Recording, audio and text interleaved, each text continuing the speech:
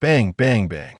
The abrupt sound of knocking reverberated through the thin wooden door of the rented apartment.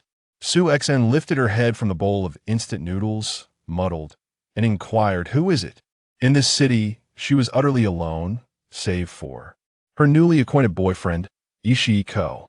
The person outside hesitated for a moment, then a familiar male voice responded. "Me." "Oh, wait a moment. He'll be right there," she exclaimed, surprised that it truly was him. Filled with excitement, Su Xen slurped up the noodles and hastily swallowed them, oblivious to the hesitation in his voice. In a flurry, she grabbed a tissue, wiped her mouth, and swept her tongue around her mouth, then sprang to her feet, shuffling in her slippers toward the bathroom. She grimaced as she dislodged the bits of chilly skin stuck between her teeth, quickly rinsed her mouth with water, wiped her lips, and cheerfully made her way to the door. As the lock clicked open, a sudden force from outside knocked her back several steps, flinging the door wide open. A well-dressed, middle-aged woman stormed in and slapped her across the face, exclaiming, "So it's you? You shameless hussy. You're the one who steals other people's husbands, you vixen mistress. I'm here to deal with you." The woman glared, her steps brisk as she lunged at Su Xen. Su Xen felt a dazzling array of colors flash before her eyes, the sharp scent of perfume overwhelming her senses. Smack, smack, smack. Before she could fully comprehend the situation, she received several more slaps, her head ringing. "Mistress? Vixen?" Su Xen murmured those two words, instinctively glancing at the man standing beside her first love, Shi Ko.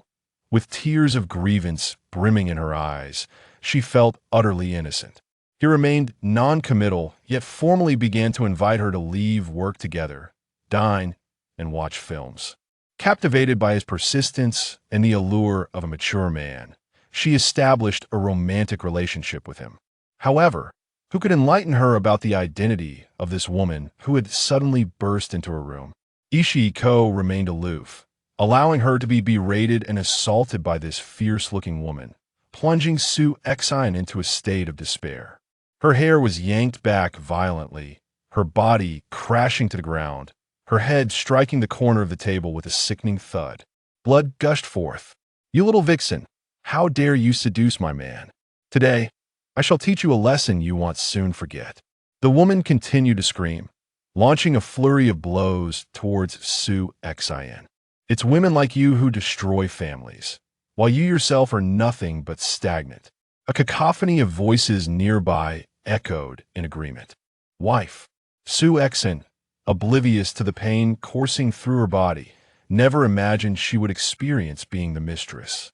It seemed their warnings about investigating one's partner's lineage before embarking on a relationship held some merit. Simply inquiring, "Do you have a boyfriend or girlfriend? Are you married?" was insufficient, for the truth remained concealed, leading her to her current predicament. This lesson was indeed a harrowing one.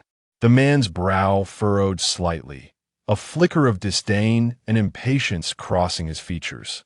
The woman's insults grew sharper, her hands and feet raining down upon Su Xen in a frenzy.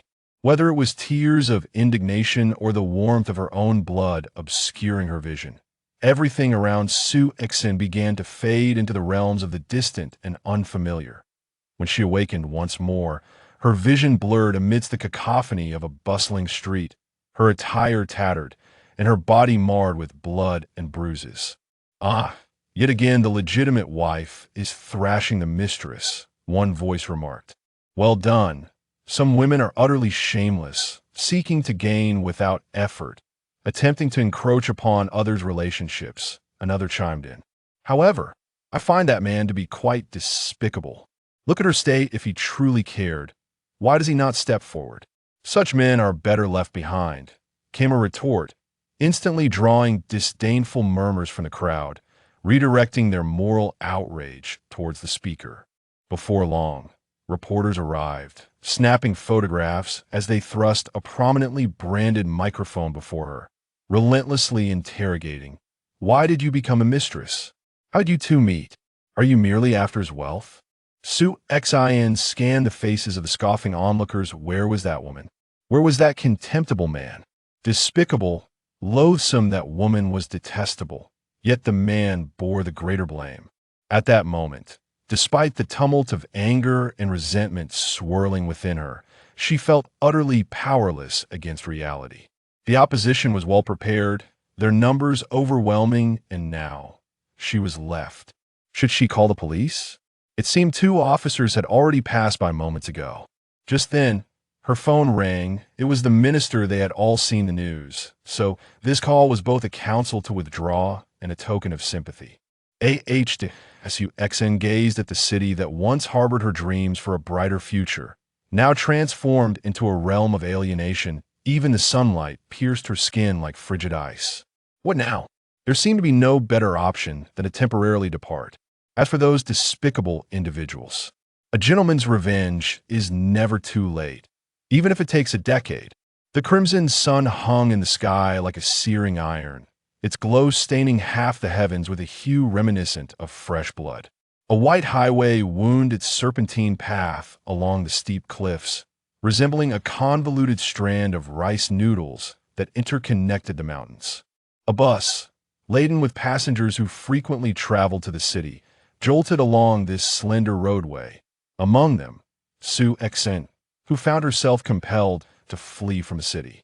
Her gaze wandered vacantly over the distant, ethereal peaks, her fingers unconsciously toying with a red card that remained on her seat, the origin of which eluded her memory.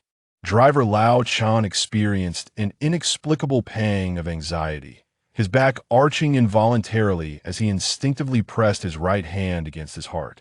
Just as he was about to call his partner, Lao Li, to take over, he recalled that Lao Li had left early due to personal matters. After all, who among us is free from urgent affairs? Moreover, he had driven this road for many years. It was a familiar route. Yet, he had not anticipated. Clang! At that moment, the vehicle seemed to roll over a stone, causing a jolt. Wait, something was amiss. Why was there still a vibration emanating from beneath the bus? It felt as though something was rumbling from deep underground, surging toward the surface with a resounding roar. In that fleeting moment of distraction, a flash of white light erupted before him. He instinctively blinked, and upon reopening his eyes, terror seized his expression as if he had witnessed something utterly horrifying. The bus careened uncontrollably off the edge of the cliff.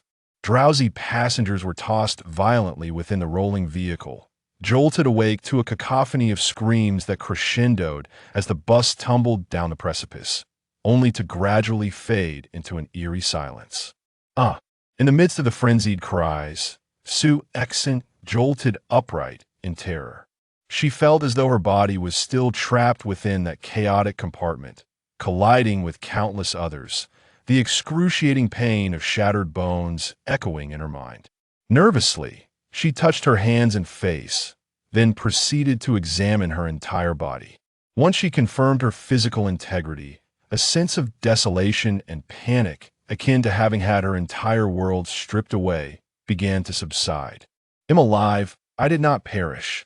It was only then that SUXN carefully surveyed her surroundings, realizing she was seated upon a floral-patterned fabric sofa, the television broadcasting her beloved soap opera, and the instant noodles on the coffee table had already softened. So, she had merely dozed off on the sofa? Was everything she had just experienced merely a nightmare? Yet the vividness of those events felt all too real. Gurgling sounds erupted from her stomach, reminding her that the bowl of noodles was indeed prepared by her own hands. She was ravenous. Indeed, she had simply taken a brief nap on the sofa. Instinctively, SUXN pushed the noodles closer, using a small plastic fork to stir them, the distinctive spicy aroma tantalizing her taste buds, eliciting a flow of saliva. Knock, knock, knock. Just as she was about to bring the forkful of noodles to her lips, a sudden knock at the door startled her, causing her hand to tremble, her expression freezing in surprise. Oblivious to the noodles that slipped from her grasp, was entirely instinctive. The words, "Who is it?" slipped from her lips. "It's me." The deep, resonant baritone belonged to Ishii-ko. Could it all be mere coincidence? Eating noodles, the sound of knocking insults and beatings in different faces, the street, and the bus tumbling down the cliff.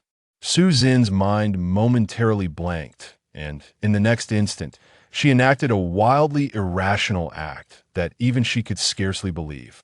With a swift motion, she sprang up from the sofa and dashed to the door with the urgency of a sprinter, not to open it, but to decisively click the deadbolt into place, then hastily dragged the shoe rack to barricade the door.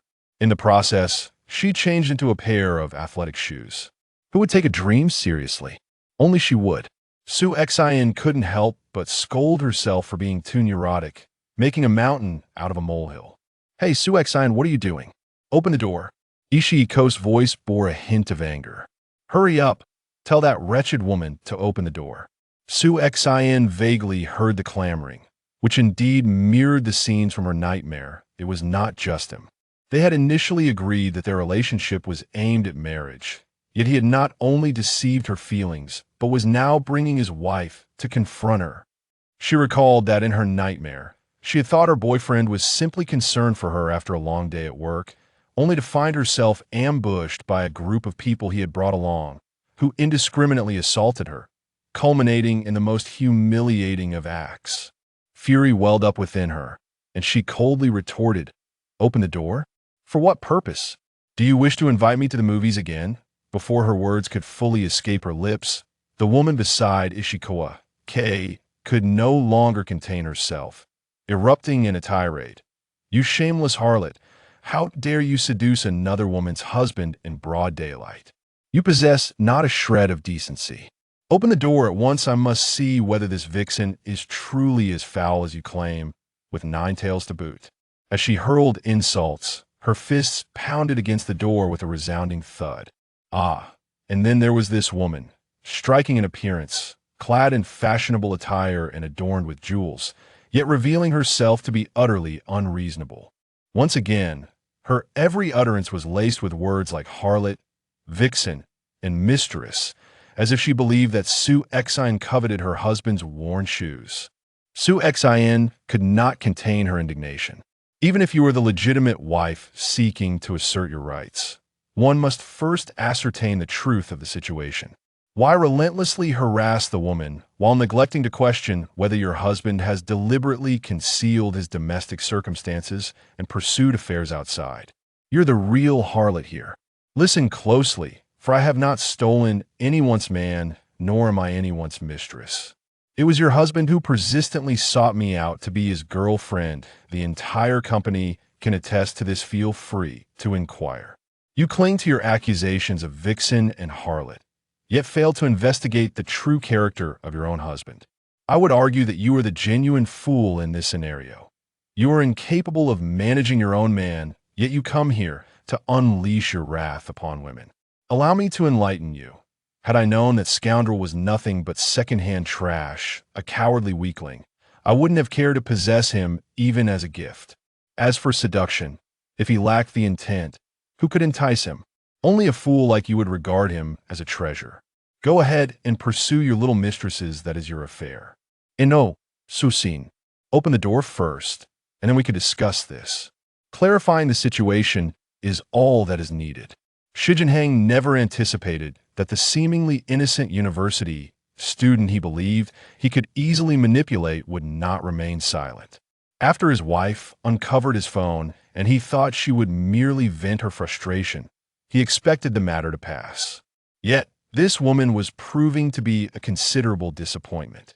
To open the door and clarify matters? Su Xian shuddered at the thought of being beaten into a panda, as depicted in her nightmare. Though she could not fathom why such a dream haunted her, one thing was certain. Reality was gradually mirroring the trajectory of that dreadful vision. If she were to open the door now, she would be nothing short of a complete fool. No, she absolutely could not allow the scenes of that nightmare to unfold again. That wretched man. Alas, it was her own blindness. How could she have only inquired if he had a girlfriend without considering the possibility of a wife? Truly, she was foolish. The pounding on the door grew increasingly frantic, the insults more venomous, reverberating through the entire building like a low hum. Su Yan suppressed the haunting memories of that nightmare, hastily dashing into her bedroom, collecting her identification, bank cards, and other essentials from the wardrobe and beneath her pillow, stuffing them into her bag. She tore the bed sheets, twisted them into a rope, and descended from the window. Residing on the second floor, though only a little over 3 meters high, she deemed it wise to exercise caution to avoid the tragic fates of those on television who had leapt only to shatter their bones. At the very moment Su Yan touched the ground, a woman's voice echoed from above. "Hurry, this wretched creature has escaped through the window. Capture this seductress. Seize this homewrecker." The crowd, which had previously resembled a pack of wolves eager to pounce, suddenly transformed into an eager mob, emerging from every nook and cranny, pointing and gesturing towards Su Yan, their fervor palpable. Ah, the undeniable power of the masses. Su Yan dared not linger for a moment. Those who recognize the tides of fortune are indeed wise. Outnumbered and outmatched, prolonging the encounter would only lead to her detriment. With a determined push, she broke free from the throng. Upon reaching the street, the cacophony of shouts and threats trailed behind her. Just then, a bus came to a halt before her, and without hesitation, she leapt on board as the doors swung open. The bus smoothly pulled away from the curb. Glancing back, Su Yan saw the crowd converge at the street corner, pointing and cursing at the vehicle. Fortune favored her timely escape otherwise. She would have faced a fate akin to a nightmare. Once her racing heart began to settle, she moved from the front of the bus to the back, where only one seat remained.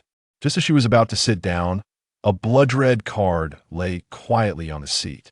Su Yan's heart skipped a beat, her nerves prickling as she instinctively turned her head to the side, then spun around in place.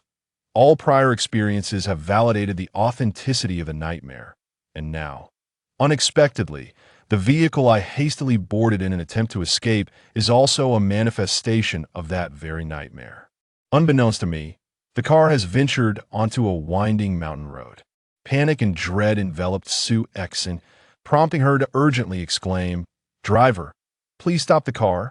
I need to get out. Hurry, stop the vehicle." Old Chen glanced in the rearview mirror and, with genuine concern, replied, "We are in a desolate area, with wild wolves lurking about. It would be unwise to disembark here. Once we reach the town, you may exit at your leisure." Su Yan, in a state of desperation, clutched her bag and made her way to the front, insisting, "No, I must get out now. Driver, please stop the car before anything else. You unfortunate child, this is a bend in the road, and the path is narrow. Stopping here could lead to an accident." Old Chan articulated patiently and reasonably. Su Yan was acutely aware of this fact, yet she was paralyzed by the terror instilled by the preceding events, envisioning the car plummeting off the cliff with all its passengers, herself included, meeting a grim fate. It felt as though the remnants of dismembered limbs and the warmth of fresh blood still clung to her skin, driving her to plead, "Not stopping is what will cause an accident. Everyone in the car will perish. Please bring the vehicle to a halt." Her words ignited fury among the other passengers, as if she were cursing them with the specter of a fatal crash. As the vehicle drew ever closer to the site of the nightmare, her urgency intensified. "Stop the car. I said stop. If you refuse to get out, I will exit alone." As she observed Old Chun with his head bowed, seemingly ignoring her. A surge of anger overwhelmed her, prompting her to seize the steering wheel. In that very instant, a calamity unfolded. The vehicle jolted violently, and, with a sharp turn, it spectacularly plummeted off the cliff, the scene eerily reminiscent of a haunting nightmare. The car collided and tumbled down the precipice, its occupants akin to being tossed into a powerful blender. A piercing scream shattered the stillness of the afternoon. As the sound reverberated, Su Yan jolted awake, her eyes wide with terror. There were no severed limbs, no internal organs, no blood. Yet, her body still bore the remnants of the dread and agony that accompanied death. Gazing at her surroundings, she recognized the familiar room, the well-known sofa, the television drama playing in the background, and the steaming bowl of instant noodles before her. The overwhelming fear paradoxically allowed her chaotic thoughts to settle. Su Exine no longer perceived her previous experiences as an inescapable nightmare, but rather as a death loop. This cycle merely encompassed the timeline from her noodle consumption to the plunge off the cliff. Knock, knock, knock. The sound of knocking echoed punctually once more. Chapter 2. The sole survivor having endured the agony of betrayal, Su Exine resolved to disregard the despicable man and woman who had wronged her. Drawing from her previous experiences, she recognized that the woman had numerous allies, adorned in fashionable attire with impeccable makeup, indicating a background of considerable privilege. As for Ishikawa Ko, he was merely a handsome facade. Beneath it lay a cowardly soul, possessing a penchant for women yet lacking the courage to embrace responsibility. Despite his ascent to the position of department manager, it was evident that he relied on an extensive network of connections. In stark contrast, Su Exine found herself isolated, having fled her rented room without a place to seek refuge. As she contemplated her predicament, she swiftly donned her sneakers, packed her bag, and ingeniously lowered herself from the second floor using a bedsheet. Avoiding the humiliation of being on the streets or the embarrassment of being pursued, Su Exine arrived at the long-distance bus station with composure, recalling that her previous 2 journeys had been on direct buses to the town. To prevent a recurrence of her past misfortunes, she resolved against taking a direct route and instead opted to first travel to County A before transferring to another bus. Everything progressed smoothly, and upon reaching County A, she boarded another bus. Just before stepping aboard, she instinctively noted the bus's color and license plate number, ensuring they differed from those in her nightmares. There remained only one vacant seat, and as her gaze lingered upon it, she noted the absence of a red card. A sigh of relief escaped her lips, and the tense state of her mind and body began to ease. In a daze, she became aware of a sticky sensation enveloping her body, while the air grew thick with a pungent, metallic scent of blood. To her horror, Su Exine realized she was surrounded by a chaotic scene filled with severed limbs and dismembered bodies within the confines of the bus. Severed limbs and internal organs hung from the luggage rack and the backs of the seats, while pools of blood rippled with the swaying of the carriage. The terror from countless nightmares accumulated relentlessly in her mind, assaulting her nerves with unparalleled dread. Why? Why has it come to this? She had been so careful to avoid it. Why could she not alter her fate? She yearned to unleash this terror. Su Exine strained to scream. Ah! The sound finally erupted at that moment, startling her to the brink of a leap. Outside the window, a breathtaking glow bathed the entire world in a crimson hue. Blindingly bright, it evoked a haunting sense of familiarity. Ah, the card. Once again, it was this red card. No, it seemed even redder than before, as if it were about to bleed. Just then, Su Exine sensed something amiss with the vehicle. It swayed unpredictably, veering towards the precipice. In an instant, 2 conflicting thoughts clashed violently in her mind. One urged her to accept her fate, proclaiming that no matter how she fled, she could not escape the designs of destiny. The other voice vehemently opposed. No, no. Even if this is the arrangement of the divine, I shall never surrender, never. Su Exine's body instinctively obeyed her primal voice, resolutely racing towards the front of the car, shouting, "Driver, be careful. That way leads to the cliff." Yet, it was to no avail. The vehicle continued its perilous course towards the edge. With determination, Su Exine leapt onto the hood, gripping the steering wheel and deftly yanking it to the left. The car narrowly brushed past the cliff's edge, dislodging stones that tumbled into the abyss below. Su Exine maneuvered the driver to the side of the water tank, gripping the steering wheel tightly as she leaped into the driver's seat. With a seamless flow, she engaged the brake, clutch, and downshift. Wait. It seemed the brakes had failed, and now they were descending a slope, the speed unabated. Fortunately, at the last moment, the driver had released the accelerator. Otherwise, even her attempts to steer would have been in vain. However, navigating such treacherous mountain roads without brakes was akin to courting disaster. Su Exine hastily controlled the steering wheel, guiding the vehicle towards the rocky outcrop, utilizing the friction between the car and the mountain to gradually bring it to a halt. Engaging the handbrake, she finally exhaled a long breath, having averted a scene from her nightmares.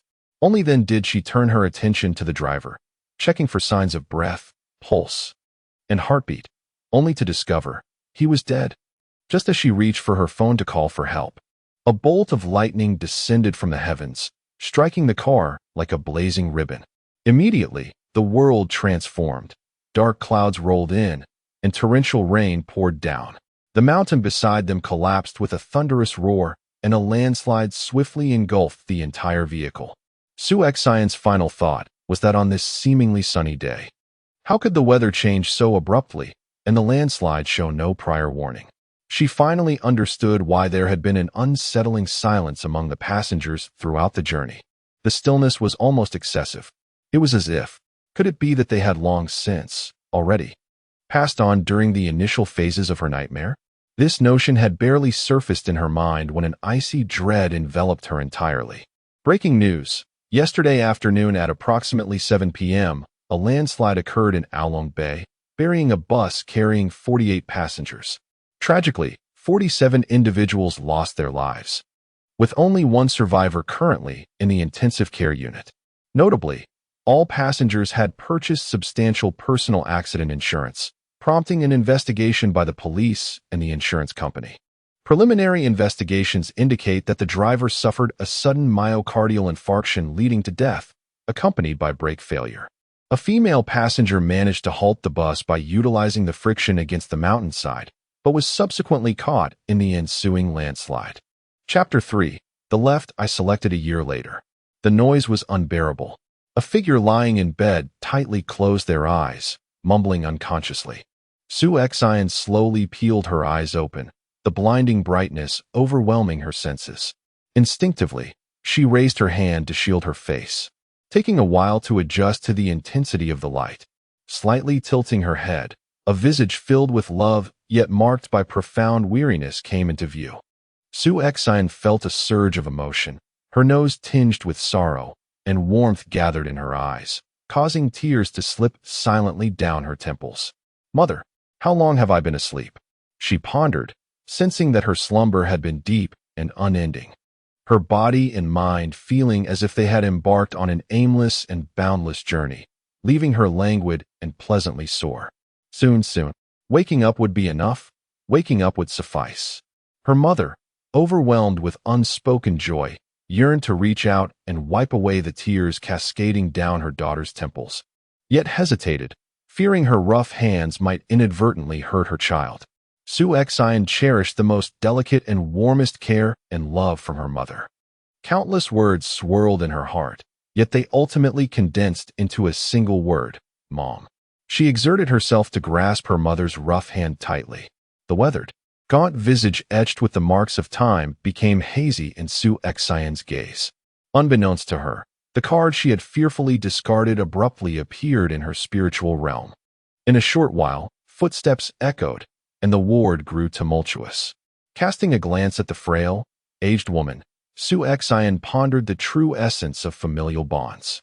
Her mother, with unwavering resolve, repeated affirmations, declaring that her daughter's awakening surpassed all else. As Shi Yan's consciousness returned to her body, the overwhelming influx of information left her feeling utterly exhausted, rendering everything ethereal. Subconsciously, she began to meticulously sort through the events that had transpired over the past year. If the former were true, did that not imply she possessed the ability to foresee the future? And why was she able to perceive it so vividly? Had she never experienced such phenomena before? Must one be on the brink of death to awaken such powers? Conversely, if it were the latter scenario, did it mean she had perished in the initial car accident, and this was her rebirth? Like a small pebble cast into a tranquil lake, it stirred ripples of contemplation. As she delved deeper into these thoughts, a multitude of inquiries cascaded upon her. Ultimately, her awareness began to blur, and she succumbed to a profound slumber once more. The red card, quietly resting in her spiritual realm, suddenly fluttered gently, akin to a delicate wax sheet, transforming into a droplet of blood that merged into her left eye. Chapter 4. Special Recruitment. Shi Yan had been in slumber for a full 2 days. Upon awakening, she discovered that both her mental state and physical strength had significantly improved compared to before. After stretching her limbs, everything felt quite normal. However, there was a slight itch in her left eye, akin to a sensation emanating from the depths of her eyeball. Instinctively, she rubbed it with the back of her hand, feeling a warm sensation throughout the eye, providing temporary relief from the irritation. As she opened her eyes once more, she noticed some indistinct shadows in her line of sight. After blinking vigorously, her vision returned to normal. The reality was that she was still alive, yet she had to confront the most pressing issue of all, her livelihood. The accident that had occurred a year prior had claimed all but her life. Though she had survived, she had become a mere shell, a living being sustained solely by machines and tubes. Her parents, lacking the knowledge to pursue the maximum benefits, had succumbed to the insurance company's blunt approach, which offered a one-time compensation as if she had perished. The costs of medical care, medications, and nutrition had depleted the insurance payout long ago. Over the past 6 months, her parents had sacrificed everything, pouring their entire savings into this seemingly bottomless pit. The burden had become unbearably heavy, with her mother dedicating her days to caring for her in the hospital, while her aging father toiled at construction sites for meager earnings. Everyone urged them to relinquish hope, yet they steadfastly refused to sign the documents to cease treatment. As Shi Yan gazed upon her parents' frail and aged bodies, their bent spines a testament to their struggles, her heart ached with sorrow. She had once envisioned graduating and entering the workforce to support her parents, yet now, she found them enduring hardships for her sake, an utterly unjust situation.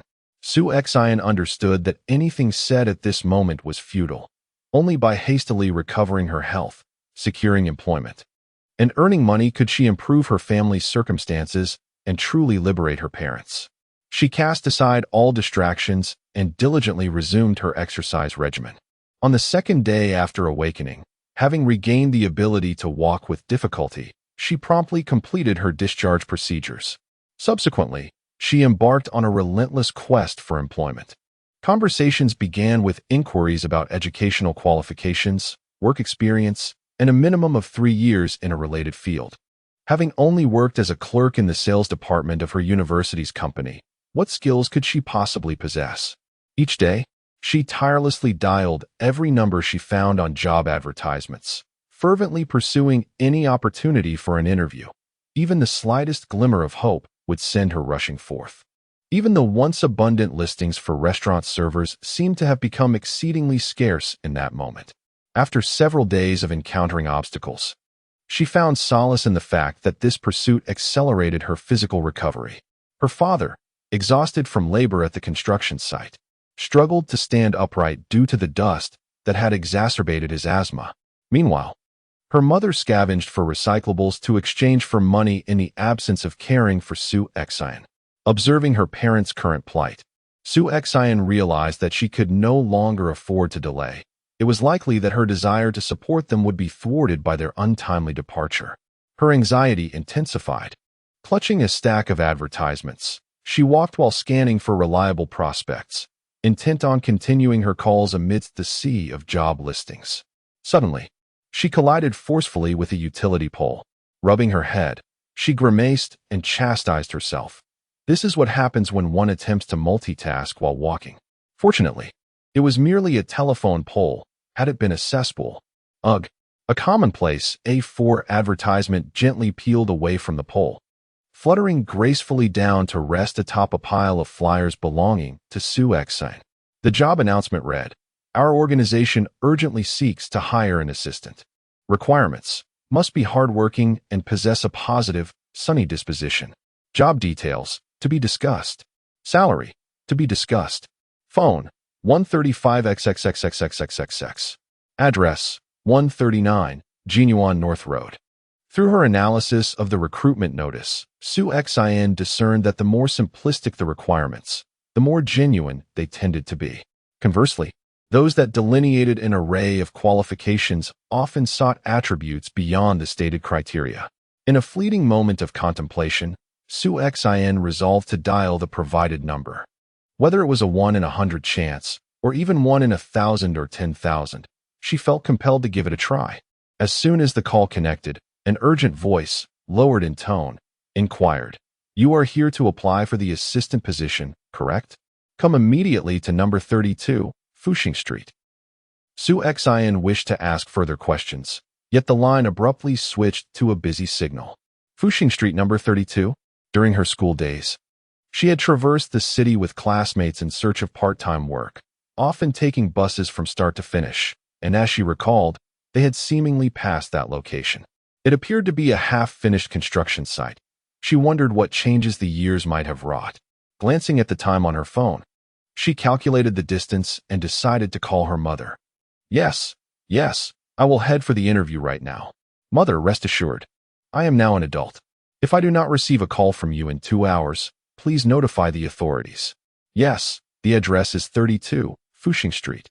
After relaying instructions to her mother, Su-Xin glanced at the bus hotline on the bus stop, inquiring about the route from Huayang Station to Fuxing Street. An hour later, she alighted at the stop preceding 32, Fuxing Street. The sidewalk was lined with towering, mature French parasol trees, their dense canopies resembling sentinels holding immense dark green umbrellas, orderly extending to the end of the street. Su-Xin approached a tree beside a cold drink stand. The bright lights and bustling crowd instilled a sense of courage within her. Just as she prepared to dial once more, her phone suddenly vibrated, followed by a monotonous ringtone. The number displayed was the one she had just called. After a brief moment of hesitation, she answered the call, and before she could speak, an urgent voice came through. "Have you arrived? Hurry. I'm in the white van next to the pavilion outside the courtyard." Su-Xin responded casually, "I see the van. Please step out so I can verify." After speaking, she quickly switched her phone to camera mode, focused on the van, captured the license plate number, and sent it to herself via WeChat. In her ear, a low murmur emerged. "Women are such a hassle. Am I supposed to devour you or something?" As the voice faded, Su-Xin observed a man clad in a long, high-collared trench coat alight from a vehicle. Adorned with a hat and sunglasses, he also held an umbrella. He scanned his surroundings before his gaze settled upon Su-Xin. A slight smile graced his lips as he removed his sunglasses and waved at her. Chapter 5. The first mission in the sweltering heat of June. Such attire, trench coat, felt hat, sunglasses, and a long-handled umbrella, was undoubtedly peculiar. Yet, Su-Xin felt an inexplicable sense of familiarity, as though she had encountered him before. Sherlock Holmes. Observing his candid demeanor, she was already half convinced that the recruitment was indeed genuine. Emerging from beneath the trees, she did not approach him directly but instead made her way to a nearby cafe, calling out loudly, "Owner, a bottle of mineral water, please." After purchasing a bottle of water and a packet of biscuits, she engaged in casual conversation about average spending and the state of business, even deliberately positioning herself in a well-lit area to ensure he formed a preliminary impression of her. After exchanging pleasantries wishing him prosperous business, she departed briskly. Stopping 2 paces away from the van, she raised the plastic bag in her hand, apologetically stating, "I'm sorry to have kept you waiting."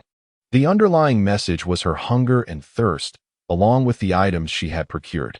The man glanced at Su-Xin, then at her belongings, and broke into a grin, saying, "I didn't expect you to be so prudent and considerate. That's quite admirable." The man's tone betrayed an unmistakable note of approval as he turned towards the car door, his hand poised on the handle before he suddenly halted. Glancing at her and remarking, "However, I am not particularly interested in someone like you, so rest assured." Su-Xion's lips curved into a subtle smile. His words drifted past her like the myriad of background noises she encountered daily, failing to penetrate her ears or affect her mood in the slightest. She had not lost sight of her purpose for this journey or the roles they each played. Maintaining her previous calm and solemnity, she inquired, "What is my job?" As the man swung open the car door and climbed inside, he replied, "Would you prefer to stand outside or come in and sit?" Su-Xin glanced around, hesitated briefly, then walked around the front of the car to the other side, opening the door and settling into the passenger seat. Even a child knows not to enter the vehicle of a stranger, yet she found herself in a position of desperation.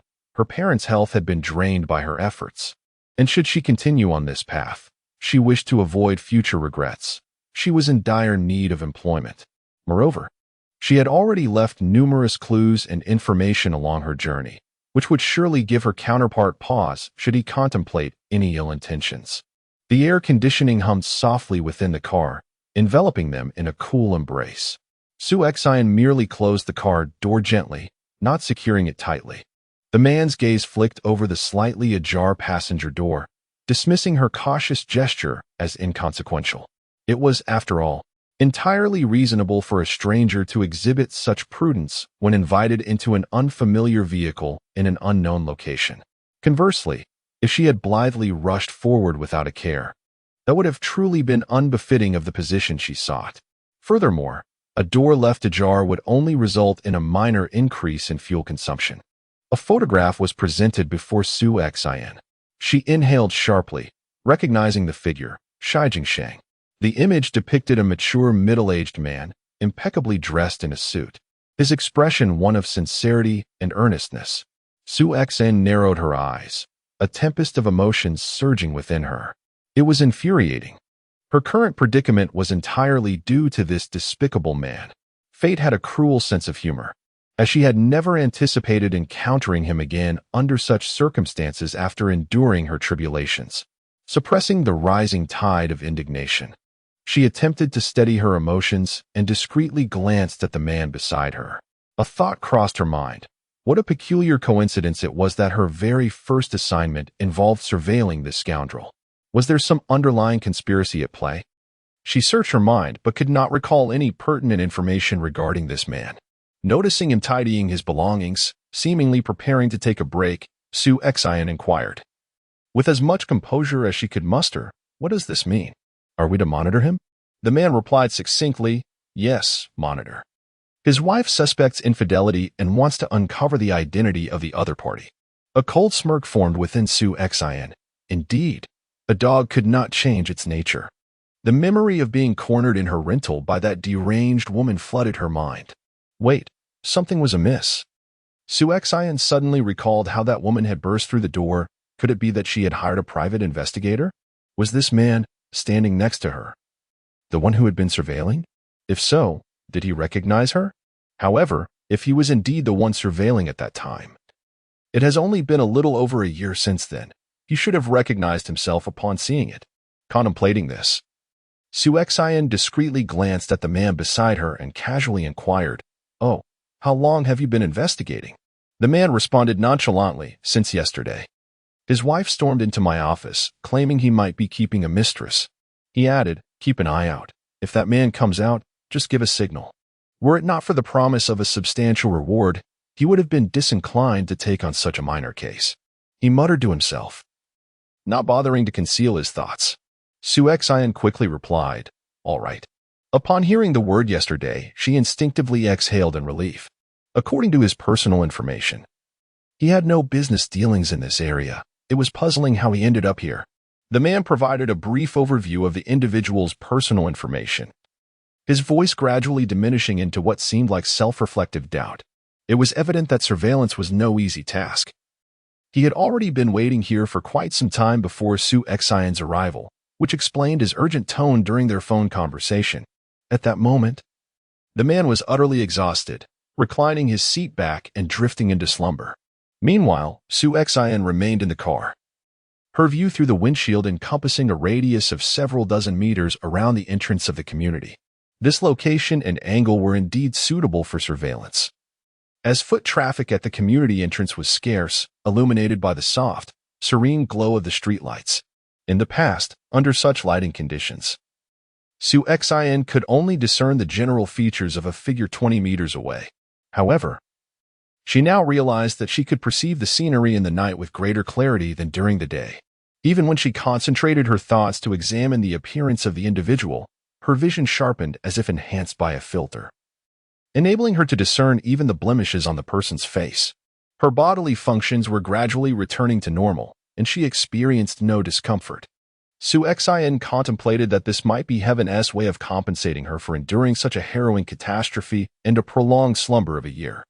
Chapter 6. The Left Eye Sees Ghosts. The man beside her obscured half of his face with a felt hat, revealing a well-defined jawline and faint stubble. He emitted soft snores, having succumbed to a deep slumber. This openness and vulnerability allowed Su-Xian's anxious heart to finally settle. After familiarizing herself with her surroundings, she relaxed slightly and leaned back against the chair. Su-Xian did not forget her 2-hour rendezvous with her mother. She quickly dialed Xian Ma's number to assure her of her safety, which allowed her to feel a sense of stability. Having searched for work throughout the day, she had only consumed 2 steamed buns for lunch and had managed to request a bowl of noodle soup from a local shop, leaving her ravenously hungry. With utmost delicacy, Su-Xian opened a plastic bag and nibbled on some biscuits, sipping water sparingly as she occasionally cast glances toward the door. She refrained from drinking too much water. This task of surveillance, though new to her, was well understood from the films and television she had watched. She knew that watchers often needed to remain quiet and still in one place for extended periods, and excessive hydration would only complicate matters. Su-Xian maintained her vigil from 9 o'clock in the evening until 2 o'clock the following morning. After an exhausting 5 hours, Su-Xian found herself struggling to stay awake. Her head heavy and her eyelids seemingly weighed down by 1,000 pounds. This being her first job, and one that involved surveilling that scoundrel, she fought to resist the pull of sleep. Suddenly, a chill breeze brushed against the nape of her neck. A bone-deep cold reminiscent of a past experience that made her shiver involuntarily. Instinctively, she wrapped her arms around herself, tightening her shirt against the sudden chill.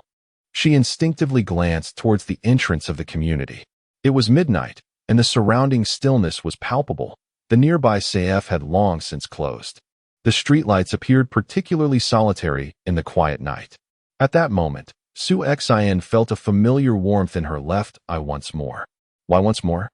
She recalled that upon waking for the second time in the hospital, she had experienced a similar sensation, accompanied by a slight discomfort in her vision and a haze of overlapping images.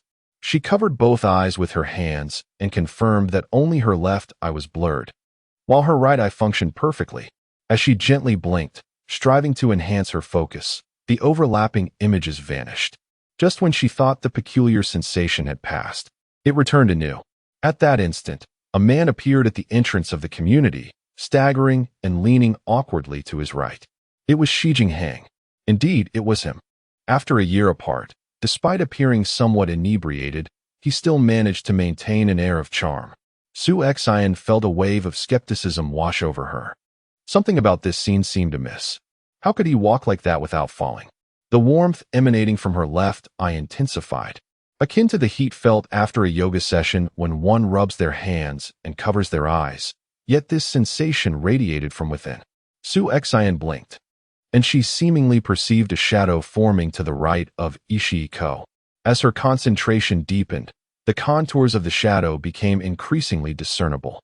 To her astonishment, it was a woman, adorned in a flowing red gown. She was entwined with Ishii-ko's arm, her figure leaning almost entirely against him. Rather than merely linking arms, it resembled a supportive embrace.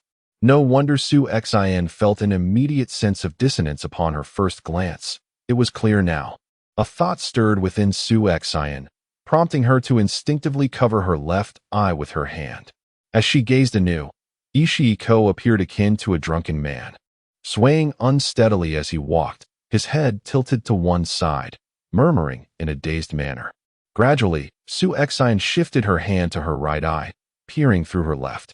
Instantly, the world around her seemed to be shrouded in a hazy mist, and the woman in the red dress materialized with remarkable clarity, almond-shaped eyes, cherry lips, and a petite nose, exuding an air of delicate grace and gentility. Her long, lustrous hair cascaded down to her waist, fluttering gently with her movements, the strands at her temples dancing lightly as the hem of her gown billowed.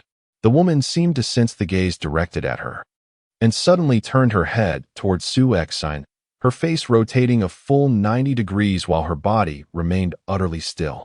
That handsome visage suddenly transformed into a grotesque visage, marred and beginning to decay, deep gashes reaching to the bone, crimson flesh protruding, oozing a viscous mixture of blood and pus, while maggots writhed within the cavernous eye sockets.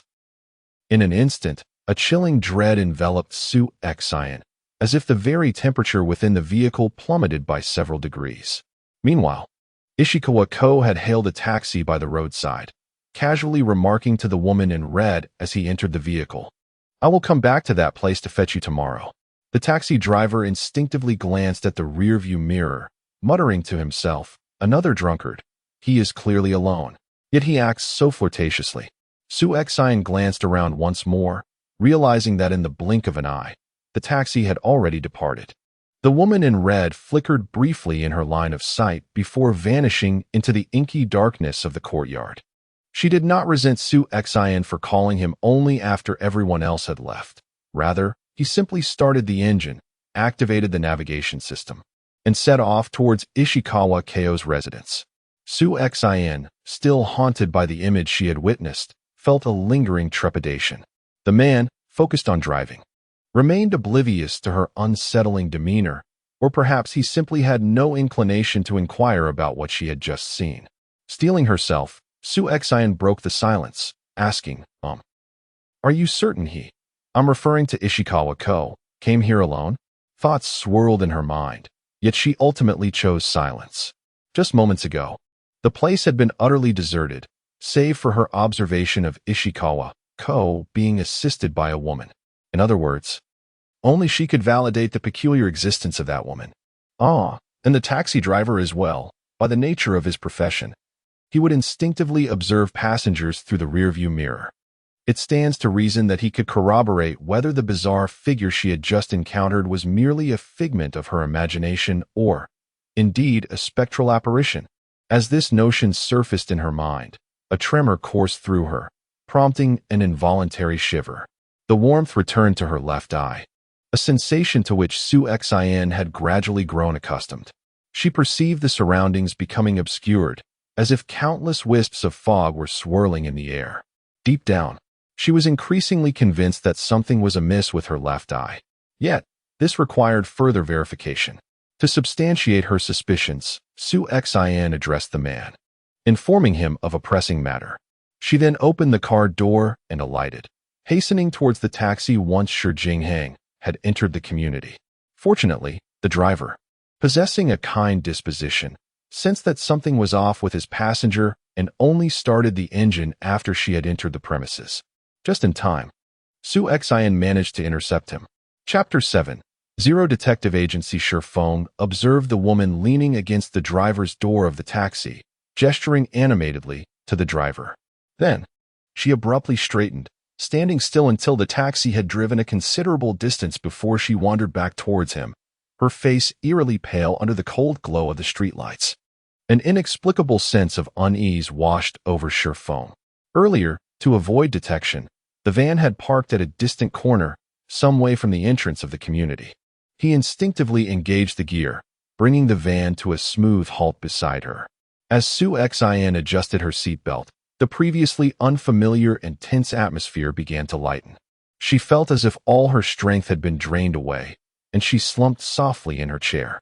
Just moments ago, he had been the only one wandering by the roadside, swaying slightly, muttering incoherently, a clear sign of intoxication. "Little sister, please don't frighten me. I truly did not see anything." Su Yan had no intention of instilling fear, especially in these late-night drivers, as she deeply empathized with their struggles and preferred to avoid such topics. She quickly waved her hands in a gesture of reassurance, explaining, "I was merely concerned that he might be out there with another woman. I meant no other implication." Upon hearing this, the taxi driver's initial chill of fear began to subside. Thus, it dawned on him that perhaps he had indeed encountered a ghost this evening.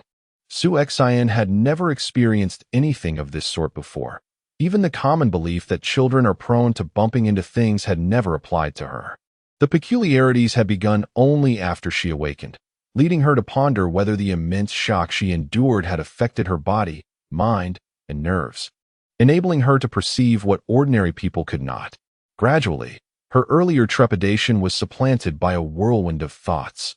Upon reflection, aside from the challenge it posed to her staunchly materialistic scientific beliefs, it had not significantly impacted her.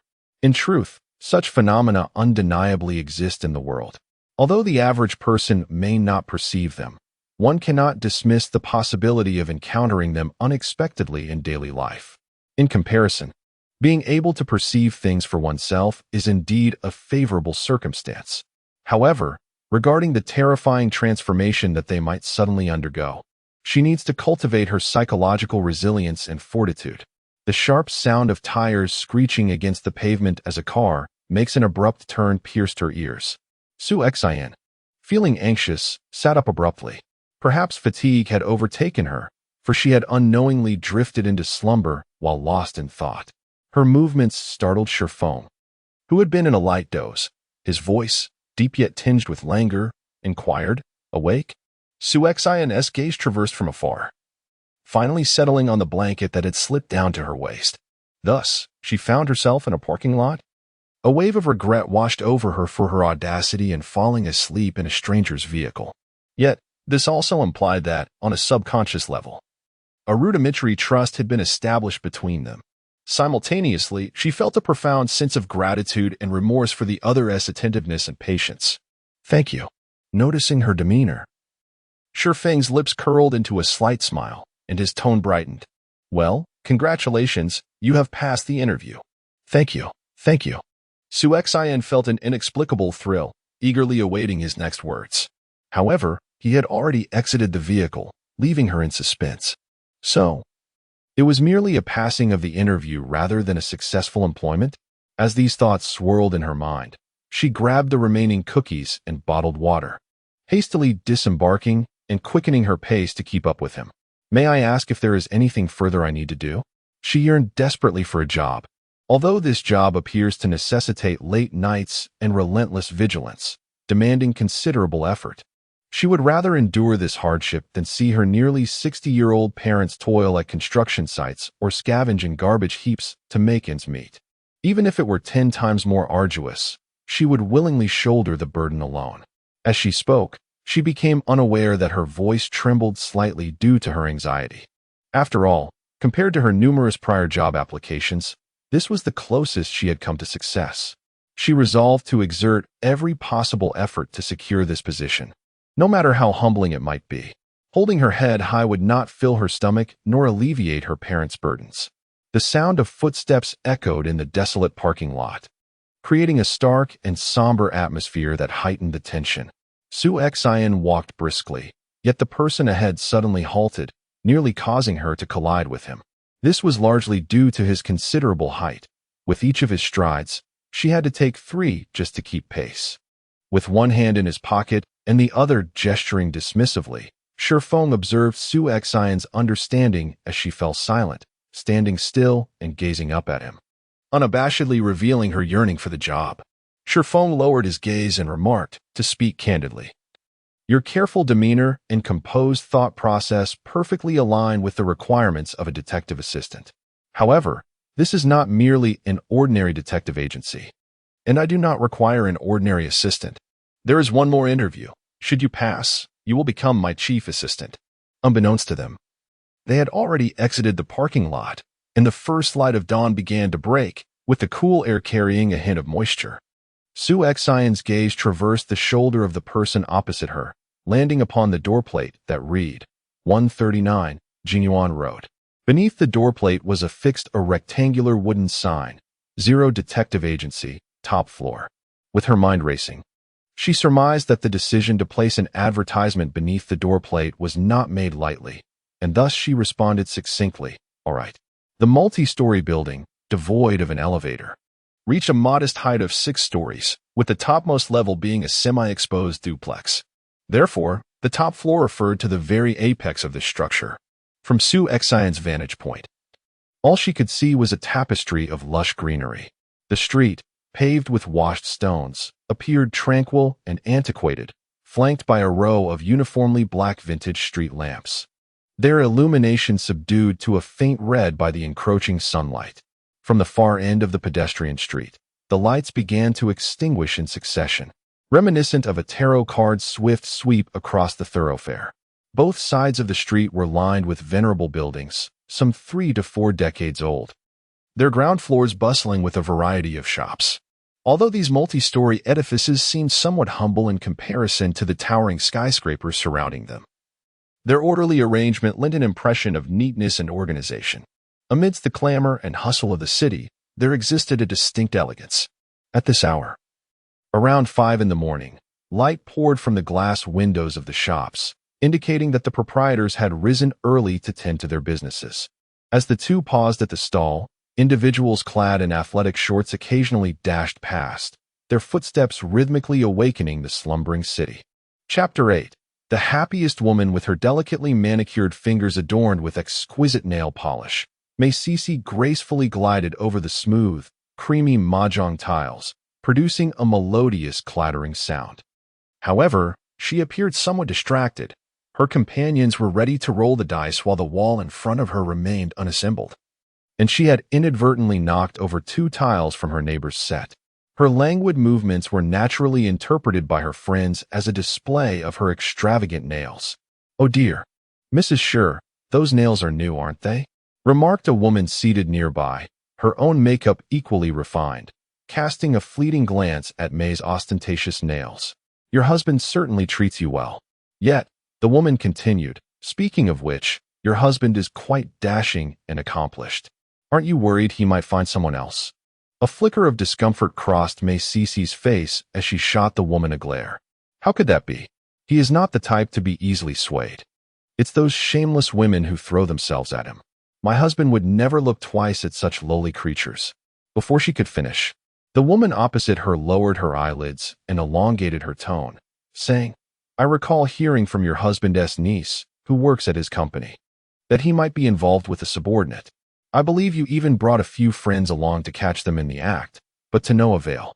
It seemed that woman was aware of your intentions and fled beforehand. Could it be that your husband tipped her off?" As she spoke, she stifled a laugh behind her hand.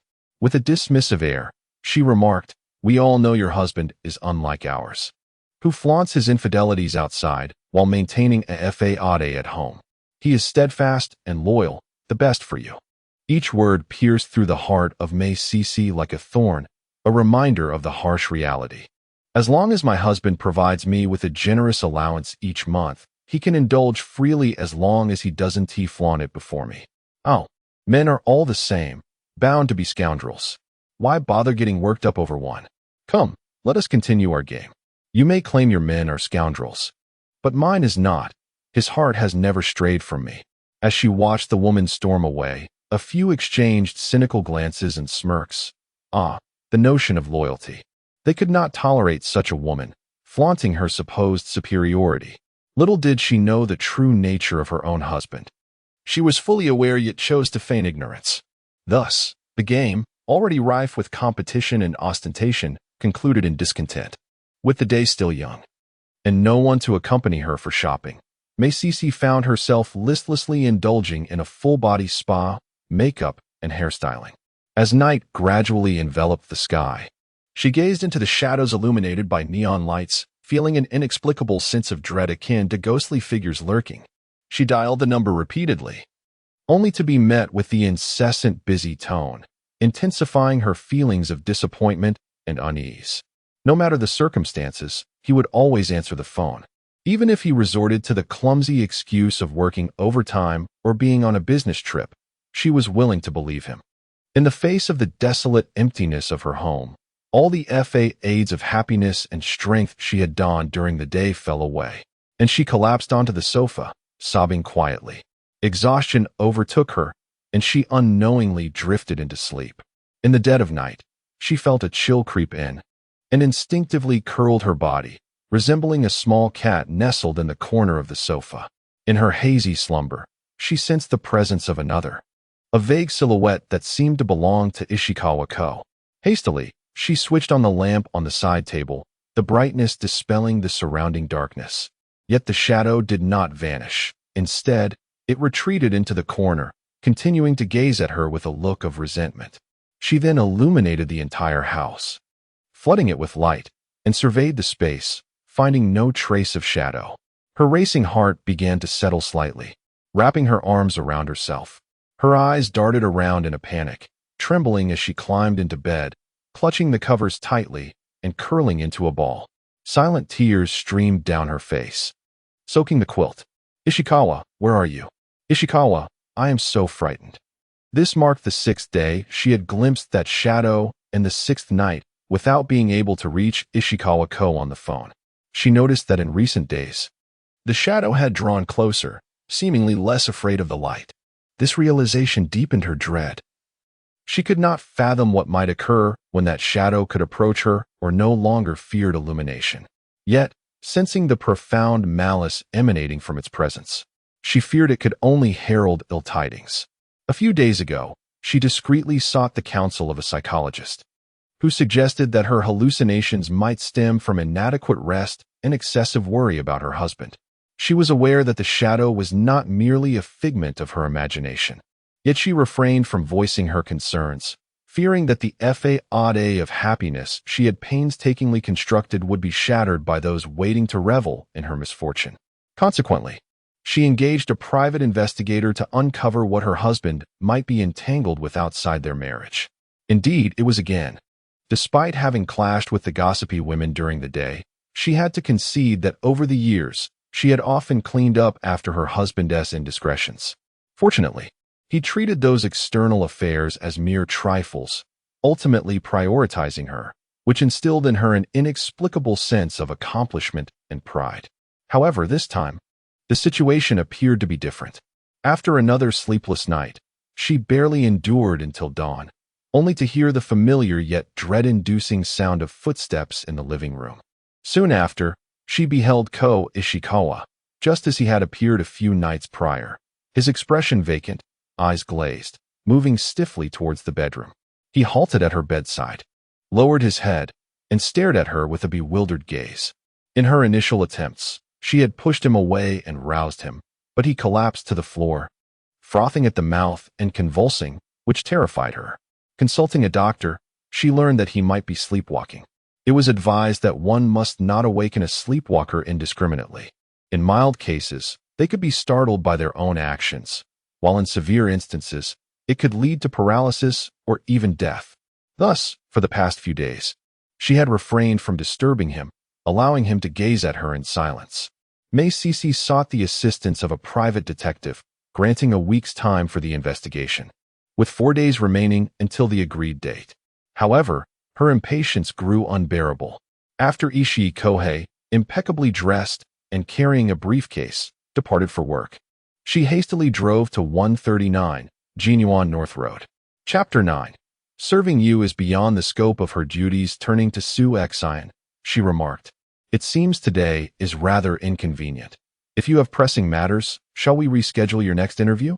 As Su Yan stepped through the doorway, she surveyed the interior, confirming it to be a studio of approximately 20 square meters. To the left upon entry was a door leading to a terrace, beside which stood a large floor-to-ceiling window, revealing a lush yet overgrown expanse of greenery, clearly neglected for some time. A wide office desk was positioned nearby, equipped with a computer, printer, and landline telephone. A solitary executive chair was placed opposite, while a towering bookshelf loomed in the corner, reaching the ceiling and housing merely a few volumes on psychology and detective studies, alongside several folders labeled with cases such as Mr. Chin's missing pet and Mr. Zhang's son skipping school. On the opposite side of the room, a dusty-hued fabric sofa rested against the wall, accompanied by a coffee table of matching color. An antiquated ceiling fan hung in the center, and to the right, a small door stood ajar, emitting a faint, unpleasant odor, likely indicating a restroom. The overall ambience appeared both rudimentary and chaotic. Su Yan's first impression was that such a modest workspace hardly warranted the need for an assistant. Furthermore, aside from the rent and other expenses, could one truly afford the luxury of hiring additional help? However, just as this thought emerged, she heard an implicit dismissal from the other party, instinctively and urgently responding, "No, I am not in a hurry.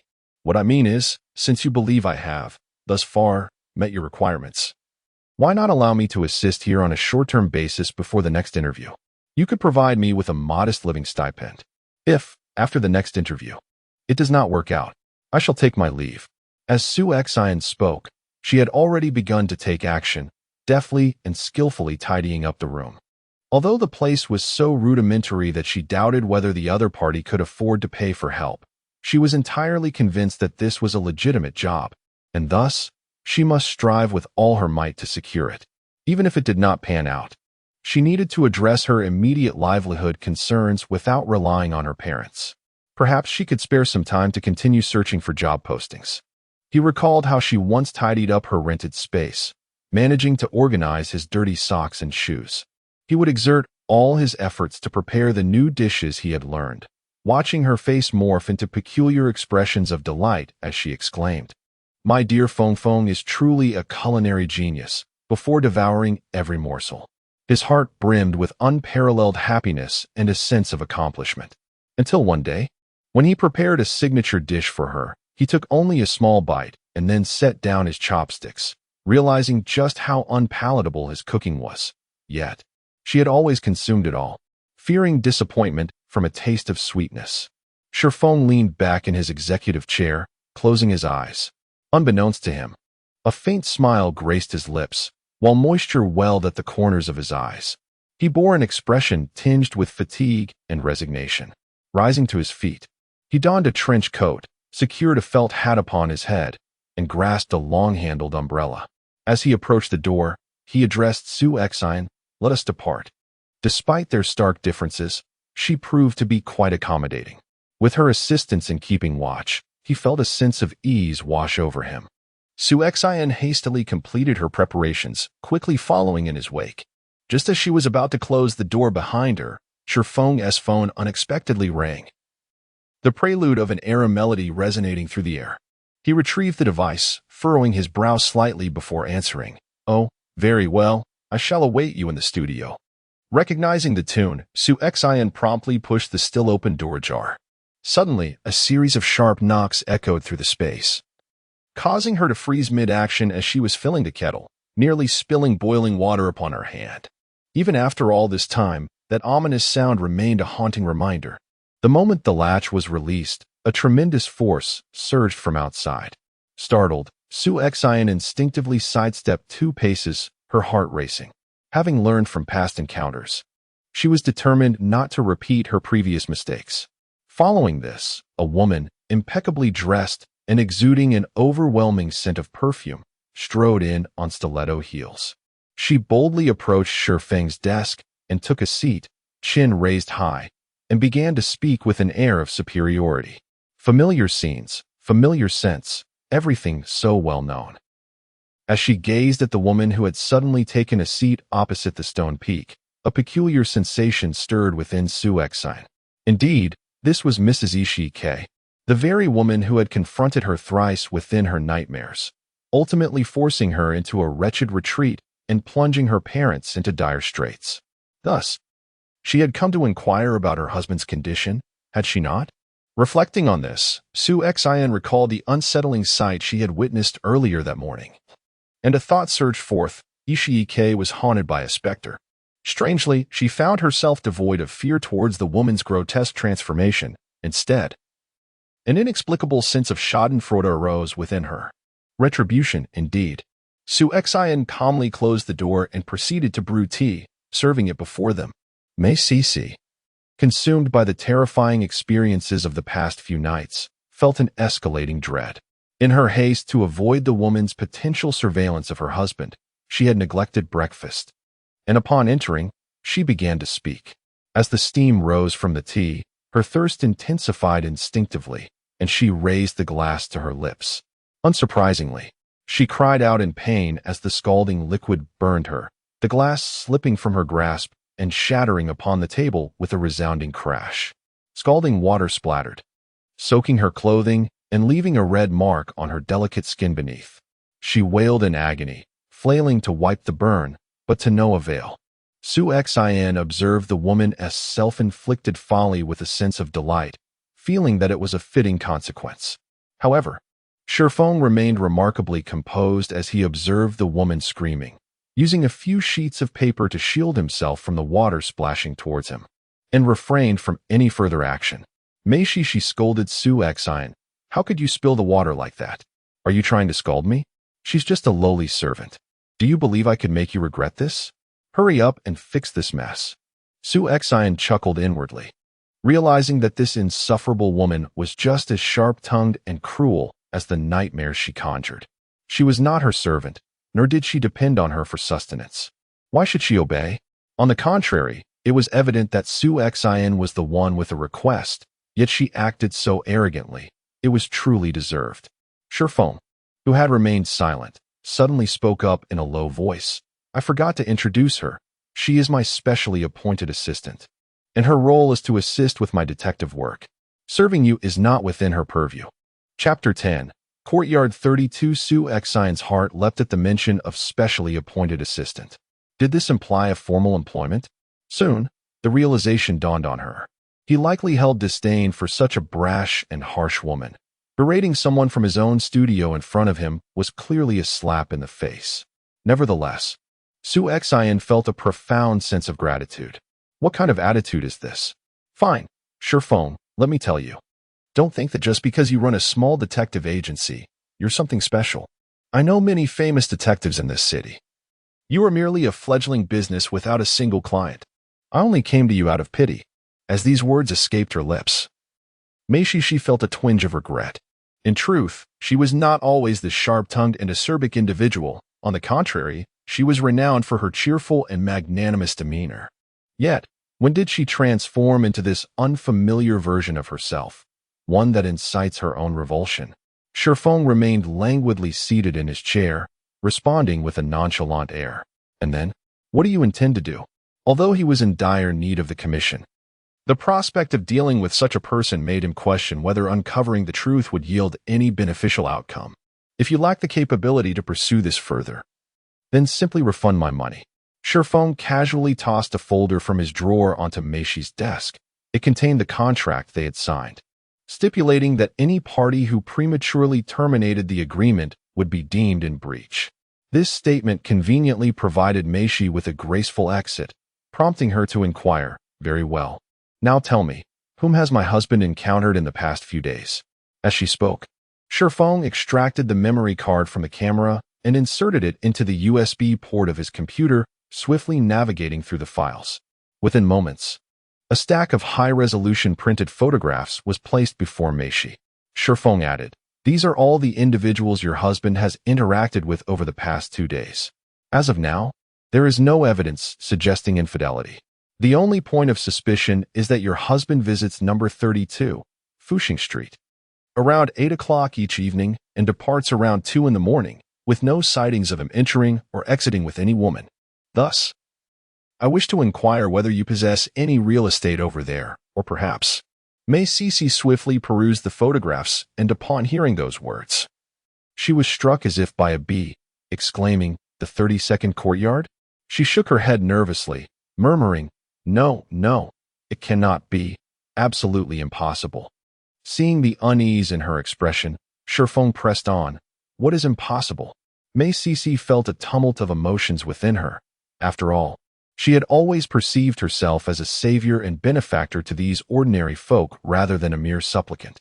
At this moment, revealing her vulnerability felt perilous, and she hesitated, thinking that if he pressed her even slightly further, she might find herself reluctantly divulging the entire narrative. She truly yearned for an outlet to express her burdens. Little did she know, just as a flicker of distress crossed her face, Shifeng remarked, "Since you find this troubling, it is of no consequence if you choose not to speak. My task is to investigate the individuals your husband associates with daily. Now, will you proceed with the contract, or shall we terminate the agreement?" This time, Meishi refrained from her usual pretense, her eyes glinting with a fierce determination. "Terminate the agreement? Why would we do that? You must thoroughly investigate. I demand to know what he is doing in that place. I wish to see which wretched soul is enticing my husband. Should you uncover the truth, I shall double your remuneration." Su Xian subtly raised an eyebrow at her choice of words, referring to vixens, wretches, and mistresses. Her coarse language starkly contrasted with her exquisite attire. Nevertheless, the prospect of double remuneration was indeed enticing enough to overshadow her prior demeanor. She recalled receiving the task the previous night when she overheard Shifeng muttering about a substantial order, and now the other party had unexpectedly doubled it. Instinctively, she glanced at Shifeng, who appeared to be in high spirits, his fingers lightly tapping the table. Ah, that's easily arranged. After all, unveiling the truth is our duty. Rest assured, by next Monday, I will provide you with the most comprehensive information. Thus, the matter was amicably settled, with Shi Yan remaining silent throughout, her fingers delicately wiping the table and chairs. A series of knocks interrupted the moment once more, prompting Shi Yan to hasten to the door. The delivery had arrived. With the negotiations concluded, Mike Sixie showed no signs of hesitation, swiftly grabbing her designer handbag and departing in haste. As she brushed past Shi Yan, she intentionally collided with her shoulder, causing Mike Sixie to stumble spectacularly, scraping her knees and elbows, her palms hitting the ground with a resounding thud, turning crimson. Shi Yan, seemingly unfazed, walked past her. At that moment, Mike Sixie's mood soured significantly. Instead of confronting Shi Yan, she merely stood up, pointed an accusing finger at her, shot a glare at Shifeng, and stormed off in a huff. As she descended the stairs in a rush, she nearly collided with another individual. Meanwhile, Shi Yan was on the phone with Shinma, reporting her well-being while enjoying her breakfast. When she regained her focus, she noticed Shifeng staring at her in apparent astonishment. Shi Yan felt a twinge of embarrassment, thinking, I must look rather unrefined while eating. How amusing. After a long day of exhaustion the previous day, she had only managed to consume 2 steamed buns and half a bag of biscuits, leaving her ravenous. Now, as a temporary employee, breakfast felt like a generous perk from her employer. She ate with an unreserved joyfulness. In truth, however, her mind was entirely occupied by another figure. One who shared a similar enthusiasm for food, relishing every morsel as if it were a divine delicacy, evoking a sense of appetite and delight. In reality, the woman's vindictiveness paled in comparison to her inherent kindness, rendering her disposition somewhat narrow-minded. Yet, he found himself surprisingly unperturbed by it. He pondered whether, had she been as forthright and decisive from the outset, the ensuing tragedies might have been averted. Shi Yan's eating momentarily faltered, her feelings ambiguous. She certainly harbored no fondness for that woman and felt no need to disguise her sentiments. Yet it seemed they were not close enough to be entirely candid with one another. Shifeng shifted the topic. Oh, by the way, I am Shifeng, the founder of this Zero detective agency. You may call me Shir too, or boss. Shi Yan had previously heard that woman address him by name, and this moment served as an official introduction. All those prior opportunities had been lost, perhaps because if she had not passed the interview, an introduction would have been unnecessary. Shi Yan promptly sat up straight. My name is Shi Yan. I am 27 years old, and I lost my job in a car accident a year ago. I am hardworking and diligent. I hope the boss will take good care of me. With her words, she solemnly nodded in respect. Just then, with a resounding click, the door swung open, and a tall, slender man in a white shirt and slacks entered. Upon surveying the atmosphere, he slightly furrowed his brow. Chapter 11. Past events. Shifeng hastily rose to greet him, his face alight with unrestrained joy, his tone becoming more buoyant as he chattered away, shedding his previous aloof demeanor. Upon seeing the approaching figure, Shi Yan perceived a delicate veil of mist enveloping the individual, instinctively yearning to discern the details more clearly. It was only later that she realized this ethereal haze was the vital energy cultivated by practitioners, which not only empowered them to wield spells in combat, but also endowed them with a passive defensive capability, rendering ordinary spectral entities unable to draw near.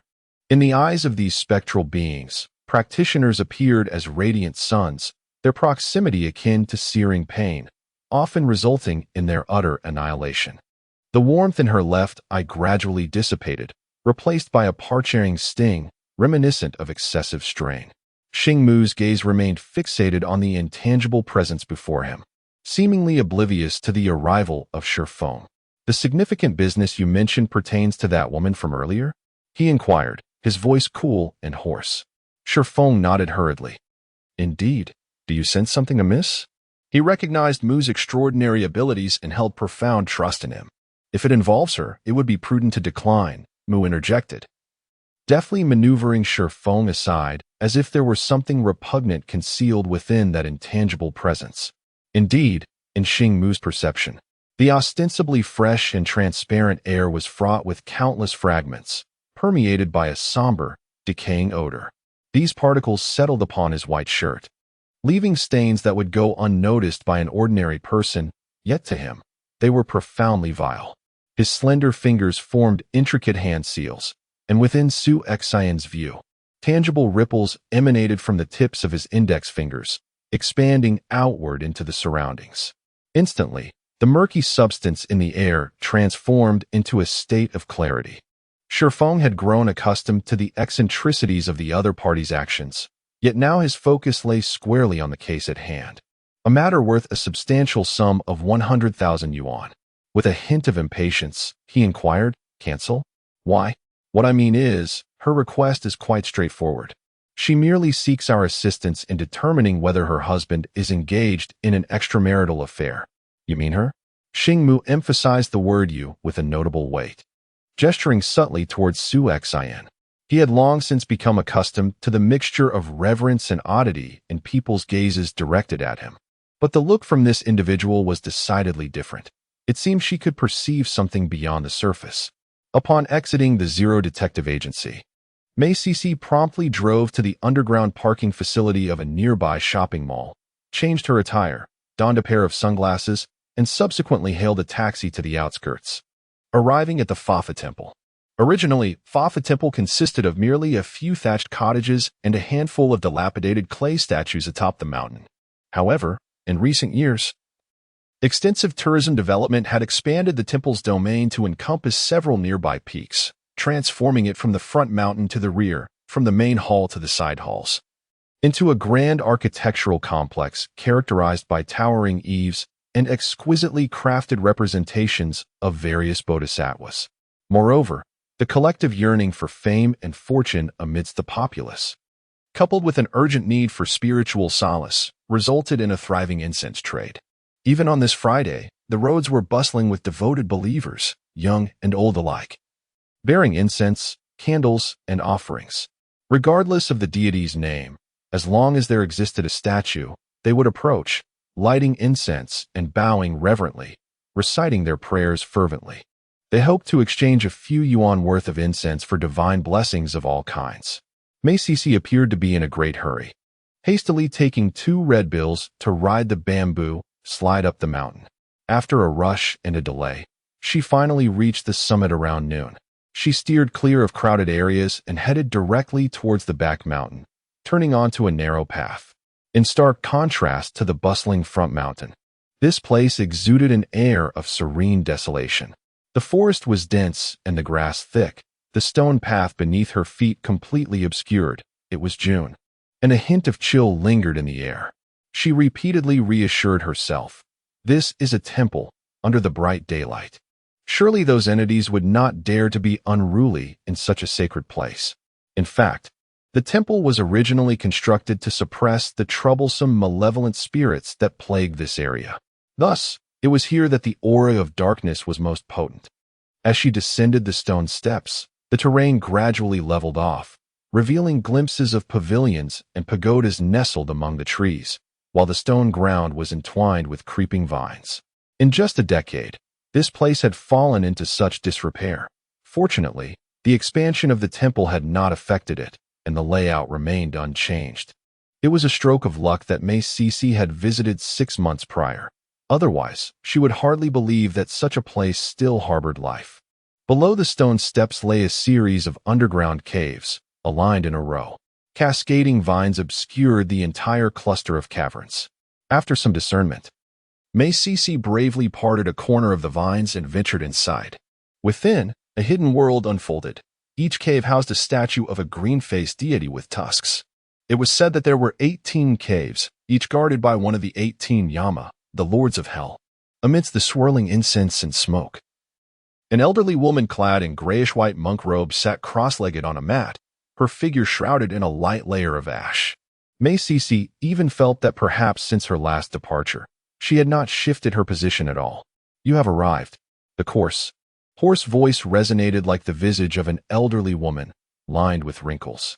May Cece was filled with urgency, yet in the end, she found herself at a loss for words. After hesitating for a while, she earnestly spoke, "Master, well, my husband. It seems he has once again fallen under the spell of those seductive vixens outside.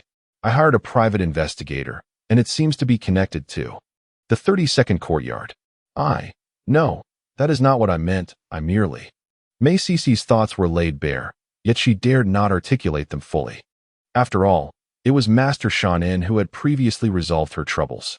To admit her suspicions would be tantamount to questioning his abilities, a notion she could scarcely entertain. That year, time was just right. She possessed a life of enviable privilege, while she herself was merely a golden phoenix that had soared from the depths of poverty.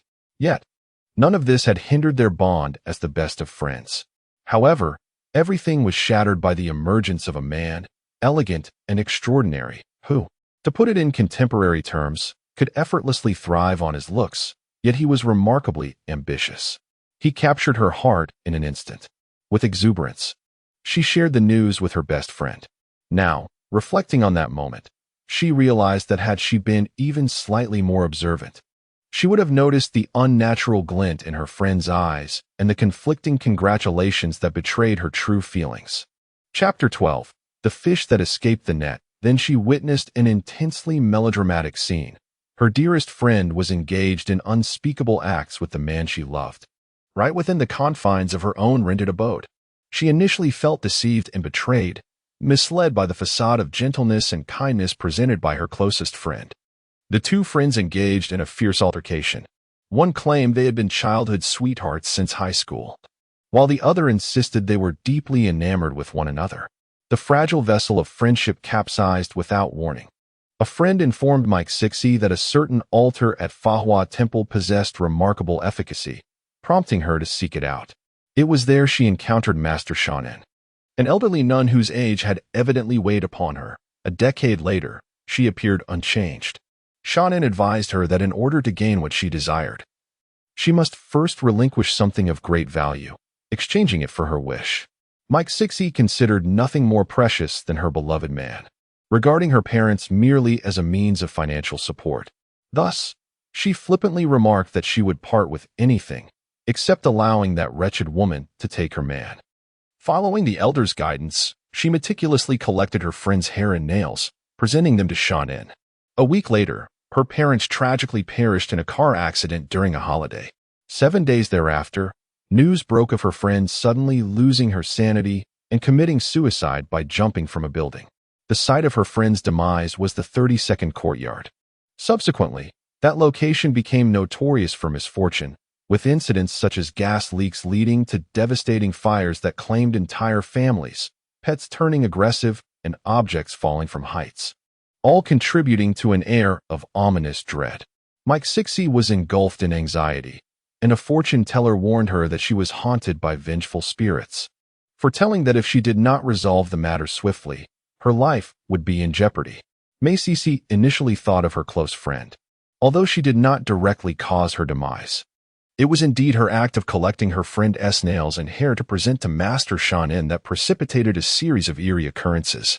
Consequently, she sought the aid of a high monk for a ritual of transcendence. That night, a sudden tempest arose, unleashing a torrential downpour that extinguished all the guiding flames of the souls. In an instant, the building collapsed. In the aftermath, the media attributed the disaster to the dilapidated state of the structure, remarking that 2 monks had happened to pass by seeking refuge from the rain, only to meet with misfortune. However, May Cece was acutely aware that it was undoubtedly her friend's vengeful spirit at play, prompting her to once again beseech Master Shi Yan for assistance. The master intervened, capturing her friend's vengeful soul. From that moment on, the 32nd courtyard experienced no further disturbances. Due to the previous calamity, it was ultimately included in a redevelopment project. Master Shi utilized Mei Cici's blood to craft a token of unwavering affection, instructing her to reduce it to ash and water for her beloved to consume, ensuring he would remain steadfast in his devotion. Following his guidance, Mei Cici found that Shi Jinghang indeed became exceedingly attentive, enabling her to swiftly recover from her anguish. The sole lamentation remained that, despite the passage of years, she had yet to bear any offspring. The couple underwent comprehensive medical examinations, revealing no abnormalities. Mei Cici noticed that there were always women feigning genuine affection to entice her man, which reminded her of the betrayal she had suffered at the hands of her friend. She harbored disdain for those unscrupulous women. Ultimately, she would even become hysterical upon hearing others disparage men as unreliable and fickle. What Mei Cici did not anticipate was that the area would still be referred to as the 32nd Courtyard even after its redevelopment, and her husband continued to maintain ties there. Upon hearing those words from Shi Yan, she immediately associated them with the relentless specter of her former friend, prompting her to seek the assistance of Master Shi Yan at the Dharma Temple. Master Shi Yan, whose eyelids resembled the dried skin of an orange, finally opened a narrow slit, revealing a glimmer of insight that sent a chill through the already frigid air. The seductive vixens ensnaring her man were the result of her lingering remnant. And since the last collection of his essence had been impure, that remnant could not be subdued. Now, with her man's vital energy nourishing it, it had surely gained strength. Upon hearing that the wretched harlot was indeed haunting her man once more, Mei Cici felt a surge of desperation. Ignoring the cold that enveloped her, she knelt before the master, pleading, "Please, master, save me. I cannot bear to lose him. You must retrieve the item you overlooked last time, and I shall help you eradicate this malignant force," Master Shi Yan reminded her, recalling the mistress she had sought to expel a year prior. It took Mei Cici a moment to recollect, and she replied, "But since then, that woman has not appeared again. Go find her," the hoarse voice echoed, as if emerging from the depths of hell. Mei Cici, terrified, collapsed to the ground, trembling as she responded, "All right, I will go find her." Although she was bewildered by the sudden shift in Master Shi Yan's demeanor from benevolent to ominous, she understood that locating the woman who had ensnared her man a year ago was pivotal to resolving her current predicament. She recollected that day when she led her companions to that woman's rented apartment. Upon forcefully opening the door, she found the place utterly vacant. The remnants of still-warm instant noodles suggested that the occupant had departed not long ago. Initially, she harbored suspicions that Ishikawa was in cahoots with that woman. Ishikawa disdainfully scoffed at the notion of her alerting him. What was she to him? Moreover, as time went on, she discovered no further connection between Ishikawa and the woman, leading her to dismiss the matter entirely. She casually gathered a few strands of hair and other items to hand over to Shi Yan. Mei Cici could not recall how she emerged from that abyss, standing beneath the scorching sun. It took her a considerable while to shake off the lingering chill. She remembered that the woman was Ishikawa's colleague, thus she could delve into the company's roster for information. Shi Yan rarely witnessed Mu displaying such solemnity, mistakenly assuming that the other had misunderstood their situation, which rendered him somewhat awkward.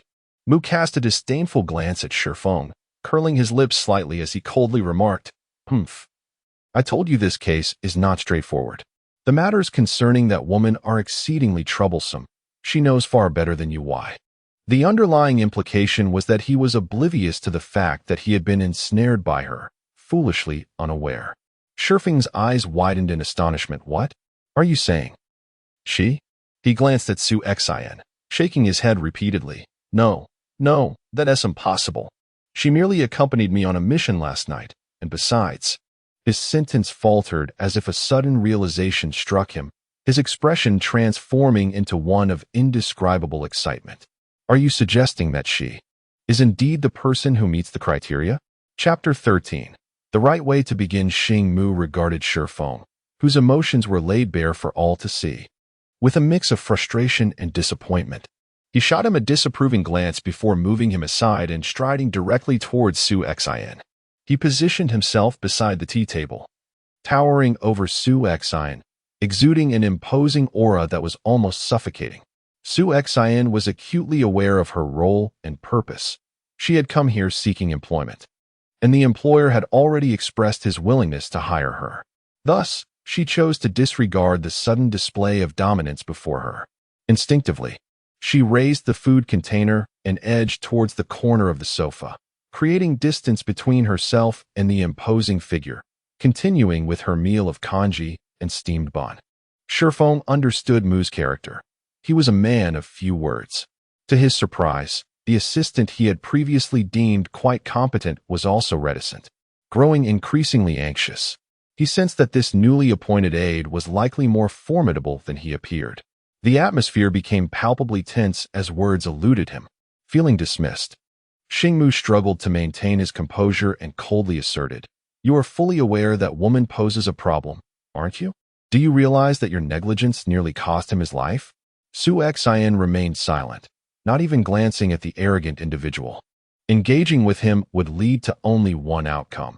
He had already formed a preconceived notion of her, and any explanation would only exacerbate the situation, leaving her to endure a barrage of scorn.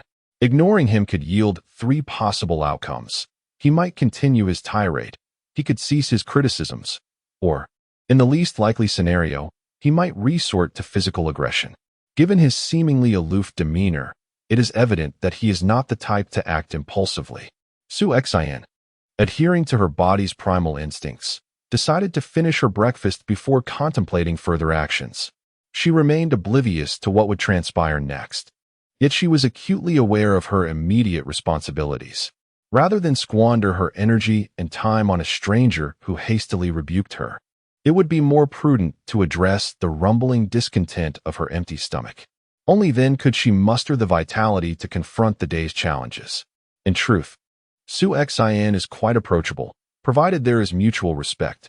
Such an aggressive approach right from the outset. Perhaps it is wiser to refrain from engaging and to sidestep the confrontation. After all, it is apparent that the other party possesses considerable strength. Xingmu, feeling ignored once more, retorted in frustration, "I never anticipated you to be such a cold and selfish individual. What right do you have to wield such power?" Indeed, his master had always imparted the lesson that those who practice the path must uphold righteousness, dispelling malevolent spirits and all things wicked. Every shadowy entity must be eradicated. Without a steadfast heart for the path, possessing abilities beyond one's station could lead to future calamities. "Mu, what is troubling you?" Shifeng inquired, sensing something amiss with Xingmu as he quickly approached him. I just, are you all right?" Shifeng asked, concern etching his features. "No, I just don't know." It was perplexing. The longer he engaged in his descent for training, the more irritable he became, as if something deep within his consciousness stirred, provoking his nerves. When his master initially sent him down the mountain for training, he encountered a soul sacrifice and saved a life. This individual is Shifeng. In truth, he yearns to reveal the reality, yet observing his deep affection. It seems that for him, being enraptured in his own world is far more enchanting than the truth itself. Thus, he indulges in his whims, while I conveniently find a place to rest. Little did I anticipate that he would actually recruit someone possessing the acquired ghostly eyes. Su Xian felt quite perturbed. She had come here to apply for a job, and though the boss had said nothing, his apparent camaraderie with the employer did not justify the public humiliation she endured, nor the labels of coldness and selfishness he had unjustly bestowed upon her. Well, yes, she might indeed be indifferent and self-centered, but so what? Should she be expected to rescue those who once harmed her? Apologies, but she is not that benevolent. Upon regaining her composure, Xingmu felt a wave of relief wash over him as he looked at Su Xian with a tinge of remorse. Although she evaded his inexplicable interrogation, her left hand still held a fast food container, from which she hastily consumed the last few spoonfuls of congee. Casting a glance at him, she could not discern what had triggered his erratic behavior, yet it was evident that something was amiss with him. As Xingmu calmed down, he felt a cold sweat trickle down his back. It was a close call, for he nearly lost control of that power. His master had once imparted that the most crucial aspect for a chosen one is their character, as they act as vessels for divine will. Regardless of how extraordinary one's talent may be, it pales in comparison to possessing a heart of kindness and compassion, a heart resolute in eradicating malevolence. They were all orphans, raised from a young age, with those exhibiting both excellent character and aptitude selected for training. As Xingmu contemplated the interminable darkness that seemed to stretch endlessly before him, coupled with the incessant decay surrounding him, he was overwhelmed by a profound sense of resistance, even resentment. It felt as though he had been inexorably compelled by fate into the role of an exorcist, a position he had never desired. His master had instilled in him from a young age that when confronted with those malevolent practitioners of supernatural abilities, it was preferable to eliminate them rather than allow their powers to wreak havoc upon the world. Yet, when faced with the task of extinguishing the life of an individual who, while perhaps indifferent and selfish, had not truly harmed anyone, he found himself unable to proceed. Furrowing his brow, he regarded Shi Yan with a newfound seriousness, inquiring, "Who are you? What is your purpose in provoking him?" Upon witnessing the other party finally settle into a semblance of calmness and normalcy, Shi Yan felt a measure of relief. Acknowledging inwardly that this was indeed the appropriate manner to initiate a constructive dialogue among the three of them. Chapter 14, Settled. His voice was steady, yet the words resonated with clarity, exuding neither subservience nor arrogance. Xingmu faltered, the unfamiliarity of these words striking him, soothing the previously restless turmoil within him. However, he found it difficult to lower himself to the point of offering an apology. Shi Yan, stand here with dignity, unashamed in my actions. Your friend, my employer, has already articulated the situation clearly. This is merely a conventional job interview. Here, he is my superior, possessing the sole authority to employ or dismiss me. I genuinely had matters to attend to. I had no intention of causing you distress. Shi Feng observed the exchange between the two, feeling an indescribable sensation in his heart. Initially anticipating sorrow at witnessing a friend falter, he instead discovered a surprising absence of such feelings. His gaze towards Shi Yan grew fervent. He appreciated her candid nature. So, she is the messenger capable of communicating with the ethereal realm? Thus, he could continue his pursuit to uncover who had harmed his girlfriend. Xingmu felt a twinge of embarrassment on his face. Upon her forthright analysis, he realized he was no different. She was right. He had only seen one facet of the situation. On what grounds could he declare that woman a complete victim rather than a perpetrator who had ultimately become a victim? Moreover, even if one were to witness a true victim, does the failure to offer assistance necessarily render one a villain? This sudden clarity was akin to peeling back a thin veil that had shrouded his heart.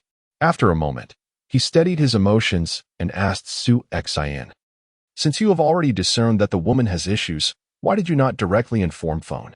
His tone was no longer as confrontational as before. Shi Yan, not one to be unreasonable, turned to Shi Feng and said, "Boss, you mentioned there was another interview. Does this now mean I have officially passed? Work comes first, and dispute second." She desperately needed this job. Shi Feng nodded repeatedly. "Given your ability to perceive those matters, you have certainly passed." Ahem. He cast a sidelong glance at Xingmu and straightened his demeanor, addressing Shi Yan.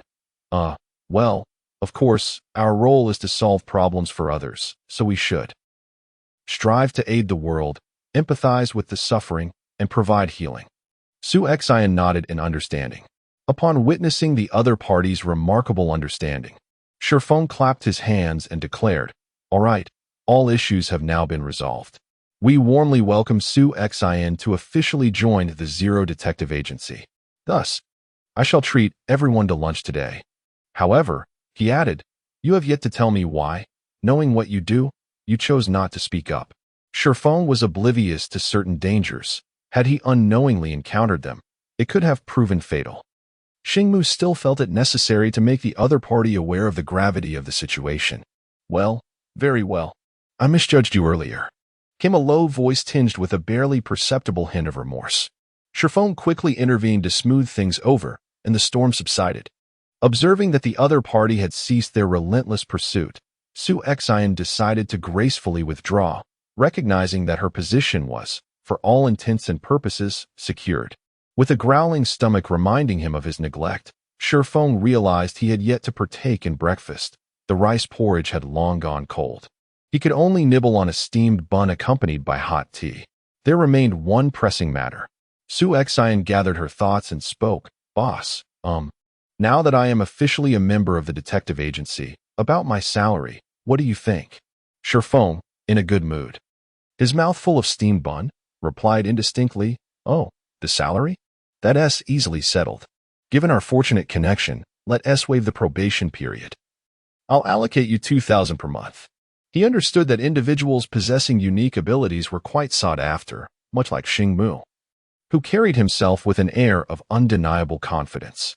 Moreover, she resolved to investigate matters concerning her independently, feeling a sense of reliance. Thus, she hastily added, Of course, I am referring to a guaranteed minimum of 2,000. Additionally, there will be a commission for each case accepted. You see, I am managing all the substantial expenses of this grand detective agency, so how does a 10% commission per case sound? 10%. Yan confirmed she had not misheard. She had anticipated that her earnings would cap at 2,000 or 3,000 a month. Yet the other party had spontaneously offered her such a generous commission. She recalled the initial hesitance displayed by him, now replaced by eagerness upon realizing her unique eyes. It seemed her extraordinary abilities held great significance for him. At this moment, if she were to seize the opportunity to negotiate a higher commission, it was likely he would acquiesce. However, Yan would certainly refrain from engaging in such self-deceptive cleverness. There exists a saying about recognizing the right moment and knowing when to yield. Thus, the matter was settled in a pleasant manner. Money, is it? How much do you require? Before Yan could complete her sentence, Shifeng promptly set down his chopsticks and reached for his wallet. His actions surprised the nearby Bing Jiazi, who paused in her task of serving food to observe him. Shifeng swiftly added, I only have a bit over 2,000 in cash. If that's insufficient, I have more in my card. Yan quickly replied, That will suffice. That will suffice. I owe half a year's rent, so a little over 2,000 is just right. She paused before continuing, You extend such trust to others. Not everyone is deserving of trust, Shifeng responded candidly, seamlessly picking up on Yan's sentiment. Although I lack your and Mu's extraordinary abilities, I possess a keen sense for discerning character. Consider this as my personal investment in relationships. Engaging with you all guarantees that I shall not incur any losses. However, Xing Mu doused this notion with cold water, asserting that this was not necessarily the case. Once one possesses a certain ability, those aspects tend to shadow one incessantly, potentially influencing those in close proximity. Much like how the individuals surrounding the protagonist often find themselves entangled in similar circumstances. By the time one realizes the repercussions, it may be too late for regrets. Chapter 15. Abilities. Dispositional energy. The rented accommodation is located on a farmer's street in the southern part of the city. The landlady, Aunt Yu, is a lean woman in her 50s. The small 4-story building consists of single rooms, with a grocery shop on the ground floor selling bread and mineral water, merely managing to make ends meet. Originally, the structure comprised only 2 stories, but upon hearing of impending demolition, the residents began to construct additional levels. At least 1 or 2, and in some cases, 3 or 4. These additions are deemed illegal constructions, however, despite the government's intervention. The residents adamantly insist on being compensated based on the current area, or else. Moreover, a few households are demanding even more outrageous amounts, threatening to resort to extreme measures if their demands are unmet. Various news outlets stoke the flames of this situation, portraying these individuals as a vulnerable group victimized by some hidden agenda behind the demolitions. Ultimately, the demolition plans fell through, leaving the area transformed into an urban village, remote and rudimentary, which consequently led to lower rental prices. A 30 to 40 square meter space rents for $600 per month, divided into 2 rooms, where a family of 3 barely manages to coexist. The Su family has been in arrears with their rent for half a year. She plans to pay 3 months' rent up front, reserving the remaining $600 for her parents' living expenses. Once the matters of one's work stabilize and the rent gradually gets covered, life will inevitably improve. Aunt Yu gazed at Su Exine, her eyes glistening with unshed tears, filled with deep emotion. At last, your parents have weathered the storm and seen the light of day, she sighed. But I wonder when my own daughter will find her way. After awakening, Su Exine began her daily routine of tirelessly seeking employment. Yet she had not yet met Aunt Yu's family. Observing the lines of anxiety and fatigue etched upon her face, she offered a few comforting words. Fortune favors the worthy. Things will get better. Aunt Yu sighed in response, lamenting, "Oh, the trials we endure." Understanding that every family bears its own burdens, Su Exine, as an outsider, refrained from intruding further, offering vague reassurances. Her heart ached as she watched her mother, whose small frame was drenched in sweat, gaunt and stooped. Gently, she took a warm towel to wipe her mother's face and body, handing her a cup of warm water while briefly recounting her job search and presenting the remaining money she had found. Su Exine's mother promptly took the money to give to Aunt Yu, paying another month's rent. "Child," she said, "now that your health is improving, your parents can rest easy. I earn a few coins each day collecting scrap, just enough for our living expenses. We still owe quite a bit to others, and when they helped us in our time of need, it is only right that we repay them, even if just a little. But you, dear, mustn't overexert yourself. Your health is only just returning." Overcome with emotion, Su Exine leaned against her mother's shoulder, choking back sobs, as warm tears cascaded down her cheeks, mingling with her mother's sweat. Mother Exine could not help but wipe her eyes, gently urging Su Exine as she spoke, "At your age, why do you still act like a child? My clothes are terribly dirty, and you haven't bought new ones in ages. This is your only decent outfit. It would be unfortunate if it got stained and your colleagues saw." Unable to contain herself any longer, Su Exine burst into tears.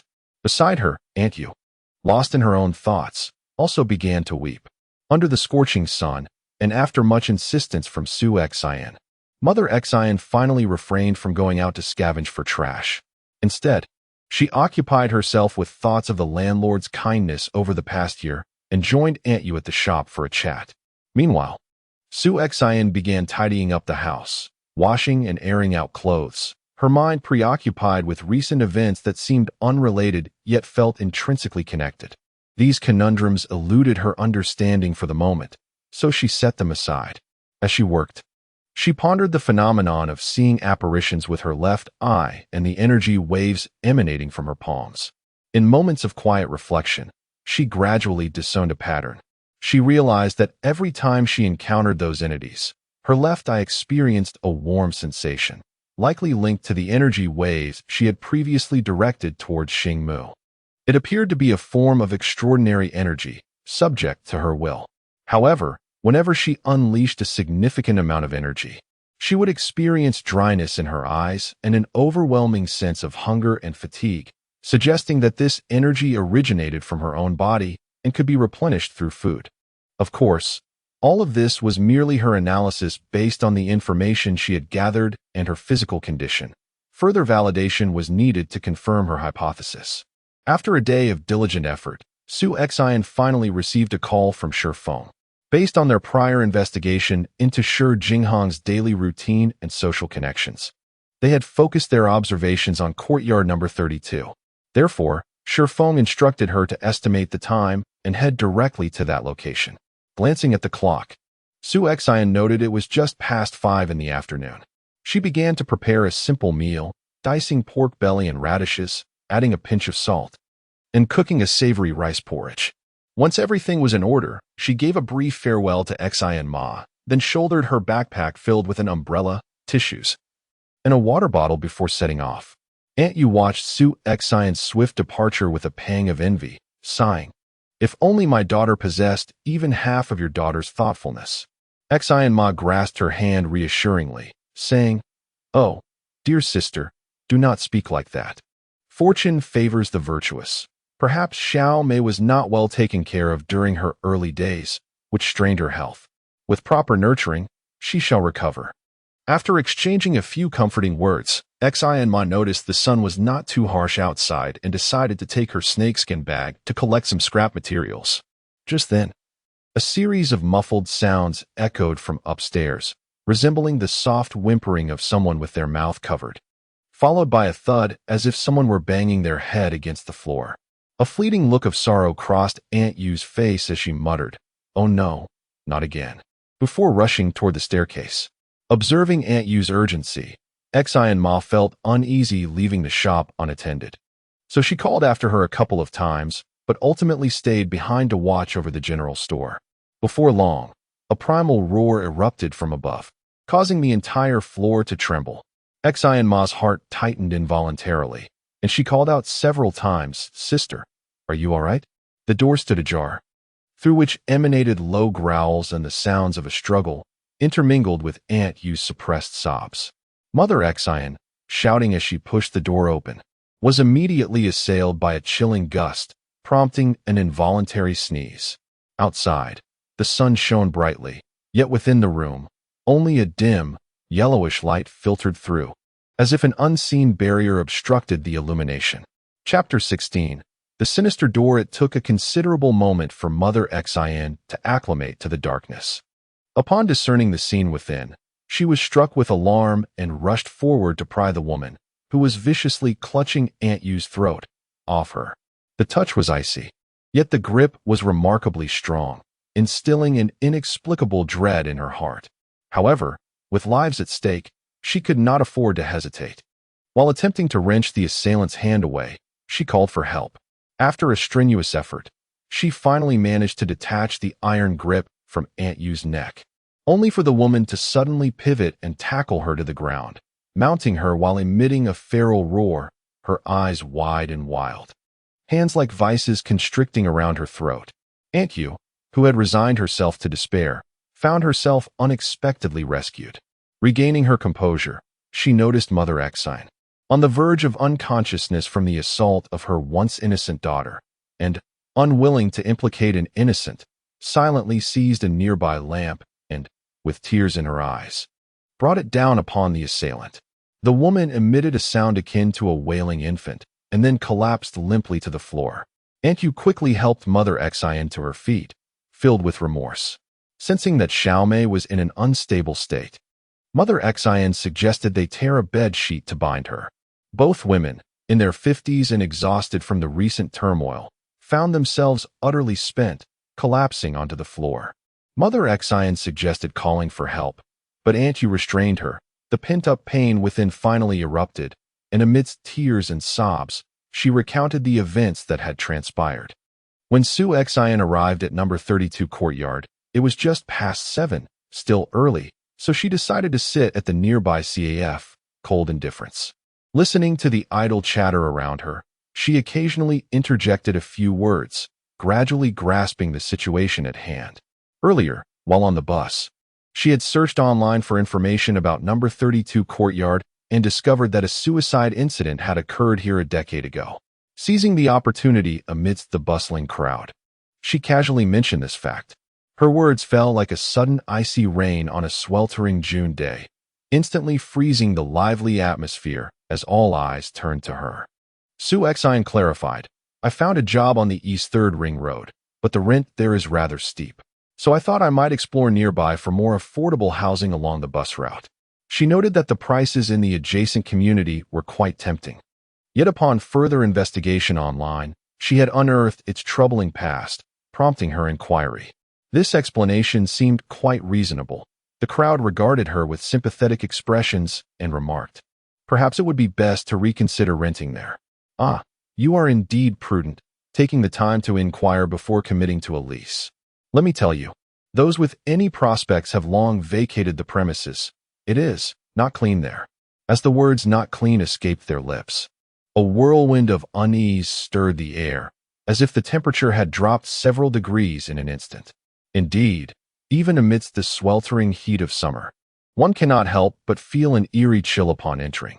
A figure draws near, craning their neck and lowering their voice, speaking in hushed, mysterious tones. "Oh, this year seems worse than the last. It is truly a curse." Every grievance has its source, so why trouble others? Is it not true? Those who have moved in are either plagued by illness or driven to madness. Therefore, dear sister, heed the words of the elders. Do not sacrifice your well-being for the sake of saving a few coins. Though the topic is somewhat unsettling, it inexplicably stirs a restlessness within, drawing even more people into the conversation. Yan readily concurs, and as they chat, the barriers of unfamiliarity and distance begin to dissolve. At that moment, Yan receives a phone call. She glances towards the direction of the community and indeed spots a familiar figure disembarking from a taxi, heading straight for Courtyard 32. Focusing her intent on her left eye, the clear night sky becomes shrouded in mist, with the fog surrounding Shi Yan appearing particularly dense. However, no specter is visible. It seems the ghostly figure remains hidden. She gestures towards Shi Yan and feigns casual curiosity, asking, "Oh, did you not say that people avoid that place like the plague? How is it that a stranger appears?" The crowd follows Yan's pointed finger, observing a middle-aged man clad in a white shirt, dress pants, and leather shoes, with a suit jacket draped over his arm and a briefcase in hand, rushing forward, his face alight with eager excitement. The rest of the onlookers, however, seem completely oblivious to this occurrence. Yan senses a slight unease, pretending to rub her eyes and instinctively covering her left eye. Indeed, she perceives an unsettling peculiarity. As the figure of Shi Yan faded into the distance, it appeared almost ethereal. Had she not been exceptionally familiar with him and deeply focused at that moment, he likely would not have left any impression on her mind. Yan surmised that this phenomenon was perhaps due to the veil of mist shrouding him, which subtly influenced the collective consciousness to overlook his presence. It reminded her of the supernatural films she had watched before, where entities would be right before one's eyes yet remained unseen. According to Shi Yan had been frequenting this area for several days. However, when she inquired earlier, no one responded, indicating that he had made little impact on the locals. Contemplating this, Yan decided to follow Shi Yan into the residential complex, intending to ask the gatekeeper for more information. Upon approaching, she noticed only a man in his 60s, clad in a white tank top, idly fanning himself while seated in the diminutive monitoring room, listening to the radio and mumbling along absent-mindedly. In such a state, it was unlikely he would notice anyone entering or exiting the premises, relying solely on the surveillance footage to observe their movements. Yan proceeded with caution, her gaze sweeping through the narrow gatekeeper's office, where she spotted a nearly empty bottle of liquor tucked away in the corner. The quick adaptation of a fresh graduate like herself into a large corporation was not solely attributed to her diligence. It was also her proactive nature. Such opportunistic actions need not be reported to a superior before seeking financial advances to execute. At that moment, Shi Yan parked his car in the same spot as the previous day, and Yan approached him to share her insights and observations. Shi Yan, feeling a deep sense of relief, patted Yan on the shoulder and remarked, "Indeed, I did not misjudge you. Leave this matter to me. You stay in the car and keep watch." He then took the items to the gatekeeper and returned after at least an hour. "So what is the verdict?" Yan was most eager to learn the destination of the other party. She inquired, "Are we to remain here today?" Shi Yan understood her unspoken concerns and replied, "Gao Laosher mentioned that incidents frequently occur inside, which is why surveillance cameras have been installed in the public areas. Should anything happen, the police will first scrutinize any unfamiliar outsiders. Consequently, over time, outsiders have grown wary of attracting trouble and tend to avoid entering altogether." Chapter 17. The monstrous Yan lowered her head in contemplation. Having lost track of the individual, aimlessly searching inside would be an unwise expenditure of time and energy. If they startled the snake in the grass, it could lead to unfavorable consequences. For now, the only option was to wait patiently. She contemplated whether the female ghost would manifest once more, as she had the previous night. Her subconscious hinted that Shi Yan's peculiar behavior was inextricably linked to the ghostly figure. "Today will be another overnight vigil. You should take a short rest," Shi Yan suggested. I will call for you later. Shi, recalling the female ghost's appearance around 3 in the morning during the last occurrence, did not hesitate. She adjusted her seat, folded her jacket from her backpack to serve as a cushion for her head, and began to close her eyes in an attempt to rest. However, as soon as she shut her eyes, countless thoughts flooded her mind, rendering her unable to sleep. Instead, she took the opportunity to meticulously sift through the events of the past 2 days, gradually piecing them together. Eventually, her consciousness grew heavy, and she slowly drifted off to sleep. In a haze, a chill crept up the back of her head. Yan jolted awake, recalling that she had been reclining on the chair with her clothing as a cushion. How could a chill emanate from behind her? Instantly alert, she noticed that Shi Yan was dozing heavily beside her, his head bobbing like a chicken pecking at grains, clearly exhausted from the past few days. Instinctively, she raised her gaze towards the entrance of the community, where a white figure suddenly drifted out, disappearing in an instant. Checking her phone, she realized it was just past 10 o'clock in the evening. She glanced at the entrance again, but there was no sign of Shi Yan. A thought suddenly struck her. She recalled that the woman at the detective agency had ominously mentioned something about the hours between 10 and 2 in a state of terror. Could this be related? An inexplicable tension surged within her, as if something were about to unfold, dispelling any remnants of sleepiness. Focused intently for a while, she saw nothing unusual apart from the fleeting white shadow, and as the night deepened, the surroundings gradually fell into silence. She refrained from waking Shi Yan. Thus, she lingered in a state of half-dream, half-wakefulness for several hours, until another faint chill washed over her, prompting her to awaken immediately. She witnessed the white figure swiftly entering the community. Glancing at her phone, it read 2:45 a.m., remarkably aligning with the time the woman had mentioned. A subconscious realization dawned upon Yan. This was undoubtedly more than mere coincidence. It wasn't until after 3 o'clock that Shi Yan stumbled out of the community. Inebriated as before, the woman in white assisted him into a taxi, perhaps for a spirit. The effort required to support a living person demanded a greater expenditure of ethereal energy, thus amplifying the chill. Even in her dreams, Shi Yan could not help but shiver. She hesitated, contemplating whether to follow and discover the location of her lair. However, she quickly realized that venturing forth alone would be akin to the reckless teams depicted in television dramas. Just then, the female specter glided effortlessly past their vehicle, shrouded in mist, her white dress billowing, and her long hair flowing gracefully, an enchanting sight. Yan felt a stirring in her heart, as if the atmosphere around her blossomed with the warmth of spring, perceiving the other as utterly delightful. She initially thought the apparition would vanish as she had the night before, but instead, she paused at the doorway, beckoning to Yan with a friendly yet bashful smile.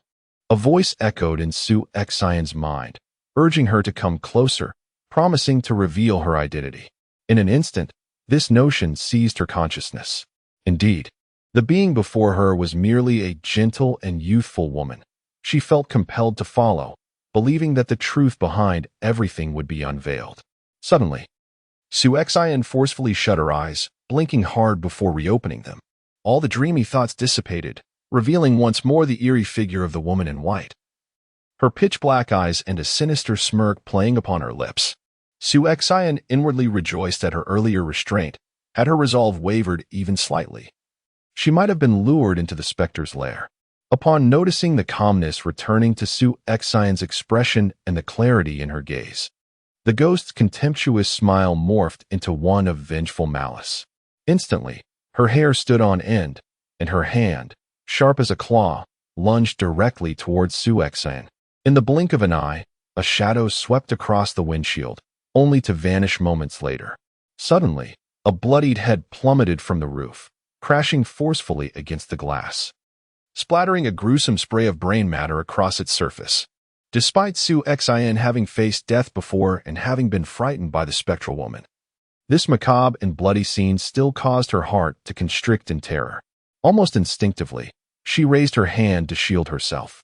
A surge of energy erupted from her palm, and the ghostly figure emitted a chilling, piercing wail that resonated like a tempest in the ears of an ordinary person, assaulting their eardrums with an eerie howl. Upon looking again, Su Xian noticed that the grime on the windshield had vanished completely, while the ghost floated 10 paces away, her gaze filled with venomous resentment, radiating an overwhelming aura of malice. The air around them abruptly turned several degrees colder. Su Xian observed that the figure appeared less distinct than before, likely dispersed by the energy wave she had just unleashed. Regardless of the ghost's current animosity towards her, there was an evident hesitation, preventing another sudden attack. It was no wonder that drivers, particularly at night, held a deep-seated fear of such entities. A sudden encounter could easily unnerve even the most steadfast individuals, leading to chaos and misfortune. To harm without a trace is indeed a silent, lethal weapon. Finally, Shi Yan was roused from his stupor. Glancing at Su Xian and then at the time, his expression reflecting remorse. He rubbed his face to invigorate himself and, without further ado, started the vehicle, steering it towards the residence of the Shi family. At this moment, Su Xian was on high alert, observing how the female ghost relentlessly lingered around the vehicle. At times, it morphed into a decayed visage pressed against the windshield, and at others, it appeared as a ghostly figure in white, standing ominously in the middle of the highway. Even without her left eye, Su Xian could intermittently perceive the entity's deliberate manifestations. They were currently traversing a high-speed road, and any misstep could lead to catastrophic consequences. This was no mere prank or warning. The apparition seemed intent on their demise. A surge of murderous intent welled up within Su Xian. Indeed, it was a malevolent spirit that defied rational comprehension. She recalled the sensation of energy waves emanating from her palm during the previous encounters. Focusing intently, she prepared herself. In an instant, the ghost, realizing it was not disrupting Shi Yan, once again pressed its decaying visage against the windshield, its face a grotesque display of rotting flesh teeming with writhing maggots. With a swift motion, Su Xian unleashed a palm strike, allowing the energy wave to pass through the windshield unimpeded, striking the ghost directly. A piercing scream erupted from the ghost, reminiscent of a mournful wail echoing through the night.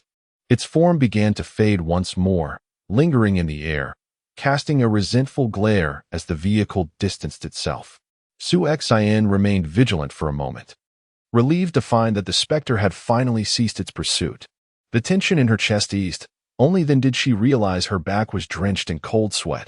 She felt a wave of exhaustion wash over her, turning to Shi Yan and murmuring, "I'll take a short rest. Wake me when we arrive." Leaning back in her seat, she succumbed to a drowsy slumber. Chapter 18.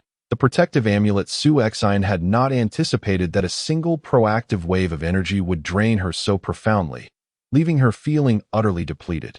As if vitality had been siphoned away, she slumped in her seat, overwhelmed by an irresistible dizziness and fatigue. Gradually, her consciousness blurred, and she drifted into a deep sleep. As on the previous night, Shi Yan tracked the entrance of the Fuyuan community, observing Shi Jingheng disembark from a taxi and enter the premises. This signified the conclusion of her surveillance for the day. The garage possessed an echoing quality, and even the slightest sound would rouse her from slumber. Outside the community, the atmosphere was relatively tranquil, allowing her the luxury of extra rest. Furthermore, despite having asserted her intent to monitor the first half of the night, she had unknowingly succumbed to sleep at some point and had silently taken over the watch until dawn without a single complaint or mention of her own fatigue. In merely 2 days of companionship, she had instilled in him a profound sense of warmth and security. Instinctively, he turned down the air conditioning and retrieved a thin blanket from the back seat, draping a corner over her. Su Xin was abruptly awakened by the urgent sounds of an ambulance. As she opened her eyes, she beheld a white vehicle emblazoned with a red cross speeding towards the community. Halting at the entrance, the crowd was abuzz as several figures clad in white coats hurriedly wheeled a bloodied woman onto the stretcher and into the ambulance, which soon sped away. At that moment, another police vehicle blared its siren, racing directly into the community. The series of disturbances shattered the stillness of the night, awakening the slumbering residents. Lights flickered on in the towering buildings, illuminating the darkness in a grid-like pattern. A sense of foreboding washed over Su Xin. The woman who had just been loaded into the ambulance was Shi Jinghong's wife? Upon attempting to speak, she realized her voice was hoarse. Just as she was about to retrieve a bottle of water from her bag, a mineral water bottle with its cap already twisted open was presented to her. Gratefully accepting it with a nod, she took several small sips, the refreshing liquid soothing her parched throat. In truth, the location where they parked was a couple of 100 meters from the entrance of the community, merely allowing them to glimpse a throng of heads. Moreover, shrouded in the cloak of night, the faces remained indistinguishable. Su Xian's remark was purely instinctual. Shi Feng furrowed his brow, taking Su Xian's words and sensing something amiss. However, Shi Jinghong had only been inside for less than an hour, and he had not accompanied the ambulance earlier. The two exchanged a glance and simultaneously opened the car doors, making their way towards the community entrance. Perhaps the commotion of the night had roused many from their slumber, though they bore grievances in their hearts. Witnessing both an ambulance and police vehicles, they dared not voice their discontent. Instead, they watched with a mixture of trepidation and an indescribable anticipation, quietly observing the unfolding drama. Amidst the bustling crowd, the two seized the opportunity to blend into the community. Following the flow of people, they quickly located the unit where Shi Jinghong resided. Even as handcuffs were fastened around his wrists, Shi Jinghong remained bewildered, his gaze unfocused and expression vacant. Just before being ushered into the police vehicle, his hollow stare swept through the surrounding crowd, landing upon Su Xian. His bloodshot eyes widened in fury, baring his teeth in a menacing snarl as he lunged towards her with claw-like hands, roaring like a beast. "Why are you still alive? Die! Die!" Initially, Shi Jinghong had exhibited a demeanor of utmost compliance. Thus, this sudden outburst was shocking and forceful. Knocking aside two nearby officers as he charged directly towards Su Xian. No one had time to react. Though she wished to evade him, the multitude of onlookers surrounded her, blocking her escape in every direction. What troubled her the most was that they merely stared blankly at the frenzied approach of Shi Yan, showing no inclination to evade. At that moment, a figure suddenly stepped in front of her, raising a leg to deliver a kick towards Shi Yan. Su Xian cast a grateful glance at Shi Feng, having noticed a faint tremor in the opponent's foot, subtle yet perceptible. Shi Feng, aware that the other had observed his minute movement with such scrutiny, gently shook his head to indicate he was unharmed. Shi Yan resembled a crab suddenly deprived of its pincers, obediently tossed into the police car. At that moment, Su Xian and her companion had successfully drawn the attention of the crowd. Due to Shi Yan's earlier curse and erratic behavior, they were implicated in the murder case and subsequently invited into the police vehicle. Inside the car, Shi Yan glared at Su Xian, his eyes ablaze with rage, his expression venomous, teeth grinding audibly as he muttered curses. A police officer struggled to restrain him, though his earlier ferocity seemed to have diminished considerably. Su Xian, having expended considerable energy earlier, had yet to fully recuperate. Her eyes were no longer dry, and she could vaguely sense a faint mist surrounding Shi Yan, merging with his own spiritual energy. Had she not taken a moment to observe him closely, she would not have perceived it clearly. Instinctively, Su Xian felt something was amiss with Shi Yan. Could it be what people often refer to as being possessed? Fear was of no assistance in confronting reality. It merely rendered her more vulnerable and heightened the concern of those around her, serving no significant purpose. She focused intently for a moment, channeling all her willpower into her left eye, and reopened it to gaze at Shi Yan. This time, her vision was clear. Indeed, there was a soul within him that did not belong to him, a malevolent essence brimming with sinister resentment. Su Xian inhaled sharply, her subconscious revealing to her that this spirit was distinct from that of the previous woman, though the latter was also steeped in bitterness. There remained an air of youthful innocence, whereas this soul exuded a profoundly dark and seasoned aura. She could hardly believe that a seemingly simple act of infidelity could unravel such a tangled web of complexities. A question arose in her mind. How could an ordinary body, which could only harbor a single soul with complete dominion over it, accommodate an external spirit so seamlessly. Two officers firmly restrained Ishii Ko's arms. With Ishii Fong standing guard nearby, Su Xin seized the moment to meditate and collect her thoughts. When her eyes began to feel a gentle warmth once more, she opened them to scrutinize Ishii Ko from head to toe. This time, she indeed discerned a hint of the truth. She observed that the two spiritual energies were intertwined at the center of Ishii Ko's chest, or rather, intertwined. Coincidentally, he was clad in a shirt stained with blood. Whether his own or that of Mei Sisi was uncertain. The collar had been torn open, revealing a pendant made of red string. Su Xin narrowed her eyes, realizing that the root of it all lay within this talisman. Chapter 19. The Homicide. Although Su Xin could not fathom why the entity within Ishii Ko harbored such hatred for her, even willing to resort to violence in the presence of law enforcement, her instincts urged her to remain vigilant. However, she was acutely aware that if the lurking danger was not swiftly eradicated, should her adversary seize the opportunity, her fate within this vehicle would be dire. The two officers, exerting all their strength to subdue him, were beginning to show signs of fatigue. While Ishikawa Ko appeared to possess an inexhaustible vigor, growing increasingly ferocious. Su Xin was a woman of action. Once she had resolved upon a course, hesitation was foreign to her. Thus, upon discerning the dubious nature of the protective talisman, she unhesitatingly reached out and forcefully yanked the pendant away. As the talisman was torn from Ishikawa Ko, the ominous shadow that enveloped him dissipated, retreating entirely into the jade pendant. An icy chill surged through Su Xion's left hand, nearly numbing her entire arm. In a reflexive response, she concentrated an energy wave within her palm. With a sharp crack, the jade shattered, and the frigid aura vanished. "What did you just take?" one of the officers demanded, pointing an accusatory finger at Su Xian. Compliantly, she opened her left hand to reveal several shards of jade.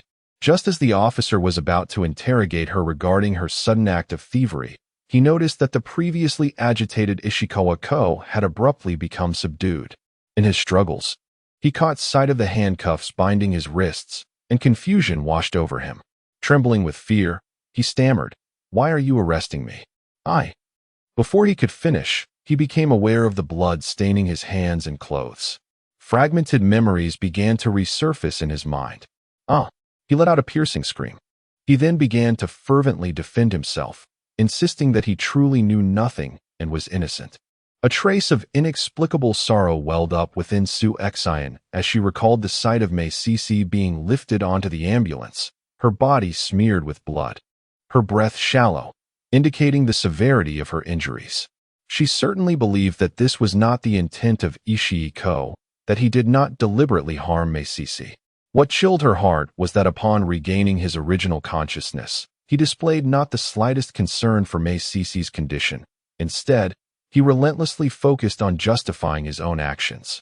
The two officers were equally bewildered by this man's sudden change in demeanor, having encountered many individuals feigning madness in the past, claiming various mental illnesses. After a few admonitions to behave, they instructed him to wait until they arrived at the station to thoroughly explain the entire sequence of events surrounding the crime. After a brief period of commotion, Ishii Ko began to quiet down. Realizing his previous words were somewhat inappropriate, he attempted to clarify. "I saw on the news that you were the only survivor from a whole vehicle of people, and you ended up in a vegetative state." He continued, "Who would have thought that even in a state devoid of any autonomous life functions or consciousness, the parents would still refuse to abandon their child?" Shisheng was very cooperative with the investigation, recounting the entire sequence of events, supported by surveillance footage that confirmed their entry into the neighborhood occurred later. In truth, Su Xian struggled internally with her past blindness, nearly contemplating marriage to such a man. Ultimately, she was also a victim of deception, and there was nothing shameful about that. Even deep within her heart, there lingered a faint sense of relief. Grateful that she had heeded her parents' advice and had not succumbed to the whims of trends such as trial marriages or cohabitation. Thus, Su Xian unreservedly recounted the events of the past. The officer scrutinized Su Xian with a piercing gaze. implying that he had concealed his marital status while engaging in a relationship with her, and upon discovering the truth, she chose to part ways with him, only to subsequently face a car accident, during which they had no contact whatsoever. Was this mere coincidence, stemming from a task assigned by her employer?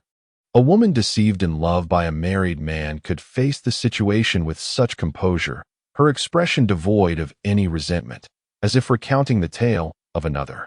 Drawing from his extensive experience in investigations, the officer sensed something unusual. Yan calmly nodded in affirmation. Indeed, that was the case. Could this be interpreted as her dissatisfaction with his deceit, or perhaps lingering affection that prompted a deliberate act of retribution? Certainly, one could derive any interpretation. Just as one might envision oneself as an invincible hero, why should it not be so? This was her affair, irrelevant to me. Fortunately, she was soon released on bail. Upon arriving at the reception hall, she spotted Shi waiting there. Xingmu emerged from an inner room alongside a middle-aged man clad in police uniform. Yan glanced at the nameplate. Director. The middle-aged man, possessing the gravitas accrued from years in power, greeted Xingmu warmly, exchanging pleasantries about visiting more often. She recalled Shifeng's earlier remark that dealing with such individuals would never lead to disadvantage. It seems that Xingmu has utilized his extraordinary abilities to assist the police in resolving numerous troubles. Upon exiting the precinct, it was already past midnight, and the three of them decided to dine at a restaurant adjacent to the detective agency. Yan, feeling ravenous, first consumed 2 bowls of seaweed meatball soup, alleviating the discomfort of her empty stomach. Her body resembled a parched field. After those 2 bowls, she felt a sense of replenishment enveloping her. A delicate warmth coursed through her abdomen, gently circulating among her muscles and bones. Yan ate her meal at a leisurely pace, savoring each bite with a gentle touch, in stark contrast to her usual decisive demeanor. In Chapter 20, Ice Thaw, during the meal, Yan gathered from the conversation between Shifeng and Xingmu that last night had been exceedingly terrifying for Mei Sisi. From her recounting upon waking, it appeared that a ghost had been attempting to harm her. No, it was incorrect to say just last night. For several consecutive nights, a spirit had lingered nearby, trying to draw closer, but had been thwarted by its fear of light. Last night, however, the apparition seemed to have grown bolder, as even with bright lights illuminating the room, a faint shadow pressed down upon her, tightening its grip around her neck. Then there was the wardrobe, where it had shredded her clothes into tatters, followed by the bathroom. She observed that the places he had violently destroyed aligned with her daily routines. Mei Sisi was terrified, unable to comprehend why her husband had suddenly gone mad. In a panic, she rushed to embrace him, only to find that he reacted like a person groping in the dark who had suddenly discovered a path, lashing out at Mei Sisi in a frenzied attack. Mei Sisi had not completely lost her wits and pressed the call button for the community security guard. Xiangmu's voice resonated. The blood curse upon her had begun to gradually rebound, indicating that the one who initially cast the hex had resolved to abandon her. Upon hearing this, Yan felt a chill in her heart. The rebounding blood curse. This morning, Shi Jinghong's reckless attempt to take her life bore a striking resemblance to a desperate last stand. It seemed he too had been treated as a discarded pawn. In a public setting, right under the watchful eyes of the police, should anything untoward happen to her, it would undoubtedly be deemed a blatant murder case. Even if he were not sentenced to death, a life sentence would irrevocably ruin his existence. This implied that she had lost all value as a tool to him. Who, then, was manipulating him? Why was he being used? And why, even after investing so much time in nurturing such a pawn, did he wish to eliminate her? Xiangmu turned to Shifeng and inquired, "Did you notice anything unusual last night?" Regarding these enigmatic matters, Shifeng was eager to contribute. Yet he had seen nothing the previous evening. Thus, Xiangmu's inquiry, seemingly directed at him, was in fact intended for Yan. Observing Yan deeply engrossed in her meal, appearing rather tranquil, Shifeng cleared his throat and said, Su. Did you notice anything out of the ordinary last night?" Unbeknownst to him, he had already set aside his authoritative demeanor, adopting a more intimate form of address. Su Xian raised her head in response. Su. Such a form of address. Being a person of integrity. Su Xian deemed it unnecessary to display any flamboyance during their discussion of the case. Therefore, she set down her chopsticks, took a sip of soup, organized her thoughts, and replied, Indeed, last night was rather unusual. The night before, while I was monitoring, that female ghost discovered that I could see her and transformed into a grotesque figure, her body rotting and teeming with maggots, in an attempt to frighten me. However, last night, she directly aimed to take my life. She initially tried to lure me into the community, but when I refused, she lunged at my windshield to scare me. In a moment of desperation, I emitted a wave of energy that repelled her. Su Xian recounted the events with calmness, yet Shifeng was drenched in cold sweat, utterly astonished by the perilous nature of the previous night. It was no wonder he had sensed Su Xian's constant tension. She had been on guard against that entity. However, he pondered, why did she not confide in him? A bitter smile crossed his face as he considered that had she cried out about the presence of a ghost and sought refuge in him like a frightened bird, it would have only served to heighten his own fear without offering any solution. Even if he had not witnessed the apparition, it would have undoubtedly distracted him, especially on the highway. Su Xian continued, yet she did not relent. She pursued the vehicle relentlessly. Ultimately, I summoned all my strength for a final blow and managed to repel her. Exhausted, I fell asleep and awoke just in time to encounter the incident involving Mei Cici. We infiltrated the community, and when Shi Kong spotted me, he suddenly lunged at me like a madman. She spoke, casting a glance at Shifeng. Fortunately, the leader intervened just in time. Otherwise, the consequences would have been dire. Shifeng waved his hand, reminding everyone that as the leader, he still had some utility.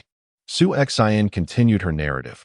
As we were ushered into the police car, I noticed that the adversary bore a duality of spirit, bound by this jade stone. She retrieved several shattered pieces of jade from her pocket. Thus unfolded the entire episode. Xingmu's piercing gaze fell upon Su Xian, as if he were discovering her anew.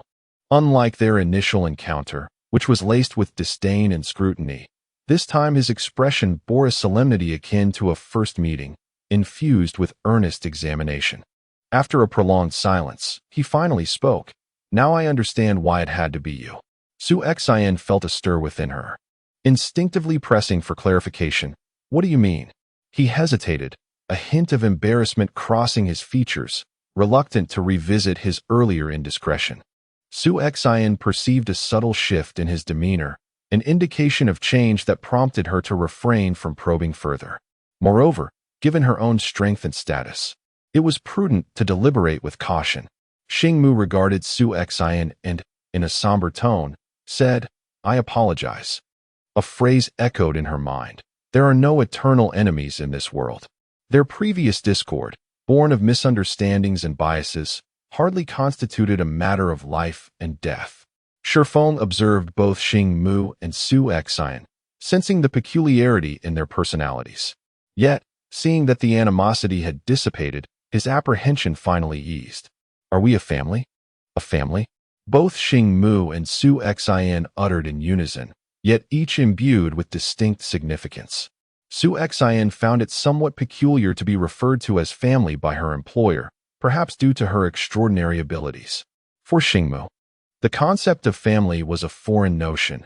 During his time in the secret realm, he was surrounded solely by his master, his master's brother, and his fellow disciples who were both allies and rivals.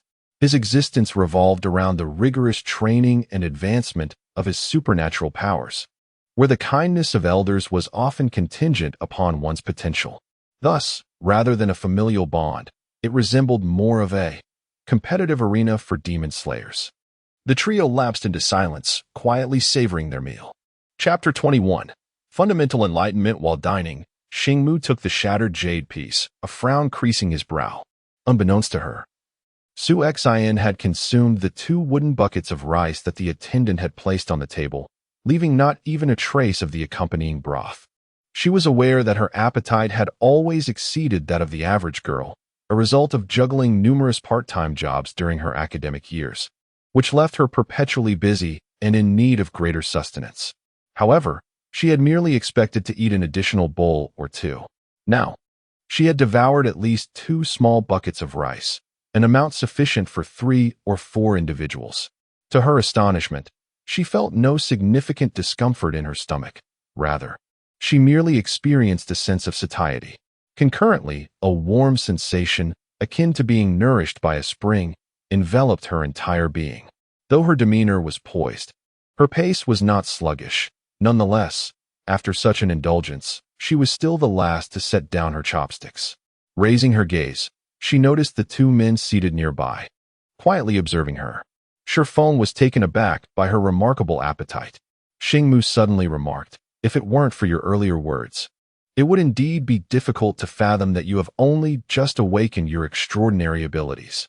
This must be what they call talent." There was a trace of indescribable sighing in his tone. Yan neither affirmed nor denied this. She did not dispute the fortune and talent that had favored her. Yet, deep within, she was acutely aware of her yearning for and the effort she had invested in this divine gift of ability. Furthermore, this jade was imbued with the power of a master. Under normal circumstances, it served as a talisman for protection. However, once it involved the fundamental interests of the one who had bestowed such power, it transformed into a ticking time bomb for its holder. Thus, these objects were either counterfeit or double-edged swords. While one might revel in their protection, one must also be prepared for the possibility of betrayal. Xingmu sighed softly, his expression impassive, perhaps reflecting on the plight of those who desperately sought a master to bless their talismans. Indeed, to empower a jade pendant, the bestower must possess formidable magical prowess and expend their own mental energy. For a cultivator, even the slightest cultivation of mental energy is hard-won. How could they casually bestow a protective talisman upon an ordinary individual? Xingmu continued, "Did you not wish to inquire why you suddenly possessed the ability to perceive souls? Perhaps this holds the answer." Yan was taken aback by the other's keen insight, revealing that he was not as aloof as he initially appeared. He let out a gentle sigh, lamenting that the shattering of the jade pendant had also breached the defenses of the protective intent. Even if that intent did not dissipate, it would still suffer significant damage. The conversation took a turn. "Fortunately, your decisive action at that moment prevented an unimaginable consequence." Yan wholeheartedly agreed, sensing from the other party's tone that the shattered jade pendant made it challenging to trace the culprits behind it. However, for someone like her, who had just embarked on the path of the mystical realm, it was indeed the wisest course of action to eliminate this hidden danger without hesitation. Xingmu recalled how he had previously misdirected his frustrations towards others due to his own issues, misunderstanding them. At this moment, the clarity that dissolved the tension between them filled him with a deeper sense of guilt. Furthermore, as Yan listened intently to his narrative, her calm demeanor brought him peace, prompting an instinctive desire to share more. "Just moments ago, you consumed an amount of food equivalent to that of 3 ordinary individuals. Yet your body exhibited no discomfort. This indicates that your extraordinary abilities accumulate energy through passive absorption, signifying a complete fusion of your powers with both your spiritual platform and physical form." Although this explanation might seem somewhat convoluted, Yan found it easy to comprehend given her current physical condition. In essence, her left eye's ability to perceive spirits and the energy waves emanating from her palm both necessitate the expenditure of internal energy. She could directly draw energy from food, akin to a passive skill in a video game, where her body autonomously extracts energy from sustenance to fulfill the demands of her extraordinary powers. Yet, what exactly does the term spiritual platform entail? It appears that as a newcomer to the mystical realm, she still has much knowledge to acquire. Yan remarked, "Boss, feel free to ask me anything. There is nothing about my experiences that I wish to conceal."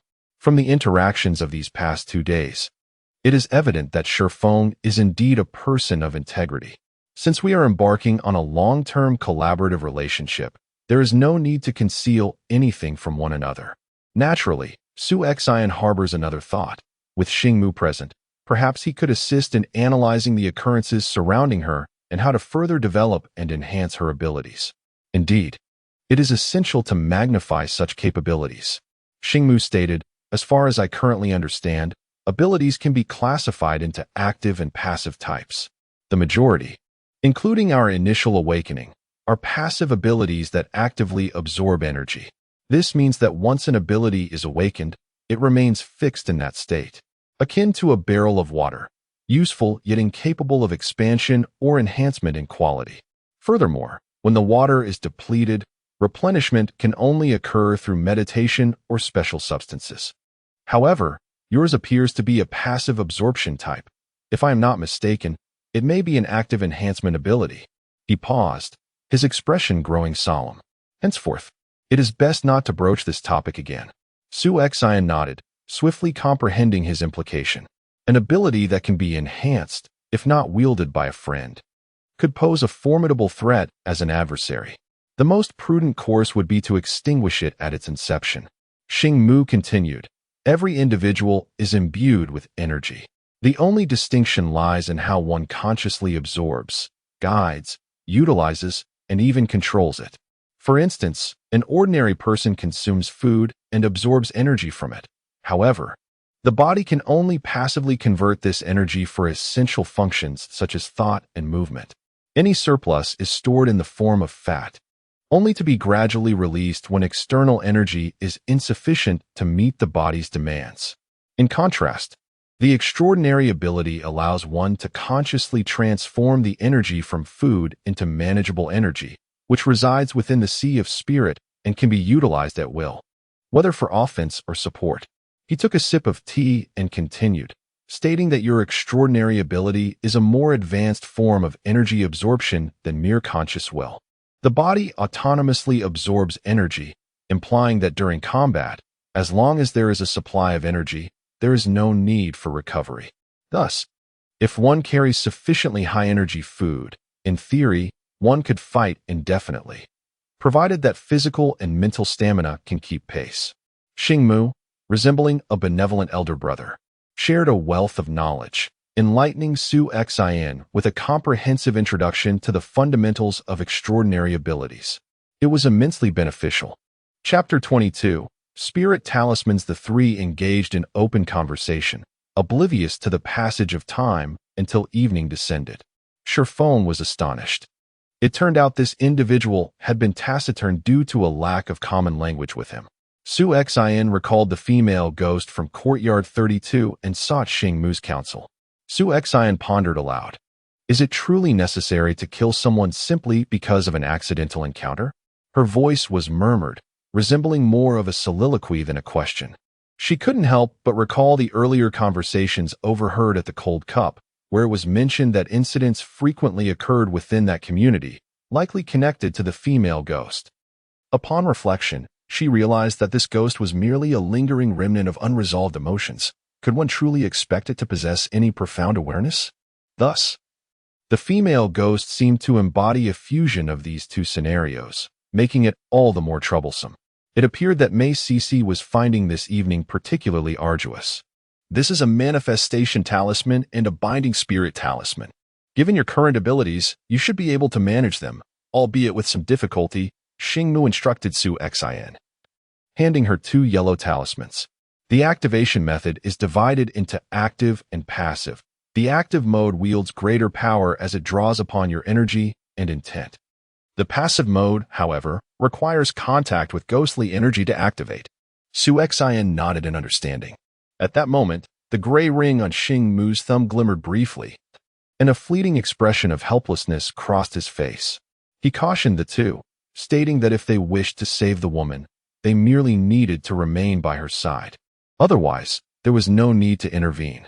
Shi Yan repeatedly asserted that the detective agency existed to alleviate people's troubles. How could they stand idly by in the face of danger? Xingmu disregarded his noble proclamations, rising to his feet and striding away with purpose. Meanwhile, Shi Yan lowered her gaze to the two talismans in her hands, each the length of a palm and 3 fingers wide. Their surface a pale yellow adorned with peculiar symbols. The deep red inscriptions seemed to pulse with an inner flow. Her fingers instinctively caressed the pliable material. neither metal nor paper. The delicate, warm texture conveyed a sensation akin to a heartbeat. Suddenly, she was taken aback. A singular word leapt into her mind: skin? As Xingmu reached the threshold, he suddenly halted, as if sensing her current doubts regarding the talisman. He slightly tilted his head and remarked, "Indeed, it is crafted from hide, yet it is not as you imagine." He paused, hesitating to elaborate, ultimately saying nothing further before opening the door and departing. "Is it truly made of hide?" Her voice trembled slightly, clearly reflecting thoughts similar to Su Xian's. This revelation profoundly upended their understanding of this profession. They had assumed that talismans were akin to those depicted on television, merely sketched upon a strip of yellow paper to ward off malevolent spirits. Indeed, if mere strokes of cinnabar, dipped in a few drops of blood, could wield such formidable power, one might surmise that such artifacts would have long since ceased to exist in this world. Needless to say, Su Xian recognized the rarity of these two talismans, lamenting that she had inadvertently destroyed one the previous day. Oh no, rather, had she not retaliated in that moment, the outcome could have been dire. Given his fury at the time, it was certain that she would not have fared well. Su Xian meticulously examined the two talismans before diligently copying them into a notebook. Once that task was complete, the takeout ordered by Shi Feng arrived. As they dined, Shi Feng inquired, "What do you intend to do?" implying whether they should capture the female ghost to prevent further harm. Su Xian, still absorbed in thoughts about the talismans and contemplating their essence, instinctively replied, "What? The ghost?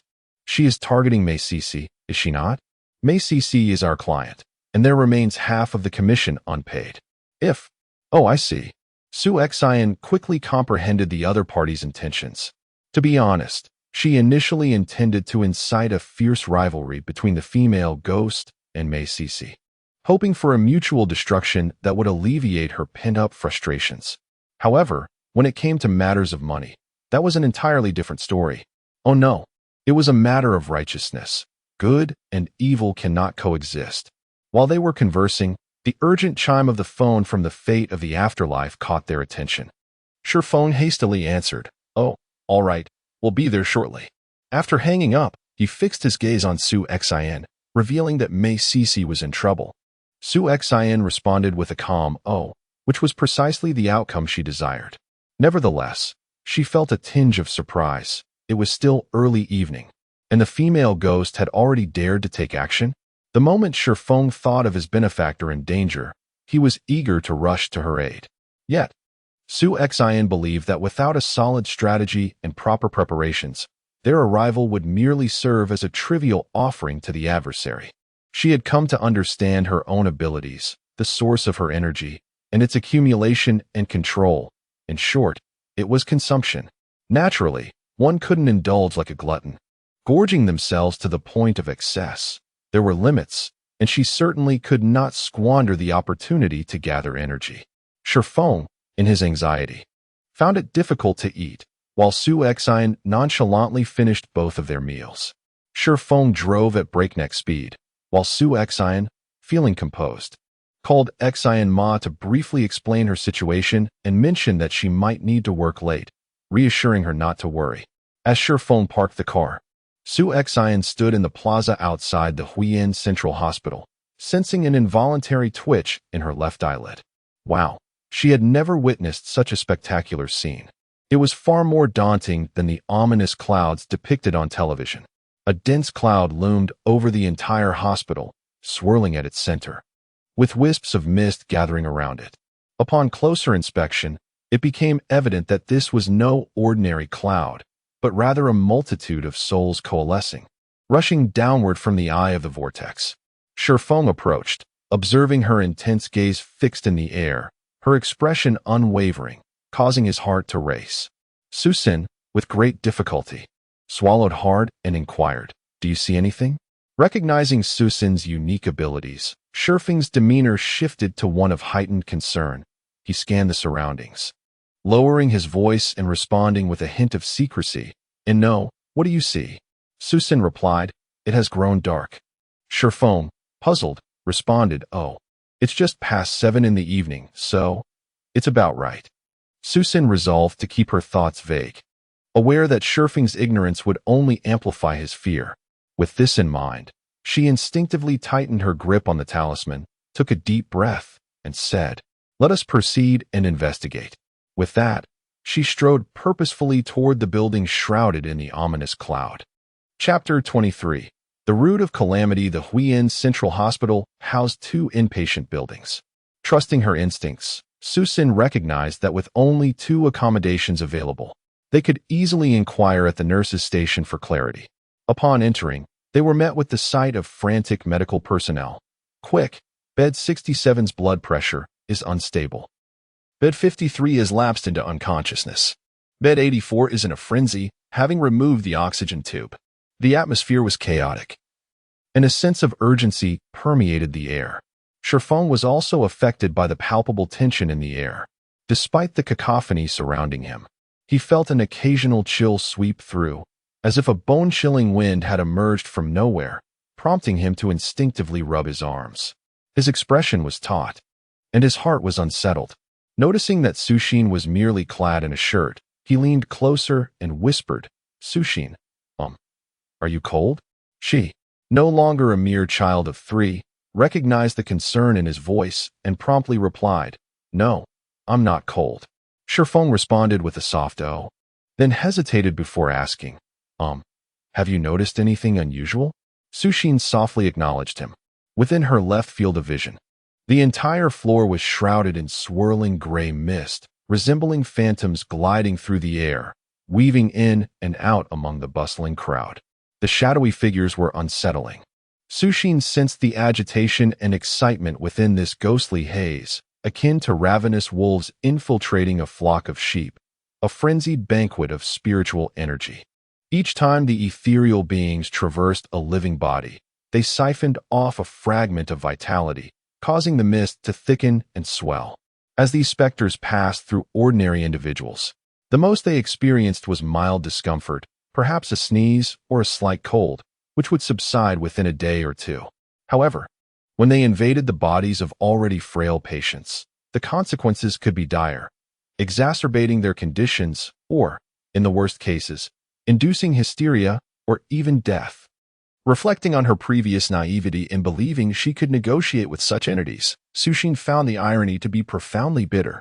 If that is indeed the case, could it be that those who have suffered at their hands are merely the subject of a cruel jest?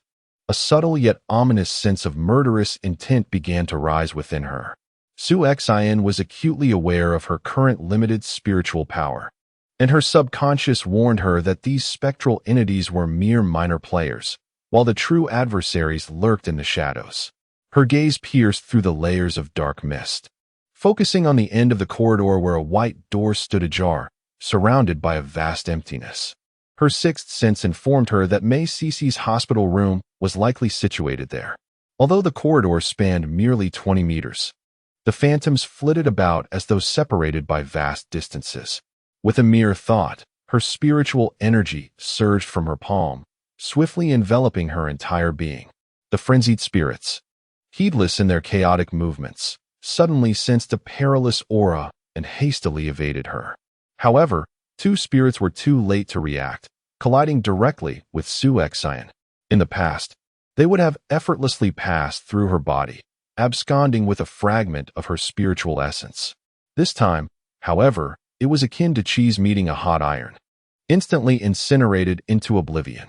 Unbeknownst to Shi Yan, as her spiritual power seared through the errant spirits, it left behind delicate strands of luminous energy that seamlessly integrated into her protective barrier. She was taken aback by the newfound utility of her spiritual power, capable of repelling these spectral intrusions. Observing numerous spirits continuously passing through Shifeng's form, causing him to rub his arms and draw in sharp breaths. She grasped his hand and declared, "Follow me."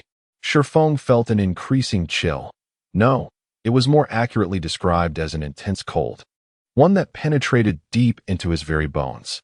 Suddenly, a warm and gentle sensation enveloped my hand, the warmth emanating from my palm and swiftly permeating my body, which felt almost frozen. Instinctively, I tightened my grip on the other person's hand. Before we reached Mei Shi's hospital room, frantic screams echoed from within. It was hard to fathom that someone who had just been snatched back from the brink of death could possess such vigorous energy. Several nurses struggled to restrain her. Mei Shi appeared terrified, her gaze vacant, her hands flailing in the air, incoherently shouting, "Ghosts! There are ghosts! Get away, all of you! Just leave me be!" Upon seeing Shi Feng, she lunged at him like a drowning person grasping for a life raft, clinging to his arm. "Mr. Shi, please save me, I beg you. They want to harm me." The nurses, witnessing this frantic woman, felt helpless. Despite their earlier efforts to soothe her, she remained agitated until this man arrived, at which point she instantly became submissive. After a few whispered instructions to a nearby young nurse, they hastily gathered the fallen instruments and 4 bags before departing in haste. Mei Shi seemed oblivious to their words. She noticed that the spirits that had previously besieged her now recoiled in fear, regarding her with palpable trepidation. A glimmer of joy crossed her face as she exclaimed, "Indeed, you are my savior. Look, they dare not approach anymore." One hand clutching Shi Feng's shirt sleeve, the other gesturing earnestly around her. Su Yan perceived a shadow, dark as ink, swirling in the direction she indicated, although its true form had yet to fully manifest. The relentless transformation of the specter conveyed an overwhelming sense of malice. Yet, Shi Feng remained oblivious to this ominous presence. Observing Mei Ci's erratic demeanor as she scanned the empty hospital room, a sense of unease crept into his heart, despite her being the client. Her forceful grip made him feel distinctly uncomfortable. Instinctively, he attempted to break free. "Madam Mei, please remain calm." However, as soon as he loosened his hold, the menacing shadows surged forward once more. Witnessing Su Yan clasp Shi Feng's hand, Mei Ci's expression soured. "What are you doing here, you meddler? You are not welcome. Leave at once." Su Yan surveyed the room, her gaze landing on Mei Cici. The woman before her bore little resemblance to the fiercely beautiful figure she had encountered in her nightmares, and just days prior at the detective agency. A woman marked by obsession yet adorned with meticulous makeup. Now, she appeared disheveled, her complexion a sickly yellow, with sunken eyes and her body ensnared in white bandages, the air thick with the scent of disinfectant. It was hard to fathom that in merely a day or two, she had transformed so drastically, as if 20 years of youthful beauty had been abruptly stripped away. Su Yan raised an eyebrow, a cold smile gracing her lips, for she found no inclination to engage in a futile debate. With resolute determination, she withdrew her hand from Shi Feng's grasp. The true protagonists of this unsettling incident were the specters within the hospital room, and it was abundantly clear that they had their sights set on Mei Cici. Bereft of protective barriers, the dark mists in the room lunged towards her with a palpable intensity. Chapter 24. How much is your life worth? Mei Cici emitted a series of anguished screams, her limbs flailing wildly, yet she slid past the phantoms that tormented her. The grotesque apparitions descended upon Mei Cici, ravenously gnawing at her, their claws relentlessly probing her body, stuffing handfuls of her flesh into their mouths. Su Yan observed as the relentless biting and clawing caused Mei Cici to wither visibly, her form aging at an alarming rate. To Shi Feng's eyes, Mei Cici appeared to be in a frenzied struggle, her fingernails carving bloody trails across her own face and body, oblivious to her self-inflicted wounds. It was no wonder the nurses had sought to prevent her from harming herself. Su Yan's gaze drifted to the other side of the ward, where a female ghost floated silently. It was the same specter Su Yan had encountered twice before, still clad in a flowing white gown, her long hair cascading gracefully. However, unlike the tender demeanor she had displayed towards Ishikawa Ko, her expression now radiated malice, exuding a chilling aura that plunged the entire room into near-freezing temperatures. She glanced at the nearly hollowed Mei Cici before turning her attention to Su Yan. "Who are you? This matter does not concern you. It would be wise to refrain from meddling, lest..." "Lest what?" Su Yan retorted, perceiving the ghost's intentions as a misguided attempt to offer counsel. She had not forgotten how they had nearly taken her life the previous night. Indeed, had it not been for her decisive strike, they would have already met their demise at her hands. Now, To feign goodwill before her felt exceedingly hypocritical and far too late. Yan cast a sidelong glance at her, a cold smile gracing her lips, and chose to ignore her. Instead, she turned towards the sickbed, extending her hand through the dense black mist, firmly grasping the wrist of Mei Sisi. In an instant, the ethereal protective shield enveloped Mei Sisi. The black mist that clung to her emitted horrendous wails, for to them, the protective shield was akin to a searing brand, swiftly dissolving them as if they were mere cheese. In a state of sheer terror, they struggled desperately to free themselves from Mei Sisi, even if it meant tearing away a layer of skin. Ultimately, they huddled beside the female ghost, gradually revealing their youthful visages from their past lives. All in their early 20s, glaring with malevolence at Yan. From the moment the nurse departed until Yan seized Mei Sisi's wrist, merely a few breaths had passed. To sheer foam, it seemed as though a tempest had suddenly erupted within the tranquil ward, accompanied by a mournful howling. Once those specters were dispelled, Mei Sisi gradually calmed, though remnants of pain lingered, causing involuntary spasms as if she had plunged into an icy abyss, the only warmth emanating from her wrist. It was this warmth that bestowed upon her a sense of solace and reassurance. She gazed at her wrist, tracing the delicate hand back to Yan, whose expression remained impassive. It felt as if her thoughts had traversed a century before gradually reconnecting. She recalled being brought in for nearly 2 hours of surgery that morning. According to the doctor, although none of the wounds had struck a fatal area, there were over 20 lacerations stitched with more than 100 sutures. Had she arrived just half an hour later, it could have resulted in hemorrhagic shock. Mei Sisi thought to herself. Even if she were not in a state of blood loss and shock, he would still pierce her heart. The mere thought of his cold, emotionless demeanor, coupled with that strange smile on his lips as he thrust the knife into her, sent a shiver down her spine. Why had he transformed into such a being? Her heart ached profoundly. Due to the effects of the anesthetic, she drifted into a deep sleep while receiving intravenous fluids, only to be awakened by a chilling sensation that intensified with each passing moment.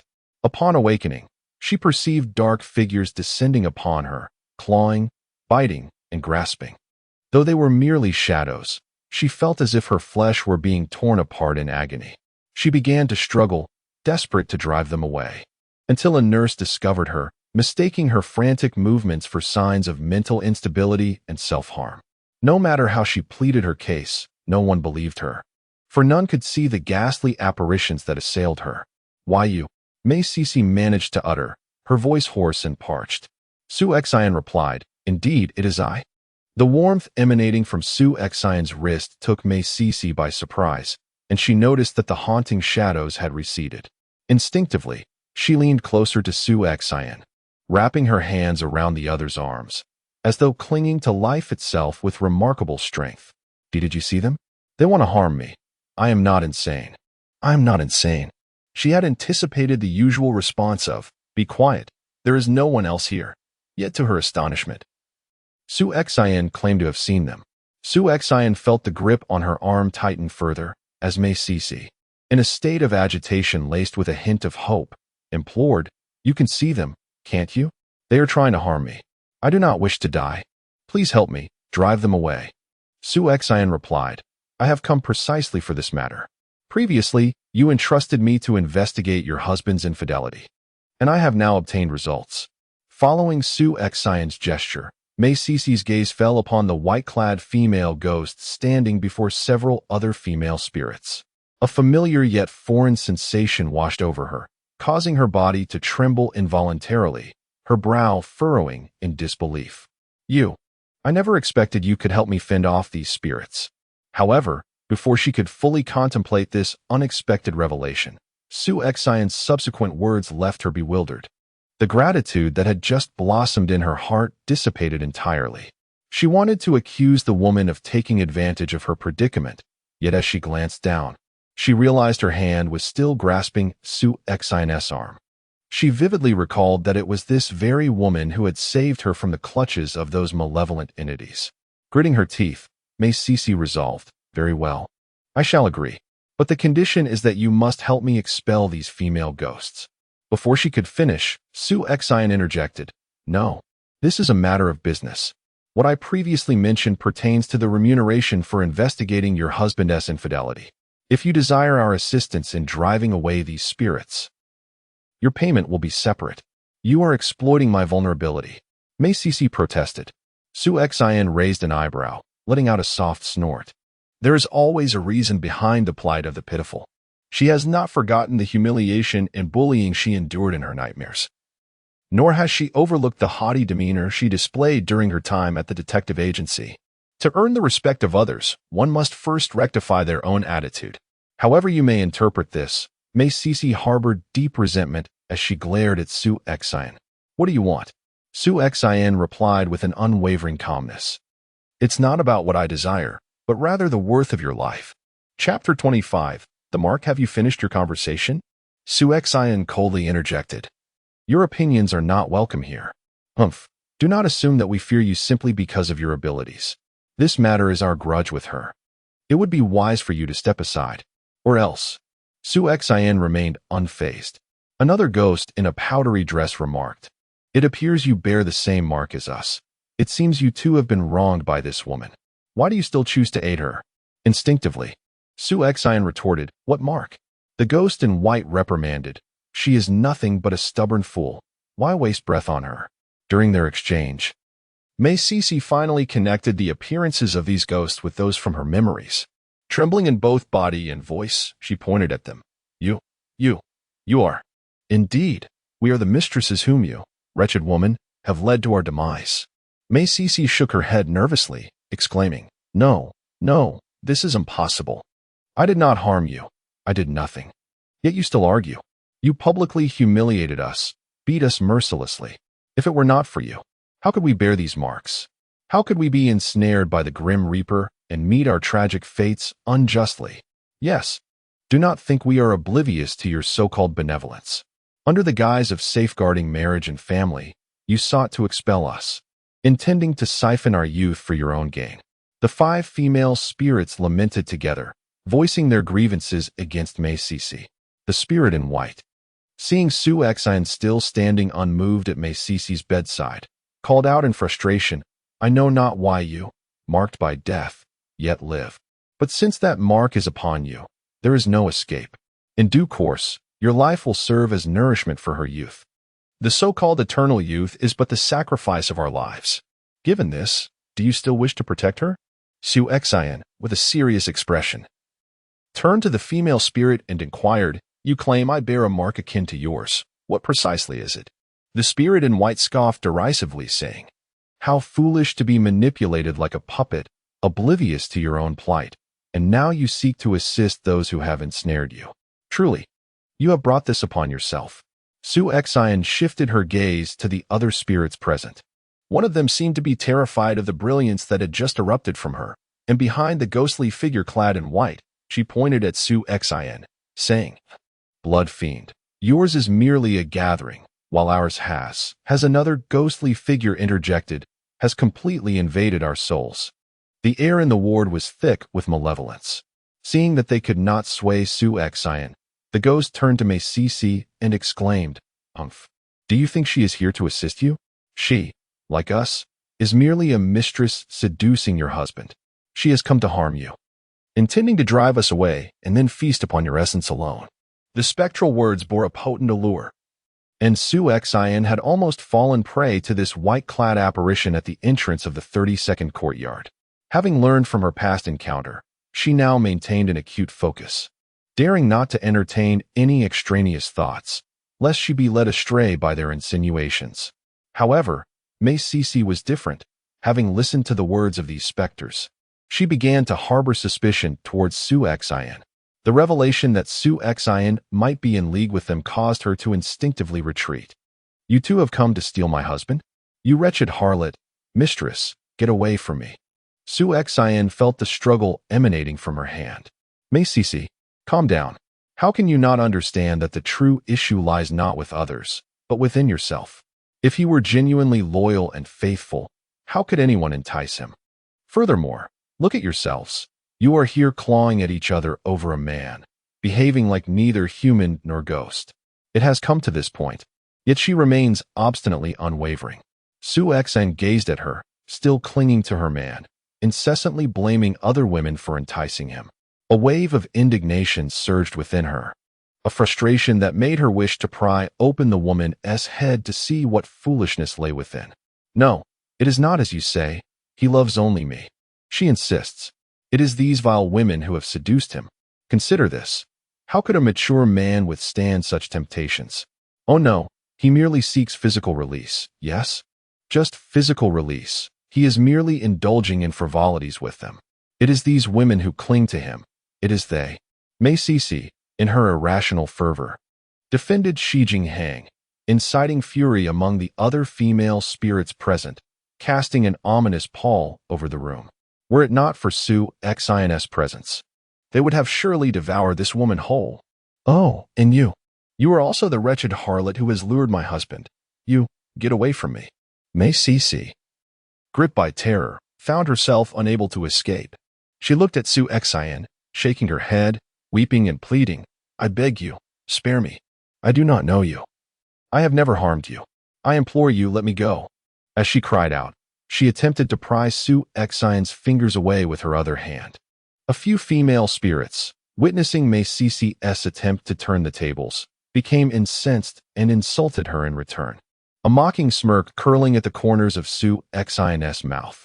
She raised her hand and struck, admonishing, wake up. Use your mind and think clearly. If I wished to cause you harm, I could simply remain still at a distance, or refrain from appearing altogether, and you would have already been hollowed out by them. Now I must inquire, what exactly did you do to them? This is the crux of the matter. It is implausible that one could inflict such malevolence upon another without cause. She must have manipulated something within them. Su Xin meticulously reflected upon her experiences prior to the nightmare and recognized that she had no connection with Mei Sisi. Oh. But she was utterly unaware that the wretched man was already bound in matrimony. Therefore, she must uncover what this woman has done to her. At this moment, Mei Sisi's spirit was completely shattered, yet Su Xin's slap seemed to awaken her slightly. With a dazed expression, she gazed at the several female apparitions and exclaimed, They seduced my husband. They are wicked women. Go swiftly and eliminate them all. I want their souls to be forever tormented and never find peace. And you too are the harlot who lured my husband. You all deserve to perish. Deserve to die. Chapter 26. Soul Gu Mei Sisi, consumed by resentment, let out a howl akin to that of a wild beast. As she cried out, she curled up into a ball, resembling an injured lamb. Nestling her head against Su Xin's arm, she murmured softly, I merely wished to teach them a lesson. I never intended to harm them, never thought of wanting them dead. The female spirits, upon hearing her words, were indeed reminded of the voice that had previously echoed in the darkness, affirming, all of this was the doing of that woman. The first among them was her closest confidant, the one clad in white. She smoothly retrieved her belongings, along with the remnants of her intimate moments with him. Indeed, shortly thereafter, she took her own life by jumping from a building, and Ishii truly cherished her. Then came the second woman, followed by a third. She discovered that no matter how late she stayed up or indulged herself, she always awoke the next day radiant and vibrant, regardless of how she treated those mistresses. Ishii consistently leaned towards her, offering no protection to them, which only strengthened her belief in her own words and reaffirmed her conviction that her man was merely engaging in frivolous affairs outside, while his heart truly belonged to her. She harbored no concern for the mistresses who had seduced her partner. In fact, she secretly wished for their demise. However, at that moment, when they returned as vengeful spirits to confront her, a profound fear emerged from the depths of her soul. And her instinct for survival led her to attribute all of this to Master Shi Yan. Mei Sisi exclaimed, I truly did not intend for this to happen. I merely took a bit of your hair and the remnants of your intimate encounters, the He Huan water. I never expected the outcome to turn out like this. If you seek vengeance, direct it towards her. This is not my concern. She is the one who instructed me to do this. I truly did not do anything. Upon hearing Mei Sisi's frantic words, Su Xin understood. So that was it. She had long wondered why she was plagued by nightmares, only to realize that she had inadvertently fallen victim to someone else's sorcery. Yet, this spell was not entirely effective, as it lacked a crucial element. Mei Cece could find her hair and nails in her rented room, but the Hehuan water eluded her grasp. Contemplating this, Su Xian found herself at a loss, unable to discern whether to feel sorrow or a sense of fortune. Young women ought not to casually share their beds with men. Self-love is paramount. It was only now, in the face of such revelations, that she grasped the true value of her parents' earnest admonitions. Consequently, among the possessions collected by Mei Cece, the most crucial element was absent, leading to flaws in her attempts at sorcery, which resulted in nightmarish cycles of death, compelling her to seize the final opportunity for retaliation. Su Xian gradually untangled the threads of understanding, her resolve becoming ever more steadfast. The specters of several female ghosts, recalling the relentless torments they had endured in purgatory, harbored a visceral desire to consume this wretched woman alive. Have you not always yearned to know who has been gazing at you each night? Is it not you? Mei Cece speculated that her friend, now a ghost, had taken on the guise of her husband to instill fear within her. The ghost clad in white let out a derisive laugh, asserting, "Incorrect. He is indeed your husband, the remnant of him not ensnared by your enchantments. You have shackled his mind and spirit, and from the depths of his being, he harbors disdain and hatred for you. He wishes for your demise." No, that is impossible. Mei Cece's expression shifted to one of confusion, her head shaking in frantic denial. The white-clad ghost cackled coldly and continued, "Have you not found it peculiar that you have achieved nothing over these years? You have visited numerous hospitals for examinations and tried every conceivable remedy. Yet your womb remains obstinately silent?" Struck at a tender point, Mei Cece instinctively placed her hand over her abdomen.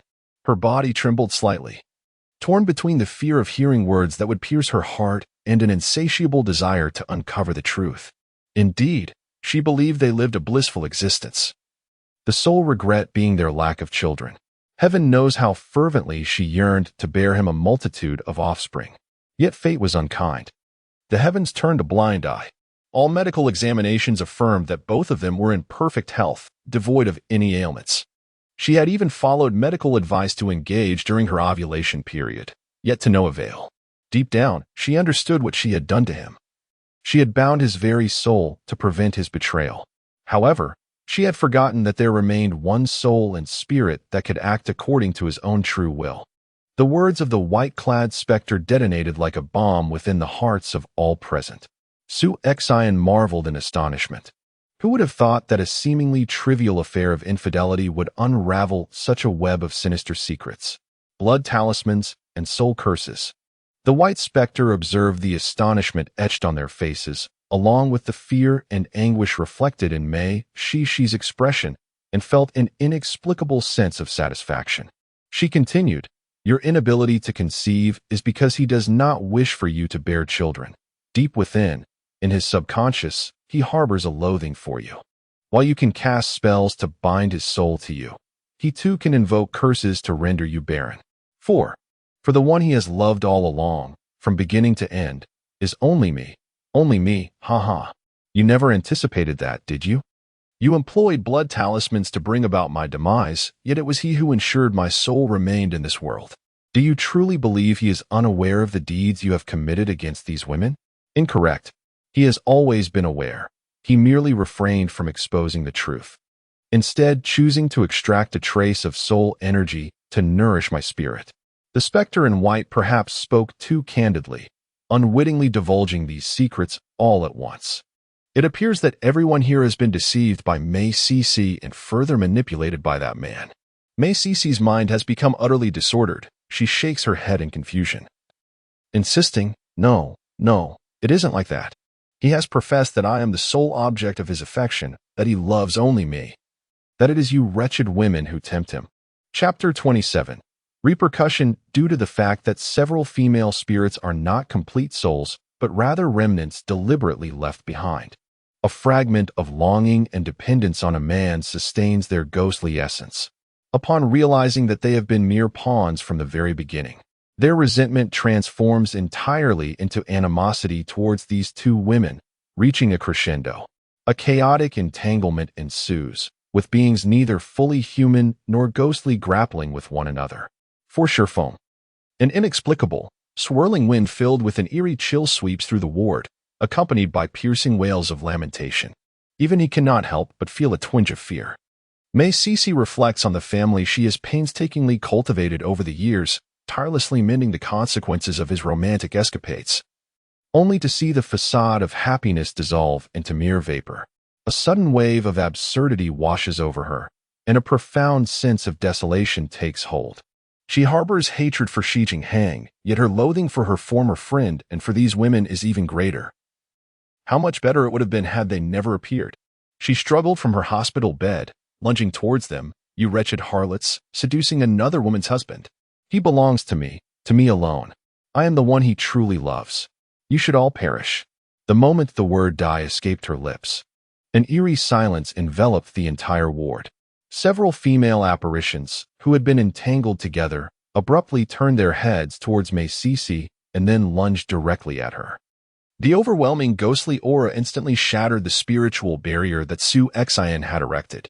This malevolent energy, imbued with intense resentment, was beyond Su Xian's capacity to withstand.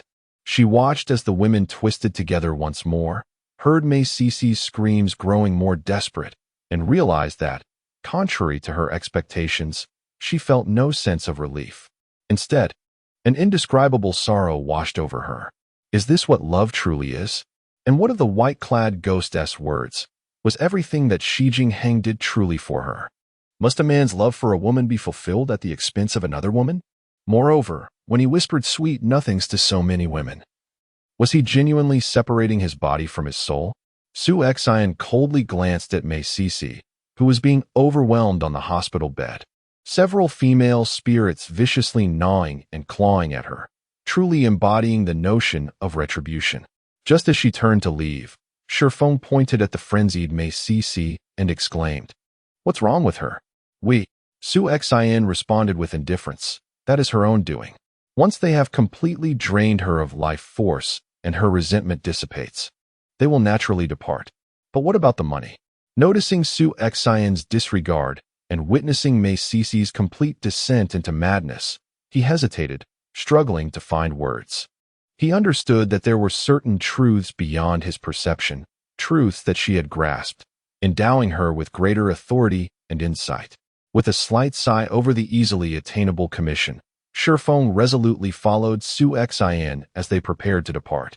In the depths of the cold, shadowy cavern, Shi Yan sat upon her altar, sensing the pulsation of her life orb against her chest. She extended her gnarled hand to sweep across the incense ashes on the stone shrine before her. Instantly, the dark ashes transformed into a smooth mirror, revealing a constantly shifting image. Upon closer inspection, it depicted the stark white walls, ceiling, and an infusion stand, all seen from the perspective of Mei Sisi. A slit emerged from the drooping folds, and her gaze shot forth like a piercing beam of light, landing upon the image before her. She grasped a handful of the foul-smelling black ash and scattered it over a grass-made effigy, which bore traces of human hair and other remnants. Chanting incantations, she attempted to command the spirits, yet, regardless of her efforts, they remained reluctant to advance. Shi Yan cursed under her breath at their ineffectiveness, deeming them mere shadows, possessing only a fragment of lingering thought. While they were manageable and could be utilized, they were ultimately bound by their instinctual remnants. When confronted with genuine peril, they would no longer be under her control. In the flickering image, a figure bathed in crimson light appeared to be retreating, while the spirits only lunged at their creditor, igniting within her a tumult of resentment and urgency. After painstakingly setting her trap, she could not allow him to escape again. A glint of ferocity flashed in her eyes. With gritted teeth, she seized another grass effigy and forcefully plunged a needle, soaked in a mixture of dark blood, into the crown of the effigy's head. As Su Xian turned to leave, her peripheral vision caught sight of several female specters suddenly burrowing into Mei Sisi's body, as if an eerie force emanating from within her was drawing them in.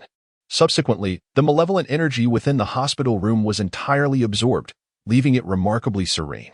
Mei Cc's eyes widened to an extraordinary extent, transforming into two glistening orbs, as she glanced around before finally fixing her gaze upon Su Xian. A sense of foreboding instinctively washed over Su Xian. She felt an urgent need to escape. Her curiosity about the strange occurrences within Mei Cc's body dissipating in an instant as she quickened her pace towards the door. What initially seemed like merely a few steps now felt infinitely prolonged. Just as her hand reached for the doorknob, Mei Cc abruptly sat up from the bed. A sinister grin spreading across her face, her eyes rolling back as she let out a chilling scream and lunged towards Su Xian in midair. A frigid aura enveloped Su Xian from behind, prompting an instinctive urge to evade. However, her lack of martial prowess rendered her movements sluggish. Before she could react, the icy presence drew near. At that moment, her vision flickered, and she noticed Shi Yan swiftly lifting a leg to kick at the oncoming Mei Cc. The force of several hundred pounds only slightly tempered her forward momentum. Mei Cc landed gracefully, akin to a ballet dancer, her toes barely touching the ground before she lunged at Su Xian once more. Shi Yan gasped in disbelief, pondering how they had encountered such aberrations in the past few days. It felt akin to striking a block of ice. As she witnessed this entity once again lunging towards Su Xian, the ferocity and invulnerability radiating from her suggested that she could snap a neck in an instant. Without hesitation, she lifted a leg and delivered a kick. Mei Cc resembled a steadfast, indomitable figure, merely momentarily halting her airborne advance. Her toes touched the ground. Her body slightly leaned back before she promptly regained her stance, extending her arms forward once more, her hands claw-like, relentlessly reaching for Su Xian's neck. For if any harm were to befall this woman, leaving even the slightest mark, it would be challenging to extricate herself from the ensuing complications. Despite Xing Mu's connections at the police station. Chapter 28. Finally united with this thought, Su Xian swiftly activated the binding talisman she had long prepared, channeling her intent and infusing it with spiritual energy. Just as Mei Cc steadied herself and again lunged to seize her, Su Xian's body suddenly dipped and evaded. And without a moment's hesitation, she pressed the talisman against Mei Cc's forehead, narrowly avoiding the oncoming force. Instantly, the once unyielding form crumpled like iron under the weight of ice, collapsing to the ground. The potency of Xing Mu's talisman was unexpectedly formidable, simultaneously subduing several female spirits. However, Su Xian noticed that the talisman affixed to Mei Cc's forehead was akin to being scorched by a spark. A charred point emerged at its center, gradually spreading outward. At this rate, the talisman would last no more than a few seconds. The chaos outside the hospital remained tumultuous and cacophonous. A mere few seconds would not suffice for their escape, especially under the cover of night when the spirit's powers were at their zenith, rendering their escape nearly impossible. In a flash of inspiration, Su Xian decisively instructed Shi Yan, "Quickly, brace the door. Do not allow anyone to enter." As she spoke, she boldly mounted him. Shi Yan merely acknowledged with an "oh," refraining from further inquiry, and hastily secured the door. Almost immediately, a series of thuds echoed from outside, as if intruders were on the verge of breaking in. He gazed in astonishment at Su Xian's seamless movements. In truth, such agility could be achieved by anyone with a modicum of awareness and regular physical training. However, the execution was remarkably swift and proficient, particularly for a girl who appeared rather delicate and demure, a rarity indeed. Perhaps this was what they referred to as the latent potential unleashed in moments of urgency. Then he observed her closing her eyes in deep concentration, only to suddenly open them wide.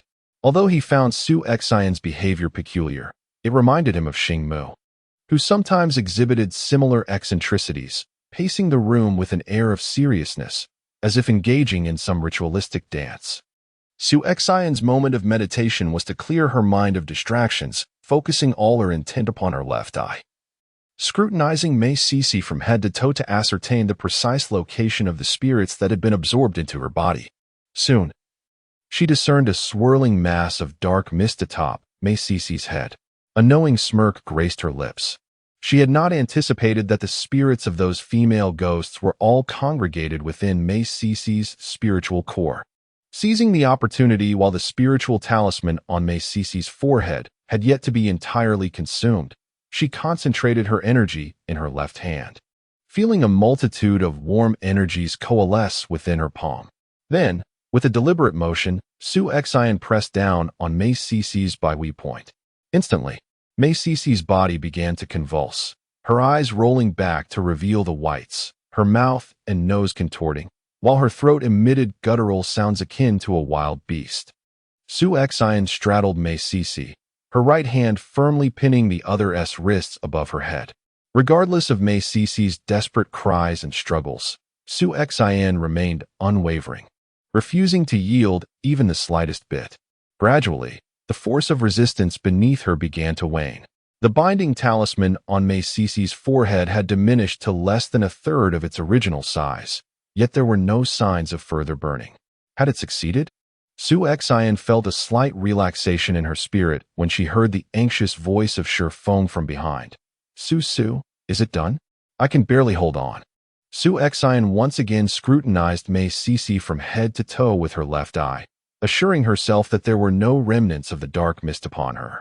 She noticed that the several ghostly figures within Mei Cici's mind had transformed into faint shadows, devoid of resentment and malevolence, unable to escape the confines of her spiritual realm. However, their primal consciousness remained intact, and soon Yan observed the shadows twisting and intertwining.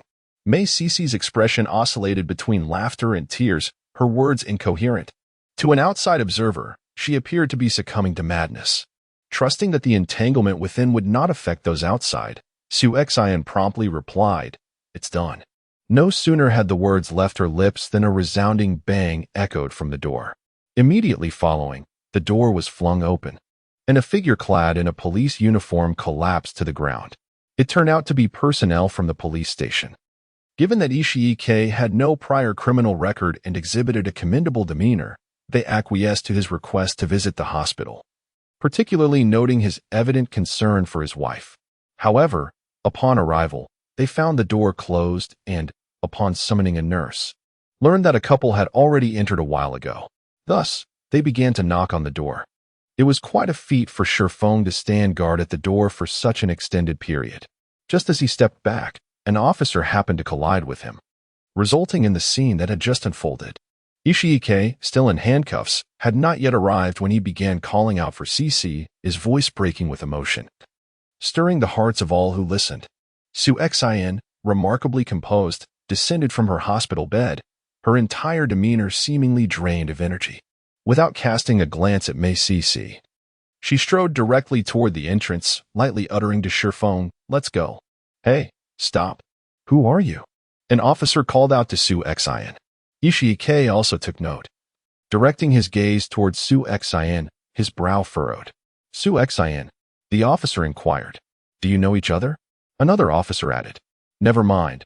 We've already taken the statement." He whispered a few words to the first officer, whose expression turned skeptical. Yan clarified, "We are indeed acquainted. Earlier, Mei Cici commissioned our agency to investigate her husband's infidelity. We now have results to share with her, and just happened upon her in a frenzy, with several nurses struggling to restrain her, so we came to assist. They can attest to our account." As she spoke, Yan gestured toward the nurses from earlier. With mutual corroboration, the matter became exceedingly straightforward. The nurse approached Mike Cixi to conduct a basic examination. Some of the previously stitched wounds had torn slightly due to her frantic actions, resulting in minor bleeding, yet there was no cause for concern, thus ruling out any suspicion towards Sushin and her accomplice. Upon hearing Sushin's nonchalant mention of investigating her husband's infidelity, Ishikawa felt a wave of embarrassment wash over him. "Well, I have been keeping an eye on your situation over the past year. Seeing your recovery has brought me some relief," he said, his gaze sincere and tinged with a hint of guilt. In just one night, he had developed a scruffy appearance that evoked a sense of melancholy. However, expressing such sentiments now only served to highlight his past blindness, rendering it utterly meaningless. Recalling the scene with those women, or rather, phantoms, Grappling over who was his true love, an indescribable feeling of nausea welled up within him. She simply acknowledged him with a faint "oh" and then brushed past him. "Sushin, please don't be so heartless. I admit I failed to inform you about her, but you never inquired either. I was genuinely saddened to hear about your incident. That day, I intended to visit you, yet you left without a word, and then..." Chapter 29. Return. Indeed, that time he came to see himself, bringing his wife to beat and humiliate him. After enduring several cycles of nightmares, she finally learned her lesson. During the last encounter, she managed to evade capture and successfully broke the curse of the blood seal. It was fortunate that he could still feign such deep affection now. Sushin found Ishikawa Ko's words to be insufferably hypocritical and revolting.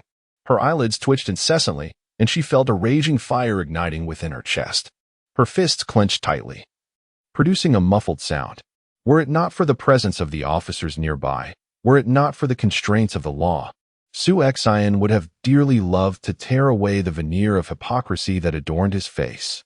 Yet, she was human, not a specter, and thus could not act upon such impulses. How infuriating! Why didn't those vengeful spirits snuff out this man's life? Yet, those spirits had no intention of harming him. Their sole grievance lay with Mei Sisi, who had stolen their lover and led to their demise. As for this man, he was the object of their affection and rivalry. How could they possibly wish him harm? Nevertheless, the image of the chaotic scene in Mei Sisi's spiritual realm, where the remnants of several women's souls clashed, flickered in her mind, and a faint smile graced her lips, her clenched fists gradually loosening. Had he not declared his love for every woman? Was it truly another woman who obstructed their love? Did he always possess a myriad of unavoidable dilemmas? Now, it seemed, he could bask in the affections of multiple women without the need for infidelity. Finally, Shi Yan emerged from the oppressive hospital room, releasing a long, heavy sigh. Lacking experience in dealing with spirits, her earlier actions had been purely instinctive, a desperate attempt to eradicate the apparitions.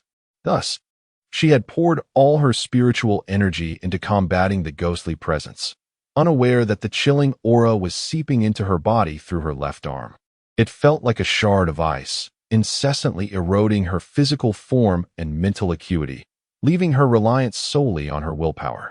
With every ounce of her strength, she fought against this bizarre force, channeling all her spiritual energy and determination into the struggle.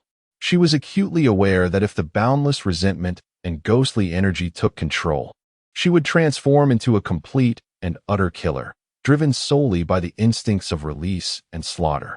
The hospital corridor stretched before her, interminably long, excruciatingly so. Fortunately, her body felt like a battleground where two formidable warriors were engaged in fierce combat, causing the ordinary spirits to steer clear. Shi Yan sensed her strength waning rapidly with each passing moment. Her head grew heavy, her vision blurred, and her steps became unsteady.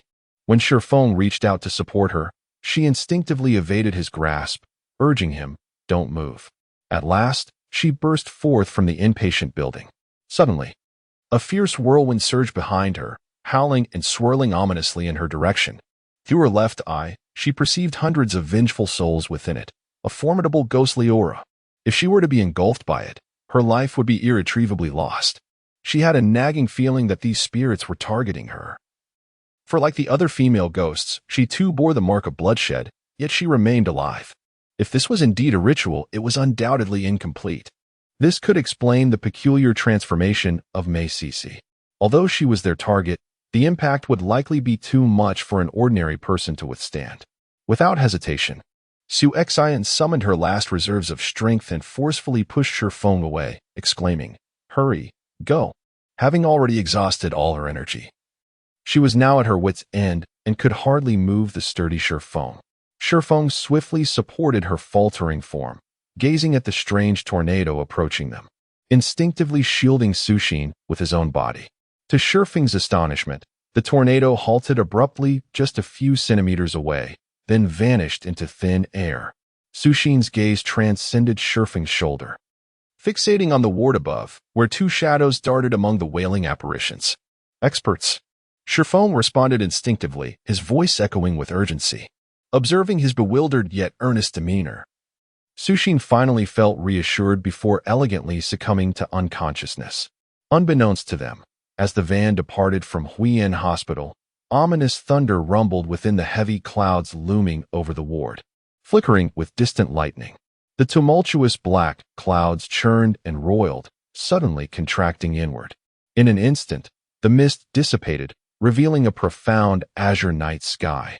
A gentle drizzle began to fall, washing away all traces of tumult. Shifeng had harbored countless questions for Su Xin, but within the confines of the hospital. He could only observe her and Mike Sixie's movements and sounds, alongside the inexplicable whirlwind and the mournful howling of the wind. The gravity of the situation weighed heavily on him, and he refrained from asking, fearing he might disturb her. Now, witnessing her pallid complexion as she fainted, he felt an indescribable mix of alarm and urgency. A subconscious realization that matters were far from simple. He reached out, feeling her forehead, which fluctuated between burning heat and chilling cold. This was no ordinary ailment. It was undoubtedly linked to the bizarre whirlwind in the ward. In my heart, I fervently prayed, hoping that the elusive figure, like a dragon that appears only to vanish, would. Fortunately, in the stillness of the night, with few people and fewer cars, he drove with reckless speed, the vehicle trembling on the brink of disintegration. Simultaneously, he dialed a 24-hour fast food establishment.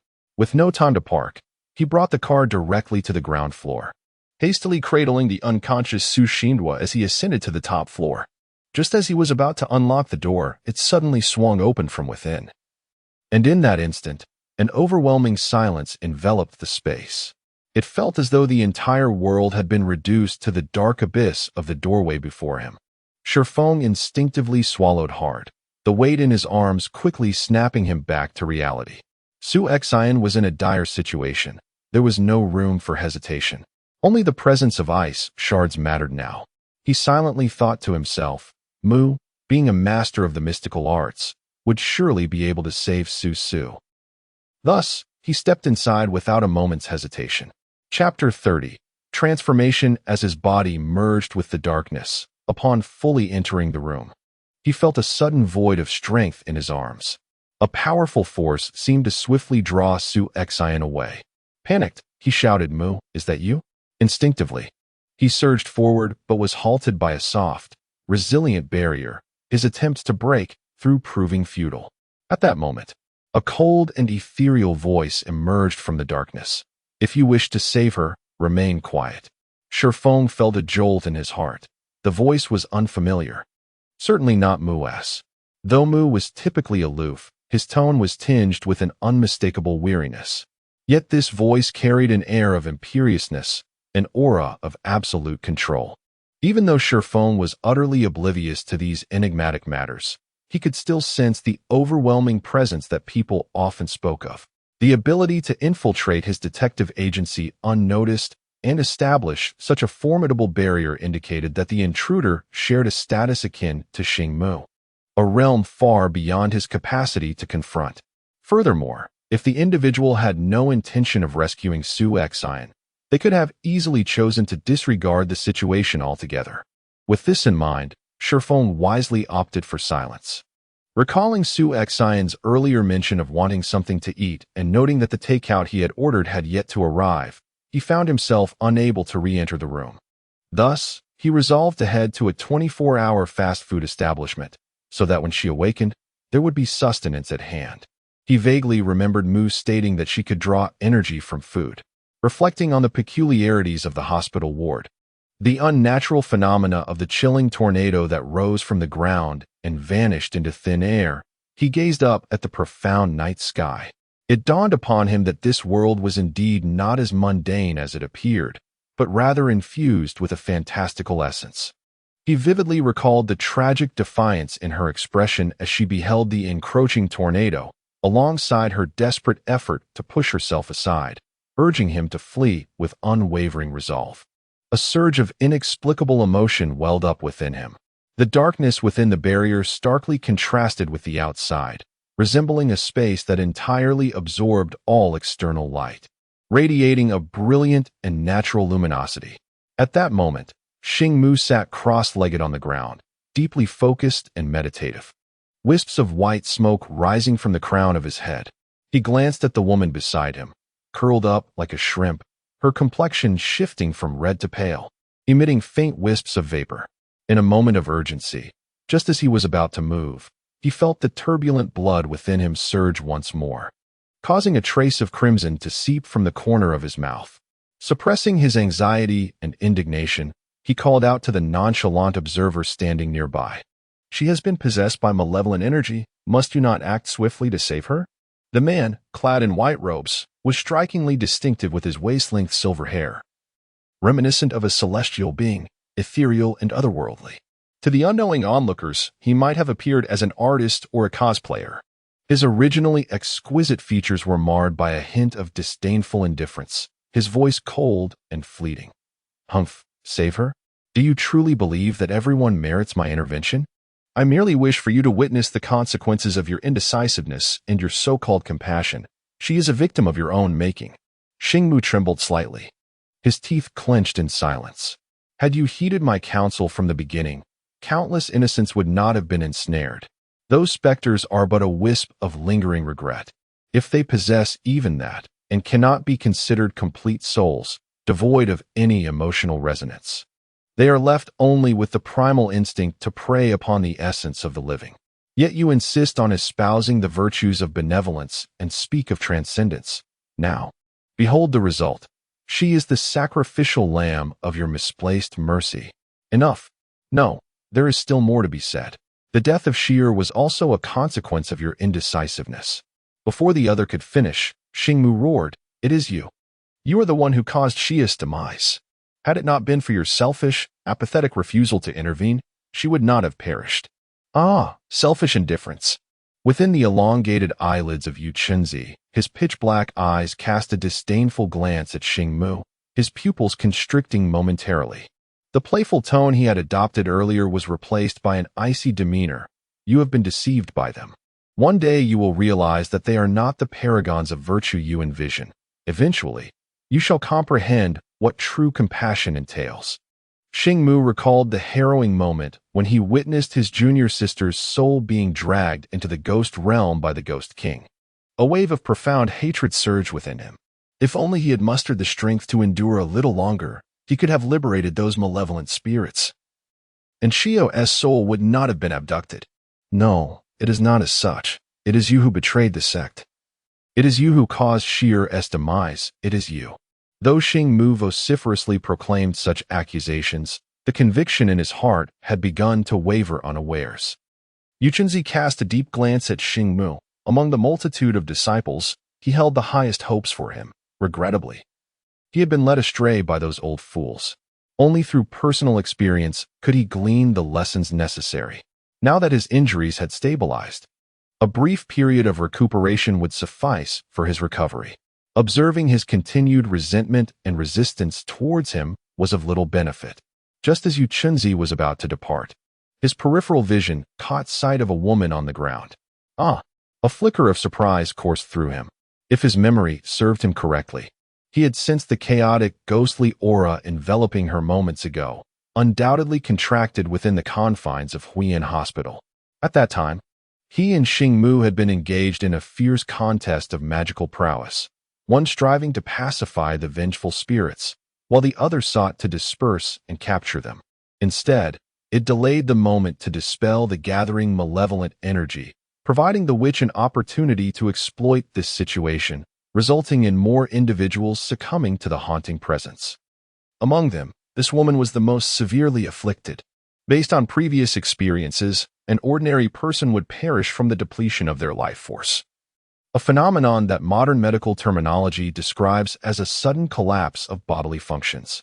Even those who practice cultivation, when besieged by such intense malevolence, risk damaging their foundational essence, or worse, falling into the path of evil. Yu Chenzi vaguely recalled that when this woman and the mortal man departed, they were being pursued by spirits summoned by the witch's soul-controlling technique. Though she was on the brink of death, she exhibited neither fear nor despair. Instead, she pushed those around her away. As he reflected on this, he realized that his initial intention to provoke Xingmu, who was as dense as a wooden fish, had transformed into an inexplicable resonance of empathy. Such tenacity, refusing to yield even in the face of certain death, mirrored his own past struggles in that dark abyss. As the two remained in a standoff, they observed that Su-Exine, despite the encroaching malevolence, was not only maintaining her life force but was, in fact, gradually recovering. Moreover, the barely perceptible traces of spiritual energy were steadily increasing. Chapter 31. Rooting out the source within Su-Exine's spiritual realm. Above a circular platform resembling a piece of creamy white jade, a mist tinged crimson by drops of blood floated ominously. This mist represented Su-Exine's essence, now intertwined with the essence of blood. The once tranquil and clear space of her spiritual realm was now inundated with shadowy figures, incessantly advancing toward the central soul, intent on devouring it and usurping its place. The crimson mist gently contracted, pulsing as if it possessed a breath of life, exuding bursts of red light. The encroaching black fog, upon contact with the red radiance, dissipated instantaneously as if seared, leaving behind wisps of transparent soul energy that gradually melded into the mist. With each heartbeat of the soul, the red light above dimmed slightly, while correspondingly, the soul was fortified with newfound energy. This ebb and flow continued until all the malevolent energy that invaded the spiritual realm was dissolved, resulting in a slight fading of the crimson hue upon the soul, yet significantly enhancing its strength. UNSEEN swiftly produced a white porcelain vial, tilting it to release a vibrant red pill that tumbled into his palm. This was for his own preservation. There was no reason to recklessly intervene when witnessing another in peril, particularly when he barely knew her. The woman before him was the very crux of his adversary's vulnerabilities. Should she regain her strength, she would undoubtedly target her first. Suddenly, UNSEEN turned to him, retorting sharply, "You are not suggesting I should turn a blind eye to her plight, are you? If you are so benevolent, why do you not come to her aid? Do not tell me you are unable to move. In truth, you understand well that if you attempt to act now, your prior efforts to recuperate will be in vain. For me, this is a crucial means of self-preservation. Therefore, when one is unable to act, one should not impose lofty moral standards upon others." As UNSEEN remarked, he is not entirely immobile, nor is he completely unable to summon his spiritual energy. Rather, the moment he ventures to act or utilize his powers, the injuries he has previously recovered from will exacerbate, potentially leading to severe aftereffects. In contrast to UNSEEN, with whom he shares only a fleeting acquaintance, he has engaged with her on multiple occasions. Now, when faced with the choice of sacrificing himself or safeguarding her, his heart exhibits no hesitation or inner turmoil in choosing himself. Had UNSEEN not directly brought him into consideration, he would not have contemplated the notion of rescuing her at all. Reflecting on past events, he discovers for the first time the cowardice and hypocrisy within his own heart. It turns out he is not so different after all. After completing his 3 cycles of meditation, Xingmu has fully harmonized his internal spiritual energy. Rising from his seated position, he retrieves several talismans from an ochre pouch at his waist, selecting 2 to place upon the tea table. Casting a deep glance at the motionless Su-Exine on the ground, he raises his gaze toward the window, where the first light of dawn begins to emerge. He sketches a formation in the air beneath his feet, causing his body to vanish into thin air. There is a matter that must be resolved. One must eradicate the roots of the problem. In the distance, he perceives a faint energy fluctuation, and as he approaches, a languid voice greets him. "So soon? I thought you would wait until evening." Xingmu glances at UNSEEN and then at the formation beside him. To his astonishment, it is indeed a spirit-locking formation. He recalls it as the ultimate skill of his 3rd master uncle. How could he possibly comprehend its intricacies? Sensing Xingmu's bewilderment, UNSEEN calmly states, "The Tao of the Xianmen is vast. How can one grasp its profundities if one remains stagnant? That is sufficient. I know what to do." Then all is well. Xingmu leaped into the formation, which was arranged in the pattern of the 7 stars, each aspect controlling the opponent's spirit. At the center lay a dense, dark fog. The soul power relentlessly surged against the surrounding formations, while the trapped souls sought to merge with the essence of the spirit. Sensing the presence of vitality, The soul power transformed into a colossal maw, lunging towards him. Xingmu swiftly cast several spells, and with a subtle motion from his barren waist, he retrieved a black gourd. He uncorked it, and with his right hand, he deftly inscribed a series of runes in the air. The opening of the gourd became a miniature vortex, which spun and expanded, devouring the soul power with a mournful wail. 7 souls remained, yet each was ensnared by countless fates intertwined with them. Should he destroy a soul, the spirits connected to it would also suffer. The consequences ranged from amnesia and folly to madness. These souls seemed to sense his current hesitation and trepidation, piercing the air with their anguished cries. Please, do not kill me. I am innocent. Save me, I am in such pain. If you end my life, they too shall perish. It is you who has brought about their demise. You are the true executioner. In that moment, their pleas transformed into the chilling laughter of Unseen. What constitutes true mercy? These souls have completely merged with the essence of the Gu Mother. Do you believe that by sparing them, you can escape unscathed? Ultimately, you will not evade the fate of being consumed by the Gu Mother. Xingmu then produced another small vial, gleaming like white jade, diminutive yet elegantly shaped with a broad base and slender neck, exuding a lustrous sheen. The souls were composed of 7 distinct emotions and desires, and could only be purified with this vial. After a considerable time, the locking spirit array finally fell into complete tranquility. Xingmu stepped out, a fierce aura emanating from him. Unseen dismantled the array, causing the accumulated malevolent energy to dissipate in an instant. Sunlight filtered through the dense foliage, casting mottled shadows upon the ground, occasionally accompanied by the ethereal sounds of chirping insects and singing birds. Chapter 32. Unacquainted. What virtue and capability Su Yan gradually awoke. Feeling as though she had just completed a marathon, the exhaustion mingled with the delightful soreness of fatigue. Upon hearing hurried footsteps approaching, she opened her eyes to find Shifeng's anxious yet joyful face before her. Alongside him came the enticing aroma of food. Without waiting for her to speak, Shifeng eagerly exclaimed, Su, you've finally awakened. I was just contemplating whether to heat the kanji for you. Now is the perfect time. Come, quickly rise and eat. In just a few days of companionship, their relationship had blossomed into a comfortable familiarity. Shifeng had entered after the barrier dissipated at dawn. Discovering Su Yan peacefully sleeping on the sofa, with 2 spirit talismans resting on the coffee table beside her, he felt grateful to the mysterious individual who had assisted Su the previous night.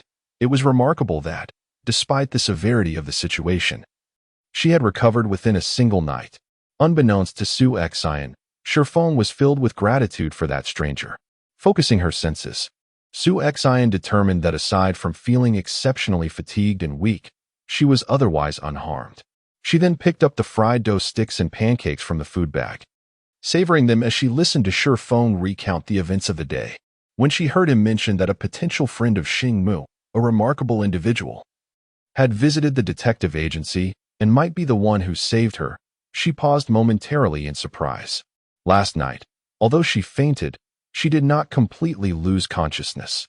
Rather, she channeled all her mental strength into combating the invading malevolent spirit.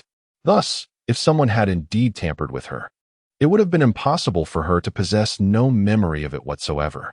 She let out a soft acknowledgement, not wishing to engage in a debate on the matter. Su Yan's eating momentarily paused as a sudden thought struck her. Despite dispersing several vengeful female spirits amidst the considerable commotion last night, there remained a more formidable entity orchestrating it all from behind. Given her interference, the adversary's objectives had not been achieved, and by the laws of reason, they would undoubtedly return with even greater fervor. Yet, the current atmosphere was eerily calm. The only explanation was that someone had eliminated this trouble. Could it be that Xingmu was responsible? Su Yan appeared to move slowly and gracefully, yet unbeknownst to her, she had already consumed 2 large bags of food. Seeing this, Shifeng could not help but inquire, have you had enough to eat? Su Yan smiled lightly. It's sufficient. I just felt it would be a pity to waste the little that remained. Noticing that Su Yan seemed unscathed, Shifeng handed her a brown paper envelope. Instinctively, She accepted it, feeling its substantial weight, which led her to surmise its contents, pausing mid-motion. Shi Feng elaborated, according to our agreement, the remuneration is split 19-1. This task has been completed, and this is your share. Yan felt her eyes moisten slightly and quickly lowered her gaze, glancing around. If anything arises, I will call you. Yan hesitated for a moment, then replied, all right. Oh, and these two spiritual talismans, I believe, are meant for you from Mo. Upon seeing the runes inscribed upon them, Yan exclaimed, binding talismans. Having witnessed their formidable power the previous night, she understood that crafting such talismans must be no simple feat. To her astonishment, he had left her too. What merit could she possibly possess to deserve such generosity? She inquired, did he say anything else? Shi Feng replied, no, I only entered after the barrier dissipated this morning and found you lying on the sofa, with the two talismans resting on the coffee table. He had already departed. Yan responded with a soft "oh," her heart comprehending the situation. As she exited the detective agency, dusk had settled, and the sky, washed clean by the rain, appeared exceptionally blue. Upon returning to her rented apartment, she discovered her parents were home. A profound sense of warmth and security enveloped her heart as she produced a sum of 10,000. With joy, she proclaimed, Mom and Dad, this is my commission from the overtime I've worked these past few days. I am now capable of supporting you both, so Dad, you need not work at the construction site anymore. And Mom, you should also refrain from scavenging for recyclables. Tomorrow, I shall rent a suite, so we won't have to share a bathroom with others. A flicker of joy and relief crossed her parents' faces, soon replaced by furrows of concern and worry. Her mother said, Dear, I understand your intentions. However, this money is not sufficient for renting a place just yet. The hospital fees were over 1,000 each day, and we borrowed from our neighbors to cover those costs. They are aware of our family's circumstances, and their kindness cannot be forgotten. Therefore, I plan to repay them bit by bit. Yan found herself at a loss for words, yearning to provide her parents with a better life. However, until the debts are settled, my parents would never indulge themselves. A bittersweet sensation stirred within me. Yet it is precisely this unwavering commitment to integrity and gratitude that has shaped who she is today. Thus, the matter was settled. Yan glanced at her father, who sat hunched over, melancholically puffing on a leaf cigarette. Dad, what's wrong? Yan's mother interjected, Sigh, your father's construction site encountered an incident yesterday, and they are currently investigating. We don't know when work will resume. I suppose it's for the best. The dust there is heavy, and it's perilous. This was indeed good news. Yan had always wanted to persuade her father against working at the site, and now the opportunity had arisen. However, considering the unfortunate circumstances that led to the work stoppage, she pondered whether expressing too much enthusiasm might seem callous. Thus, she remarked, Dad, your daughter can now earn a living. After a lifetime of toil, you truly deserve some rest. Yet, it is regrettable that the site faced such an unfortunate event. Yan's father tapped the ashes from his pipe into the trash can and sighed. It was our contractor. He usually remains in the adjacent office and seldom visits the site. Yesterday, for reasons unknown, he brazenly climbed to the top floor under the scorching sun and then jumped down. He smashed several levels of scaffolding, landing on the ground, impaled by the rebar of the unfilled columns. Sigh, why would someone in good health leap from a building? At the time, the foreman called out to him. Yet he seemed oblivious, as if he had not heard at all. It is truly unfathomable. Yan sensed her father's lamentation and fear as he recounted the incident. She recalls when she first arrived in this city to pursue her studies. It was in a phase of burgeoning development, with construction taking place everywhere. Green blocks, enveloped in green netting, rose towards the heavens. Towering cranes hoisted steel reinforcements and concrete into the air. She merely observed from the bus a few times, glimpsing through the fabric barriers at the skeletal structures within, where vast openings were left for windows and elevator shafts, making it utterly inconceivable that they would eventually transform into exquisite dwellings. Chapter 33: The Shadows of the Construction Site.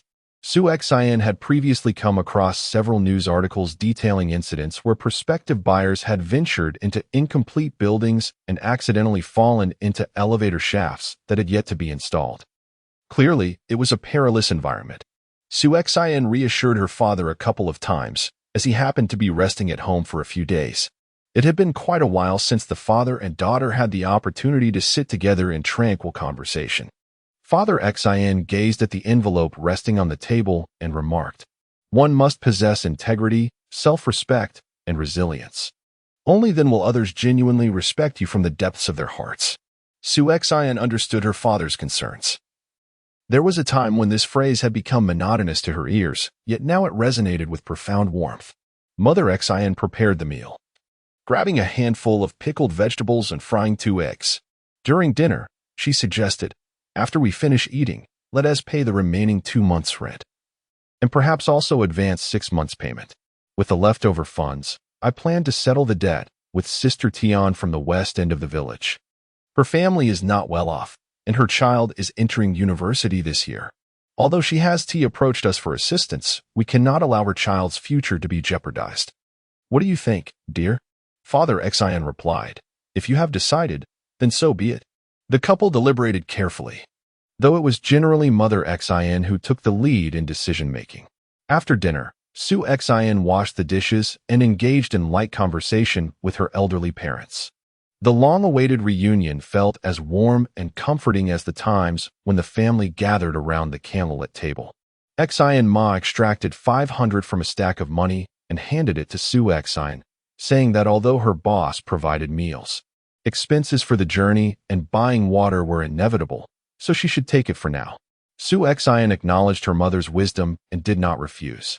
The next day, she took her parents to a comprehensive market, purchasing a few summer garments for the 3 of them, and for the first time, she brought them to a park to relish the local delicacies of X province.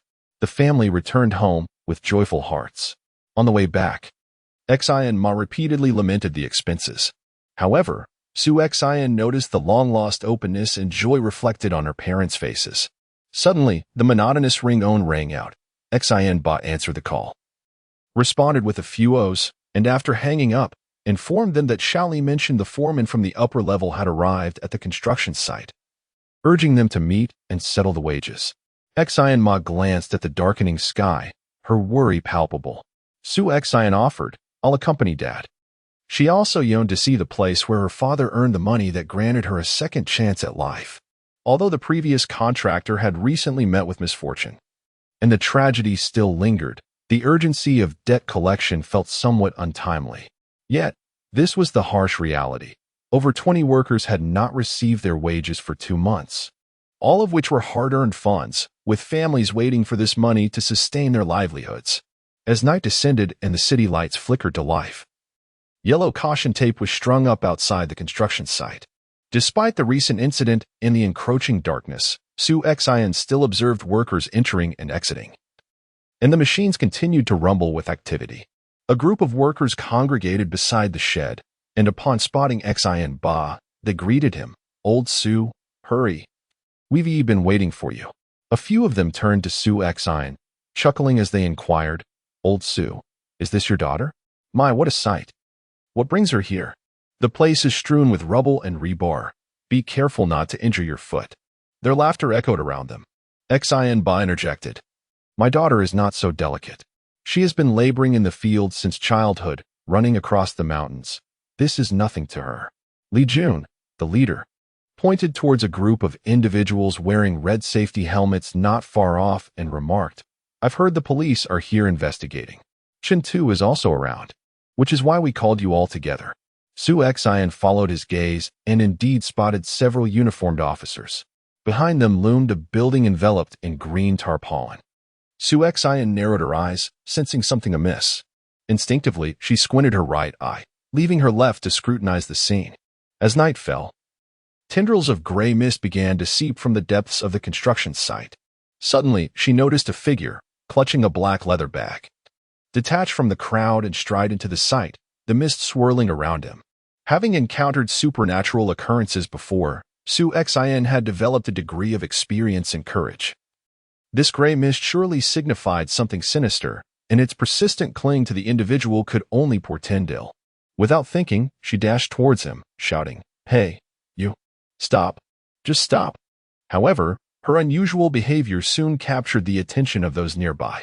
Xian Ba followed closely behind, questioning her. "Do you know Accountant Yao?" Xian shook her head, realizing that now was not the time for explanations.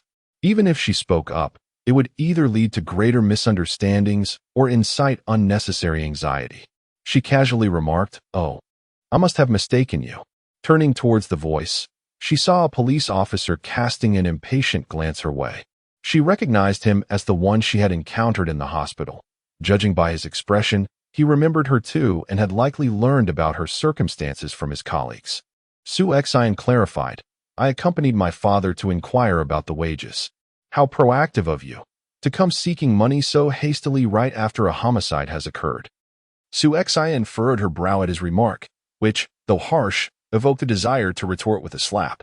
Yet, she understood all too well that others were not obliged to comprehend or empathize with her plight, especially those who had never experienced such hardships themselves. They often perceived the actions of others as selfish and base. Xian had no desire, nor was it necessary, to argue with such individuals. Calmly, she responded, "While this may seem rather callous, for us migrant workers, we only know our immediate foreman. Even in the absence of calamity, we risk being abandoned. Our hard-earned wages are the lifeblood for our families. If not for this urgency, we might never even catch a glimpse of the true employer." Even after the project's completion, to her surprise, the officer did not react with the anticipated agitation or crudeness. Despite her earlier sharp tone and somewhat extreme words, he maintained a composed demeanor, articulating the situation with neither subservience nor arrogance. From his experience in observing people, he discerned that this individual possessed a certain refinement. Casting doubt on the previous rumors, unbeknownst to him, his demeanor had softened considerably. "However, we are currently engaged in an investigation, and there are matters to attend to." Chapter 34, The Justice of Fate, Revocation of Renaming the Helmsman. The speaker was none other than the black handbag that had nearly been ensnared by the ghostly figure moments ago. Upon closer inspection, he appeared to be in his 30s, clad in a checkered shirt, with hair and shoes gleaming brightly, and the pungent scent of perfume wafted from afar. "And you," he continued, "this is a construction site, a crime scene, and you think a mere girl like you can wander in here so casually? If something is lost and evidence is destroyed, who do you think will be held accountable? Can you afford such a liability?" The young man, with a slightly protruding belly and a complexion that was pallid and greenish, clearly had avoided the sun for far too long. The black handbag was tucked under his arm as he pointed an accusatory finger at Xian, delivering a stern reprimand with an air of righteousness. Meanwhile, the ghostly figure gradually took shape behind the black handbag. It turned out to be a delicate young woman in her 20s, her face unnaturally pale due to the ghostly aura surrounding her. Surprised that Xian could see her, she spoke in a ghostly tone that only Xian could perceive. "Can you see me?" Xian nodded in response. The female ghost's expression shifted from one of sorrow, akin to a long-lost soul finally finding someone who understood her, to one of deep resentment. "Why do you choose to help him? Why? Do you have any idea what he has done to me?" Xian felt a slight tremor within her heart. Based on her prior understanding of spirits, she believed they lingered in the world due to unresolved sentiments, defying conventional reasoning. However, this female ghost was somewhat different. She possessed a remarkable degree of reason. Xian pondered that perhaps ghosts were akin to humans, just as individuals differ among themselves. So too do spirits vary. With sincerity, Xian replied, "I did not intend to." The figure with the black leather bag scrutinized her father, who had stepped forward to protect her, casting a blatant gaze from head to toe, revealing that she was the daughter of a laborer, her expression laden with disdain. Observing such behavior from the black leather bag, Xian noted the utter lack of refinement. She couldn't help but reflect that the ghost she had encountered earlier likely intended to drag her to some place for revenge, but had inadvertently been thwarted by her presence. Thus, she had unwittingly saved him from peril. In retrospect, perhaps her earlier actions had indeed been rather abrupt. It was not to imply that just because he was human, he ought to embody virtue and righteousness, nor could it be asserted that she, as a ghost, was entirely malevolent. Therefore, she would not merely adopt the stance of either the human or the ghost, but rather align herself with the principles of justice. Since fate had orchestrated this encounter, it was a sign from the heavens, guiding her to uphold fairness. At that moment, Shi Yan had no desire to engage further with him. Firstly, clarity was unattainable with such a person, and secondly, the ghost's intense gaze suggested she had more to convey. For Luo Xiaoxiao, it was exceedingly rare to meet someone who could see her and was unafraid of her presence. Hence, Shi Yan lowered her head and retreated to the side. The ghost spoke, "My body and soul are imprisoned, unable to leave the confines of the construction site." Shi Yan responded with an acknowledgement, stepping away from the crowd. The ghost hesitated for a moment before asking, "Are you certain you wish to uncover the cause of my death?" Shi Yan responded, "I am not directly involved. Thus I lack the authority to interfere with others' decisions. I apologize for my earlier abruptness. Should there be any way to make amends, I would be more than willing." Unlike the passive acceptance characteristic of ordinary individuals, Shi Yan's enhanced soul required her conscious acknowledgement to engage with the spiritual waves transmitted by spectral entities. The girl, named Luo Xiaoxiao, was a junior in college, striving to gather enough funds for a semester's tuition and her mother's medical expenses by working during the summer. After encountering several setbacks, she came across a job posting at a construction site seeking a cook and laundry worker, offering a monthly salary of 2,500 yuan along with meals and accommodation. Having grown up doing farm chores, she was adept at cooking and laundry, prompting her to apply for the position. Little did she know that this decision would lead her down a treacherous path. Luo Xiaoxiao possessed a serene demeanor, embodying a unique innocence and simplicity that stemmed from her rural upbringing.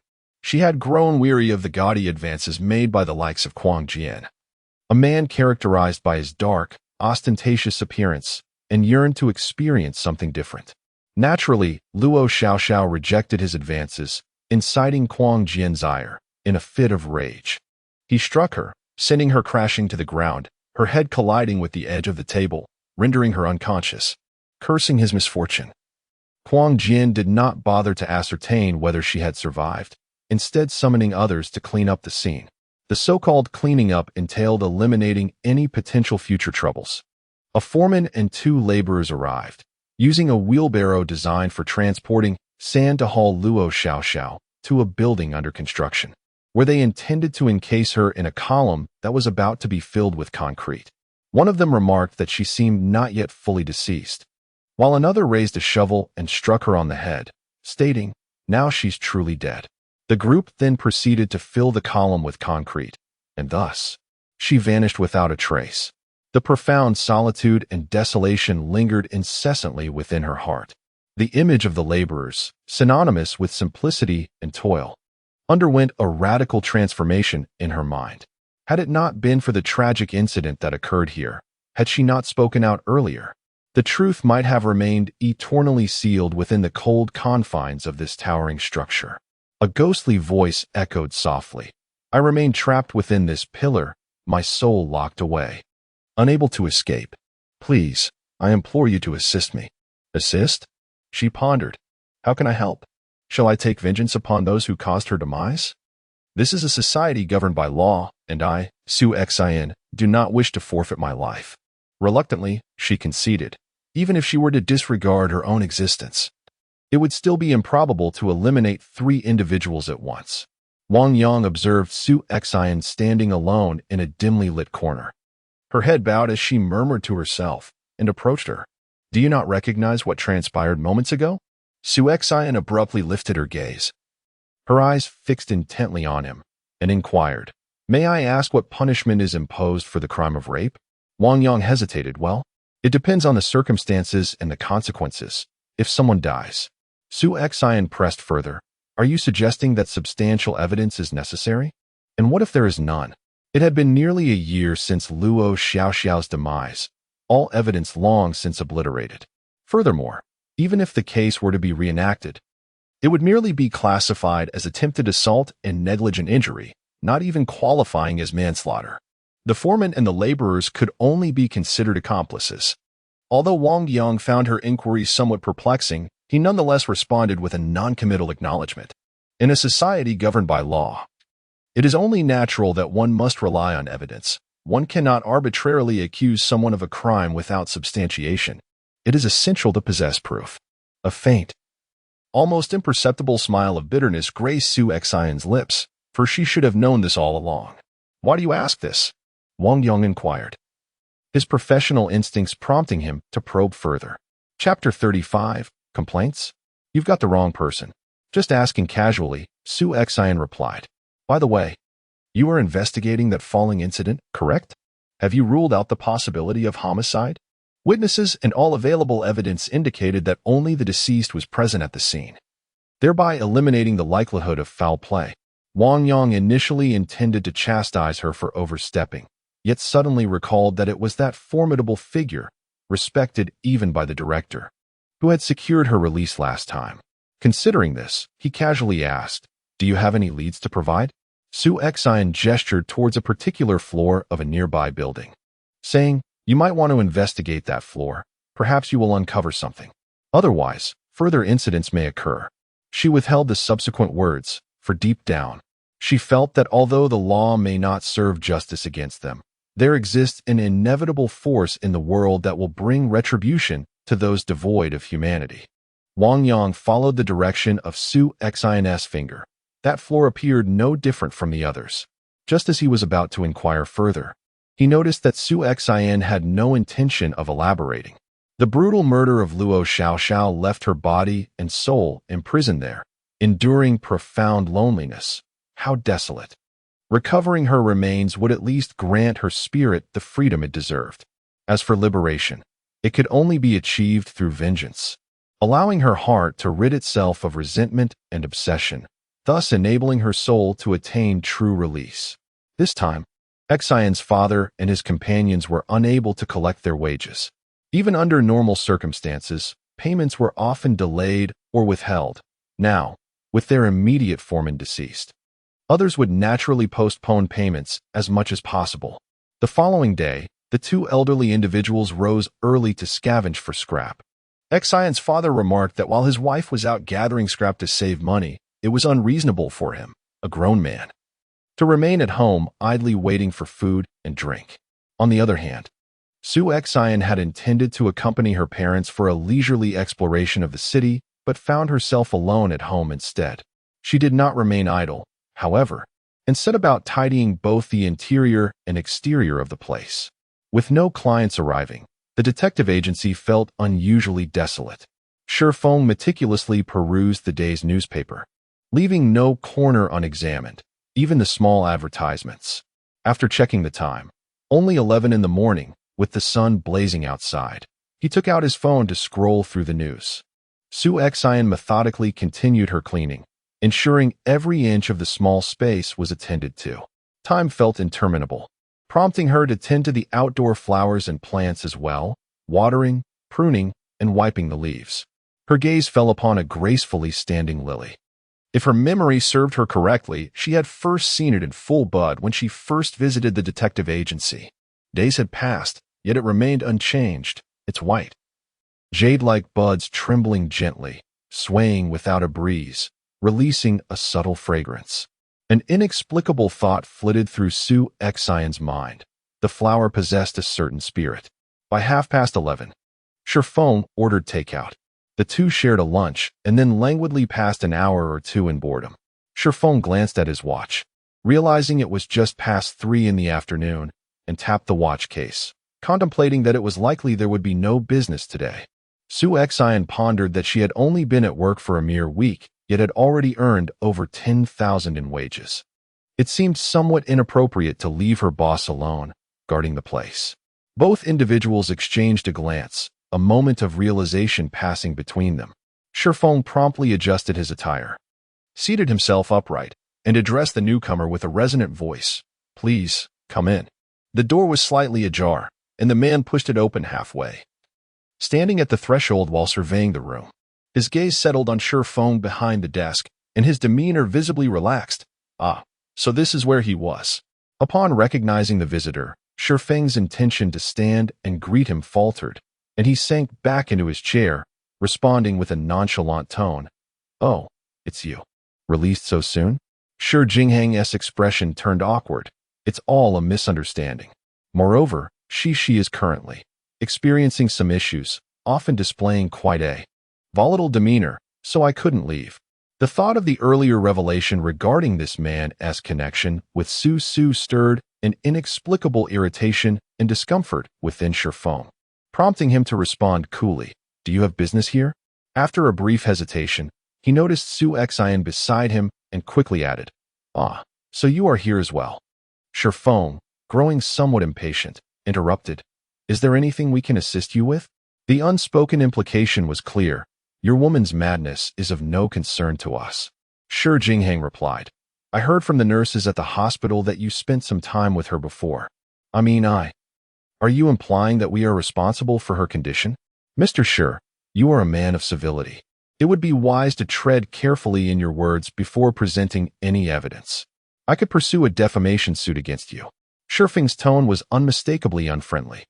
Shi Jinghang repeatedly waved his hands, saying, "That's not what I meant. I merely wished to inquire if there was anything unusual when Cici came to see you before, and whether any peculiar incidents occurred in the hospital." The corner of Shi Feng's mouth twitched involuntarily. Unusual circumstances? It was simply too extraordinary, even considering his personal experiences. It now seemed surreal. Shi Feng languidly reclined in his executive chair, spreading his hands. "I apologize. I cannot ascertain whether the abnormality you refer to pertains to her being grievously wounded by the husband she loved and trusted, resulting in a profound psychological upheaval. If that is indeed the case, I regret to inform you that we are powerless to assist." Shi Jinghang's face flushed with anger, yet he found himself at a loss for a rebuttal. He turned to the side, addressing Su Xin. "Su Xin, it's truly a relief that you are well now. In truth, ever since you encountered your predicament, I have longed to visit you. Yet, you are aware of Cici's nature. She is exceedingly domineering." Did he mean to convey that he had been deeply concerned for her but was restrained by his formidable wife? Did he truly believe she remained at Navi girl, unacquainted with the world's complexities? Su Xin could hardly muster a scornful laugh, resembling a feeble figure trapped in a nightmare, devoid of any sense of accountability. With a single phrase, he cast all responsibility onto others. It seemed likely that those women entangled in his web had also been deceived by such words, disparaging one woman in the presence of another. Chapter 36, Consequences. To be sent to a psychiatric hospital? Su Xian raised an eyebrow, counting on her fingers. It had only been 4 or 5 days since the incident involving Mei Cici, yet this man displayed such impatience, seemingly eager to consign her to a psychiatric institution. One could only ponder whether the souls inhabiting that body would be disheartened upon discovering his true intentions. Shi Jinghang quickly interjected, "I believe that in a mental hospital, she could receive more comprehensive and effective treatment." However, after examination, the doctors merely diagnosed her with intermittent psychological disturbance, deeming her unfit for hospitalization. The crux of the matter now is that she has become increasingly agitated, tormenting me late into the night. At this point, a barely perceptible hue of distress flickered across Shi Jinghang's face. Tormenting him late into the night? No wonder Su Xian's thoughts wandered astray. The term torment in the context of a marital relationship naturally carries certain connotations. Upon further reflection, she comprehended the situation, with several spirits residing within Mei Cici. Did that mean each one of them sought a turn with him? Su Xian, "I truly do not know what to do anymore," Shi Jinghang lamented, clutching his head in a gesture of despair, as if seeking solace from her. For whom was this display intended? Did he expect her to comfort him? In truth, Su Xian had long anticipated Mei Cici's bizarre behavior. When she witnessed those female spirits trapped within Mei Cici's psyche during their time in the hospital, a flicker of schadenfreude arose from the depths of her subconscious. One must consider, in a single body, multiple consciousnesses coexist, and if they are rivals vying for affection, how could their actions not manifest as peculiar? However, Su Xian had no intention of voicing her thoughts. nor did she wish to involve herself in the matter. From the account that Mei Sisi had previously shared in the hospital, it was clear that only with the use of Huan water could a complete soul worm be formed. Thus, it was evident that those women had engaged in physical relations with Ishikawa-ko at least once. Therefore, in a strict sense, their connection was far deeper than that which he shared with her. Witnessing this pair of scoundrels indulging in their antics, Shi Yan found a certain satisfaction in their plight. Given that Ishikawa-ko reveled in his promiscuity, he should feel elated now that he no longer needed to stray, nor bear the burdens of morality and legality, while simultaneously possessing the women he professed to love. Shi-yan, when do you finish work? Let us have dinner, Ishikawa-ko felt he had lamented enough. According to the usual sentiments of women, they would typically respond with sympathy. He didn't think his earlier heartfelt performance would leave her unmoved. Shifeng interrupted him. She has to work late. Shi-yan cast a grateful glance at Shifeng as his words resonated with her own sentiments. At that moment, a woman burst into the room with great urgency. The three of them were momentarily taken aback. The newcomer was none other than Mei Sisi, Ishikawa-ko's wife, whom he had just mentioned. Ishikawa-ko felt an overwhelming sense of annoyance and fatigue. He was a normal, independent man. Yet, no matter where he was or what he did, she clung to him like a specter, watching him as if he were a thief. The relentless barrage of phone calls demanded that he report his whereabouts every half hour, detailing who he was with and even sending photographs. This not only stripped him of his dignity in public, but also left him devoid of any semblance of freedom or privacy. He had just switched off his phone, only to be astonished that she had tracked him down to this place. She, could you not be so irrational? I am a human being too, Mei Sisi disregarded his words, instead directing her ire towards Shi-yan, hissing venomously, You again, you wretched woman? Why are you still alive, you insufferable mistress? Are you here to seduce my man once more? Go die? With that, Mei Sisi lunged at Shi-yan, ready to strike. Shifeng interposed himself, his voice icy. Madam, this is not your private domain. Please conduct yourself with decorum. Madam? Who are you calling madam? She retorted. Is there anyone else here besides you? Mei Sisi narrowed her eyes, jabbing her finger at Shifeng. Oh, so it's you. Humph. You are so protective of her. Could it be that you have taken a liking to that vixen? You may not know, but she is merely a seducer of other women's men. A true mistress. Shi-yan raised an eyebrow, a murderous intent igniting within her. She brushed aside Shifeng's hand and addressed Mei Sisi with a raised voice. Seducing? Is such a weakling truly worthy of my attention? Yet you all, even when combined, cannot keep a man. How utterly pitiable. You wretched girl, what did you just say? Mei Sisi's voice suddenly thickened, becoming hoarse and gravelly, as if multiple voices were clamoring within her. Shi-yan leaned forward slightly, articulating each word with deliberate intent. The only way to keep him by her side indefinitely was to meld their very beings together. Thus, betrayal would forever be rendered impossible. Mei Sisi momentarily appeared lost in thought. A faint smile graced the corners of Shi-yan's lips. The two men exchanged perplexed glances. Shi-yan's enigmatic statement elicited an unsettling chill in the air. Ishikawa-ko, having been dragged out of the detective agency by Mei Sisi, felt an overwhelming frustration and a desperate desire to escape this madwoman. He concocted an excuse of needing to work late at the office, yet in truth, he sought refuge in the familiar indulgences of a nightclub. On his way home, he cast a glance at his unresponsive phone, puzzled that the wretched woman had not even attempted to call him. He mused that women ought to exhibit a bit more discretion. Ishikawa-ko returned home shortly after 3 in the morning. Upon entering, a woman lunged at him like a specter. Her neck craned as she sniffed him with the fervor of a canine. Ishikawa felt utterly drained and irritable. Sisi, could you possibly act a bit more normally? Do you have any idea how exhausting my workday is? Mei Sisi seemed oblivious to his words. She seized his collar, yanking it apart, and extracted a hair strand measuring over a foot from the crevice. Ishikawa's heart skipped a beat, just as he was about to protest. He watched in disbelief as Mei Sisi held the hair to her nose, inhaling deeply with intense concentration. Suddenly, she glared at Ishikawa-ko, her voice coarse and hoarse, laced with a sinister undertone. 3 fragrances of perfume. At least 2 have nestled into your embrace, while another has left traces upon your hair. Ishikawa instinctively felt something amiss and furrowed his brow, inquiring, "Cece, what do you mean by that?" "I admit, I did visit the nightclub today. But that was purely for work. I had to accompany a client.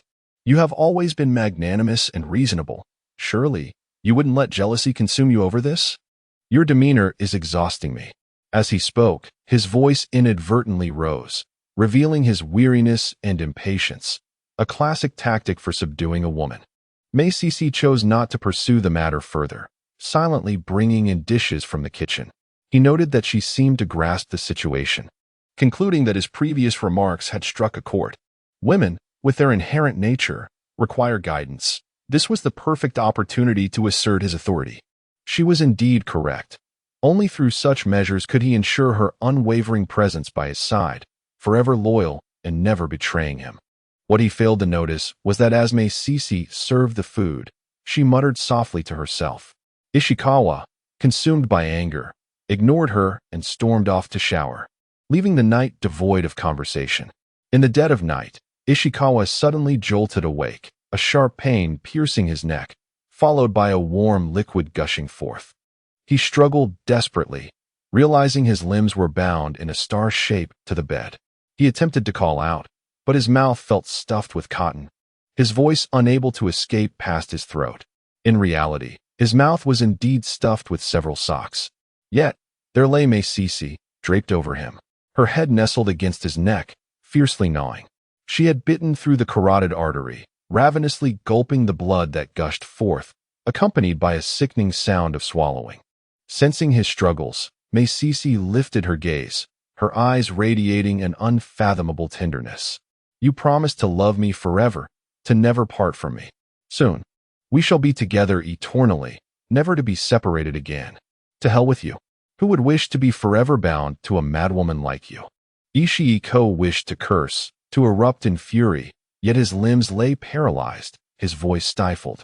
Under the moonlight, Cece's hair was disheveled like a lunatic's, her face and hands smeared with blood, resembling a malevolent spirit as she voraciously consumed his flesh.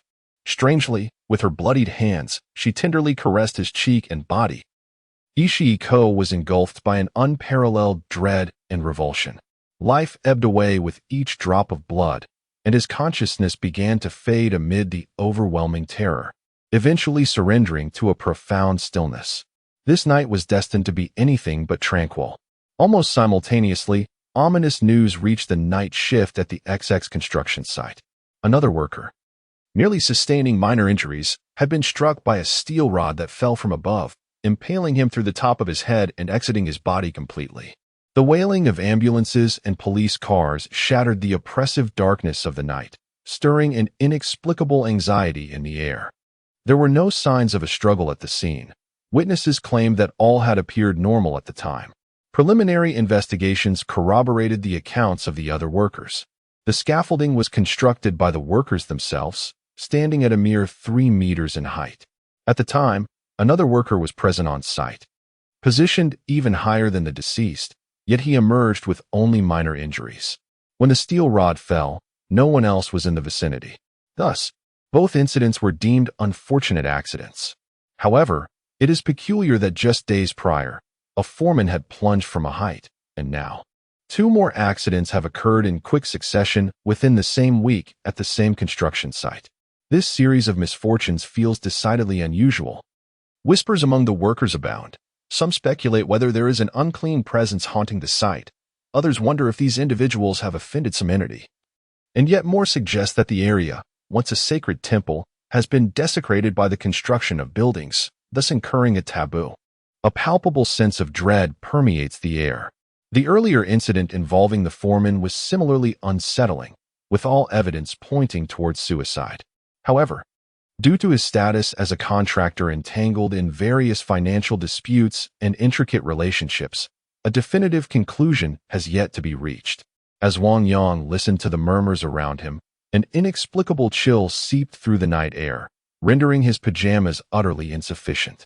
His gaze instinctively drifted towards the direction of the construction site that Shi Yan had pointed out to him that fateful night. Memories of her enigmatic questions flooded his mind. After toiling throughout the night without yielding any results, he was left with only a report to file, as the fatalities involved were merely 2 workers, and the matter could be easily dismissed. After a brief, restless 2-hour respite, he returned to work, his heart heavy with apprehension. He approached the security team, expressing a desire to revisit the scene for further investigation. The guard, known as Wei Yan from the local criminal investigation team, was a staunch atheist. Reluctant to divulge matters he had yet to substantiate, Wei Yan remarked, as fate would have it, "The Municipal Security Bureau is conducting a thorough safety inspection of the Hongxin construction team. I'll notify their leader, and you might as well accompany me to observe." Coincidentally, Zhang Haoyang, a former classmate of Wang Yang from middle school, was present, carrying a detection device. They proceeded to the designated floor indicated by Shi Yan, meticulously scanning the area with the equipment. Even though it was merely 1 floor, the expanse was considerable. In accordance with Wang Yang's directives, they executed a comprehensive inspection, dedicating a significant amount of time to the task at hand. Zhang Haoyang was puzzled by his old classmate's secretive demeanor, yet after an exhaustive examination, everything appeared to be in order. In truth, these construction teams possessed considerable credentials. Undertaking such vast projects indicated a certain level of capability. Wang Yang, undeterred, pointed to several central pillars and insisted, "Let us examine these pillars as well." Zhang Haoyang, unable to resist, thought that since they had already spent half the day on this endeavor, he might as well acquiesce to his request. Beep, beep. Observing the flickering data on the device, Zhang Haoyang spoke with a hint of uncertainty. "It seems there are voids within here." Instantly invigorated, Wang Yang pressed on. "Are you suggesting there is a problem within these pillars?" Zhang Haoyang was perplexed by why his old classmate appeared so anxious. Adjusting his glasses, he noted that the instrument indicated there were some incompletely filled voids within the column. However, he thought, even a small void is significant. Let us break it open.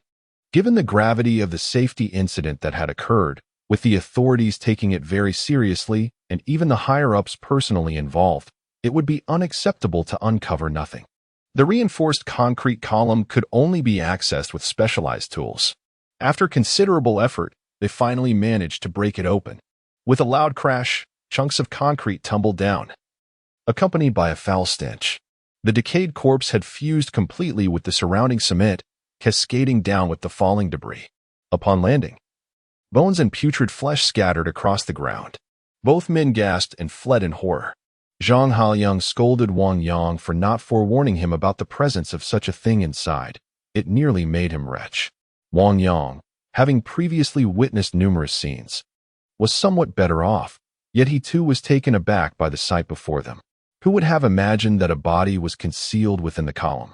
Had it not been for that woman's inquiry, had they not meticulously examined with instruments, and had he not insisted on breaking it open, this corpse might have remained undetected, lost to time alongside the building. Chapter 38. Consultation. The discovery of a deliberately sealed body within the column of an under-construction building transcends a mere accident. An immediate investigation is warranted. Upon preliminary examination, the deceased had been stripped of all clothing during their lifetime and was unceremoniously stuffed into a concrete pillar, subsequently encased in cement. As for the victim's garments, they were likely incinerated long ago, leaving no identifiable information. Only gender, age, and cause of death could be ascertained.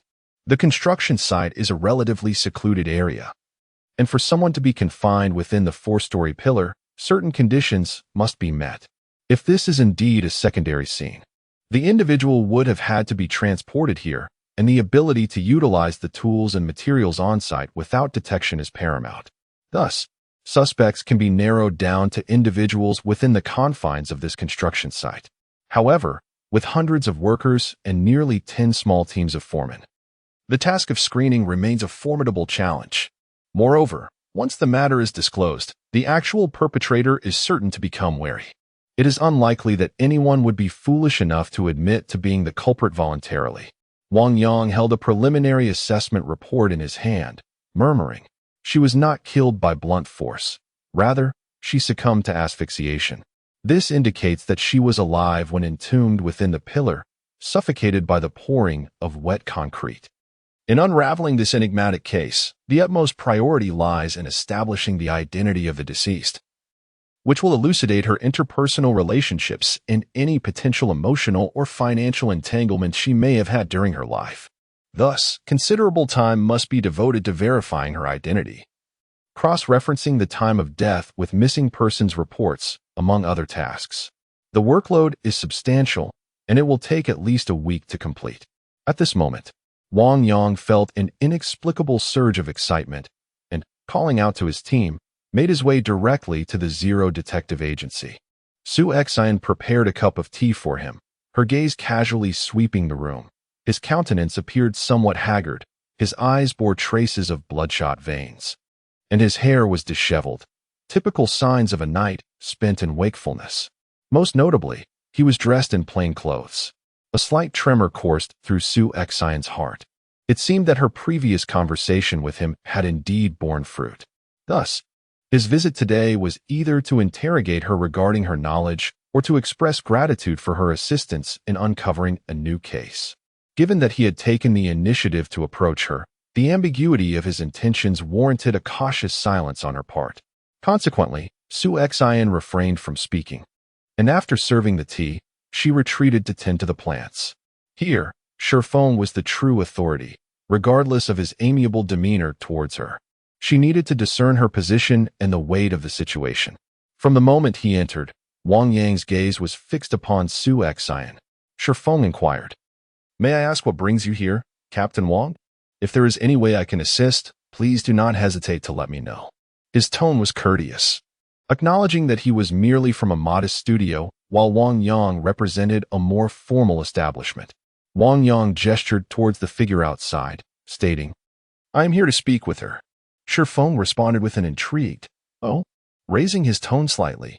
"May I inquire what this is about? After all, she is my employee and I." Wang Yang raised a hand to signal him to halt. "I understand your concerns," Wang Yang assured, "rest assured. I am here solely to ask a question. There are no ulterior motives." He waved his hand to emphasize his sincerity. Shifeng continuously responded, "That is good. Very good, Su. He then called for Su Xin, formally introducing the two, before adding, "Team Leader Wang has some inquiries for you. It is the duty of every citizen to assist the police. Therefore, you should speak freely without reservation." Su Xin replied earnestly, "Understood, boss." Wang Yang paused for a moment, then inquired, "That day, the location you pointed out to me led us to discover an unidentified female corpse." As he uttered this, his gaze remained fixed intently on Su Xin. Su Xin maintained a calm demeanor. However, to Wang Yang, her tranquility appeared complex. Typically, when an individual hears of a body unearthed from an active construction site, shock and fear would be the expected reactions. In truth, Su Xin was internally weighing the possibilities. Was the other party here to accuse her of supernatural abilities? Or were they genuinely encountering difficulties in their investigation and seeking guidance? If it were the former, acknowledging any such capabilities would merely label her as delusional, potentially subjecting her to admonishment. Conversely, if they were indeed seeking advice. From what she learned from Luo Xiao, nearly a year had elapsed since the incident. With scant evidence available and the identity of the victim exceedingly difficult to ascertain, let alone identifying the perpetrator. Her apprehensions and hesitations, however, manifested to Wang Yang as depth and composure. Frequently engaged in psychological battles with criminals, breaking down their mental defenses is of paramount importance. As I mentioned earlier, I am not here to cause you trouble. Otherwise, my approach would not be as it is now. I merely wish to ask, was your comment that day a mere whim, or do you indeed possess knowledge of something? Su Xian finally spoke. What if it was just a whim? What if one truly understood the circumstances? Wang Yang furrowed his brow slightly as Shifeng handed him a cigarette. He lit it and took a deep drag, releasing a smoke ring, responding gravely. "It makes no difference. Do you truly know or not?" Su Xian replied succinctly, "I know. Her name is Luo Xiaoxiao, a third-year student at S University. She was tragically killed last summer while working at a construction site. After being knocked unconscious, Her clothes were stripped away, and she was then encased within a concrete column, suffocating to death. As Su Xian's calm voice unfolded the grim narrative, Wang Yang's hand trembled slightly, the ash falling onto his trousers unnoticed. Indeed, this was the latest intelligence he had just received from the forensic department. Before he could pose a question, Su Xian continued, I believe this information should suffice to help you confirm the identity of the deceased, allowing her to rest in peace soon. What else do you know? Wang Yang blurted out. Su Xian replied, in fact, I am aware of far more. I know her family faced significant hardships. She took the summer job to cover her tuition for the next semester and her mother's hospital expenses. I also learned that while working as a laundry attendant at this site, she was harassed, and when she resisted, she was brutally beaten into unconsciousness. Subsequently transported to a construction floor and encased alive within a column. Wang Yang's voice began to tremble. How do you know all this? She told me herself. Su Xian replied. Wang Yang abruptly stood, staring intently at Su Xian, his expression grave, teetering on the edge of an outburst or further scrutiny. Upon sensing the situation, Shifeng hastily intervened to ease the tension. Captain Wang, please take a seat and let us discuss this calmly. Su is my employee. If there is anything amiss, do not hesitate to bring it to my attention. Wang Yang dismissed Shifeng's outstretched hand. His fingers, which held a cigarette, pointed accusingly at Su Xin. Yu, I hope what you've said is indeed true. The subsequent findings left Wang Yang feeling utterly disheartened yet inexplicably exhilarated. Chapter 39. Together forever. Beginning with the information provided by Su Xin, it was swiftly uncovered that a junior at S University had indeed dropped out last year. Further inquiries led to her family, revealing a sick mother, a straightforward father, and a younger brother who had recently left high school, all details aligning perfectly with Su Xin's account. The identity of the deceased was confirmed, yet the question of who had caused her demise remained elusive. With no other options, a comprehensive investigation of the construction site's workers was initiated. The scale of this endeavor was immense, and it could not be ensured that everyone would recall events from a year prior, nor could their honesty be guaranteed. Wang Yang pondered Su Xin's words. Perhaps the truth was as she had described. Yet, all evidence had long since vanished, leaving only uncorroborated testimonies. He contemplated whether to inform Wei Dui about the matter. When Wei Yan arrived. After all, Wang Yang's behavior in recent days had been unusually erratic. The typically indolent man was displaying remarkable enthusiasm regarding these cases. Initially, he inexplicably sought to re-examine a scene previously deemed a suicide, only to uncover an unidentified female corpse within the newly constructed building. Later, as everyone struggled to ascertain the identity of the female corpse, he casually revealed several crucial pieces of information that swiftly confirmed the deceased's identity. Wei Yan, in his 30s, of average build with a slightly dark complexion, possessed piercing eyes that exuded an innate authority even before he spoke. Without delay, Wang Yang began to recount, in a rush akin to pouring beans from a bamboo tube, how he encountered Su Xian and the subsequent events that unfolded. Wei Yan regarded the young man. Although he was often somewhat sluggish in his tasks, he was undoubtedly the sharpest and most meticulous among the officers. Though the tale sounded somewhat fantastical, a part of his subconscious had already begun to accept it. Otherwise, the recent occurrences would remain inexplicable. Initially, he had harbored a degree of disdain for Director Tang's apparent favoritism toward that man, perceiving him as eccentric with his aloof demeanor and alarming rhetoric. The painstakingly gathered evidence by their team seemed to pale in comparison to a mere utterance from him, which was a source of considerable frustration. Wang Yang felt a flutter of anxiety, fearing an outburst from his superior. Fortunately, after a brief moment of contemplation, Wei Yan rose, patted his shoulder, and said, "Prepare yourself. Tomorrow we shall meet her." Wang Yang paused, momentarily bewildered. "Who? You mean Su Xian? Who else?" Wei Yan replied. "Then, should we wear plain clothes, or?" "Of course, in uniform." Just before leaving, Wei Yan added, "Make sure to gather as much information about her as possible. The more detailed, the better."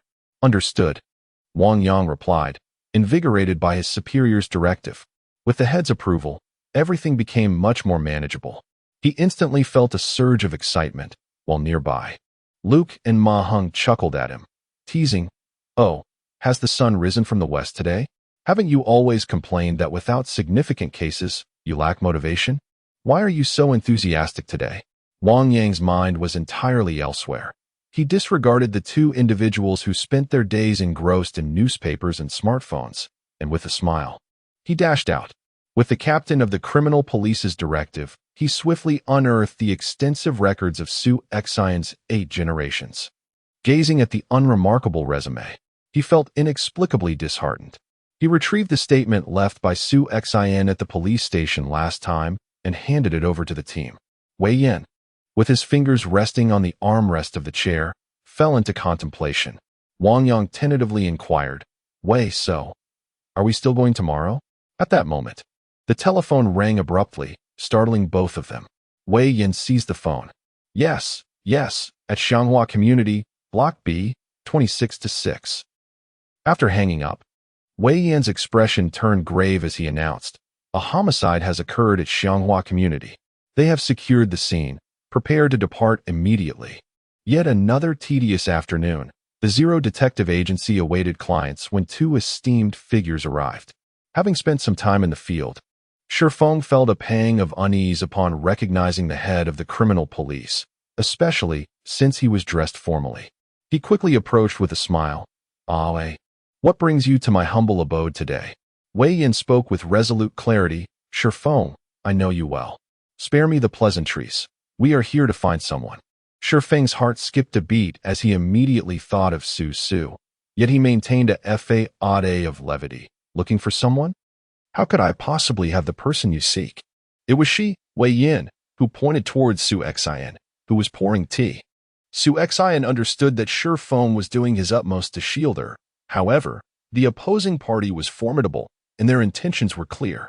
Continuing to feign ignorance would only exacerbate the situation. Therefore, she lifted her head and responded, "Are the two police officers here to see me?" Wang Yang, meeting Su Xian's inquisitive gaze, flashed a fleeting look of remorse and explained, "Well, regarding the information you provided last time, we have completely verified it, so we would like you to accompany us for a brief discussion." Once inside, even if there was no pressing matter, the series of interrogations could be quite exhausting. Su Xian was more than willing to assist them in solving the case, yet she was not fond of their demeanor. Did they intend to intimidate her? That would be a grave miscalculation. Having endured several harrowing experiences of life and death, she believed that nothing in this world was truly catastrophic. "Accompany you for a chat?"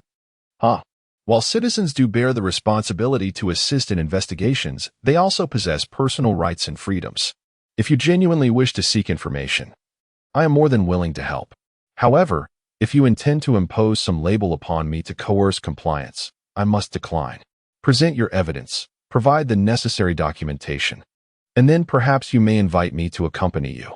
Su Xian's expression was calm, yet her tone was resolute and powerful. One would never guess her age from her articulate demeanor. Shifeng stepped forward and, with a smile, remarked, "If the team wishes to inquire for information, our detective agency warmly welcomes you. Come, let us sit down and converse." Wei Yanxiao cast a glance towards Wang Yang, who then retrieved a leather document pouch from his bag and handed it to Su Xian. She did not accept it immediately. Inquiring instead, "What is it?" "You will know once you see," he replied enigmatically.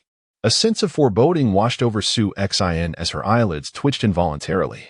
Inside the pouch, she extracted a stack of photographs, each capturing the crime scene from various angles. The images resembled a scene from hell.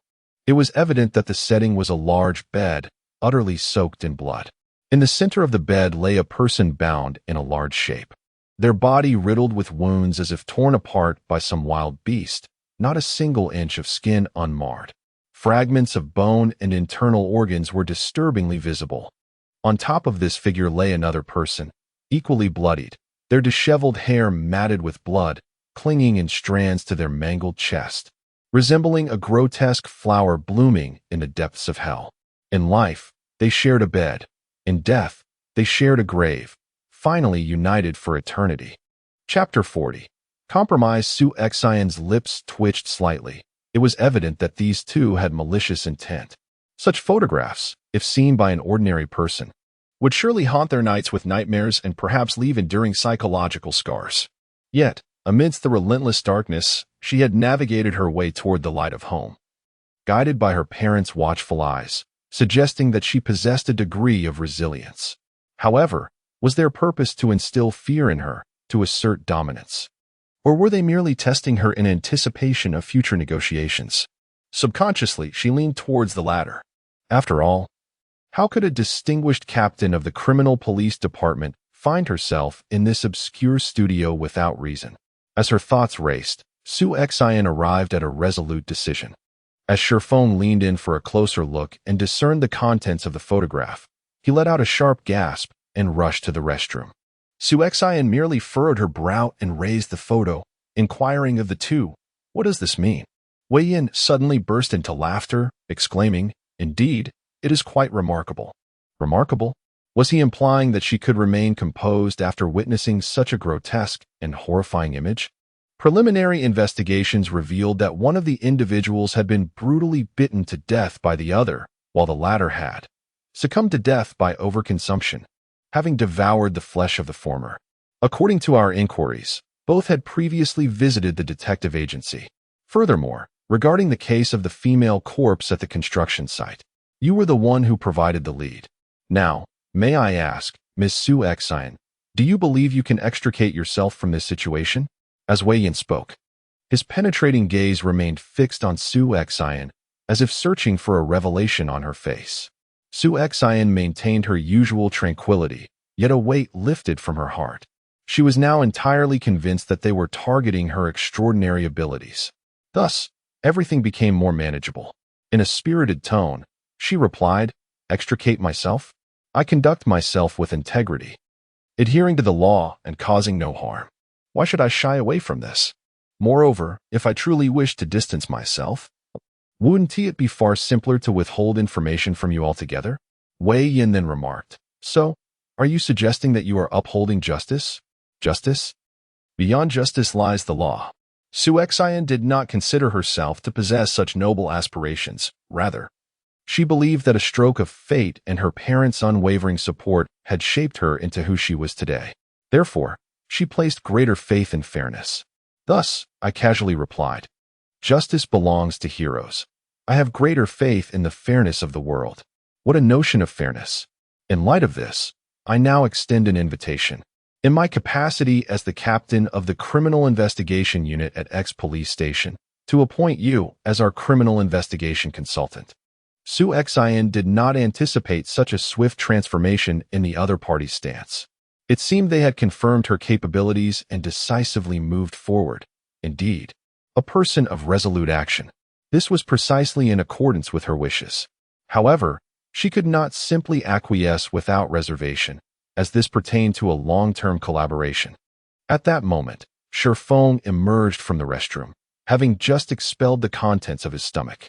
Su Xian remarked, "I am currently employed by Zero Detective Agency. Any matters regarding business should be discussed with my employer." Shifeng was an astute individual and understood Su Xian's intentions. It was clear that she had aided them. Yet, given their earlier demeanor, if she were to display even a hint of weakness, she would undoubtedly find herself led by others in the future. It was prudent to seize the moment and withdraw. The two parties amicably reached a cooperation agreement, stipulating that should they encounter extraordinary cases in the future, they could consult with Zero Detective Agency and pay a finder's fee. On the way back, Wang Yang wore a puzzled expression. Yet it was not the time to inquire in someone else's territory. "Chief, there are hundreds of detective agencies of varying sizes in S City. Why choose to collaborate with them? Because she is no ordinary individual." "True, but..." Wei Yan suddenly interjected. "Do you remember what your first crime scene was like? It was merely a case of a fall. The deceased had plummeted from the 6th floor, their skull shattered upon impact. I had vomited uncontrollably at the scene and remained in a daze for several days, taking weeks to recover my composure." Wei Yan continued, stating that the information we gathered about her was rather conventional, depicting her as an ordinary individual. However, when she glanced at those photographs, It was as if she were casually flipping through a magazine. This indicates that she is anything but ordinary. She seems to possess an insight into the tribulations of the world, yet remains untainted by its mundane concerns. Thus, he recognized her uniqueness, ultimately leading to a forthright agreement. Shi Yan was in an unusually buoyant mood today, breaking from routine to treat herself to a buffet hot pot. At the moment she beheld the photographs, the thorn that had lodged in her heart vanished instantly. From the time the establishment opened at 6 until past 9, the two indulged in their meal. They replenished the broth several times and refilled the dipping sauce multiple times, with patrons rotating in and out. They had nearly become a thorn in the proprietor's side. It was no wonder that for a 59 yuan buffet, they monopolized a table and devoured several large platters of meat and vegetables, which would have cost at least 100 or 200 yuan in terms of cost alone. In truth, Shi Yan had already exhibited considerable restraint. In a moment of joy, she simply couldn't help but indulge a bit more. Shi Yan expressed her gratitude, saying, "I have a bus card, so I don't need to transfer. It's just a few stops away." Shi Feng suddenly remarked, "You are fortunate to have a physique that doesn't gain weight." Upon seeing the two standing comfortably by the car, the tension in his heart finally dissipated. He called out, "Dad, Mom, what are you doing here?" Shi Yan moved deftly, using the rice cooker to steam rice, and then preparing a bowl of pickled cabbage with tofu fish. During dinner, the family settled into their usual routine of casual conversation. Xianma chattered, saying, "Alas, Aunt Yu is truly unfortunate. The eldest son is a disappointment, and the daughter-in-law is no easy task either. Now, the young girl finds herself entangled in such a predicament. The doctor has recommended her admission to a psychiatric hospital. It is said that the fees for such a facility amount to over 1,000 each month, and once admitted, they immediately administer sedatives. After a few years, even the most vibrant individuals are reduced to nothingness." Shi Yan instinctively inquired, "What about Aunt Yu's daughter? What happened?" Chapter 41, Interference. Xianma sighed, and before elaborating on the matter, she remarked, "Men fear choosing the wrong profession, while women dread marrying the wrong man. As a girl, one must cultivate self-respect and dignity." Shi Yan reflected inwardly. Indeed, if she had not steadfastly resisted the temptation to cohabit and experiment with marriage at that time, she might have unwittingly become ensnared in a similar fate. She would have ended up like those spectral women, and even in death, she would find no liberation, merely existing as a tool for others. The thought still sends shivers down her spine. Subsequently, Xianma began to recount the tale of Aunt Yu's family. 2 years prior, Aunt Yu's daughter, Xiaomei, began dating a young man. They quickly became inseparable, and before long, she found herself with child. Xiaomei had intended to use her pregnancy as a means to discuss marriage with her boyfriend. However, upon hearing the news, he not only berated her for being manipulative, but also labeled her as promiscuous, casting doubt on the child's paternity. He coldly tossed her 2,000 yuan to terminate the pregnancy. As for marriage, that was out of the question. Initially, they had agreed to a casual relationship, devoid of any expectations for permanence, merely cherishing the moments they shared. She implored her boyfriend multiple times, yet he callously blocked her and vacated their rented accommodation. Xiaomei then lingered around his frequent haunts, only to discover him embracing another woman. She believed that the woman had seduced her boyfriend, and thus she charged at the woman, engaging in a fierce struggle. Her boyfriend struck her harshly across the face, and with her unsteady footing in high heels, she stumbled and fell. Not only did he refuse to help her up, but he also berated her, calling her worthless and ordering her to leave. He contemptuously threw a couple of bills at her face, declaring that she was worth no more than that. Upon returning home, Xiaomei felt a dull ache in her lower abdomen and went to the hospital for an examination, which revealed that she had experienced a miscarriage and that the fetus was unstable, necessitating rest and care. Reflecting on his coldness and humiliation, Xiaomei found it unbearable to bear the child of a man who had so thoroughly trampled upon her dignity. Moreover, given her current state and lack of employment, she was unable to support herself, let alone a child. With only 2 or 3 months remaining in her pregnancy, she resolved to terminate it. However, The following year saw her condition deteriorate further, ultimately leading her to self-harm, leaving her a mere shadow of her former self. Ma recalled the day she had helped Aunt Yu with the child, a chill creeping into her heart, and she sighed, lamenting the cruelty of it all. However, Yan detected an unsettling note in Ma's account. Based on her narration, Xiaomei appeared to be a fashionable and avant-garde individual, open-minded enough not to descend into madness merely from a single abortion. Thus, she inquired, "Mother, you mentioned that Xiaomei has been confined to her room for over a year, without venturing anywhere?" Due to the distance, she had not noticed any abnormalities in Xiaomei. Ma replied, "Indeed, all the windows in her room are draped with heavy curtains, rendering it dark and eerie even during the day. Have you been there?" Mother Xian, "Indeed, just the day before yesterday, shortly after you left, her daughter fell ill, and I went to lend a hand. It was as if she recalled something. Can you believe it? The child's body was chillingly cold, yet she possessed immense strength. It took both her mother and me considerable effort to restrain her." At this moment, Xian abruptly halted, gazing intently at Mother Xian. "Mother, did you just say her body was as cold as ice, yet she was incredibly strong?" Hearing Mother Xian's words, Xian was certain there was something amiss. "Wasn't it so? Did she disregard your calls entirely? How do you know?" Mother Xian looked at Xian with confusion, and even Father Xian set down his utensils to gaze at their daughter.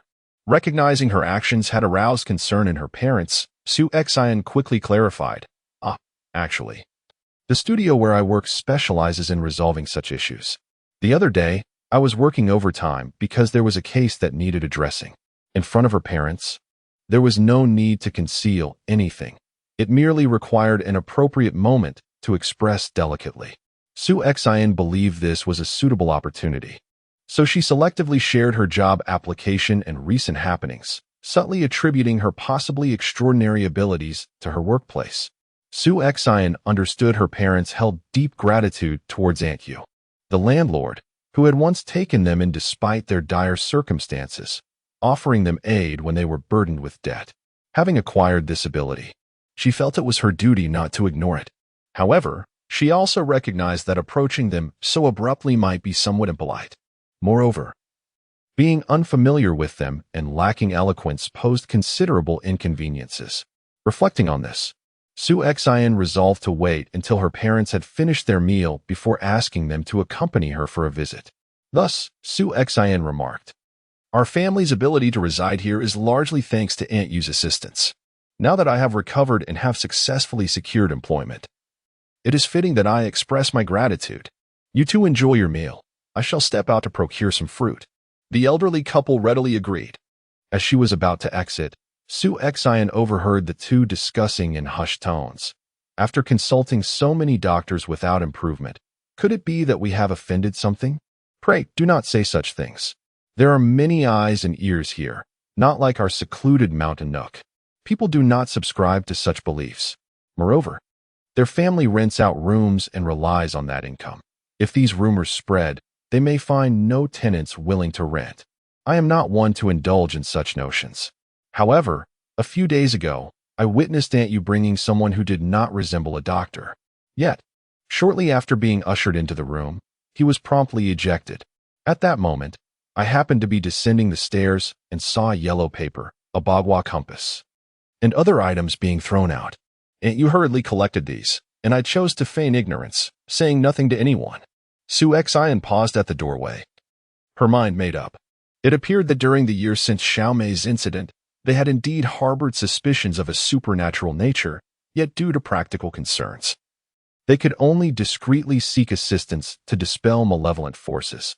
However, individuals with genuine expertise, akin to Xingmu, were elusive and not easily found.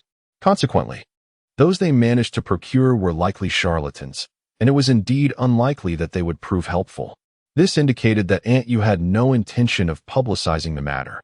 It stands to reason that, given the distressing events that transpired within the household, the family is already burdened with enough shame and anguish.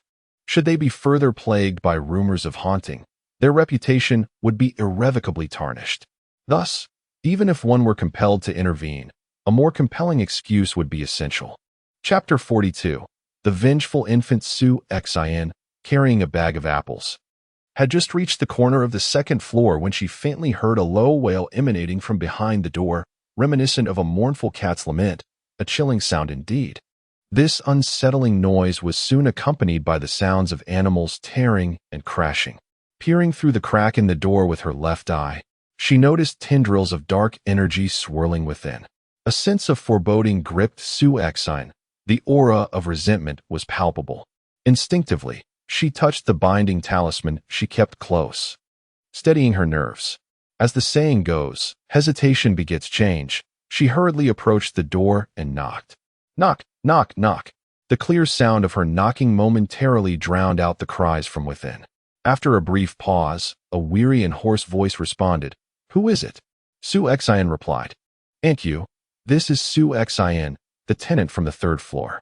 I wanted to express my gratitude for your kindness over the past year and have come to visit." Shi Yan could hear "Ain't you" right by the door, yet she hesitated to open it. "Ain't you? Please open the door. My mother asked me to bring some fruit." Ain't you cracked the door open just a sliver.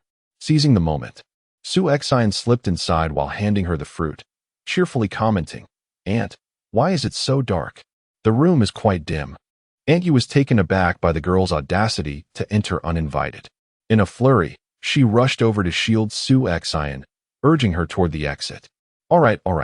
You should go back outside. It's too dark in here. You might hurt yourself." Her greatest fear was that little May might suddenly lose control and inadvertently harm a guest. Aunt Yu has consulted numerous psychologists, all of whom have concluded that Xiaomei suffers from psychological disorders that require guidance. However, no one can approach her. No one can utter a single word to her. How then can guidance be provided? Xiaomei's condition has escalated to a critical point, leaving no choice but to admit her to a psychiatric hospital. Upon examination there, it was found that she is physically sound but weakened and in need of proper care. Previously, her father and brother visited her and were nearly choked to death by her. Even those so-called extraordinary masters she had invited almost met their demise at her hands. She truly cannot bear to let anyone else in. "Aunt, she must be your daughter Xiaomei," someone remarked. "My mother mentioned her to me earlier, and it seems I am a few months older than Xiaomei. We are contemporaries." Shi Yan, familiar with the layout of such buildings, casually pressed a switch by the door and pointed towards the individual in the corner. Her expression relaxed. Aunt Yu was nearly in tears, desperate to avoid a confrontation. And if not for the fact that she was a tenant, she would have lost her temper long ago. "I beseech you, my dear daughter, please leave," she implored. "Oh, they say family shame should not be aired. Truly, it is a calamity." Shi Yan reassured her, "Aunt, please do not worry. I have also traversed the gates of the underworld and emerged unscathed. I heard from my mother that Xiaomei has experienced some psychological trauma. To be candid, I have studied psychology in school and am currently working in a similar counseling studio. Moreover, observe that Xiaomei does not seem to reject me. Perhaps I might be able to communicate with her." Aunt Yu glanced at Xiaomei, somewhat taken aback. Indeed, typically anyone who approaches would be met with her fierce bite. However, this time, to her surprise, Xiaomei did not leap forward but instead huddled in a corner, emitting a sorrowful whimper. This presented a profound conflict within Aunt Yu. She naturally wished for a remedy for her daughter's ailment, yet Shi Yan once again invoked the name of the Zero Detective Agency. Observing the ambivalence in the other's demeanor, she continued, "If you harbor doubts, you may investigate it yourself. 139, Jinyuan North Road, Zero Detective Agency. Even the police occasionally seek our assistance in their cases." As Shi Yan uttered these words, she stood tall with her back straight. Aunt Yu's emotional resistance began to wane. Indeed, mentioning the police proved effective. After finishing their meal, Xian's parents, noticing Shi Yan's prolonged absence, descended the stairs only to overhear a heated exchange. While bringing fruit as a gesture of goodwill was entirely reasonable, if the hosts were unwilling, it could be perceived as somewhat intrusive. The elderly couple promptly apologized to Aunt Yu. Shi Yan remarked, "Mom and Dad, your presence is timely. Perhaps you could persuade Aunt Yu. This past year, we have been under her care. Since Xiao Mei and I are of the same age, we might share more common interests that could offer her some comfort. Rest assured, nothing untoward will happen. She suggested, why don't you converse outside for a while? I will speak with Xiao Mei, and I promise to return in no more than half an hour. After Su Xian's persistent insistence, the group finally acquiesced. She closed the door behind her, and the smile that adorned her face instantly vanished. She turned her gaze toward Xiao Mei, her eyes filled with an icy glare. A child shrouded in dark energy clung tightly to Xiao Mei's head, its tiny, shadowy hands gripping fiercely into the depths of her eyes. The vengeful infant gazed at Su Xian, its two hollow black eyes exuding an aura of malice, yet instinctively filled with fear. It emitted a whimpering sound, prompting Xiao Mei, whose consciousness had been completely usurped, to emit similar eerie cries. Su Xian narrowed her eyes. The torment that her mother had mentioned, which had plagued Xiao Mei for over a year, was indeed this grotesque creature. She strode forward, her left hand tucked into her pocket, clutching a binding talisman, while her right hand reached directly towards the infant's head. Under the influence of her will, her spiritual energy enveloped her hand, and she grasped the vengeful infant, its texture akin to that of ice. After tugging at it twice without success, she realized that it seemed to be affixed to Xiao Mei's head. With a soft exclamation, she concentrated her spiritual energy, which surged forth brilliantly. The infant let out a piercing scream, and with a forceful pull, Su Xian finally detached it from Xiao Mei's head. Deprived of any nourishing energy, the vengeful infant, in the radiant grip of Su Xian, began to dissolve like cheese, gradually shrinking until only a wisp of gray mist remained, gently pulsating in her palm. Su Xian declared, "You are not a spirit infant, at least not hers. Now, reveal your true nature, or do not blame me for my lack of courtesy." Su Xian felt a twinge of frustration. If this creature were indeed the product of Xiao Mei and her boyfriend, why did it only cling to its mother and not seek out its father? If it possessed any consciousness, it should understand that it was the father, not the mother, who was truly willing to cast it aside. In truth, the souls of ordinary individuals gradually coalesce from birth until about 6 months of age. And prior to the age of 3, a child's spirit remains rather unstable, easily susceptible to external energy waves and magnetic fields. This phenomenon, commonly referred to as disturbance, elucidates why children are prone to fright. According to Yu, this occurs when a child is merely 2 or 3 months old. Strictly speaking, the fetus has yet to fully form, and thus one cannot speak of a soul. Therefore, this vengeful spirit cannot possibly be the fetus that Xiao Mei aborted. Chapter 43. Unbearable. The vengeful spirit sensed Su Xian's murderous intent and realized she was not to be trifled with, inducing a genuine fear within it. Its diminutive form trembled, exuding a pitiable demeanor. Su Xian remained unmoved. Based on prior knowledge, this entity had tormented Xiao Mei's family for over a year. Furthermore, the way it clung tenaciously to Xiao Mei's head revealed its intention to ensnare her to the point of death. Such malice rendered Su Xian incapable of feeling compassion for its momentary display of vulnerability.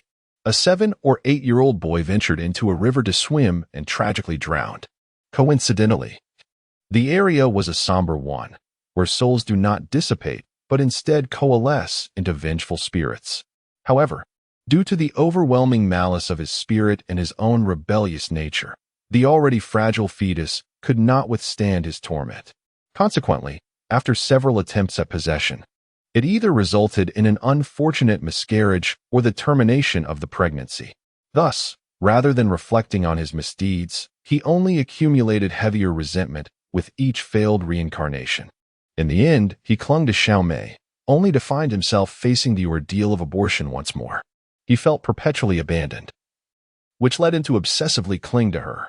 Each time Yu sent Xiao Mei to the mental hospital, the chaotic energies and magnetic fields outside rendered him uncomfortable.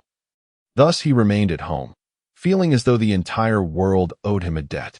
Su Xian narrowed her eyes and spoke coldly. "So, you believe you have been forsaken, that the world owes you, and thus it is justifiable for you to harm others?" The resentful spirit replied, "I never intended to harm them. I merely found it amusing. A playful interaction." Su Xian scoffed, amusing, playful. You yourself stated that you were already 7 or 8 years old at the time of your death.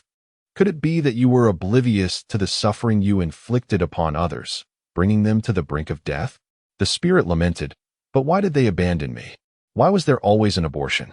Su Xian responded, you are more aware than anyone whether you were abandoned by others or if you abandoned yourself. The heavy aura of resentment that surrounds you, combined with your obstinate nature, has led you to repeatedly cause the demise of others' unborn children.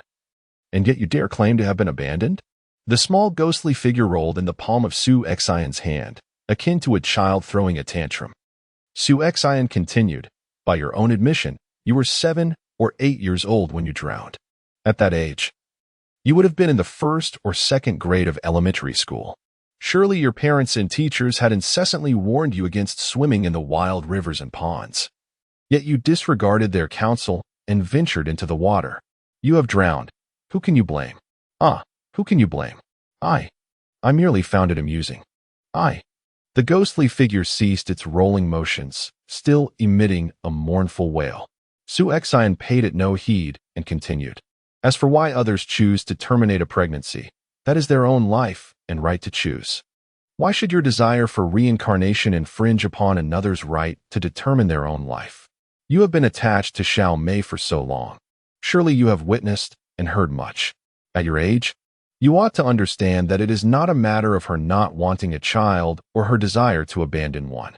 Rather, it is the harsh realities of life that force her to make such choices. Consider this. If she were to give birth out of wedlock, even if you were to come into existence, you would bear the stigma of being a bastard. In that moment, would you not resent her for not providing you with a complete family? Imagine if she were unemployed and struggling to support herself. How could she possibly care for you? Would you expect her to rummage through trash? If you had a mother who scavenged or begged, would you not question why she was not wealthy? Why you were not born into affluence? Your voice has gradually diminished. Your soul has not dissipated. In fact, compared to many newly born souls, you possess an immense advantage and should be more discerning, more aware of right and wrong. With this advantage, you could become an exceptional child and achieve great things in the future. Yet, you squander this potential on resentment and malice towards the very benefactor who has bestowed upon you life and existence. Truly, it is a lamentable fate. With such unrepentant obstinacy and resentment, who would dare or willingly bring forth a child devoid of gratitude, a tempest of bitterness? She could scarcely fathom how a child, who could not even extend kindness and gratitude to his own mother, might presume to demand that others bring him into existence and nurture him. A surge of murderous intent welled within Su Xian, her spiritual power radiating with an intensified brilliance, searing the diminutive specter before her. The gray soul writhed in agony, its hue gradually fading, becoming ever paler. Wait, a faint, hoarse voice emerged from the shadows. Su Xian cast a glance, discovering that Xiao Mei had awakened. In that moment, Xiao Mei appeared emaciated, her eye sockets hollow and darkened, clearly drained of vitality. Enduring a year tormented by a vengeful spirit that incessantly siphoned her essence was nothing short of miraculous. No, do not kill him. Su Xian's eyes narrowed, quickly grasping that the spirit, unable to sway her resolve, had sent Xiao Mei to plead on its behalf. Su Xian inquired, "Are you aware of what he has done to you over the past year?" Xiao Mei propped herself up with trembling arms, weakly nodding. I know. No. Then why plead for him? Su Xian could not comprehend why this malevolent spirit, intent on ensnaring her, had any claim over her mercy, especially since it was not even her child. Su Xian scoffed. Humph, would you still bring him into this world, even if he remains that wretched child, resenting his status as an illegitimate offspring, blaming you for his misfortunes? Su Xian perceived that Xiao Mei was somewhat obstinate, her words striking deeply at the heart. Xiao Mei wept softly, her voice a fragile whisper, akin to the faintest murmur of a mosquito, as if it might shatter at any moment. After a while, she managed to sob. I realize my mistakes. It is all my fault.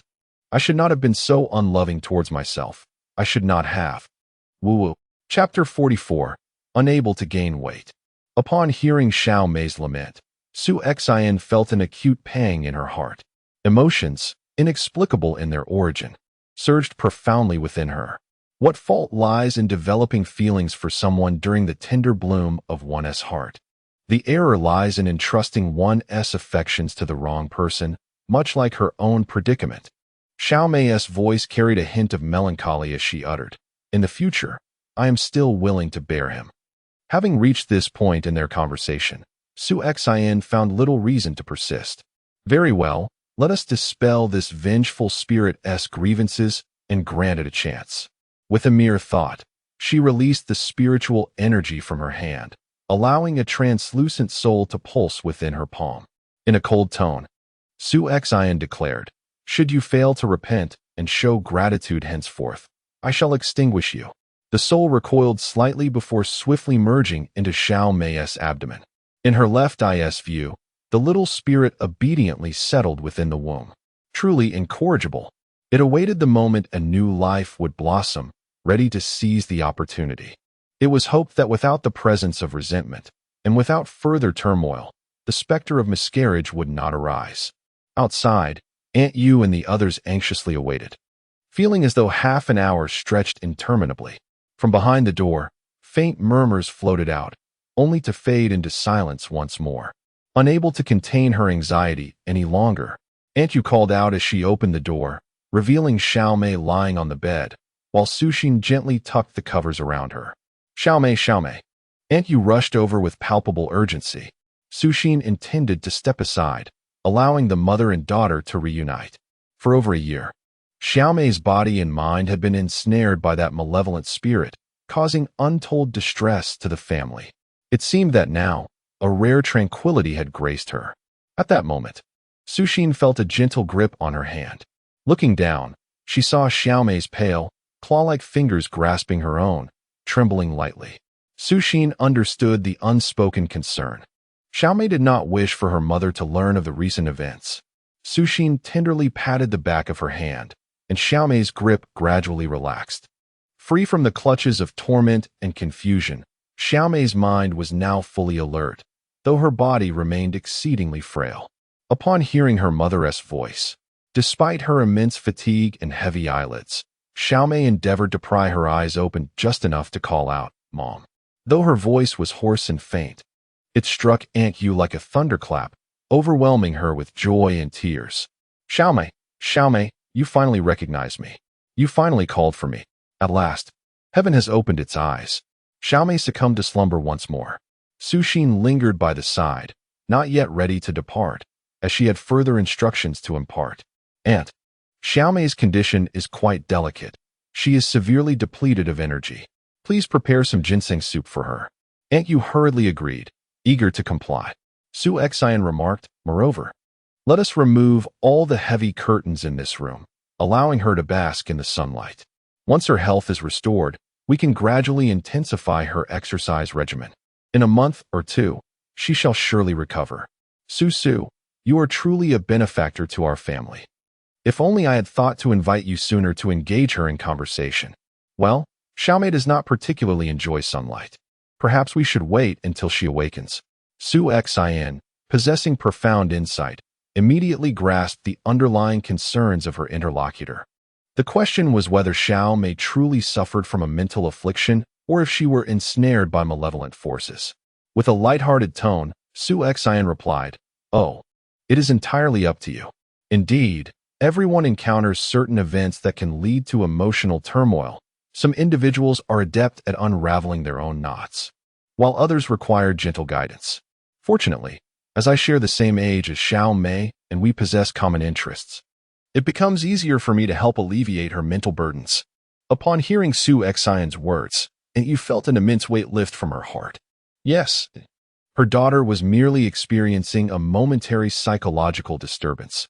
It was certainly not the work of any supernatural entities. The three of them, understanding the situation, discreetly exited the room, closing the door behind them. However, as soon as they stepped outside, Su Xian stumbled slightly, prompting the elderly couple to swiftly catch her before she fell. "Dear, what has happened to you?" Mother Xian inquired anxiously. Su Xian forced a faint smile, responding, "Oh, It is likely that I sat for too long. Standing up abruptly has made me a bit unsteady. I shall be well in a moment. Yet, deep down, Su-Xin was acutely aware of her own physical condition. Although she had held on to the binding talisman for emergencies, upon realizing her ability to control the vengeful spirit, she refrained from using it further, as its creation was arduous and it was far too precious. Little did she expect that the spirit would prove to be more obstinate than she had anticipated. This was precisely why she was resolute in her intent to eradicate it completely. However, in the end, it was Xiaomei's insistence that led her to relent. Thus, she expended a great deal of energy to disperse the malevolent aura surrounding the spirit, yet the absence of pure energy replenishment left her in a state of severe exhaustion. Fortunately, the buffet dinner that evening provided her with more sustenance than usual, preventing her from collapsing as she had during her first encounter. Upon returning home, Mama Xian prepared a generous bowl of noodles, with 2 fried eggs nestled at the bottom, topped with pieces of fish. Whether it was merely her imagination, she felt a heightened sensitivity to the flow of energy within her body, and the guidance of her will became more accessible. In the past, she often sensed her control over her abilities as if veiled by a gossamer layer, indistinct and unreal. Now, she could perceive the energy circulating within her with clarity, focusing it effortlessly in her palms. Su-Xian meticulously reflected upon the events of the past few days, seeking the reasons behind her newfound prowess. Ultimately, she concluded 2 factors: nourishment and application. The young lady playfully complained, "Changgu, everyone is mocking me for driving that old car." Yao Jiqiang let out a contented sigh, muttering a curse under his breath. "MD, I am well aware that you all intend to exploit me, and you know full well how strictly that formidable woman governs. The last time I provided you with funds, it was from my own finances. In such a short span of time, you are already asking for more. Alas, Chong, they all possess fine automobiles, while I am left without one. They mock me whenever we venture out together. Just purchase a car for me, will you?" "Oh dear, Sai, very well, I shall buy one. If I desire a vehicle, I must first ensure that I am adequately attended to." Just as he lifted his gaze, he suddenly beheld a large truck barreling towards him. He gasped in shock and instinctively swerved the steering wheel. The red sedan crashed through the guardrail, hurtling towards the cliff like a kite severed from its string. Chapter 45. When the walls fall, everyone pushes. The nurse reattached the 4 to Yao Jiqiang, conducted a thorough examination, and cleaned and dressed his wounds. Upon noticing a jade pendant peeking from Yao Jiqiang's collar, the nurse examined it closely and remarked to Lawyer Kai, "Fortunately, he wore this amulet. Otherwise, he would have been possessed by that female ghost long ago. However, its spiritual energy is waning, and it will likely be completely eroded by the malevolent force within a night or 2. At that point, I fear." Lawyer Kai interjected, "A female ghost? Are you suggesting that there truly was a female ghost tormenting him?" After posing this question, he felt a twinge of discomfort. If he did not believe in such matters, why would he have sought out Master Feng? Unfazed by his inquiry, Feng Jinshin continued, "Fortunately, that female ghost was injured by my monetary sword. It will take her at least a week or 2 to recover. Therefore, during this time, we shall wait for him to awaken before engaging in a more thorough discussion. After all, this is an exceedingly intricate case. He is not merely performing community service." In truth, Feng Jinshin's unexpected assault inflicted profound harm upon Luo Xiaoxiao, leaving her spirit in a fragile state, teetering on the brink of dissolution. Unless a sanctuary for gathering souls is found for her recuperation, her essence is destined to dissipate within a day or 2. A ghost is, in essence, a unique conglomeration of energy, establishing a connection by influencing human brainwaves. However, ordinary souls lack the capacity to affect brainwaves in such a manner. Those entities imbued with profound resentment and specific intentions awaken the innermost desires or subconscious of individuals, thereby impacting their actions. Yao Jiqiang's heart harbors indulgence and hedonism, compounded by the haunting shadow cast by the woman at the time of the incident. Thus, he perceives her as enticing him. Luo Xiaoxiao seethes with indignation, nearly on the verge of avenging herself, only to have her plans thwarted once more. Upon her liberation from the confines of her lifeless form at the construction site, she began her pursuit of vengeance against Yao Jiqiang, yet she remains unaware of the location of a gathering place for souls. Suddenly, she recalls the woman at the construction site who could see her, seemingly addressed as Shi Yan. She muses that the only person privy to her entrapment within the pillar must be this individual, who likely exposed her situation, leading to her extraction from that confinement. Perhaps she could assist her. Shi Yan, in a shallow slumber, hazily hears someone calling her name from outside the window. Upon opening her eyes, she glimpses a vague silhouette cast against the curtain by the silvery moonlight. Instantly alert, Shi Yan whispers, "Who is it?" "It is I, Luo Xiaoxiao. I beseech you to assist me once more." Shi Yan sat up and said, "You may enter." Upon noticing the ethereal figure before her, seemingly on the brink of dissolution and filled with trepidation, she instinctively regulated the flow of energy within her. Luo Xiao, feeling grateful for the other's meticulousness, floated in through the window and landed before Shi Yan. The spirit suddenly knelt and recounted the events of recent days and the assault endured in the hospital. "Thank you, Sister Shi Yan, for rescuing me from my seal. But there remains an enemy yet unpunished.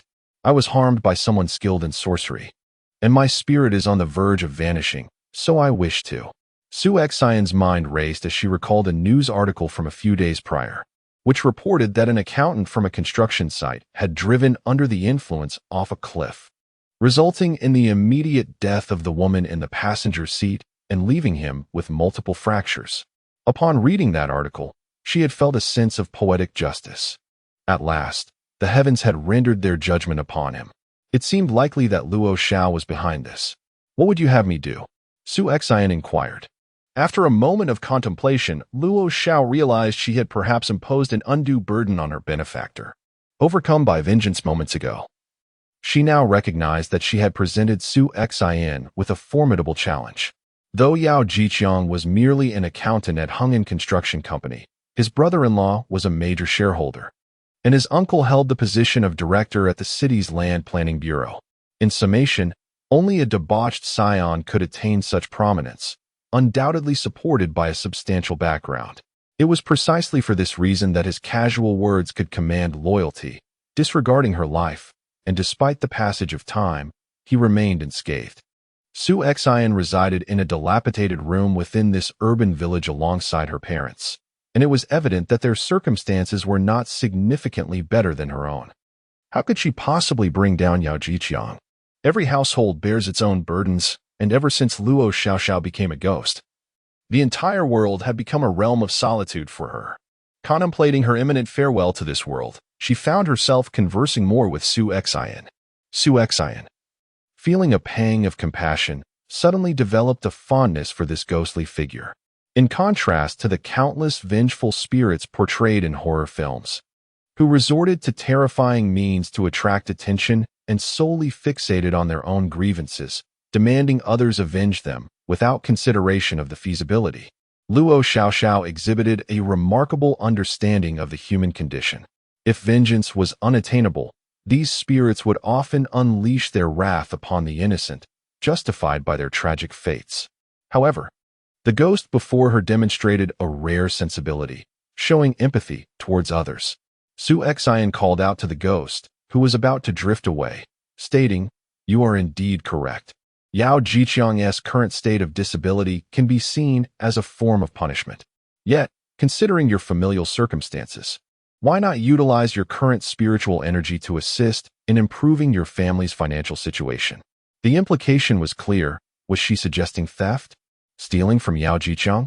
Luo Xiaoxiao gazed at Shi Yan in disbelief, likely astonished to encounter someone who would encourage a ghost to engage in illicit activities. However, to her surprise, a fortnight passed without incident, and as Yao Jiqiang's discharge from the hospital approached, an unsettling calm prevailed. Feng Jianxing secretly harbored doubts about the situation. Walking a few laps in the hospital room, I gently brushed my fingers against various surfaces, murmuring to myself, "It's impossible. Why has Tishi arrived yet?" The intense resentment I sensed from that female ghost suggested she would not relinquish her pursuit easily. Even if she required time to recuperate, a fortnight should suffice.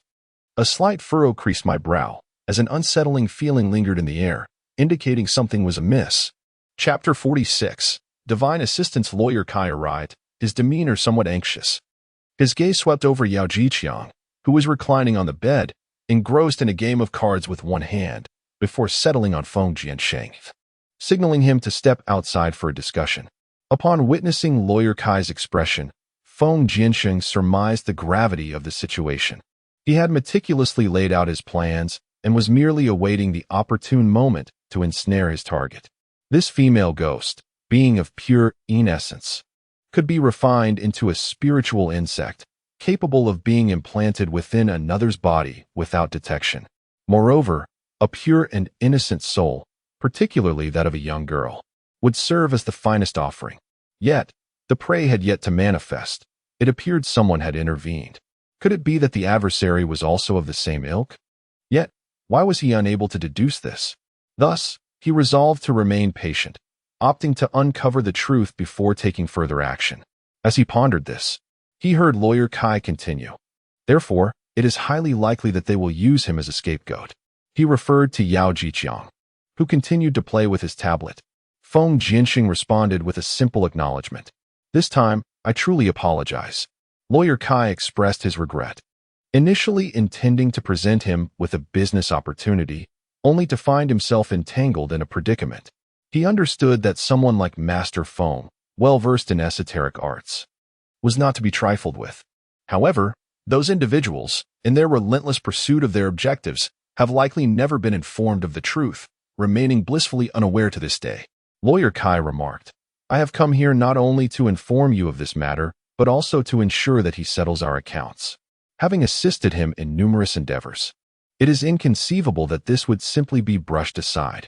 Feng Jiansheng advised him to handle it as he saw fit, casually offering a few words before departing without even entering the hospital room. Consequently, Lawyer Kai had Yao Jiqiang sign several agreements, using 2 properties under his name as compensation. Taking advantage of his official capacity, he swiftly facilitated the transfer of ownership that very day. Just as he was about to finalize his discharge, the hospital informed him of outstanding debts amounting to tens of thousands for medication, treatment, and nursing care. At that moment, he received a subpoena from the court, accusing him of embezzling public funds and falsifying accounts while serving in a managerial position at Hongyan Construction Company, leading to his formal arrest. Simultaneously, his wife entrusted a lawyer to deliver a divorce agreement. In an instant, Yao Jiqiang felt as though his entire world had shifted. He could scarcely believe that his once illustrious life could change so abruptly. When he called his sister, she urged him not to speak recklessly. Enraged, Yao Jiqiang hurled insults at those who favored wealth and status, criticizing their superficiality and hypocrisy. The unfortunate incident of a fall from a construction site served as the catalyst for this intricate web of political and business machinations, with certain individuals undoubtedly stoking the flames. Thus, any potential for negotiation was utterly extinguished, and the outcome was all but inevitable. Truly, it was a divine intervention. Consequently, as soon as Yao Jiqiang exited the hospital room, he was thrust into the courtroom, where those who had once shielded him insisted he take the blame for all transgressions, warning that failure to comply would leave him with no favorable outcome before being ushered into a cell. When the wall falls, everyone pushes. In the past, Yao Jiqiang, in his arrogance and pride, had offended many, yet due to his fortunate circumstances and the formidable support he enjoyed, no one dared to challenge him. However, now his fortune has dissipated. Yao Jiqiang has become a discarded pawn, abandoned by the entire Hongyan, with his injuries still unhealed and after being thrown into a prison cell. Those imprisoned souls, unable to express their anguish, finally found an outlet for their frustrations. If Luo Xiaoxiao's spirit had not faded away, witnessing his current state would surely bring her a smile from the depths of the underworld. Upon awakening, Luo Xiaoxiao's parents and brother realized they had shared the same dream, seeing neatly stacked money in the center of their home, leading to another round of heart-wrenching tears. The circumstances surrounding Luo Xiaoxiao's tragic fate are known only in fragments. She was struck by a blunt object and suffocated within a pillar, leaving the identity of her murderer and the motive for her demise shrouded in mystery. The deceased may have found peace. Perhaps this is the best closure for the living. Recently, several sensational cases have concluded with findings of suicide or accidental death. The incident of a construction worker's fall has become a complex case, now under the investigation of safety and economic departments. Wang Yang felt somewhat disheartened. After toiling tirelessly, he had aspired to achieve something monumental, a case that would reverberate across the province or even the nation, yet this was the outcome. Life had become as mundane as plain water. However, for the Zero Detective Agency, ever since Su Xian helped Xiao Mei resolve her emotional turmoil, the number of calls to the agency has surged exponentially. Much like the weather in June, it has grown increasingly intense and sought after. Each day, Shifeng receives several, if not dozens, of phone calls. Perhaps it was due to an earlier period of idleness that, upon receiving a client's request to locate missing cats and dogs, Shifeng eagerly accepted the task. However, after 2 days of fruitless searching, all he encountered were numerous abandoned stray cats and dogs. Ultimately, he dismissed these matters, which were entirely unrelated to his detective work, and turned to community services instead. After hanging up the phone, he decided to unplug the line and stepped out onto the balcony, leaning against the glass door frame with his shoulder. He crossed his arms and quietly observed Su Xin tending to her flowers and plants.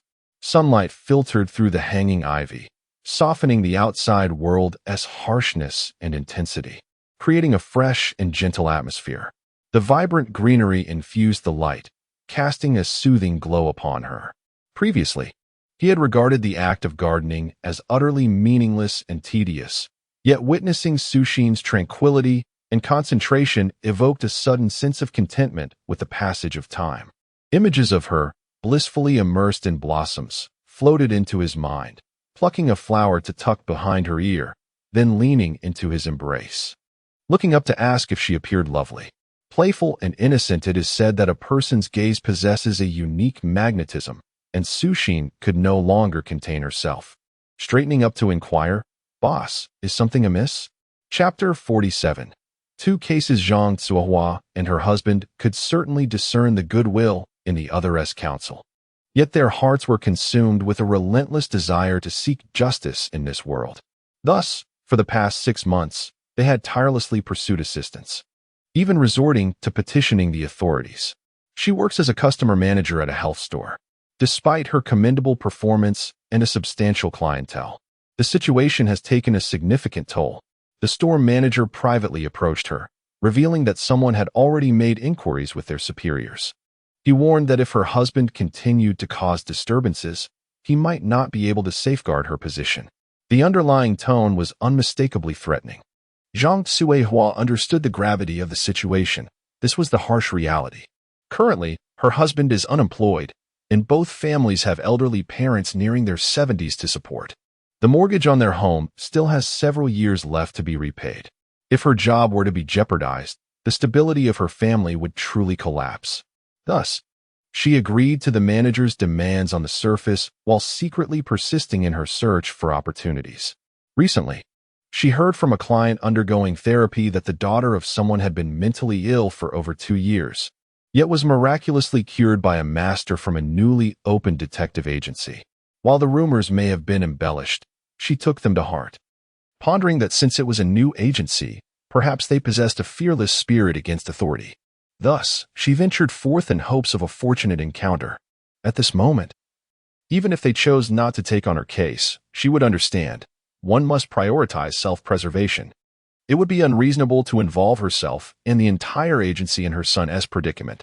This logic was not lost on her. Zhang Zuohua's lips trembled, and she instinctively pressed them together to steady her emotions.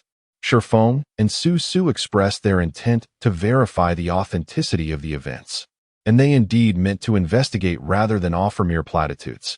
Their first step would be a field inspection to confirm the accuracy of the information provided by the client.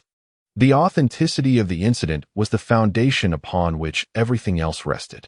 Following that, they would seek out individuals closely associated with Yang Tong, to uncover any relevant details. Before proceeding, let us first visit the City Bureau and the guard post to inquire about the case. Any instances of unnatural death are recorded in the public security system. As Shi Yan spoke, he swiftly gathered his belongings and took the car keys. Shi Yan, with her backpack in hand, followed suit. Just as they reached the stairwell, a woman clad in a patterned t-shirt was ascending the stairs, a black canvas bag slung over her shoulder. Her skin bore a slight darkness, her hair was disheveled, and she appeared to be in her 40s, with numerous wrinkles and strands of white hair. After observing Shi Yan for a moment, she inquired, "Are you the psychological expert?" The question seemed abrupt, and Shi Yan quickly realized the woman had something to discuss. The woman took a breath and continued, "I'm heading to the 00 detective agency. I heard from Sister Yu that her daughter was cured by the psychological expert, and I." As she spoke, she instinctively tightened her grip on the canvas bag at her waist. Shi Yan turned to Shi Yan and said, "I will head to the police station first. You can attend to her." Shi Yan acknowledged with a nod and then addressed the woman. "Auntie, I am the one who helped Sister Yu's daughter. But I am not an expert. I merely share a similar age with Xiao Mei, and we have some common topics." The previous individual was the owner of the 00 detective agency. "My name is Shi Yan. Please follow me." After a brief introduction, Shi Yan led the woman into the room, inquiring about her situation while serving her a glass of cool tea. Seated on the sofa, Shi Yan retrieved 2 forms and began to take notes. "My name is Yang Su-wan, and I have a 23-year-old daughter named Yang Shaoli. Not long after I gave birth to her, I divorced her father. I worked tirelessly to provide her with the best, aiming to enroll her in the finest schools. Initially, she was accepted into the county's top school, and I had always believed she was diligently studying there. However, during the final exams, I received a call from the school, asking me to handle her withdrawal. It turned out she had ceased attending classes less than 2 months into the term and had even found someone else to impersonate me as her guardian. Had the truth not surfaced, I might still be in the dark." Yang Sujuan's voice trembled slightly as she wiped her eyes. Despite my persistent encouragement for her to continue her education, she insisted that studying was futile, that the college entrance examination was meaningless, and that she would ultimately remain unemployed. I contemplated enrolling her in a vocational school, hoping she could acquire a skill, for my health was deteriorating, and I could not protect her indefinitely. Shi Yan handed her a tissue. "I had tasked my associate with investigating the young man who had influenced my daughter negatively. Upon learning that it was he who had led her astray, I realized her heart was no longer set on her studies. Since she had chosen to pursue a relationship, I sought to introduce her to a reliable suitor. Fu Jun, who ran his own orchard, was industrious and ambitious. Upon seeing him, she remarked that I did not understand what true love was, criticizing me for being materialistic and old-fashioned, claiming this was why her father had abandoned her. Shi Yan listened quietly, accompanying her with empathetic murmurs while diligently noting down valuable information from her words. Yang Sujuan seemed to have carried the weight of her burdens for far too long, having no one to share her troubles with. And thus she poured out her heart to Shi Yan without reservation. Shi Yan had learned from her previous experience helping Xiao Mei that, in this line of work, competence, patience, and the right approach were indispensable. The more comprehensive and detailed the information provided by the client, the more swiftly one can grasp the crux of the matter. At my behest, she met with Fu Jun several times, who expressed his satisfaction with her, though she remained noncommittal.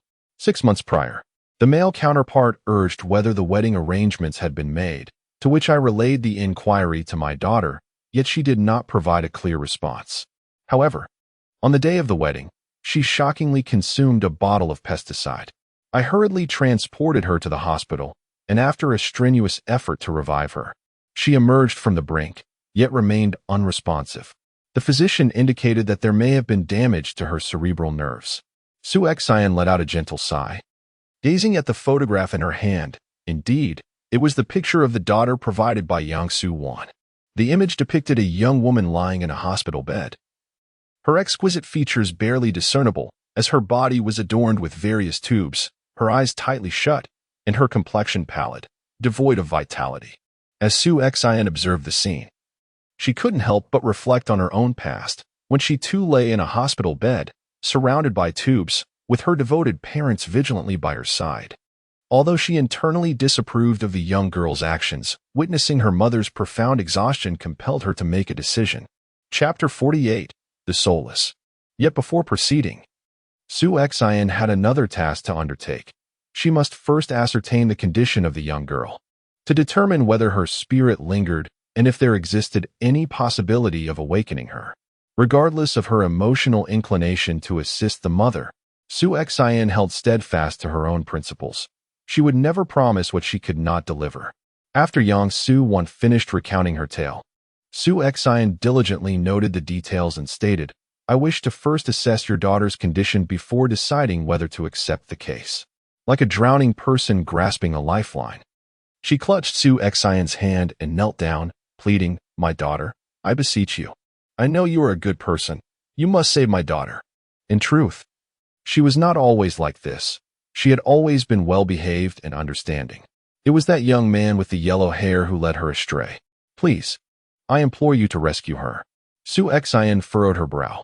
Frankly, she felt quite repulsed by the notion of being labeled a good person, as if that title obliged her to assist simply because someone asked.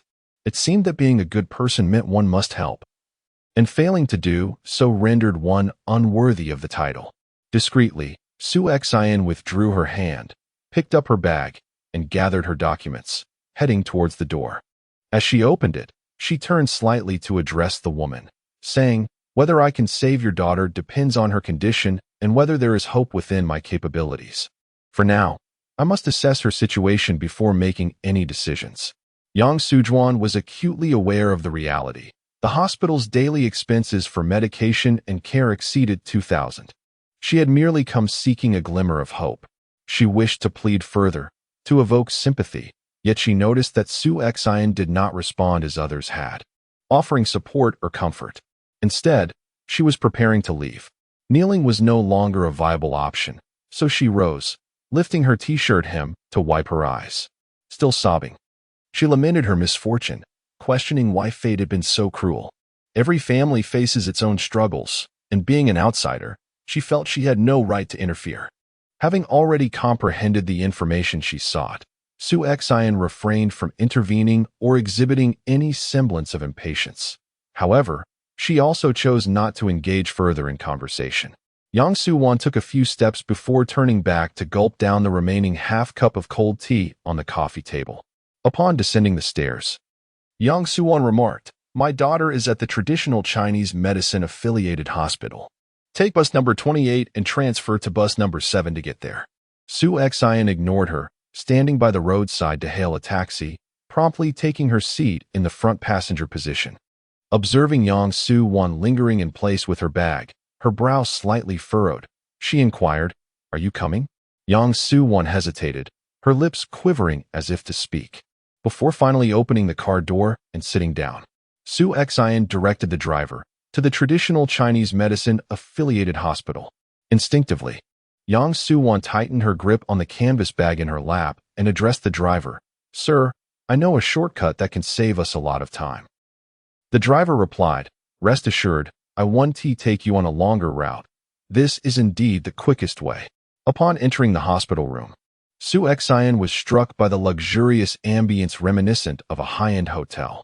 To her surprise, the usually calculating Yang Su-wan had no words to spare regarding her daughter. As soon as Yang Su-wan stepped into the room, a tender smile graced her face as she skillfully wrung out a towel to bathe her daughter. Speaking softly all the while, Su Xian scanned the room upon her entrance, finding nothing amiss. Approaching the bedside, she focused her attention on Yang Xiaoli's head. The essence of a person resides within their spiritual center. Furrowing her brow, she realized that Yang Xiaoli's spiritual center was utterly vacuous. Her soul had long since departed.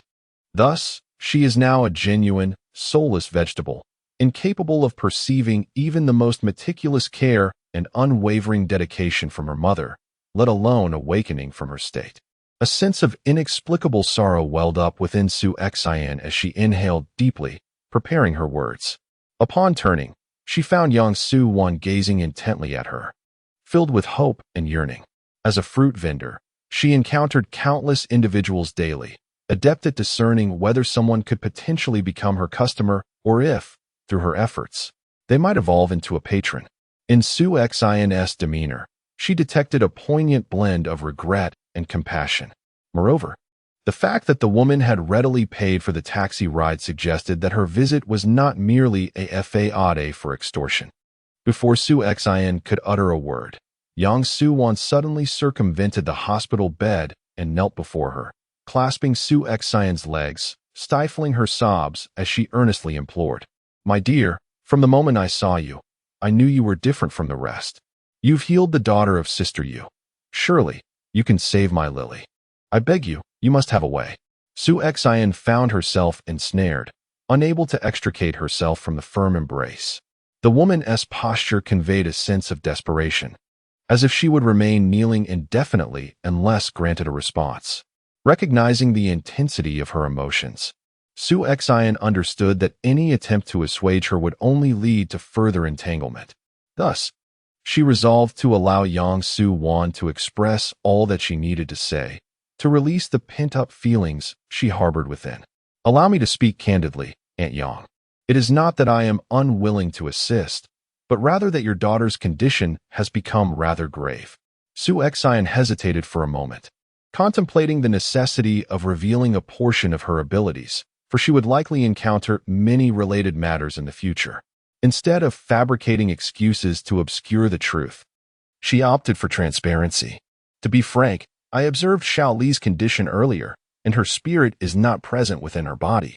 Therefore, everything you are currently doing is beyond her perception and holds no significance." "Her spirit? Are you suggesting that she—" Yang Su-wan was momentarily taken aback, lifting her gaze to Su Xin and pressed further. "Indeed, I possess the ability to see people's spirits," Su Xin affirmed with a nod. At that moment, a knock at the door interrupted their conversation. Yang Su-wan hastily pushed herself up from her knees. A slender, bashful young man peeked into the room. Upon spotting Su Xin, he quickly stammered, "I am so sorry," and retreated immediately. Yang Su-wan, having only caught a glimpse of his silhouette, exclaimed softly while wiping her eyes, "Isn't that Jun?" Hearing her voice, the young man returned to the doorway and, upon seeing Yang Su-wan, called out, "Aunt Yang." "Oh, I thought I had come to the wrong place."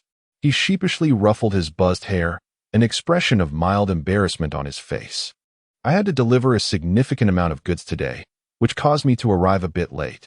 He stepped inside, familiar with the surroundings, and placed a food container and a bag of bananas and apples on the nearby cabinet. "You must not have had breakfast yet, Aunt Yang. Please, eat while it's still warm," he urged, presenting the dishes from the insulated container one by one. Chapter 49. Love exists in the world. Yang Su-wan indeed had not yet partaken of breakfast. She had heard that engaging in conversation with her daughter could awaken her. Yet the demands of life compelled her to earn more money to meet daily expenses. Thus, in addition to selling fruits at a stall, she also took on a part-time job sweeping the streets. Every day, she commenced her work at 4 in the morning, continuing until 6:30. She would then immediately procure goods from the market, setting up her stall until 10:30. Afterward, she would take the bus to care for her daughter, conversing with her, wiping her down, and providing massages. Today, after closing her stall, she hurried to the Zero Detective Agency, which caused her to be somewhat delayed. It was nearly noon. Upon hearing Fu Jun's words, Yang Su-wan felt a surge of emotions, both touched and sorrowful. As she spoke, the remnants of tears upon her cheeks had not yet dried, and now fresh tears began to swell in her eyes. In her quest to compensate for the absence of paternal love in her daughter's life, she endeavored to treat her with utmost kindness, providing her with the very best of everything. Whatever others possessed, her daughter would have as well, and what others lacked, her daughter must possess too. Regrettably, her seemingly obedient daughter did not appreciate this affection. Instead of utilizing the money for her education and growth, she squandered it frivolously. Over the years, nearly all the money Yang Su-wan earned had been consumed by her daughter's extravagance. The costs for her initial rescue and the subsequent 6 months of treatment had all been borne by Fu Jun. For the past 6 months, Yang Sujuan had tirelessly sought ways to save her daughter, yet her earnings from selling fruits were woefully insufficient. She was acutely aware that if she were to ask Fu Jun, he would undoubtedly assist her. However, she understood all too well that it was her daughter who had wronged him, leaving him in a lurch. It was rare for someone so compassionate and loyal to provide such substantial support during a time of crisis. Though she was desperately obsessed with money and notoriously frugal, she remained clear-headed when confronted with significant moral dilemmas. Therefore, she would absolutely refrain from extending her hand to the other party, even contemplating repaying the debt only once her financial situation improved. Fu Jun, feeling a bit embarrassed, instinctively rubbed the back of his head. Shaoli and I are bound by our parents' wishes and matchmaking, which means that this responsibility should rightly fall upon me. His voice trailed off, and a hint of blush crept onto his cheeks. Yang Sujuan sighed upon hearing this. What a fine young man he was, yet her foolish daughter failed to appreciate him. Their earlier interaction, from Fu Jun entering the ward to him presenting the food box, lingered in her mind. Yang Sujuan accepted the food box Fu Jun offered and then set it down, not forgetting about Su Xian beside her. Allow me to introduce, this is my invited psychologist, Su Xian. And this is Fu Jun. I am immensely grateful for his support over the past 6 months. Without him, I cannot fathom how I would have endured alone. She felt it was inappropriate to mention that he was her daughter's fiancé. Upon realizing that this woman was here to help Shaoli, Fu Jun's demeanor became more earnest. Consequently, both of them sought Su Xian's assistance, making it increasingly difficult for her to leave. In reality, Su Xian was not truly incapable of departing. Beneath her seemingly indifferent exterior lay a heart that could not remain unmoved by such genuine emotions. She could not bring herself to slip away unnoticed, especially when she had the opportunity to do so while the two interacted. A wave of sentiment washed over her. Yang Sujuan's devotion to her daughter was beyond commendation, and this young man truly possessed affection and loyalty for Shaoli. She couldn't help but reflect on the misfortunes of relationships, realizing that both genders could be equally unfortunate in their choices. Women may encounter unreliable men, while men may find themselves matched with incompatible women. However, there is little they can do about it. Shaoli's spirit is absent. Not even a deity could rouse her from this state. Su Xian remarked. I have already stated that Shaoli's soul is not present within her. I am truly powerless in this matter. Fu Jun was momentarily taken aback. Sister Su, are you saying that Lily's spirit is missing? Indeed, she replied. Yang Sujuan quickly interjected. Then let us seek out the aunt you mentioned. She said that one can only summon souls from the underworld, and sometimes other spirits seeking rebirth may follow, making the process perilous and costly in terms of one's lifespan. Furthermore, she is no longer with us. Yang Sujuan sighed in disappointment, but suddenly raised her head, her eyes sparkling with inspiration. That's right, daughter. You should come to our home and take a look. I have heard that some souls linger in places they once cherished. Fu Jun encouraged her. Su Xian recalled having heard that some souls remain attached to the locations they loved most in life. However, her ability to see spirits had only recently manifested, and she had never engaged with soul summoning, nor did she have anyone to guide her in this endeavor. Resolute, Su Xian decided that every journey begins with a single step. One must try to know the outcome. Upon hearing Su Xian's agreement, Yang Sujuan was filled with excitement and was ready to set off. Su Xian urged her to eat before they left. After some hesitation, Yang Sujuan insisted that Su Xian join her for the meal. Su Xian stepped outside the ward to call Shifeng and briefly explain the situation. Shifeng paused momentarily and said, Wait for me there. I will be there shortly. Summoning spirits, a perilous endeavor indeed. He had once overheard Xingmu mention that countless restless spirits linger in this world, yearning for a vessel to relive a semblance of life. A moment of folly could lead to being overwhelmed and devoured by these entities. Should a riot ensue among the spirits, chaos would reign in the realm of the living and the dead, and one would face the wrath of the heavenly Tao, condemned to the depths of hell to endure eternal suffering. At the time, he found Xingmu to be mysterious and formidable, yet without direct experience. He regarded it merely as a fanciful tale. However, having witnessed individuals possessed by spirits, such as Shi Yan and Mei Shi, devoid of any self-awareness, their bodies as rigid as iron, cold as ice, he realized that the consequences could have been dire had it not been for Su Xian's intervention. Thus, he was now utterly convinced of the existence of such entities in this world. As Yang Sujuan took her mealtime, Shifeng hurriedly arrived. Su Xian felt a wave of regret. They had initially agreed to visit the police station for updates, yet she had been delayed here for quite some time, with no progress made. She gently inquired, "What is the situation on your end?" Since it was the guards who had summoned them, she feared displeasing them by not arriving in time. Su Xian simply acknowledged with a soft sound, recognizing that this was not the appropriate venue for discussing the case. The group boarded Shifeng's van, with Yang Sujuan directing them towards her home. Shifeng, with his left hand on the steering wheel, extended his right hand, offering a plastic bag emblazoned with the logo of a fast food establishment to Su Xian. "It is already noon. You should eat something," he suggested, his words carrying an implicit meaning. Su Xian understood and smiled gratefully in response. Unexpectedly, the other party had considered everything so thoroughly. Chapter 50, The Two Sisters, by MONO, The Little Helmsman. The convenience bag was filled with fried chicken legs, butter tea, and other high-calorie delicacies, enough to constitute 2 complete family meals. Su Xian set aside a small portion in a plastic bag before indulging in the remaining feast. Upon hearing Hisoka's voice nearby, Shifeng instinctively glanced over and was struck by a sense of familiarity and warmth at Su Xian's actions. He inquired, "Why set it aside first?" The mother replied, "If we have eaten from it, what remains would be considered leftovers, which would be disrespectful to father. We are a family, and the need for respect is paramount." Memories flowed like a gentle stream, nourishing his heart, causing the corners of his mouth to lift ever so slightly. Under Yang Suwan's guidance, the vehicle arrived at the other side of the urban village, merely 3 streets away from Su Xian's rented accommodation. It was similar to Aunt Yu's house, a single-room shop spanning 4 floors. As the roller shutter door was lifted, a wave of damp, musty air greeted them.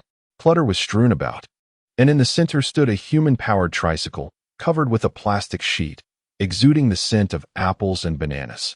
Yang Suwan, expressing her apologies, led the group to Xiao Li's room. Shifeng, munching on a hamburger with one hand while holding a milk tea in the other, followed closely behind Su Xian. Xiao Li resided on the 2nd floor, and unlike the rough brick and cement walls outside, the interior was beautifully decorated. With wooden flooring, air conditioning, and a small refrigerator tucked in the corner, it was a stark contrast. As Su Xian stepped inside, her left eye instinctively surveyed the surroundings, utterly devoid of any clutter, not even a hint of dust. As Yang Sujuan entered, she immediately began to arrange the already neatly made bed linens, all the while reminiscing about how obedient and sensible her daughter used to be.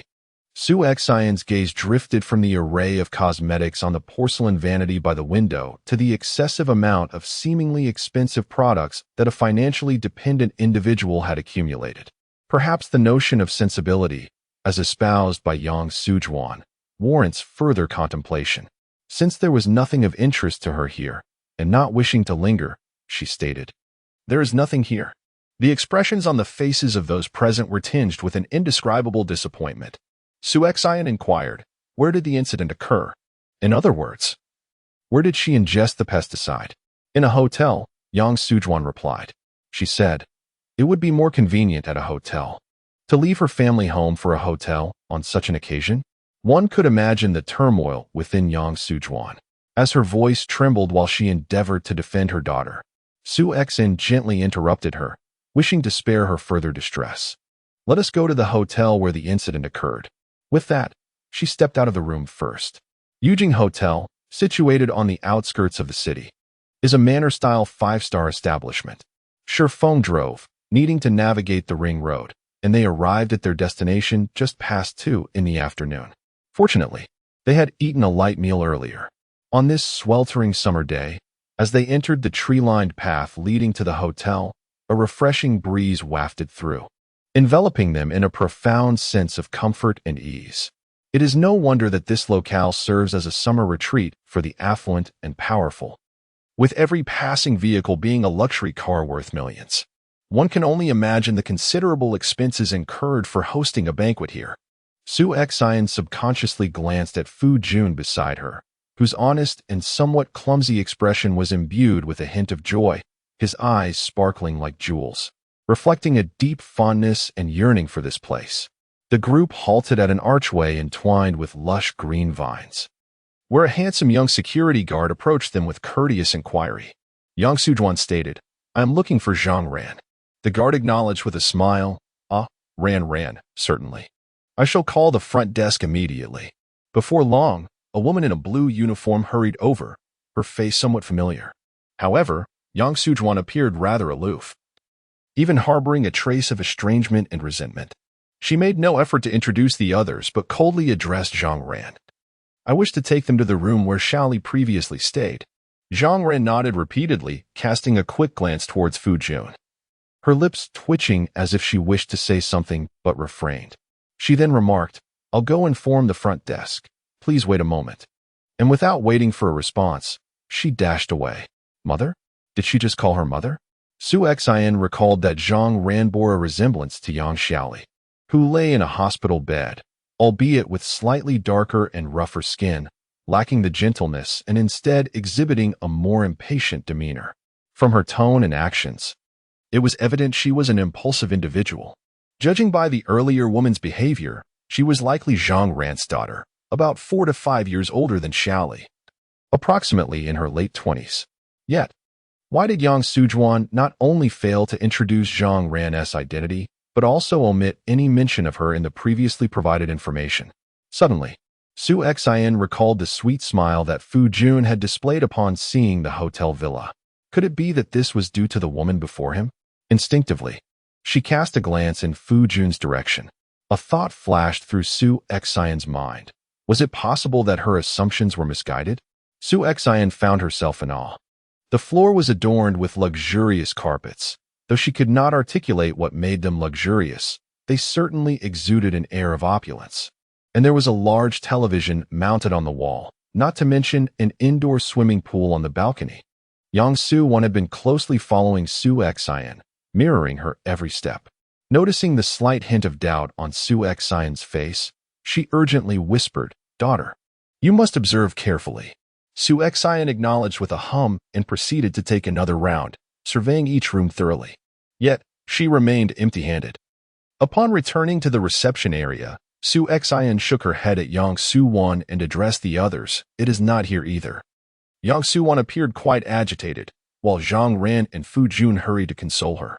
Su Xian, feeling equally helpless, decided to wait until the emotions settled before departing. Zhang Ran casually strolled past Su Xian, yet discreetly tugged at the hem of her garment. Meeting Su Xian's inquisitive gaze, he nodded meaningfully before heading towards the bedroom. Chapter 51. Every family has its own difficulties. Su Xian got straight to the point. "What is it you wish to tell me?" "I am Lily's sister." Zhang Ran began to introduce himself, but hesitated, his expression suggesting he found it difficult to articulate. Su Xian, direct as ever, interjected, "If you are not ready to speak, then perhaps we should leave it at that." Stop, Zhang Ran nervously grasped Su Xian's wrist. Su Xian, crossing her arms, effortlessly shook off his grip. Although she had never studied psychology, perhaps due to a year of soul-searching, she felt a profound tranquility within herself, enabling her to discern the psychological undercurrents of others through their tone and demeanor.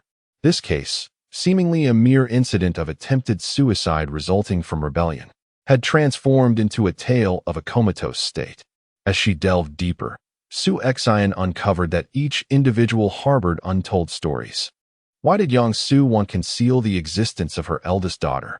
It seemed entirely unnecessary. Moreover, what compelled Fu Jun to harbor such deep affections for his fiancée, who had abandoned him? According to Yang Su-won's account, they had met through an introduction and had only seen each other a handful of times. Clearly, Yang Xiaoli was dissatisfied with Fu Jun. From Su Xian's observations, Fu Jun appeared merely to be a simple and inarticulate man. Yet, he was a graduate of an agricultural university who had established his own orchard and vegetable garden post-graduation. Given his ability to unflinchingly allocate substantial funds for the wedding and medical expenses, it was evident that his agricultural venture thrived. It was implausible to label such a man as foolish. So what was it that inspired his unwavering affection for Yang Shaoli? Zhang Ran? It was evident he bore his father's surname. Could it be that Yang Su-wan treated her two daughters differently because of this? While Zhang Ran hesitated, Su Xian had already mentally reorganized all the information once again. Indeed, Shaoli's boyfriend is her own brother, my biological younger brother. Although Su Xian had mentally prepared herself, she was still utterly shocked by Zhang Ran's bombshell revelation, unable to suppress her exclamation. What? Are you saying that Yang Shaoli dropped out of school and has been mingling with her own brother all these years? Zhang Ran looked at Su Xian, nodded, her lips trembling, her body slightly shaking as well. However, she only learned of this later. On the day of her marriage to Fu Jun, Zhang Ran lowered her head, a hint of sorrow washing over her. Unable to bear the weight of this revelation, Su Xian took a deep breath. The story must begin 23 years ago. From the interactions between Zhang Ran and Yang Shaoli, it was evident that Yang Su-wan, in her youth, was also the belle of the village. After completing her vocational studies, with her family's support, she opened a restaurant. By chance, she met Zhang Haoran, who had just graduated and was working at a state-owned enterprise, and they found each other to be quite compatible. Shortly after their marriage, they purchased a spacious 3-bedroom apartment near Zhang Haoran's workplace. Before long, Yang Su-wan became pregnant, prompting Zhang Haoran to suggest bringing his 2 elderly parents to live with them for her care. Yang Su-wan, with her straightforward nature, dismissed the notion of care, understanding her husband's desire to fulfill his filial duties. Since the house was spacious, she thought, why not live together? Initially, everything was harmonious. Her in-laws treated her with great courtesy, frequently mentioning their eagerness to hold their first grandchild. She remarked that boys and girls are alike, to which they retorted that it could not possibly be so, for boys are the ones who inherit the family legacy. This was merely a minor dispute, and as a new bride, Yang Su-wan was hardly aware of the underlying complexities. Engaged in the affairs of the restaurant, from sourcing ingredients to serving dishes, cleaning, and managing finances, she was perpetually busy, only making her way to the maternal and child health hospital when labor began. At that moment, the entire family anxiously accompanied her to the hospital. When the nurse emerged with the newborn, they immediately inquired about the gender. Upon hearing that it was a girl, their faces soured in an instant, and they turned away without a word.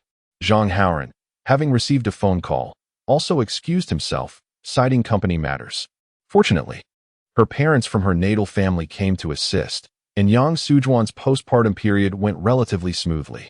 After the confinement, she had assumed that her in-laws would help care for the child, allowing her to dedicate herself fully to the restaurant. However, they preferred playing mahjong, sipping tea, and engaging in chess, ignoring the wails of the baby. Consequently, Yang Su-wan decided to enlist her own parents' help with childcare, and gradually, the restaurant's business began to flourish. Soon after, Zhang Haoran's company underwent restructuring, privatizing the state-owned enterprise and implementing competitive placements, which led to him being dismissed. Women who have not endured the pangs of heartbreak often find it easy to forget past sorrows, especially when Yang Su-wan harbored genuine feelings for Zhang Haoran. This seemingly idyllic life made her perceive everything that transpired after giving birth in the hospital as mere illusion, a rainbow following the storm. Zhang Haoran then began his job search. After experiencing the leisurely yet lucrative lifestyle of a state-owned enterprise, it became apparent to her that other jobs either imposed excessively stringent regulations or offered inadequate compensation. Caught in this dilemma, she and Yang Su-wan decided to sell the restaurant and establish their own company. Although Yang Su-wan did not possess a diploma as impressive as Zhang Haoran's, her astute mind gleaned valuable insights from the patrons. With numerous businesses emerging, they resolved to launch an information services company. Through considerable effort, the company gradually found its footing, attracting a stable clientele. It was at this juncture that young Sujuan discovered she was expecting once more. The nation advocated for optimal reproductive practices, typically encouraging couples to have one child. However, certain rural policies allowed for a more lenient approach, permitting 2 children. Consequently, her in-laws became increasingly animated, bustling about with various items to ensure a healthy pregnancy, constantly lamenting about finally having a grandchild. Young Sujuan felt a twinge of resentment and defiantly proclaimed her preference for daughters, revealing that she had already learned this one was a girl. This statement ignited a heated argument within the family. Her mother-in-law, in tears, lamented her misfortunes while tugging at young Sujuan. Meanwhile, Zhang Haoran admonished her for provoking the elders, reminding her that they were, after all, her parents as well. As Zhang Haoran grasped her arm, refusing to let go, her mother-in-law clung to her legs, wailing. In a sudden burst of determination, Yang Sujuan broke free from her husband's grip, but the unexpected release caused her to lose balance, and she fell to the ground. In an instant, she noticed blood. Rushed to the hospital, she faced a miscarriage. As Zhang Ran spoke, he lowered his head to wipe away the tears from his eyes. Su Xian inquired, "What about your sister, young Xiali? Given the strained relationship, and considering young Sujuan's fiery temperament, how did she come to have young Xiali? And what of the elder brother?" Chapter 52. Clues. This narrative is indeed a heart-wrenching tale. Even someone as strong-willed as young Sujuan found herself yielding several times when confronted with such dilemmas. Yet, despite her willingness to endure such indignities, the outcome remained unchanged. However, after hearing so much from the other party, Su Xian pondered the connection between Yang Xiaoli and her elder brother. Zhang Ran continued, "My mother only learned later that my father had long been involved with another woman. On the occasion of her miscarriage, he had claimed to be preoccupied with work, when in truth he was with his mistress. They then had a son, Zhang Bao. After the divorce, my mother raised my sister and me alone, never seeking them out. They, in turn, have never made any effort to visit us." Zhang Ran's voice gradually diminished. "My mother never spoke to us about our father. These revelations came from my grandmother, who insisted that we must honor her above all else. I was aware that he had been supporting a boy slightly older than my sister outside, yet I never imagined he would become entangled with Lily. Had it not been for Lily revealing her boyfriend's identity during her unfortunate incident, I would have remained oblivious. No rational person could ever fathom such complexities." Su Xian recalled a saying, "Heaven's misdeeds may be forgiven, but self-inflicted suffering cannot be endured." It seems incorrect, for those who are fundamentally indifferent. Even the knowledge of their biological children might not evoke any profound sentiments. Su Xian gently patted Zhang Ran's shoulder. 2 glistening tears rolled down, landing on the lamb's wool carpet. Suddenly, Su Xian inquired, "You mentioned that you were the only one by Yang Xiaoli's side during the incident. Did you notice anything unusual at that time?" "No. You have feelings for Fu Jun, don't you?" Su Xian's words startled Zhang Ran, causing her to jump up and repeatedly wave her hands. Yet she could not articulate a denial. Su Xian, however, maintained a serene expression as she continued, "There is no need for concealment. Although you both appeared to have no special interaction earlier, I could still discern the difference in your gaze when you looked at him." Zhang Ran's voice was faint. "You noticed that, huh? Each day, fresh ingredients arrived at the hotel, and through that, I became acquainted with his fruit and vegetable farm. Later, my mother mentioned finding a reliable person for my sister, and he came to mind." Su Xian struggled to understand. If she indeed had an interest in that young man, why would she introduce him to her sister, whom she knew to be unreliable? So, young Xiaoli must have perceived that her sister harbored feelings for Fu Jun and deliberately flaunted it before her? This was Su Xian's analysis based on her prior understanding of Yang Xiaoli's character. Zhang Ran lowered her head. "And then, what transpired between you two?" Su Xian asked. "In fact, she added spring yao to his coffee, didn't she? And then, did she lock you both together?" Zhang Ran buried his head in his arms, his shoulders gently trembling. Yet, he had always believed that person was her. Why, if she was willing to support you, did she later agree to marry? Well, this is likely yet another profound tale. Indeed, Every family has its own burdens to bear. Zhang Ran wiped his eyes with his sleeve and gazed at Su Xian, that's Sister Su. We are the same age. You may call me Su Su. Su Su, regarding Lily's boyfriend, Zhang Bao, please do not inform my mother. I fear she would be unable to bear such a blow. Naturally, Su Xian would never engage in such heart-wrenching revelations. Then why tell me? Su Xian understood. She was truly a girl with pure and meticulous thoughts. Initially, she did not intend to meddle in others' affairs, but having reached this point in their conversation, Su Xian casually inquired, "May I know why your mother currently seems to suspect that you poisoned your sister? What could provoke such doubt?" Su Xian instinctively probed further. How could such a strong, protective woman casually doubt her own daughter and harbor resentment for so long? Without receiving an answer, Su Xian returned to her original topic. On the day of the incident, young Xiaoli must have exhibited some rather unusual behavior, correct? Yes, it was somewhat out of the ordinary, though I am unsure if that qualifies. Please elaborate. When I was helping her into her wedding dress, she declared that she would tell everyone they were all mistaken. She insisted that even if she did not want him, she would never allow him to fall into someone else's hands. She would ensure his destruction instead. I found myself embroiled in a heated argument with her at that moment. Suddenly, she received a phone call. Mid-conversation, she appeared to lose her composure, her phone slipping from her grasp and clattering to the floor. Like a marionette, she moved towards the liquor cabinet, seized a bottle, and uncorked it, pouring its contents into her mouth. Su Xian interrupted her, asking, "Are you saying she was drinking alcohol at that time?" Zhang Ran nodded. "Yes, I was unaware that the bottle contained paraquat." Before she could finish, she collapsed, convulsing on the ground, frothing at the mouth. I hurried to lift her, and she uttered that he had deceived her, and she would not rest until she had her revenge, even in death. I immediately called for help. Mother rushed in and embraced her, only for her to accuse my mother of attempting to steal her man. Thus, your mother has harbored a misunderstanding about you, believing you sought to replace her and had conspired against your own sister. Zhang Ran bowed her head, overwhelmed with sorrow. This presidential suite, designated as the bridal chamber, was certainly frequented by many guests. Therefore, the paraquat had to have been deliberately placed in the wine bottle. However, Su Xian's suspicion lingered. How did Zhang Xiaoli know that the bottle contained paraquat? Was it possible someone had informed her over the phone? Did that person urge her towards her demise, coaxing her to consume the poison? Just then, a series of knocks at the door interrupted their conversation. Zhang Ran abruptly rose to his feet, taking the lead as he hurriedly wiped his eyes and opened the door. "I sincerely apologize. I was just reminiscing with Su Su about Li Li's childhood." As he spoke, his countenance transformed back to the earlier optimistic and cheerful demeanor. The two engaged in conversation while dining, discussing their respective cases.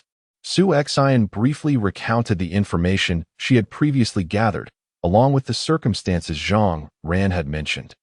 Shifeng inquired, "Are you suggesting that we should continue pursuing this case?" Su Xian affirmed with a nod. "I simply believe that such a strong and diligent individual deserves the favor of fate. However, I must consult our leader's opinion." Shifeng replied, "You are absolutely correct.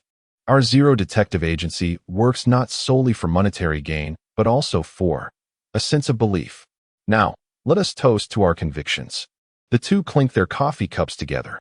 Su Xian continued, "Tomorrow, I plan to investigate Zhang Bao's situation to see where he frequently visits." Shifeng nodded in agreement. "Excellent. We can utilize this privilege." "Privilege? Oh, by the way, what is the situation with the guard unit?" Su Xian inquired.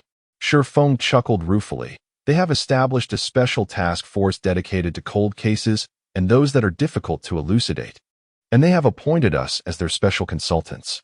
Su Xian understood the reason behind his wry smile. During their negotiations with the detective agency, the agreement stipulated that they would receive a certain level of technical support, while the guard unit would compensate them accordingly. Now, however, they had simply assigned a title to the arrangement, which meant a monthly stipend of 1 or 2,000, but they were expected to assist with all cases. Shifeng, thus, they have granted us a condition allowing us to inquire about certain internal system information under their permission and supervision, without interfering with our daily cases, of course. Provided that we do not violate the law or disrupt their ongoing investigations. Su Xian smiled and remarked, overall, this is still advantageous for us. Oh, by the way, what is the status of Zhang Suihua's case? Is it true? Before receiving a response, Su Xian heard Shifeng let out a heavy sigh, causing her heart to sink slightly. After taking a deep gulp of coffee, Shifeng finally said, it is true. The details recorded in the system align closely with her account, and the case has already been closed. The guard subtly informed me that there are influential figures involved in that case, rendering it untouchable. Su Xian's lips curled slightly. It is not that it cannot be moved, but rather that they dare not act. Shifeng, even if irrefutable evidence were to emerge, it would merely be deemed a case of children's roughhousing, an accidental shove down the stairs, which does not constitute murder. Moreover, all parties involved are under the age of 18. They would likely just receive a lesson before being released. However, this means that not only Zhang Suihua's family, but also everyone connected to this case would face repercussions. Su Xian gasped, is it that serious? Today, upon agreeing to become a member of the special team, the guards slightly divulged some information. We were advised to refrain from taking action, and even if we do, it should not be too obvious. Su Xian nodded, understanding that the guard is aware of her capabilities and has thus relaxed their stance. This implies that even if he is aware of the situation, he would choose to turn a blind eye. Thus, it suffices. The phrase to preserve one's own safety is regarded as a pejorative in the lexicon of heroes, as if failing to resolutely uphold justice through drastic measures is inherently wrong. However, Su Xian's foremost principle is indeed self-preservation. Yet, given that heaven has bestowed upon her a left eye capable of perceiving the supernatural, perhaps she could accomplish something beyond mere self-defense.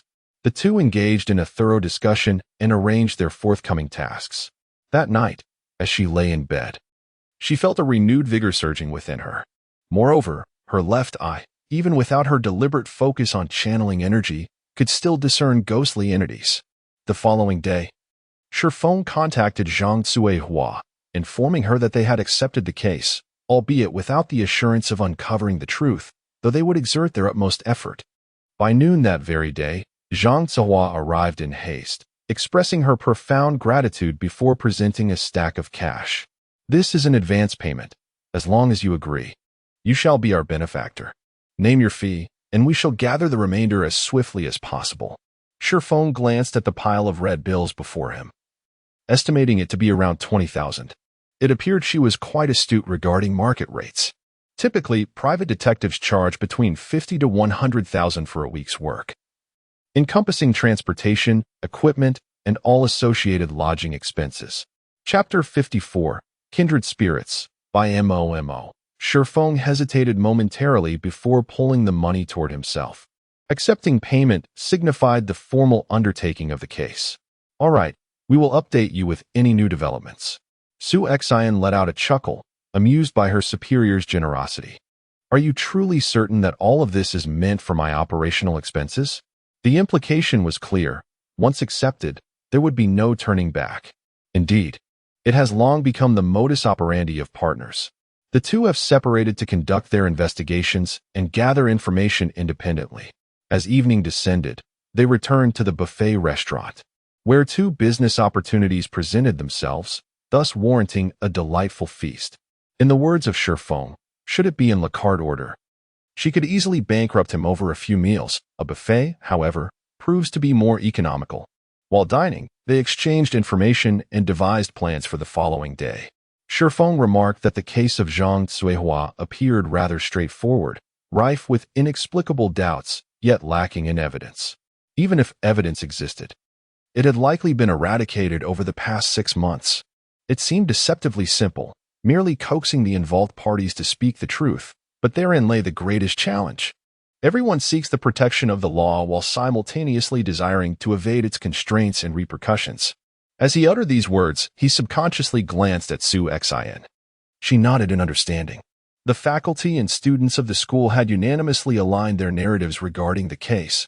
Any hasty inquiries directed at those students might inadvertently bring trouble. regardless of whether they chose to speak or remain silent. Therefore, she resolved to approach the matter directly, targeting the individuals involved. As she spoke the final words, a rare intensity flickered across her brow. Su Xian inquired, "Have you uncovered any individuals connected to the Yangtong case?" Shifeng chuckled softly.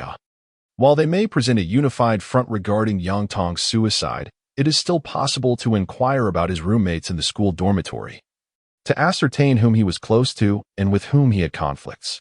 If one remains silent, a few more inquiries will yield the answers. The implication is clear. It can be definitively concluded that Yangtong's tragic leap from the building was not merely a spur-of-the-moment decision to take her own life, but rather an incident likely involving others in her vicinity. Su Xian nodded in acknowledgement. With the summer vacation currently underway, it seems that the family has become particularly vigilant in the wake of that incident, making it exceedingly difficult to discreetly isolate them without raising suspicion.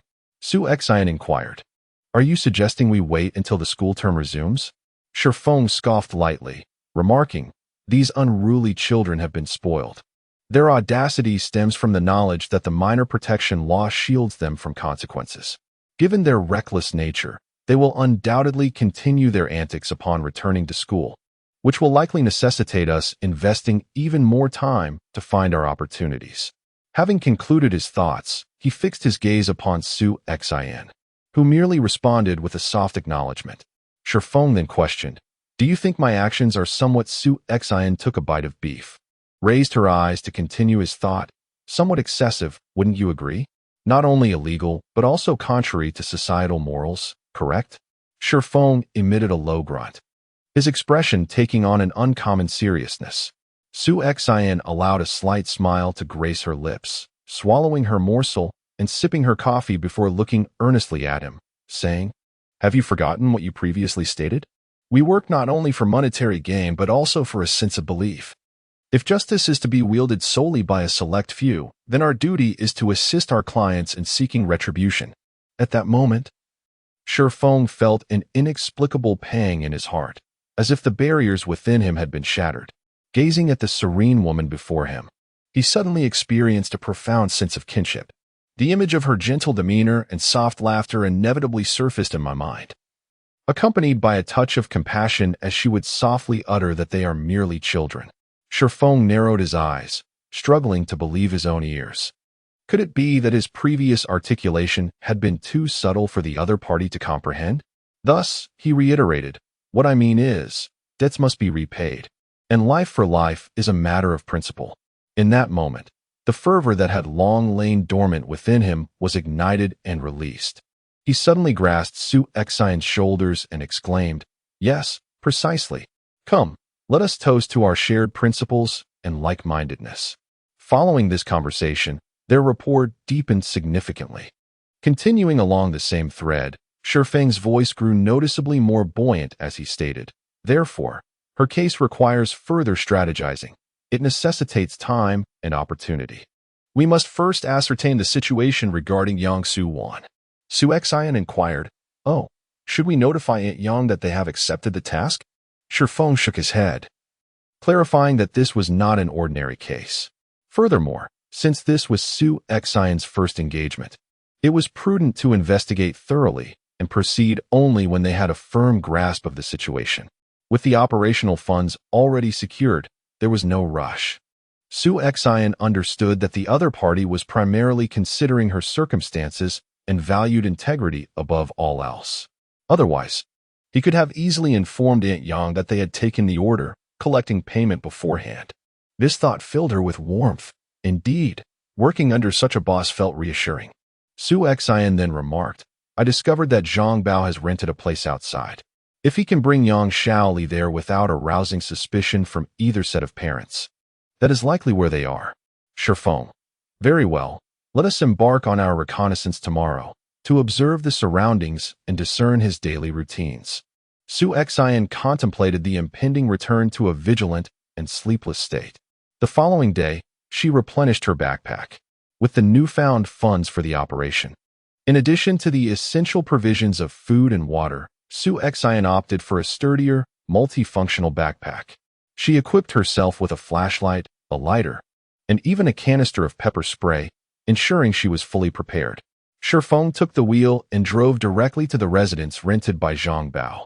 He pointed towards the elegant building beyond the verdant wall and inquired, "Does he reside here?" It could easily be described as a private villa.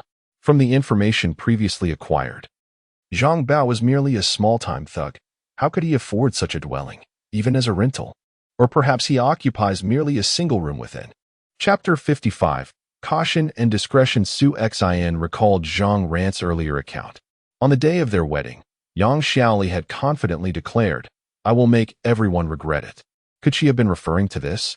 It seemed she had long been aware of Zhang Bao's residence here, contradicting the portrayal of him as a worthless delinquent, which might explain her audacious proclamation. Shi Yan nodded and replied, "Indeed. I accessed the property records using the privileges granted by the guard. The ownership of this house is indeed registered in his name.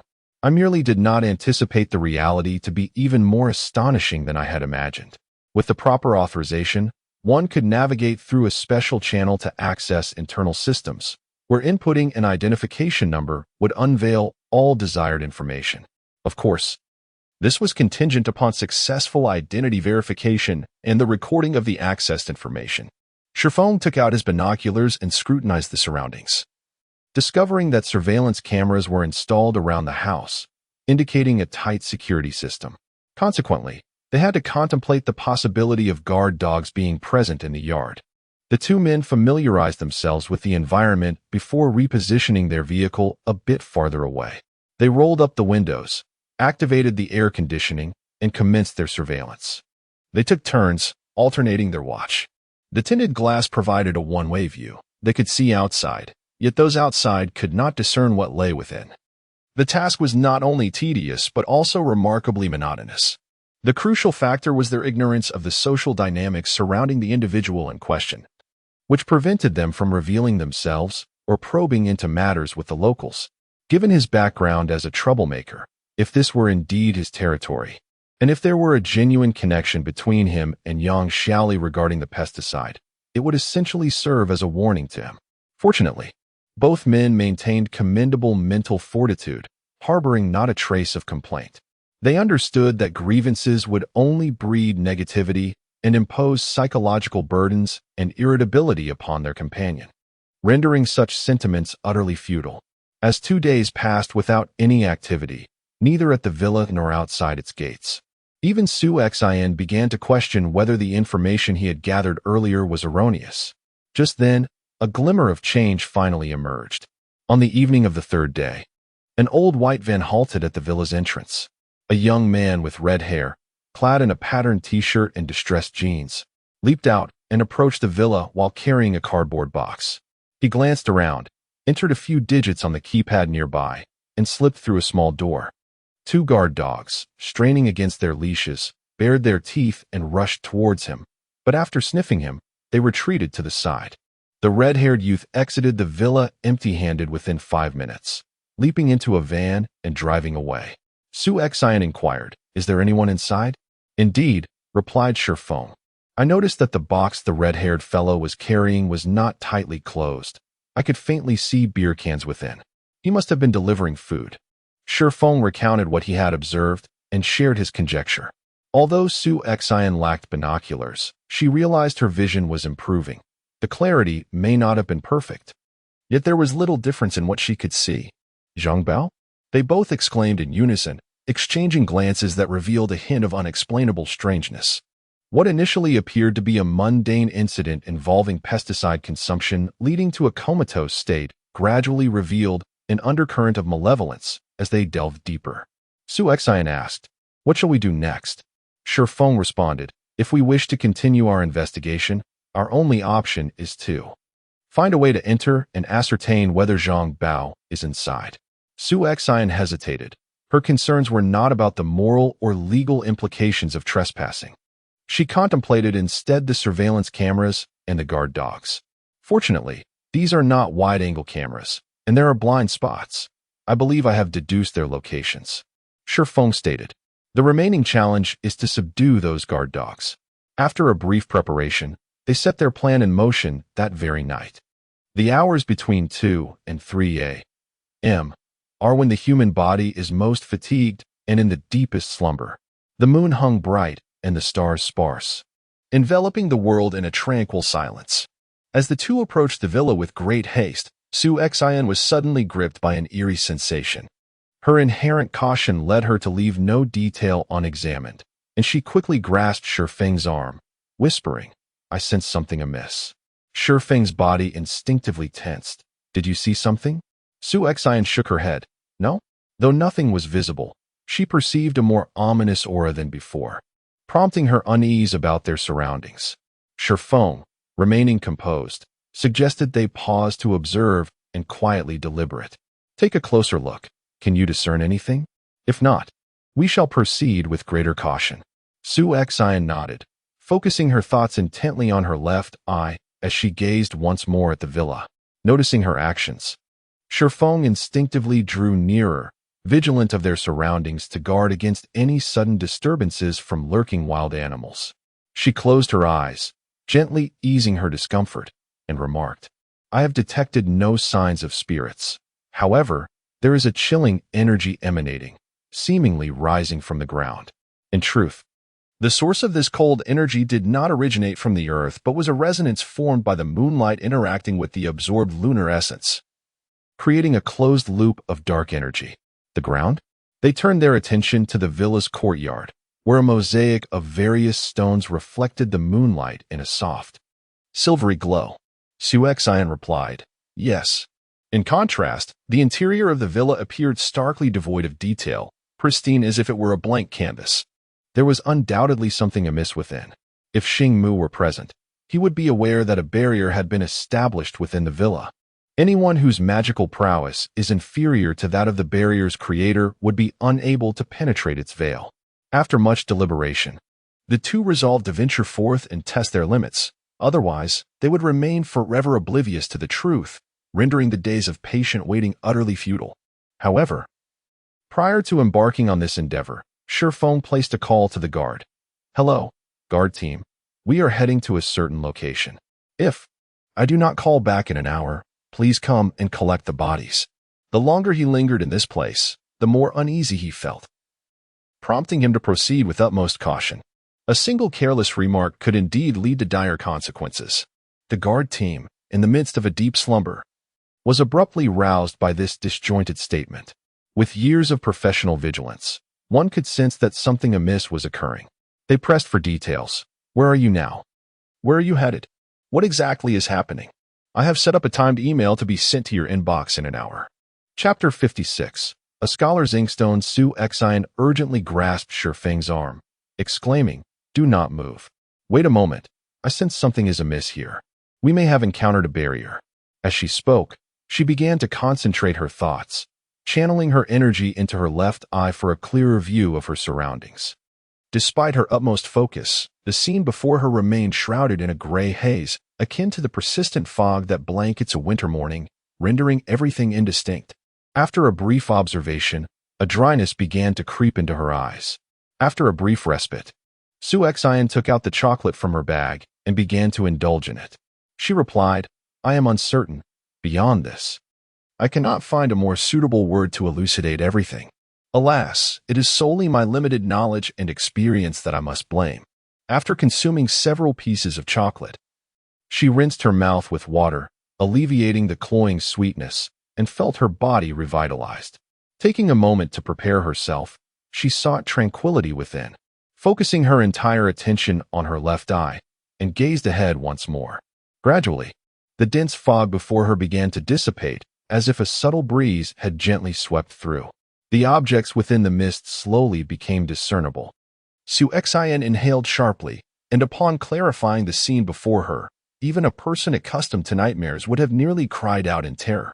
It was no wonder anyone, like a blind person groping around, peering desperately ahead, upon realizing that they were confronted by a decaying corpse, would surely feel a similar dread. Beneath the corpse lay a pool measuring 2 to 3 meters in length and width, partially filled with an unidentifiable substance that emitted an overwhelmingly foul stench. Most alarmingly, they stood at the very edge of the pool, merely a step away from plunging into it, unaware of how they had met their demise. After Su-Yan shattered this barrier, all illusions vanished. Shi Yan, witnessing this, broke out in a cold sweat, filled with trepidation. His voice trembled slightly as he uttered, "I distinctly remember walking down the corridor, passing through a hallway. How perilous this is. No wonder the villa's doors and windows opened so easily. It seems that even when opened, they merely invite death. This is truly a trap that lures one to a certain demise, where even in death, one remains oblivious to the manner of their end. Before them dangles a corpse, highly decomposed, its form darkened and swollen, seeping putrid fluids that drip steadily into a morbid pool below. At that moment, two muffled sounds emanate from the pool, revealing that the decaying body, suspended by iron hooks, has lost its limbs. The two individuals felt momentarily dazed, like marionettes, slowly raising their heads to gaze ahead. They beheld a ghastly sight. The entirety of the putrid pool was adorned with corpses, each suspended by iron hooks, stacked upon one another, numbering perhaps 20 or more. Some were in advanced decay, while others appeared relatively fresh, likely having been hung not long ago. The rotting bodies would occasionally plummet into the pool. Within the depths of the pool, something stirred. As the decaying limbs fell, the entire mass was agitated, instantly transforming into a gruesome amalgam of blood and flesh. The two resisted the overwhelming urge to retch, their curiosity piqued yet unwilling to investigate further what lay within. This was a basement, and Su-Yan had located a ladder, hastily pulling Shi Yan away. In her peripheral vision, she noticed stone steps leading to an even lower level. Could there be another basement beneath this one? What horrors might it conceal? A mountain of corpses and a sea of blood? Su-Yan battled the urge to delve deeper, repeatedly reminding herself, curiosity killed the cat. Gradually, the intense desire to descend to the basement's depths waned. It appeared that the remnants of the earlier barrier still subtly influenced their minds. Even in moments of unawareness, the two individuals gazed at one another, an unmistakable sense of deliverance lingering in the air. Shi Yan inquired, "What shall we do now?" Su-Yan's heart raced with exhilaration, an indescribable thrill coursing through her veins, as if something unseen beckoned her from ahead. She articulated, "We have already navigated through peril. It would be unreasonable to abandon our quest now. Moreover, I sense that this place is intrinsically linked to the disappearance of Yang Xiaoli's spirit." After a brief pause, she added, "And I feel as though something here compels me to delve deeper into its mysteries." Shi Yan met Su-Yan's gaze, which was sincere and clear. Having spent considerably more time in the world than she, he had encountered many individuals, yet had never witnessed such candor. Even now, he remained perplexed by her decision to conceal the truth from him. With a simple affirmation, he resumed the search for Zhang Bao's whereabouts. Without the barrier obstructing their path, Shi Yan capitalized on his expertise, swiftly discerning the layout of the villa, leading Su-Yan directly to the second floor. As he concealed himself around a corner, preparing to speak to Su-Yan, he noticed she was gripping a talisman in her left hand while wielding a fruit knife in her right. Such a formidable sense of vigilance. However, he slightly furrowed his brow and remarked, "That is not the proper way to hold a knife. Such a grip easily alerts the opponent and raises their suspicion. It should be held like this." As he spoke, he gently relieved her of the knife, adjusting her grip. He demonstrated a series of motions with her hand, saying, "See, like this is how you attack. Do you understand?" Su-Yan's expression was one of profound concentration. Ever since the last encounter at the Xianghua community, where the other party had shielded her from the malevolent spirit possessing Ishikawa-ko, she had realized her superior's remarkable abilities.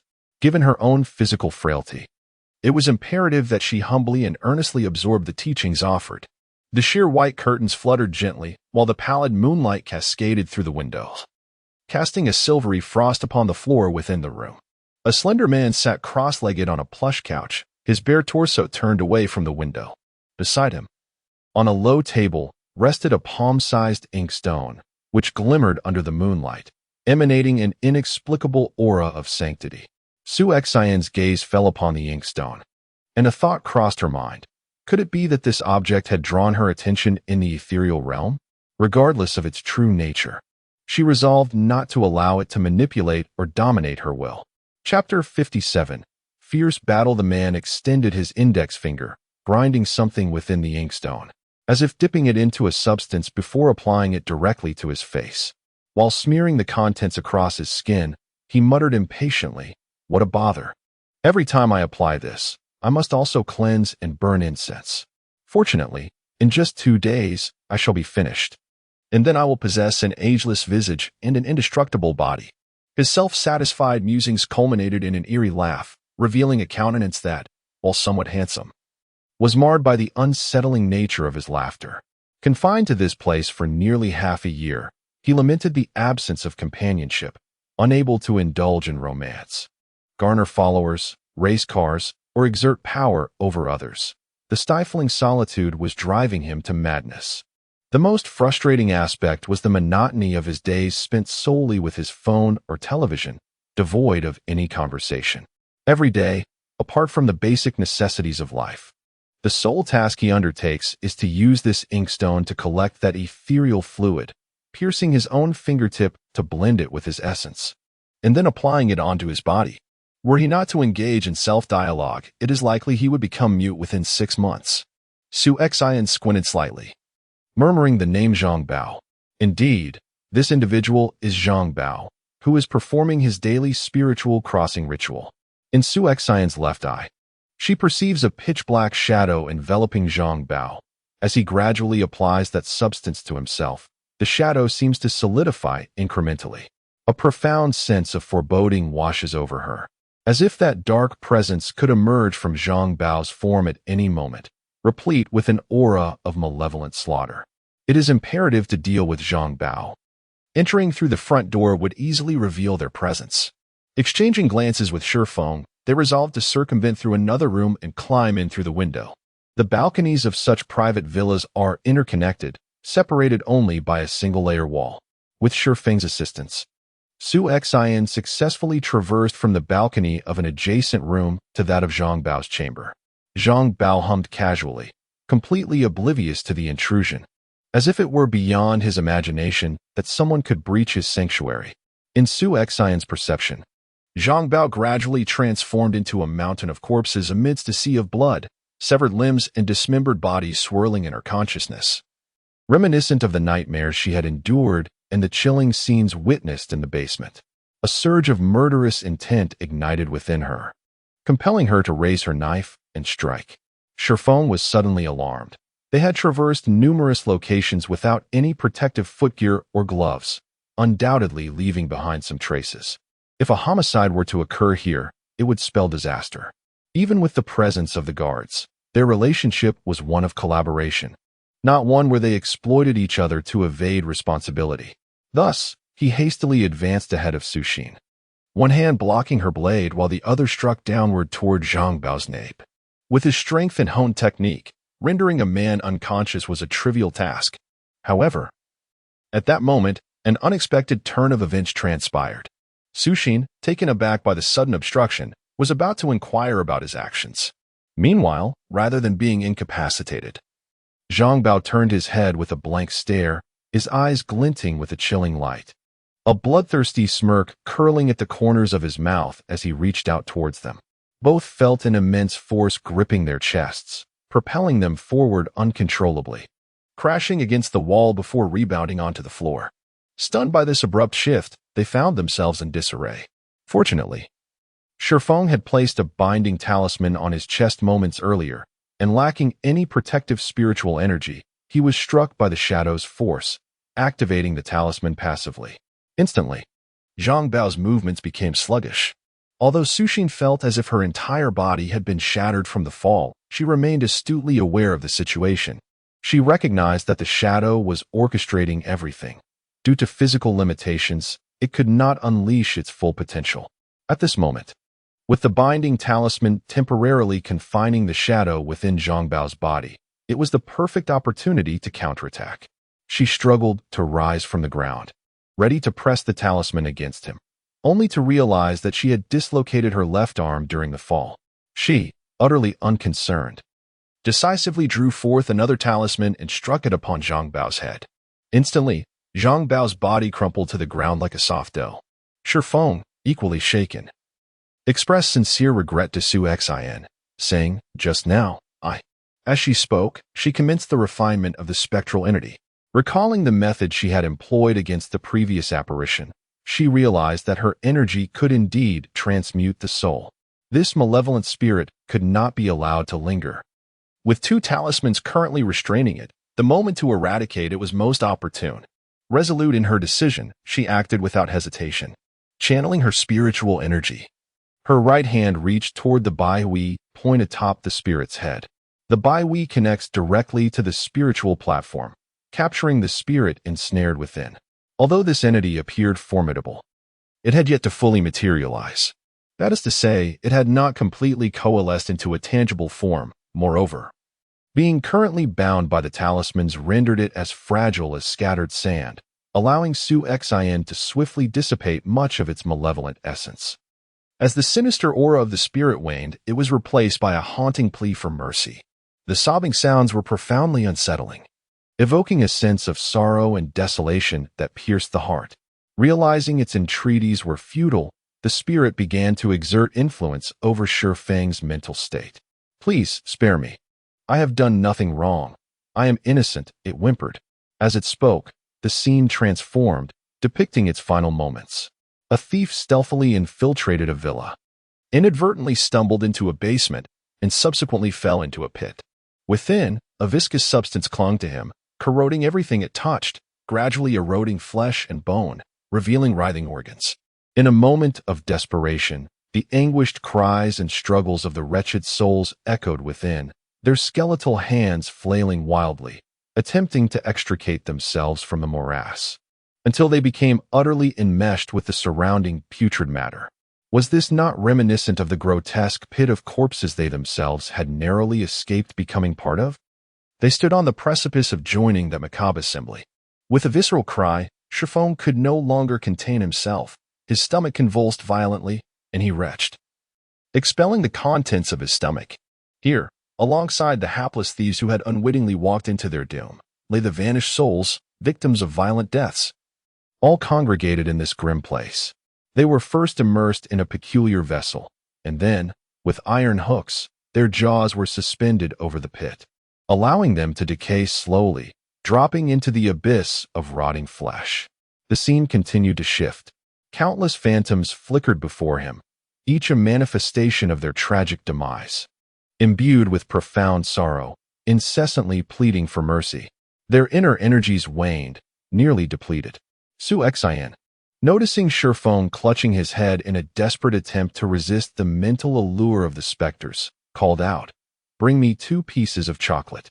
Her left hand, having been dislocated, remained immobile. Chapter 58. Merely a coincidence. As Su Xian consumed the chocolate, she engaged in a fierce contest against the ethereal beings. Their strengths waxed and waned, and she was determined to exhaust her adversaries. This time, Su Xian would not extend mercy as she had for the little ghost, for there would be no one to plead for its survival. Seizing the moment, she resolved to vanquish the entity entirely. In the end, a wholly transparent orb of energy coalesced in the palm of her right hand. Su Xian recognized this as the essence of Yin energy, a pure force that could be assimilated into her own power, fortifying her soul with its pristine vitality. During her first experience in the hospital, she had attempted this before and now, without hesitation, absorbed it entirely. This time, however, it was magnitudes greater than the last. An indescribable sensation of liberation and comfort coursed through her entire being, as if the previous exertion of will-over energy had been veiled in gauze, lacking clarity. Now, within her consciousness, she could not only distinctly sense the energy converging in her spiritual abode, but also perceive its circulation throughout her body. Previously, she could only direct energy to her hands, but now she felt her meridians unblocked, allowing the energy to flow freely within her. A profound sense of mastery enveloped her, ineffable and exquisite. Su Xian realized that she had likely ascended her abilities, and her heart swelled with joy. However, She understood that lingering here was unwise. Thus, she merely took a moment to sense it before retracting her thoughts. With no malevolent spirit possessing him, Zhang Bao lay limply on the ground like a puddle of mud. Upon observing Su Xian's hand resting on Zhang Bao's head, Shi Feng noticed that the previously fierce Zhang Bao had now slumped weakly. He inquired, "What shall we do now? Should we deal with him?" He still felt guilt for interrupting Su Xian earlier. Subconsciously, he wished to spare her from shedding blood. So if action were to be taken, he would prefer to do it himself. Su Xian cast a glance at Zhang Bao and replied, "No need."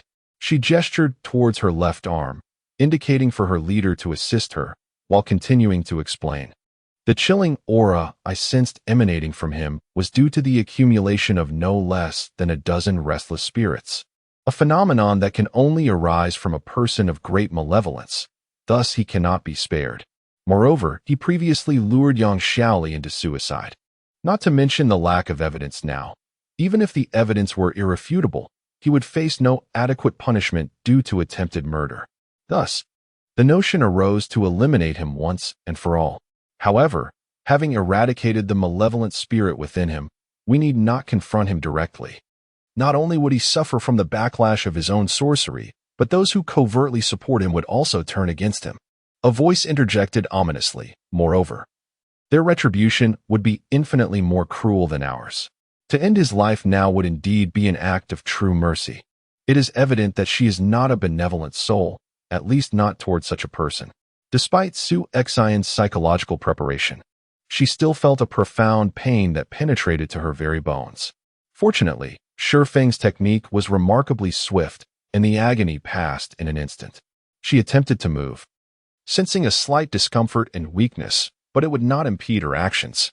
Shi Feng observed Su Xian, noting that she merely furrowed her brows before suppressing her discomfort. He gazed at the freshly sprouted hair of the young boy, suddenly struck by an illusion that within this seemingly delicate body resided not a woman, but a stalwart warrior. Su Xian sensed that this inkstone was far from ordinary. Although she had not previously encountered anything like it, she had seen enough films and television to know that certain objects should not be casually touched. It was akin to criminal investigation. Any contact would leave an indelible mark. Therefore, she placed the final talisman on the inkstone, carefully wrapped it in a plastic bag, and stowed it in her backpack. Meanwhile, Shi Feng meticulously cleaned the area where marks might have been left. Once they had tidied up, the two departed without a moment's delay. The first action Shi Feng took upon leaving was to revoke the scheduled sending of emails and to completely delete the drafts. His subconscious informed him that Su Xian's inkstone was extraordinary, and he could not allow anyone to discover their presence here. Of course, the guards might speculate, as they could ascertain Zhang Bao's properties through their authority, but speculation remains mere conjecture as long as irrefutable evidence does not fall into others' hands. Just 10 minutes after their departure, two figures appeared atop the villa. The woman in a pink attire produced a compass, adjusting it with a few deft movements. Exclaiming in frustration, "Damn it, we arrived a step too late." The man, visibly anxious, glanced at the compass as the red dot indicating their location vanished. How could this be? Is it possible that others besides us are aware of the soul-nourishing inkstone's presence here? We have been tracking them for so long, waiting for them to release all the malevolent energy within, and for the demonic aura to be only partially formed, so we could refine and subdue it. To be intercepted now is utterly absurd. The woman appeared to be in her 20s, with a delicate, sculpted face and flowing garments. Yet her words carried an unexpected weight that belied her youthful appearance. The man was tall and handsome, with deep-set eyes that emanated a somber aura. "Min Fang, what shall we do now? When our master entrusted us with this task, he mentioned it only to the two of us. If we fail, will he suspect us?" Ji Yan expressed her concerns anxiously. Min Fang replied, "In truth, aside from us, there are others who know this secret. It is even possible that everything has been orchestrated by them intentionally." "Who?" "Of course, it is the mastermind behind this scheme." As his words fell, the heavens suddenly altered, and several bolts of lightning descended from the clear sky. With their exceptional skills, the two should have easily evaded the lightning, yet they found themselves inexplicably immobilized. Remarkably, The lightning transformed into a peculiar net as it struck them, ensnaring them tightly. Thus, the two were ensnared in a bewildering manner. At that moment, a man dressed in a moon-white Tai Chi shirt emerged from the darkness, appearing to be in his 40s, with a slicked-back hairstyle, exuding an air of superiority. Meng-sanbua? Upon hearing this, the two were consumed by even greater fear, for falling into his hands would be far more dreadful than death itself. To their astonishment, this soul-capturing and demon-nurturing formation was indeed constructed by him, by nurturing demons with souls, and as the demons were on the verge of taking shape, he intended to employ the technique of spirit transfer to create his shadowy doppelganger, thereby allowing him to traverse freely between the realms of yin and yang. The vessel for nurturing demons required individuals devoid of faith and sufficiently greedy. Any semblance of belief, be it familial love, romantic affection, or a sense of righteousness, would taint the purity of the demon thus nurtured.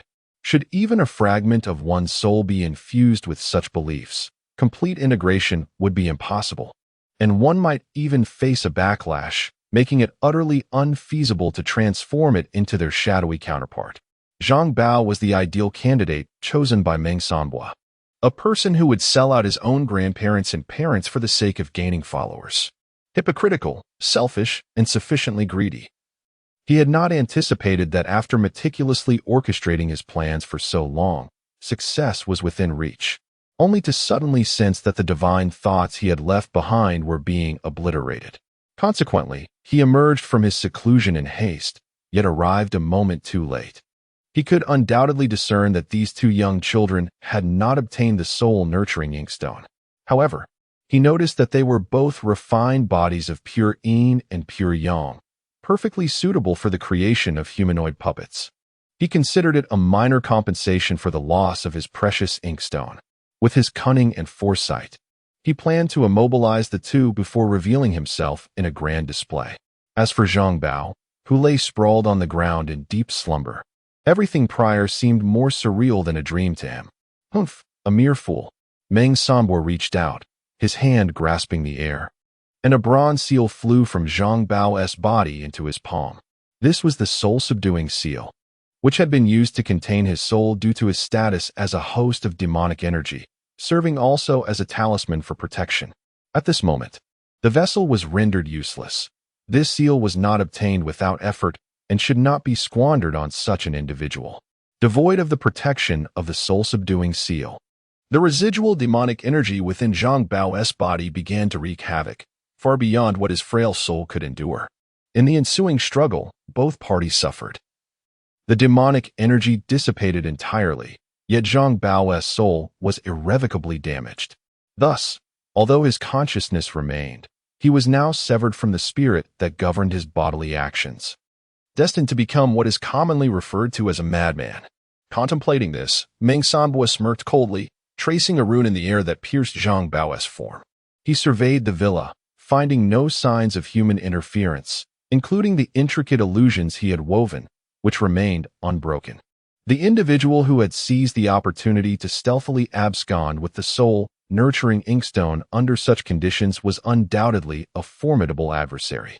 However, the immediate priority is to continue transcending one's own limits, while simultaneously refining these two seedlings, nurturing them into loyal guardians. Yet, being interrupted at such a crucial juncture in cultivation may require considerable time and effort to regain focus. With this thought, a sigh escapes. For the path of cultivation is fraught with challenges. All of this turmoil stems from this incompetent fool. With a cold snort, I cast Zhang Bao onto the bustling street, and then vanish into the night with the scapegoat Min Fong and Shi Yan. Shi Yan's soul has strengthened, and her consciousness is now significantly more potent than before. Should she re-enter the villa now, while she may not be able to see through everything at once, it would at least be less arduous and perilous than the previous night. From the Ling Yan, a faint wisp of soul energy is sensed. Through mental communication, it is confirmed to belong to the missing Yang Xiaoli. In a realm devoid of spatial and temporal concepts, profound fear is imprinted upon her soul. Furthermore, The entanglement of their souls is a result of the bloodline connection between her and Zhang Bao, effectively sealing her within the soul-nourishing inkstone. Thus, it becomes increasingly effortless for Zhang Bao to merge with the essence condensed from the pool of decaying corpses. Each time Zhang Bao extracts the essence from the soul-nourishing inkstone, Yang Xiaoli's soul diminishes further. Ultimately, when the demonic energy within Zhang Bao reaches its zenith, his corporeal form will suffer backlash, leading to the complete annihilation of Yang Xiaoli's soul. Nevertheless, despite her weakening essence, it has not dissipated entirely. Her spirit can still awaken within her body. Su Xian informs Shifeng that she has discovered a method to awaken Yang Xiaoli and can notify Yang Su Wan to discuss the terms of the contract. Seated in a reclining chair on the balcony, with a small tea table beside her laden with several boxes of nutty snacks and a cup of green tea, Su Xian indulged in her treats while contemplating the spirit inkstone. As her body absorbed the energy, it naturally converged within her spiritual platform, allowing her to sense an incremental enhancement of power. Moments ago, the connection between Su Xian's consciousness and Yang Xiaoli's soul had revealed a chilling resonance of intent. Taking a deep breath of fresh air, Su Xian cleared the disordered aura enveloping her. After sipping her tea, her gaze returned to the inkstone. She noticed that when she concentrated her awareness on the spirit inkstone, the internal structure of the inkstone materialized vividly in her mind, reminiscent of a painter's palette. At its center lay a circular space embodying the yin-yang symbol, with 5 evenly distributed spaces surrounding it, each interconnected. Yang Xiaoli's spirit resided within the yang attribute space at the heart of the yin-yang symbol. A thought sparked within Su Xian. What purpose did the adjacent yin attribute space serve? With a flicker of intent, she endeavored to shift the fragile spirit beside her. Miraculously, Yang Xiaoli's spirit transitioned into the yin attribute space. In mere moments, what had once been a tenuous essence began to solidify and intensify. A subtle smile graced Su Xian's lips. Indeed, the spirit inkstone possessed not only the ability to weaken souls, but also the power to fortify them. Subsequently, she placed the petite spirit into each of the 5 surrounding spaces, each representing the elemental attributes of metal, wood, water, fire, and earth in a remarkable display of soul manifestation. Yang Xiaoli's spirit cried out in immense anguish. How dare you treat me this way? I told Bao Bao to find someone to deal with you. Huh, and now you still call him Bao Bao? Have you forgotten how you met your demise? Truly pathetic. Su Xian replied coldly. Are you referring to Zhang Bao? Do you truly believe I am unaware that he is your biological brother? A girl who revels in her own misery. Only your mother and sister still regard you as precious. In the eyes of others, you are merely a societal leech. Yang Xiaoli's spirit began to tremble, overwhelmed by the shame and rage that followed the revelation of truth. They chose to act that way.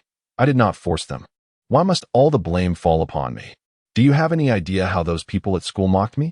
They said I was a child without a father, that my mother was incapable of keeping a man. They called her a street vendor, recounting tales of how they saw her being chased away by city officials, scales confiscated. Do you understand how humiliating that is for me? It was Zhang Ran's own decision to drop out and work. Why should she claim it was for my education?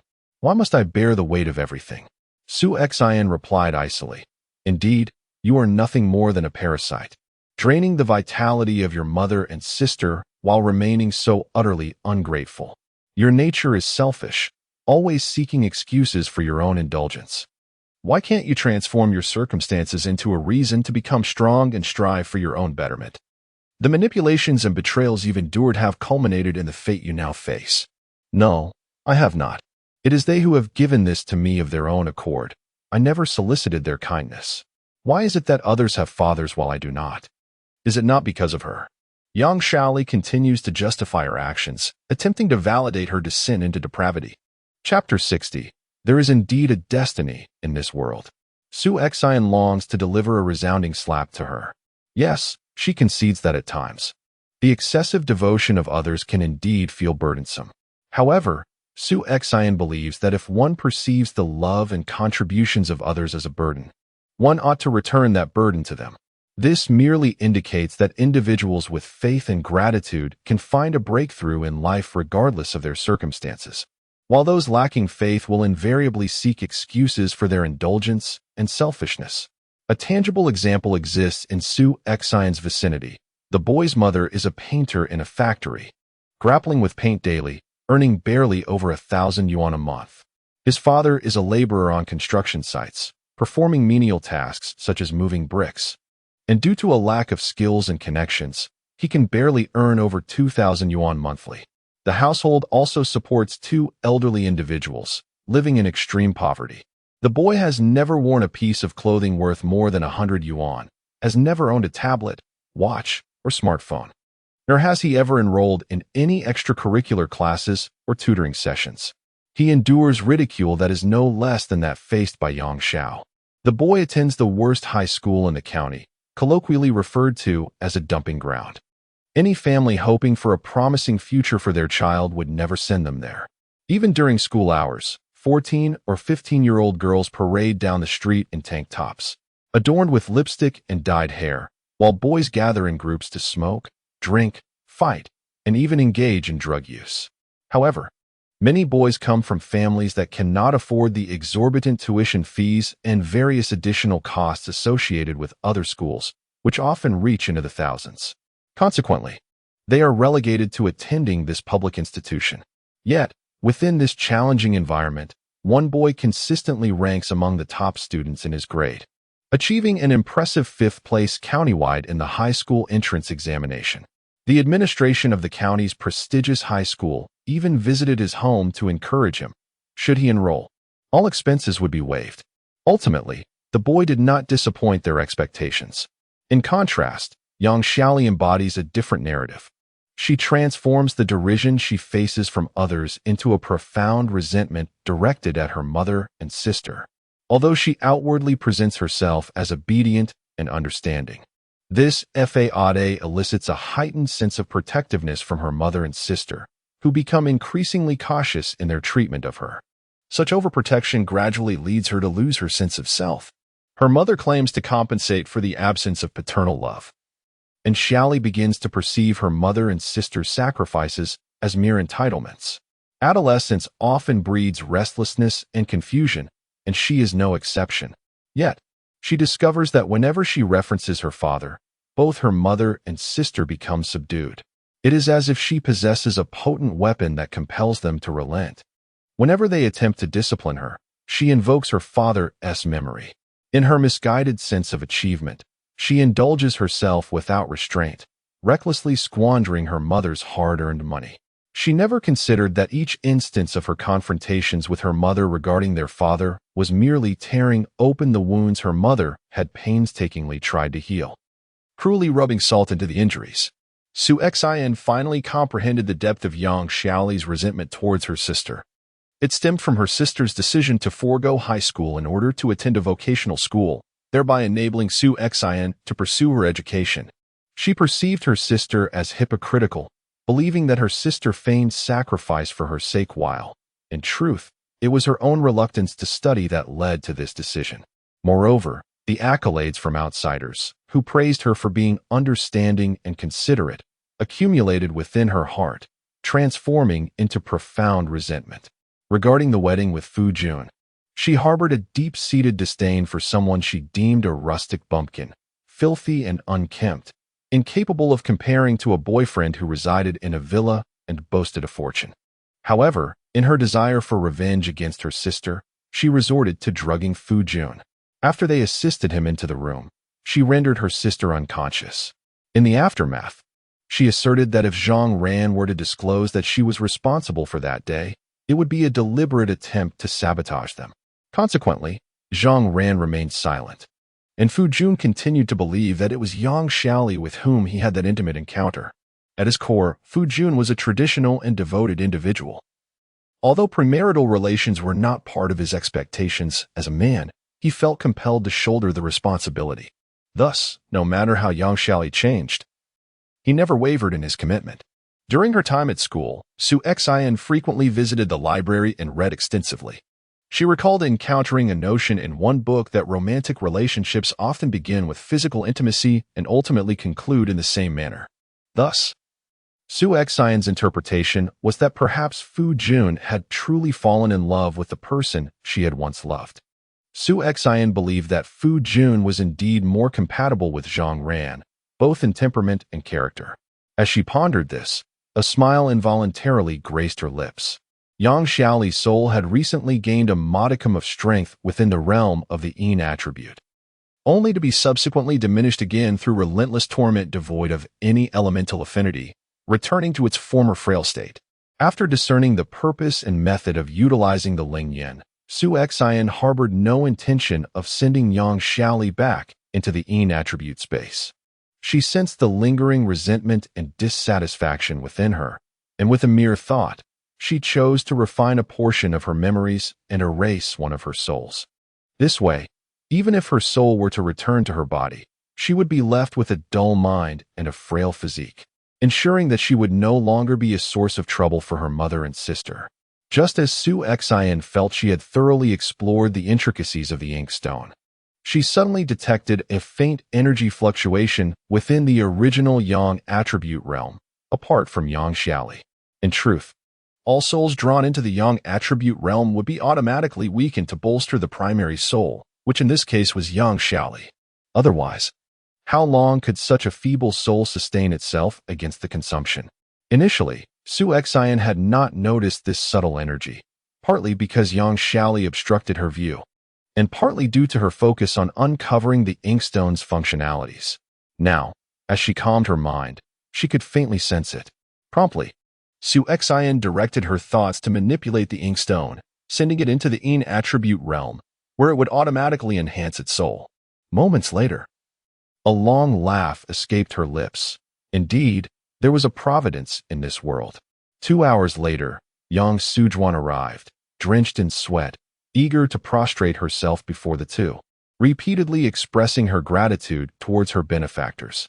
"I am willing to offer any sum to save my daughter, even if it costs me my old bones." Shifeng interrupted her, understanding her emotions and the dire situation they faced. "However," he continued, "to be honest, we have invested considerable effort into this case, so..." Chapter 61. The long-awaited moment has arrived, I will pay. A clear, melodious voice interjected, revealing itself to be Zhang Ran.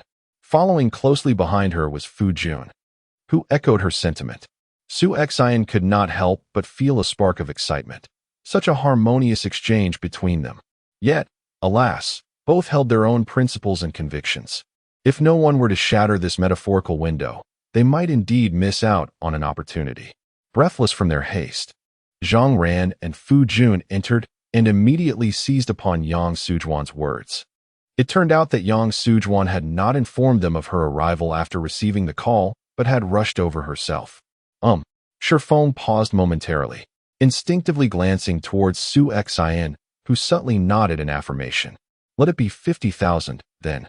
Of course, it can be settled after we ensure your daughter's safety," Shifeng stated with unwavering resolve. Su Xian had already risen to pour water for the group, but as she presented a cup to Zhang Ran, she inadvertently spilled it onto her attire. The suddenness of her action left everyone momentarily stunned. Su Xian hastily pulled out the towel she had prepared earlier to wipe herself, simultaneously spinning her companion around to face away from the stone peak, Yang Sujuan, and towards Fu Jun, who was walking behind Zhang Ran. Apologizing profusely while vigorously wiping, she intentionally tugged at her collar.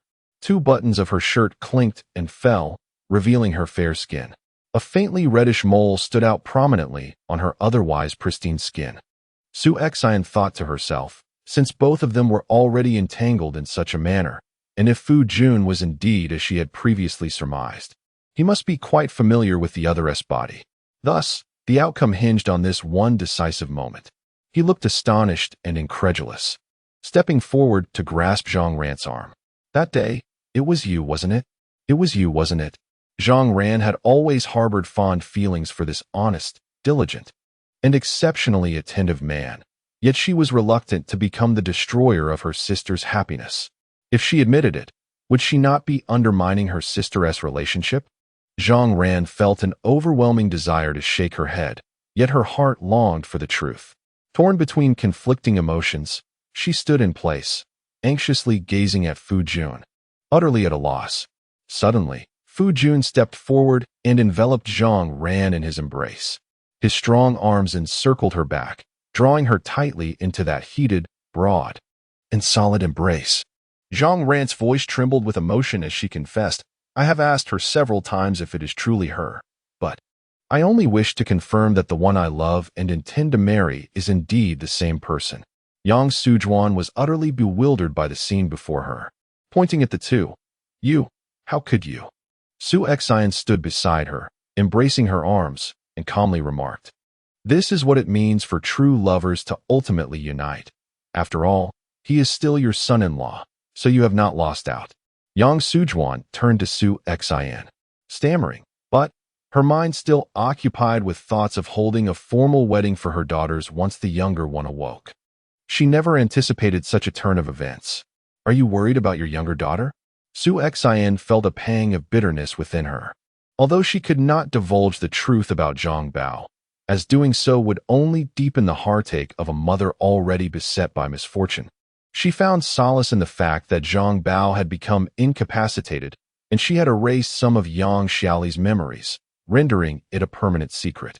However, she could share how Yang Xiaoli had feigned matchmaking and schemed against her sister and Fu Jun. Thus, Su Xian gently intertwined her arm with Yang Sujuan's and leaned in close to whisper, guiding her toward the balcony. Yang Sujuan remained preoccupied with thoughts of Zhang Ran and Fu Jun, wanting to turn around and confront them. But Su Xian's firm grasp on her arm prevented her from disrupting the budding romance between the two. Moreover, a deep-seated reverence for Su Xian kept Yang Sujuan from resisting too strongly. However, as Su Xian continued to speak, she gradually fell silent, ultimately letting out a deep sigh and touching her eyes, simply stating, "I have misunderstood Ran. Su Xian gently patted her back, allowing her emotions to stabilize slightly. Once the atmosphere in the room had calmed, she suggested, "Let us first check on Xiaoli. We must awaken her before anything else." Su Xian pretended to pierce each of Yang Xiaoli's 10 fingers with needles, observing the expression of pain that jolted her awake, feeling an inexplicable sense of pleasure within. Just as she had imagined, Yang Xiaoli's memories were quite hazy, and her body was exceedingly weak. While she could recognize Yang Sujuan, Zhang Ran, and Fu Jun, upon seeing the smiling Su Xian, she instinctively recoiled in fear. Yang Sujuan, overwhelmed with gratitude towards the heavens and her savior, hurriedly urged her daughter to express her thanks, playfully chiding, "Li, how can you behave this way? Quickly, thank your benefactor." The more Yang Sujuan insisted, the more Yang Xiaoli resisted, shrinking back. As the family reunited, Su Xian and Shi Feng chose not to intrude further. Upon exiting the hospital room, Fu Jun proceeded to retrieve 50,000 and handed it to Shi Feng. On their way back, Shi Feng, while driving, inquired of Su Xian, Su, what did you do to that girl? She seems quite frightened of you." Su Xian unabashedly replied, with a nonchalant tone, "I merely taught her a small lesson." Shi Feng chuckled, "Ah, you truly are forthright. Are you not concerned that others might accuse you of bullying a young girl?" Su Xian retorted, "Others say? If we were to live by what others say, what would be the point of living at all? Why should one live life according to the expectations of others? Let them say whatever they wish." In the midst of their conversation, Wei Yin unexpectedly called, instructing them to hasten to Panlong Mountain, specifically to Wei Xian village, assuring them that they would find someone to guide them upon arrival. Su Xian remarked, "I recall you called the Wei team early this morning. Why the sudden shift to Panlong Mountain now? Indeed, is there some urgent matter at hand?" After a brief discussion, they reached no conclusion. The fundamental trust expected of partners was in place, rendering any need for clarification unnecessary. Moreover, Shi Feng possessed a straightforward disposition, accustomed to following orders without question, which they both understood implicitly.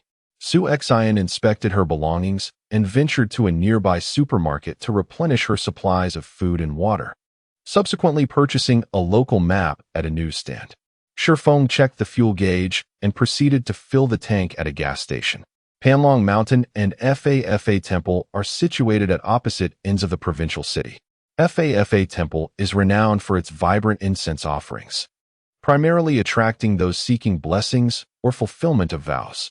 In contrast, Panlong Mountain lies deep within the hills, its peaks resembling a great dragon entwined among the landscape. Although the land is barren, its seclusion from urban clamor has led to its development as a tourist attraction. Chapter 62. Waiting during her academic years. Shi Yan had heard of the Panlong Mountain Scenic Area, which had only recently been established and was offering promotional activities, despite working throughout her winter and summer breaks. She had never visited. As she examined the map, she discovered that the area of Panlong Mountain roughly corresponded to that of a county, with the designated tourist spots located over 100 kilometers east of the provincial city. After searching for some time around the marked scenic area, she found no trace of Xian village, indicating that they were not within the tourist district. Thus, they began their search from the marked point, inching outward. Eventually, in a secluded corner, they stumbled upon the delicate inscription, Weixin Village. Shifeng contemplated sharing his experience of an exercise at a special forces training camp, during which he had been ambushed by the enemy, fighting valiantly in a pit of corpses for 3 days and nights. Yet, what were a few hours in comparison to that? After a moment's reflection, he decided, "All right, you take the wheel. I shall rest for a while." Shi Yan, of course, was oblivious to Shifeng's past. He would not speak of it, and she would never pry. What she knew was that they had been on continuous surveillance for several days, and after an all-night struggle yesterday, they were uncertain of what awaited them upon arrival. Thus, it was imperative to utilize their time wisely to recuperate. Fortunately, due to her successful refinement of the pure dark energy, she did not feel as fatigued as she had anticipated. It was a fundamental quality of an employee to shoulder the workload within their capacity as much as possible. A dark, asphalt road wound through the mountains, yet the ride was far from the smoothness it appeared to promise. Potholes were abundant, and the pungent aroma of asphalt assailed their senses. After a bumpy journey, they finally arrived at the entrance of Weixin Village around 4 in the afternoon. In recent years, tourism development had surged, and this area seemed to be included in the plans, though for reasons unknown, the project had yet to materialize. Nevertheless, the villagers, eager for increased compensation for relocation, had constructed buildings along the sides of the dilapidated road. As the two arrived at the village entrance, preparing to disembark and inquire for directions, an elderly man in his 50s approached them. With disheveled and greasy hair, stooped shoulders, and hands clasped behind his back. The old man puffed on a self-rolled cigarette as he circled the vehicle for quite some time. Shifeng lowered the car window, and the old man scrutinized the two individuals for a moment before inquiring in a deep dialect, "Are you from the Public Security Bureau? Your people are at Old Elvie's place." He gestured towards the far end of the road with his chin. Shifeng replied, "Oh, thank you, sir." On either side of the road, a row of 2- or 3-story storefronts stood, their entrances adorned with sunshades and electric fans. Groups of 3 to 5 gathered together, playing poker or mahjong, engaged in lively conversation, animatedly discussing various topics. As the van approached, someone pointed excitedly and exclaimed, "Look, more people are coming." Oh, how peculiar it is. Just last year, while discussions of demolition compensation were underway, a murder occurred, which caused that family to create quite the uproar. And now, only this year, we hear that another developer is interested in leasing the mountainside for tea cultivation and a tourist resort, prompting that family to stir up trouble once more. Nearby, a woman quickly signaled with her eyes, "Shh, don't say that. If her son hears you, who knows how he might focus his attention on you." One individual pursed his lips and murmured, "Who can blame anyone for dying from overeating? I think it must be the reincarnation of a famished ghost. It seems that I have been haunted by the specter of starvation. How unfortunate! What nonsense is this?" One person diverted the topic. "Indeed. Which family in this village hasn't fallen victim to their thievery? Since that incident last year, they have become increasingly brazen, boldly entering homes to seize belongings. And one cannot retaliate. Otherwise, they will simply collapse on the ground and claim victimhood. By the way, After that incident last year, I witnessed their third child inviting the village chief for drinks. A chorus of murmurs arose from the crowd, a collective expression of understanding. Weeds stubbornly sprouted from the cracks, while the path lay strewn with an assortment of debris, discarded papers, plastic bags, and bottles. As the vehicle passed, these remnants were swept into the air. After driving for several minutes, the asphalt road came to an end, leading to a more rutted dirt path, which Shi intended to traverse. Shi Yan gazed at the darkening sky and remarked, "Let us park the car here. Should it rain later, the muddy road will become treacherous." In truth, Shi Yan could not articulate why she felt this way. It was merely an instinct. It seemed her awareness of the surrounding world had grown increasingly acute. Shi Yan turned the vehicle around, rolled up the windows, secured the car, and each slung a backpack over their shoulder as they proceeded along the dirt path. Upon rounding a mountain pass, they beheld a large crowd gathered around a house, encircled in layers. Surrounding the house was a vegetable garden, trampled by the onlookers who had come to witness the commotion, leaving the seedlings in disarray. The two pushed through the throng. Wang Yang, with his sharp eyes, quickly spotted Shi Yan and Shi Yan, hastening over to lift the barrier and allow them entry. The nearby crowd seemed to believe that those wearing caps were rather approachable, and they began to jeer, questioning why these individuals were permitted entry. Wang Yang swiftly turned his head, fixing his gaze on the speaker. "It appears you have a keen interest in this case. What is your connection to them? Come on, let us head to the station for a statement." Upon hearing the mention of the station, the individual immediately shrank back, hands clasped, retreating further. "No, I am not acquainted with that lame person at all. Wang Yang then turned to Shi Yan and her companion, instantly donning a smile that radiated excitement. "At last, you have arrived. We have been waiting for you for quite some time." As he spoke, he led them into the courtyard. Shi Yan's gaze was immediately drawn to a coffin, starkly positioned at the entrance of the main room, a faint odor wafting through the air. Given the weather, it was likely that the deceased had been gone for at least 3 to 4 days. Inside the main room, the security team and 2 other officers were systematically gathering information. They inquired, "Did you hear any disturbances that night? What was Eldon like as a person?" Such questions had already been posed by the local police prior, and this was merely a formality. Upon noticing the 2 newcomers, the security team nodded, indicating that they could take a moment to rest, allowing Wang Yang to provide them with an overview of the situation.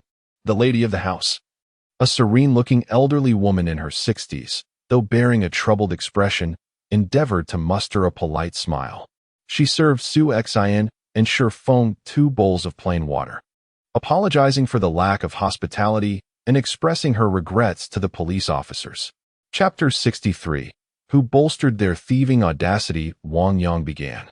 "The story must start a year ago. The individual involved is the homeowner, Eldon. One night, while attending to his needs, he heard the sounds of pigs coming from the pig pen and decided to investigate. To his astonishment, he discovered a figure lurking over the pig trough. In a fit of urgency, he called out and seized a carrying pole to pursue the intruder. The suspect, startled, attempted to flee but fell while attempting to scale the pigpen's enclosure, becoming unconscious upon impact. Eldon promptly contacted the authorities, and upon the arrival of the ambulance, the individual was declared dead, exhibiting signs of abrasions on his body. The deceased's family insisted he had been beaten to death, but the forensic examination revealed that a fractured spine was not the direct cause of death and was not inflicted by the carrying pole. Nevertheless, the deceased's family remained adamant, demanding retribution or compensation. Eldon felt unjustly accused. He had believed an intruder had entered his home and had only intended to scare the thief away with the pole, never anticipating that the individual would fall to his demise and subsequently blame him for it. Shi Yan discerned the emotional bias in Wang Yang's account, clearly leaning in favor of the L family. However, this did not prevent her from mentally reconstructing the entire incident, aided by the discussions she had overheard along the way, which allowed her to glean the circumstances surrounding both families. Yet, this was not the crux of the matter. The focus lay on the eventual resolution of this affair and its relation to the current events. Shi Yan interjected, asking, "What happened next?"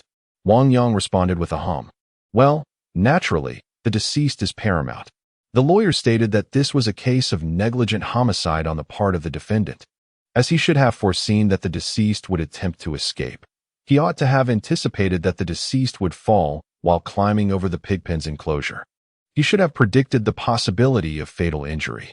Alas, it all boils down to the assertion that the defendant's negligence led to the death of the deceased. He was taken to the police station and detained for over 10 days, after which a compensation of $50,000 was paid. Wang Yang deliberately emphasized the phrase should have foreseen. Su Xian suddenly felt that, although they had to maintain a serious demeanor in formal settings, relying strictly on the law and adhering impartially to the facts, they were surprisingly down-to-earth in private, evoking a sense of warmth. Su Xian responded, however, it seems that such cases wouldn't necessarily require your intervention. Wang Yang sighed, lamenting that it was all instigated by that family. It was said that there were plans for tourism development last year, but that family had been causing a stir ever since the incident.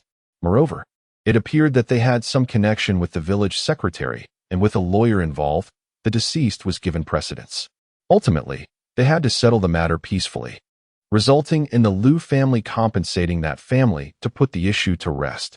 This year, it seemed that another project had been secured, and just as the other party was preparing for an on-site inspection, this incident occurred.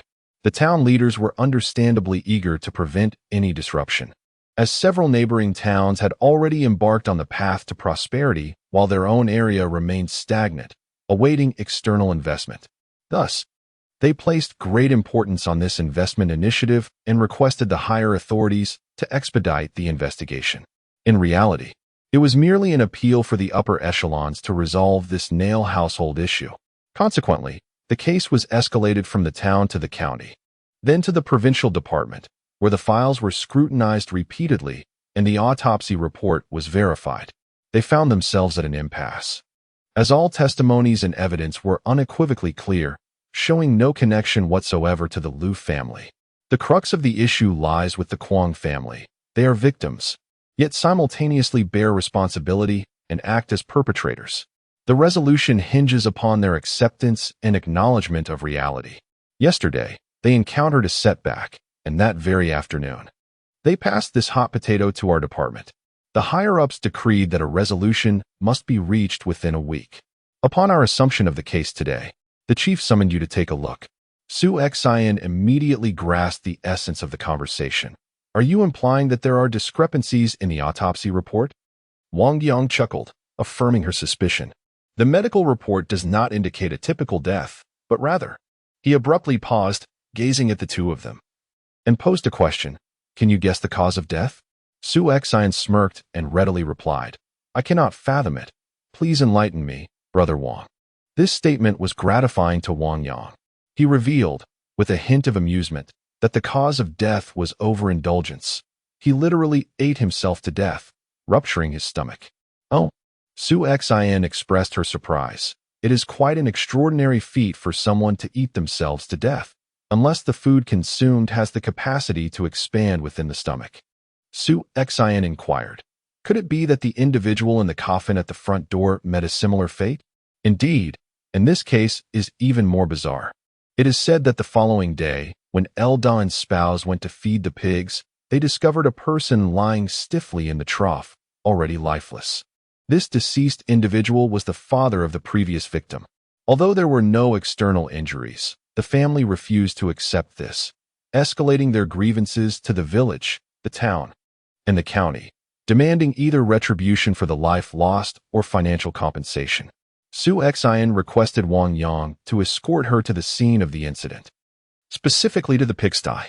Adjacent to the building, a row of simple houses had been constructed, with a chicken coop situated by the courtyard, alongside the pigsty and a wood storage area. The surroundings were relatively tidy. Su Xian circled the entire house, examining every corner both inside and out. Yet she detected no anomalies, not even the faintest trace of a spectral presence. Wang Yang leaned closer, lowering his voice in a conspiratorial manner, and inquired, What do you think? Su Xian shook her head, unable to discern anything unusual at that moment. Wang Yang, wearing a look of disappointment, sighed. If you can't figure it out, Could it be that he truly had some issue with his mind, consuming pig feed to the point of gluttony? Shi Yan regarded him, pointing to the half-filled trough of pig feed nearby, and questioned, "You mean to say the deceased choked on this pig feed?" Wang Yang nodded affirmatively, scratching his head as he pondered whether he had failed to articulate his thoughts clearly. In the enclosure, 2 young pigs lay on the dry stone floor, raising their forelegs and calling out towards the group with a few snorts, their noses twitching. Shi Yan scrutinized the trough for an extended period, using a fruit knife to scrape away the surface grime. What remained were mere scratch marks left by ordinary tools, devoid of any distinctive patterns or designs. What could possibly compel a person to defy their own bodily instincts, consuming pig feed to the point of fatality? Shi Yan pondered this enigma for quite some time, yet remained perplexed. As night fell, the situation still offered no clarity. Wang Yang whispered a few words to the security team. The guard remarked, "There are still many aspects that remain unclear. Therefore, I would like you all to exert yourselves a little more today. Please visit a few nearby households and inquire about the interpersonal relations between the 2 families." Upon hearing this, Shi Yan immediately recognized that the other party was fabricating an excuse. She quickly interjected, "Guard, I wish to remain here with Aunt." The guard promptly replied, "Very well. And what about the rest of you?" While maintaining a composed exterior, he felt a sense of relief within. Although this was merely their first collaboration, he hoped not to be disappointed by such perceptiveness from his counterpart. After all, he was also under pressure, needing to provide an explanation to his superiors. Otherwise, this newly established department might soon be relegated to obscurity. As Shi Yan spoke, the others, not lacking in wit, expressed their intention to visit other households. Certain truths might not reveal themselves during daylight, and Shi Yan planned to stay here overnight to observe what might unfold. Chapter 64. The culprit. The coffin remained obstructing the entrance of the L family's main hall, while the matriarch of the Kwong family, accompanied by her 2 sons clad in mourning attire, took turns wailing. Eventually, they set up a mat and mosquito net, laying down in the courtyard. It seemed that the involvement of the police only emboldened them further. Dealing with such brazen ruffians was indeed a considerable source of frustration for everyone involved. Given the Kwong family's determination to not relent until they received compensation or ensured the perpetrators faced severe punishment, a tumultuous uproar was inevitable. If several police cars were to arrest these individuals and forcibly cremate the body, it would likely escalate into an uncontrollable situation. Truly, it echoed the saying, "Those without shoes fear not those who wear them." As the crowd outside gradually dispersed, still lingering in their excitement, the Kwong family also grew weary, and the surroundings became increasingly tranquil. At last, the L family enjoyed a moment of peace. The elderly couple prepared a humble yet delightful meal of sweet potato porridge, radish stewed with cured meat, eggs sautéed with pickled vegetables, and a few salted eggs, creating a rather sumptuous feast. While dining, the couple began to reminisce about the events of the past couple of years, their recollections aligning closely with the idle gossip that Shi Yan had overheard along the way. It was said that in this village lived a notorious family of thieves, the Kwong family, who frequently pilfered from others. With both of L's daughters married off, only the elderly couple remained, rendering them vulnerable to the predatory attention of this unscrupulous clan, who specifically targeted the defenseless seniors for theft. The elderly couple found themselves at a loss. They were outnumbered and outmatched, unable to defend themselves against such brazen intrusions. Thus, they resolved to fortify their chicken coop. They invested in reinforcing their abode with a row of sturdy brick structures. Yet, to their dismay, the thieves still found ways to pry open and infiltrate their home. To steal the chickens, one must pass through the pigsty. Who would have imagined that they would dare to compete with pigs for food? Eldon's wife wiped her eyes, recalling, "In the summer heat, I always add extra water and a touch of salt to the pig trough. When the piglets are thirsty, they can drink. I never anticipated they would go for the food. Had I known, I wouldn't have put in so much." How absurd it was that a thief, who could not be driven away from the house, would end up gorging themselves and then blame the owners for providing too much pig feed. What a nonsensical situation. One wonders if the lawyer will still argue that it should have been foreseen that the deceased might attempt to steal food from the pigs and consequently overindulge. In this world, there are many who seek to reap rewards without labor. However, those who can brazenly seize the wealth of others with such audacity and a sense of entitlement are perhaps few and far between. What is most astonishing is that, despite the disgraceful nature of their actions, their family persists in their relentless and unreasonable behavior. It appears that having previously tasted success in their misconduct, they now feel emboldened to act with even greater impunity. Eldon recounted, "Last year, I was imprisoned and told that without a sum of 100,000, I would remain incarcerated. We simply did not have that kind of money. Eventually, through the mediation of the village leader, the amount was reduced to 50,000. That 50,000 represented all our savings. Each year, we raise 2 pigs, slaughter one for the new year to prepare cured meat, and sell the other. We raise chickens, sell eggs, and cultivate seasonal vegetables. My spouse handed over the money, and only then were they willing to release me. This time, the forensic examination revealed no external injuries. The cause of death was merely excessive consumption. Yet they insist that the person died in our home and demand compensation. They initially quoted a sum of 200,000, threatening that if we could not pay, we would both face imprisonment. My spouse added, that family stated that if we could not produce the funds, they would take our house as collateral. This house was built with the financial support of our 2 daughters. Without it, where would we reside? Dear comrades, I implore you to intercede on our behalf. We are truly at our wits' end." As for these matters, she genuinely felt at a loss for words of consolation. Given her current position, any statement made could potentially be misinterpreted by those in authority. Thus, all she could assert was that they would strive to investigate the situation thoroughly. For the innocent shall be vindicated, while the guilty will expose their own transgressions. As night descended, the mournful wails echoed outside, suggesting that the family had enjoyed their rest and was now stirring up trouble once more. Shi Yan found herself devoid of any inclination to sleep, as her purpose for remaining here was to uncover the peculiarities of the pigsty. Thus, she procured a stool and settled into the woodshed, feigning slumber. In the hazy realm between wakefulness and dreams, she envisioned herself amidst a lavish banquet, laden with an abundance of exquisite delicacies. A sudden jolt of realization awakened her, causing all illusions to vanish into thin air. It was merely a trivial illusion. Her mental fortitude had grown formidable. Such illusions could no longer sway her will. Turning her gaze towards the pigsty, she noticed a faint red glow emanating from beneath the stone trough. The wooden pole she grasped was no thicker than a finger, yet it felt frigid and heavy as if forged from iron. Upon wiping away the surface grime, she discerned a delicate texture beneath. A term surfaced in her mind, sinking wood. She had only heard tales of the exorbitant value and rarity of sinking wood but had never encountered it in person. At that moment, she felt a flicker of doubt, uncertain if it was indeed what she suspected. However, the discovery was astonishing regardless. This was merely a commonplace pigsty, yet it had been meticulously carved to accommodate the trough, indicating the original craftsman's dedication. Upon hearing the commotion, Shi Yan rushed over and, upon observing Shi Yan having moved the hefty stone trough, instinctively inquired, "Are you all right?"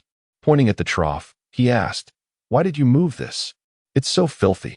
The trough was coated with layers of pig feed and grime, and merely glancing at it could induce a sense of revulsion. Shi Yan, unfazed, replied, "I believe I have uncovered the cause of the incident." "What is it?" he pressed. "I cannot articulate it just yet, but I expect to have clarity soon." Shi Yan sensed that the little creature was still bouncing in her palm, as the small wooden block emitted a gentle vibration, indicating that it was exuding its alluring power, attempting to sway her will. While Shi Yan could easily see through the illusion of this beguiling force, she remained uncertain of how significantly the energy capable of enticing an adult to overindulge would affect Shi Yan. It could even continue to envelop and refine its own energy. Chapter 65. The remnant soul of the glutton. Shi Yan perceived that the wooden block in her hand had ceased its struggles, followed by a faint plea. "Please stop. I was wrong. I beg you, spare me." A faint smile appeared at the corners of Susan's lips as she ignored it and continued her refining process until the entity genuinely weakened. Having identified the root of the trouble, there was no longer any need to linger in the pig pen. Susan cleaned herself up and also washed away the grime from the small wooden block. At this moment, it was convenient for Susan and Feng to take temporary residence. The little wooden block continued to plead for mercy, fearing that Susan would resume the refining process, which would surely spell its end. Comfortably reclining on her bed, Susan gently transmitted a thought to the entity. Speak. What are you? Why are you trapped within this wooden stick? Why do you wish to harm others? The series of inquiries instilled fear in the small being. In truth, I am but a remnant soul of a glutton. As I disintegrated, I sought refuge within this soul-nurturing wood to persist. Fortunately, the pig trough above allows me to gain some energy from feeding. I never intended to cause harm. Susan discerned the crux of its words. A remnant soul of a glutton?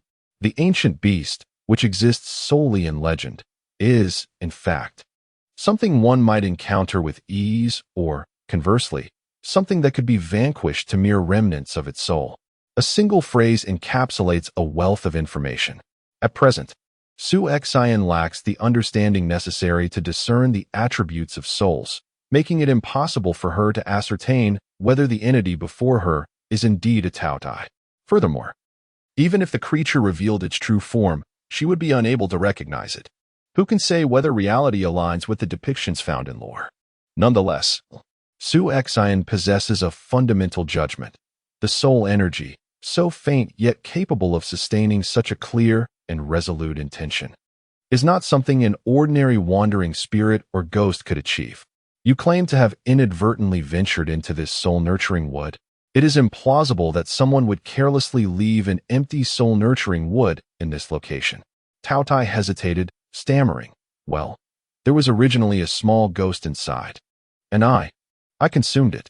I truly did not mean to. Shi Yan interrupted his seemingly innocent defense, amused. Taotai's nature is to consume. All things are potential sustenance. However, the mention of a small ghost within the soul nurturing would likely reveals the true intent of its owner in placing such an object here. Thus, she inquired, pray tell, what was the origin of that small ghost? Was it for fortune or for ensuring safety?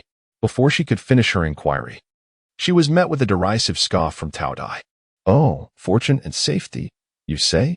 If it weren't for me, this family would have long been annihilated, with not a single creature left alive.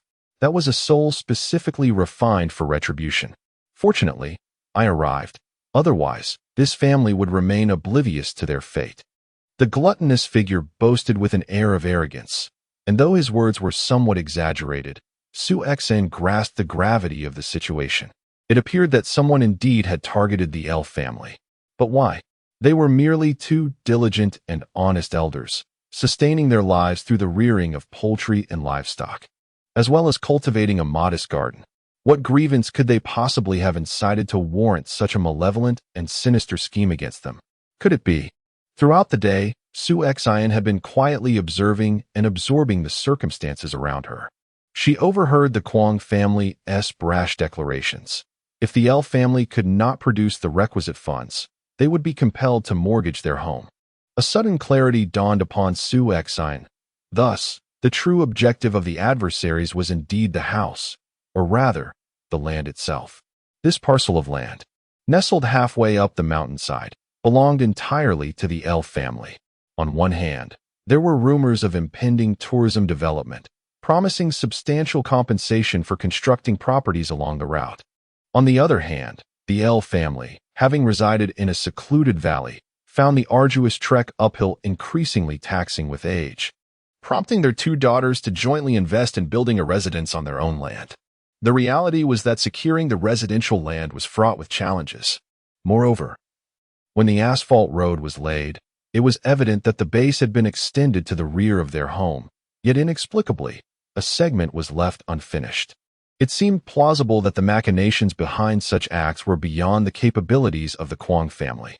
Shi Yan recalled her arrival at the entrance of Xian village, where she had overheard conversations mentioning that the Kwong family maintained a close relationship with the village secretary, even sharing drinks together following the conclusion of the previous incident. There exists a saying, "The sky is high and the emperor far away." Indeed, the local authorities wield considerable power. Su Yan pondered for a moment before gently inquiring, "So, does this mean that the demise of those two individuals was also orchestrated by you?" The glutton vehemently protested, No, I truly did not intend for that to happen." It feared that the other party would hold it accountable, recalling how it had been stripped of most of its soul power moments earlier. It continued to plead, "How was I to know that someone would? My soul power naturally dissipates into the surroundings each day, and I only gain a bit of energy when the pigs feed. You see, the pigs are fine. They eat their fill and then sleep. I've never seen a pig die from overeating. How could I possibly foresee that a person would succumb to such a fate? Besides, there are countless individuals passing by daily, and none have been affected by my soul power." The little creature was quite adept at reading the room. Noticing a hint of leniency in Su Yan's demeanor, it began to play the sympathy card. "I am the true victim here. After so long, I finally managed to accumulate a smidgen of energy, only to have it refined away by you. Oh, why must my fate be so cruel?" Unfortunately, it did not fully grasp Su Yan's indifference. She remained unmoved, her thoughts occupied with the question, if the glutton had existed for so long, why had it been the two members of the Kwong family who fell victim, while others, even the pigs, remained unharmed? She sensed the alluring force emanating from the nurturing soul wood, an energy pooling in her palm, compelling the glutton to yield. Finally subdued, the glutton huddled in a corner of the nurturing soul wood, trembling from a genuine fear of death. Damn it, did this woman's heart consist of stone? Could she not recognize her own delicate voice and pitiful plight? Forget it. I shall not stoop to her level for now. Once my soul is fully restored, I shall consume her. Su Yan, unable to sense her opponent's thoughts, chose to disregard the matter and inquired, "Why are Duan and her companion together?" Tao Tai, with an expression that suggested such a simple truth eluded her, replied, "It is, of course, greed, an insatiable kind, devoid of any principles or loyalty. Their souls lack any defense, and it is indeed a miracle that they have survived this long." The essence of unquenchable greed in the absence of fundamental beliefs struck a chord. It seems even malevolent spirits exercise a degree of selectivity in their predations. After a moment, Su Yan, with a gentle demeanor, remarked, "Do you not relish consuming? Is it not through eating that you derive your energy?" Chapter 66. A mastermind in action. Tao Tai was taken aback by the sudden change in her attitude. How curious. This woman has transformed into such a gentle being. Could it be that she has taken an interest in my formidable ancient beast lineage, seeking to subjugate and command me? Indeed, where there is an anomaly, there lies a mystery. However, if I were to outright refuse, she does not strike me as someone who would be easily swayed. Should she deem me of no use, she might indeed obliterate me in an instant. Yes, well, I do not wish to be merely a glutton, but you see, that is precisely what I am. Su Yan interrupted his insincere protest, directly asking, "Do you still wish to eat?" Gulp. Well, I had intended to maintain my stubborn facade, but the sound of my swallowing betrayed me. Very well, I concede defeat to you. Speak. What is it that you require of me? The glutton did not mince words. You possess those few individuals. Su Yan issued her commands with such fervor. As the conversation unfolded, the glutton regarded Su Yan with uncertainty, inquiring, "Are you certain?"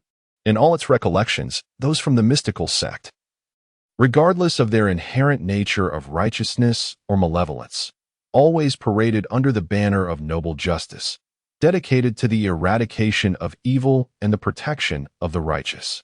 Yet, this woman dared to directly instruct it, to undertake precisely what it had long yearned to do, albeit restrained by the limitations of its soul force, confined within the spirit-nourishing wood. Well, she had implored it to act thusly. How could it refuse? The crowd began to stir. Oh, is it really being taken away? Pa, you fool, could you not exercise some restraint? It was perhaps for the best that it was being removed, as it was rumored that officials were to arrive for inspection in a couple of days. If they were to witness this, it would surely spell disaster. The two elders of the L family, seeing no sign of the police, remained skeptical of the Kwong family's intentions and dared not open the door, merely peering through the cracks. They were gripped by a blend of fear and suspicion, uncertain of what schemes the Kwong family was concocting. This family was notorious for their relentless pursuit of money. Why were they hastily moving the coffin after just one night? Ignoring the commotion from the surrounding crowd, they indeed began to tidy up. The coffin rested upon a two-wheeled cart, pushed by the two sons of the Kwong family, while their elderly mother busied herself with the mosquito netting and bedding, seemingly determined to leave. At that moment, a portly middle-aged man emerged from the throng. His hair slicked back, clad in a white shirt, with a black leather bag tucked under his arm. He was unmistakably a person of authority. The individual in question is none other than Kwong Dawei, the village secretary of Weishin village. It is barely past 6 in the morning, and his early arrival is not without purpose. He has heard that the two unfamiliar comrades left at the LV family's residence yesterday are psychologists. Having seen on television how formidable psychologists can be, he worries that these incompetent individuals might inadvertently divulge sensitive information under the slightest persuasion. Thus, he has dressed meticulously to assess the situation and, of course, to make an impression on his superiors. To his astonishment, upon arrival, he finds that these individuals intend to leave. He thinks to himself that he has arrived just in time. Had they moved the coffin away now, the higher-ups would undoubtedly enforce direct action. The body would be taken for cremation, and the leverage he had to negotiate compensation would vanish. Witnessing this proverbial cooked duck about to take flight, he reluctantly approaches to engage them in discussion. As Kwong Dawei speaks, he discreetly signals to the elderly mother of the Kwong family, but to his dismay, the other party shows no appreciation for his efforts. One of the sons suddenly lunges at Kwong Dawei, clinging to his arm and sinking his teeth into it. Kwong Dawei emits a scream reminiscent of a slaughtered pig. At that moment, another son leaps onto his other side, seizing his other arm and biting down fiercely. The crowd erupts in shock. Watching the ferocious expression of the Kwong family matriarch, her triangular eyes gleaming with malice as she glares at them. With a collective scream, they scatter like startled birds. The bloody reality underscores that observing such violence comes at a price. I am hungry. Anyone who obstructs us will be devoured. Onlookers dare not intervene, instead keeping their distance as they witness Kwong Dawei being mercilessly mauled, his anguished cries echoing through the air. Kwong Dawei found himself ensnared, unable to free himself, and could only cry out to those nearby, "Ershatzi, Likazi, why do you not come and separate these two monsters?" "Ah, he intends to bite. How can I dare approach? Do you not care about your land allocation anymore?" Upon hearing this, the onlookers were filled with trepidation. Yet, the matter of land allocation loomed even larger in their minds. In recent years, as soon as news of development surfaced, everyone had flocked to the roadside to apply for land to build homes. Lacking connections and resources, their applications had languished, and with inspectors imminent, the fear of missing out on the benefits of others was palpable. They hesitated, taking a few steps forward only to retreat in fright. Kwong Dawei's arms bore the marks of having flesh torn from them, revealing bone beneath. The most horrifying aspect was that these two lunatics were actually consuming the flesh. Kwong Dawei wailed, pleading and threatening, yet none dared to intervene. Just then, the door of the L family opened, and several members emerged wielding poles and brooms. Kwong Dawei, seeing them as a beacon of hope, shouted, "Quickly, strike them down. They are not human." El Lautu raised his pole, ready to charge. But Su Xian quickly restrained him, exclaiming, "No, attacking is against the law, and it leads to imprisonment. We cannot violate the law. We must be exemplary citizens who uphold justice. Villagers, do you not agree? Please save me. He intends to kill me. Pull him away."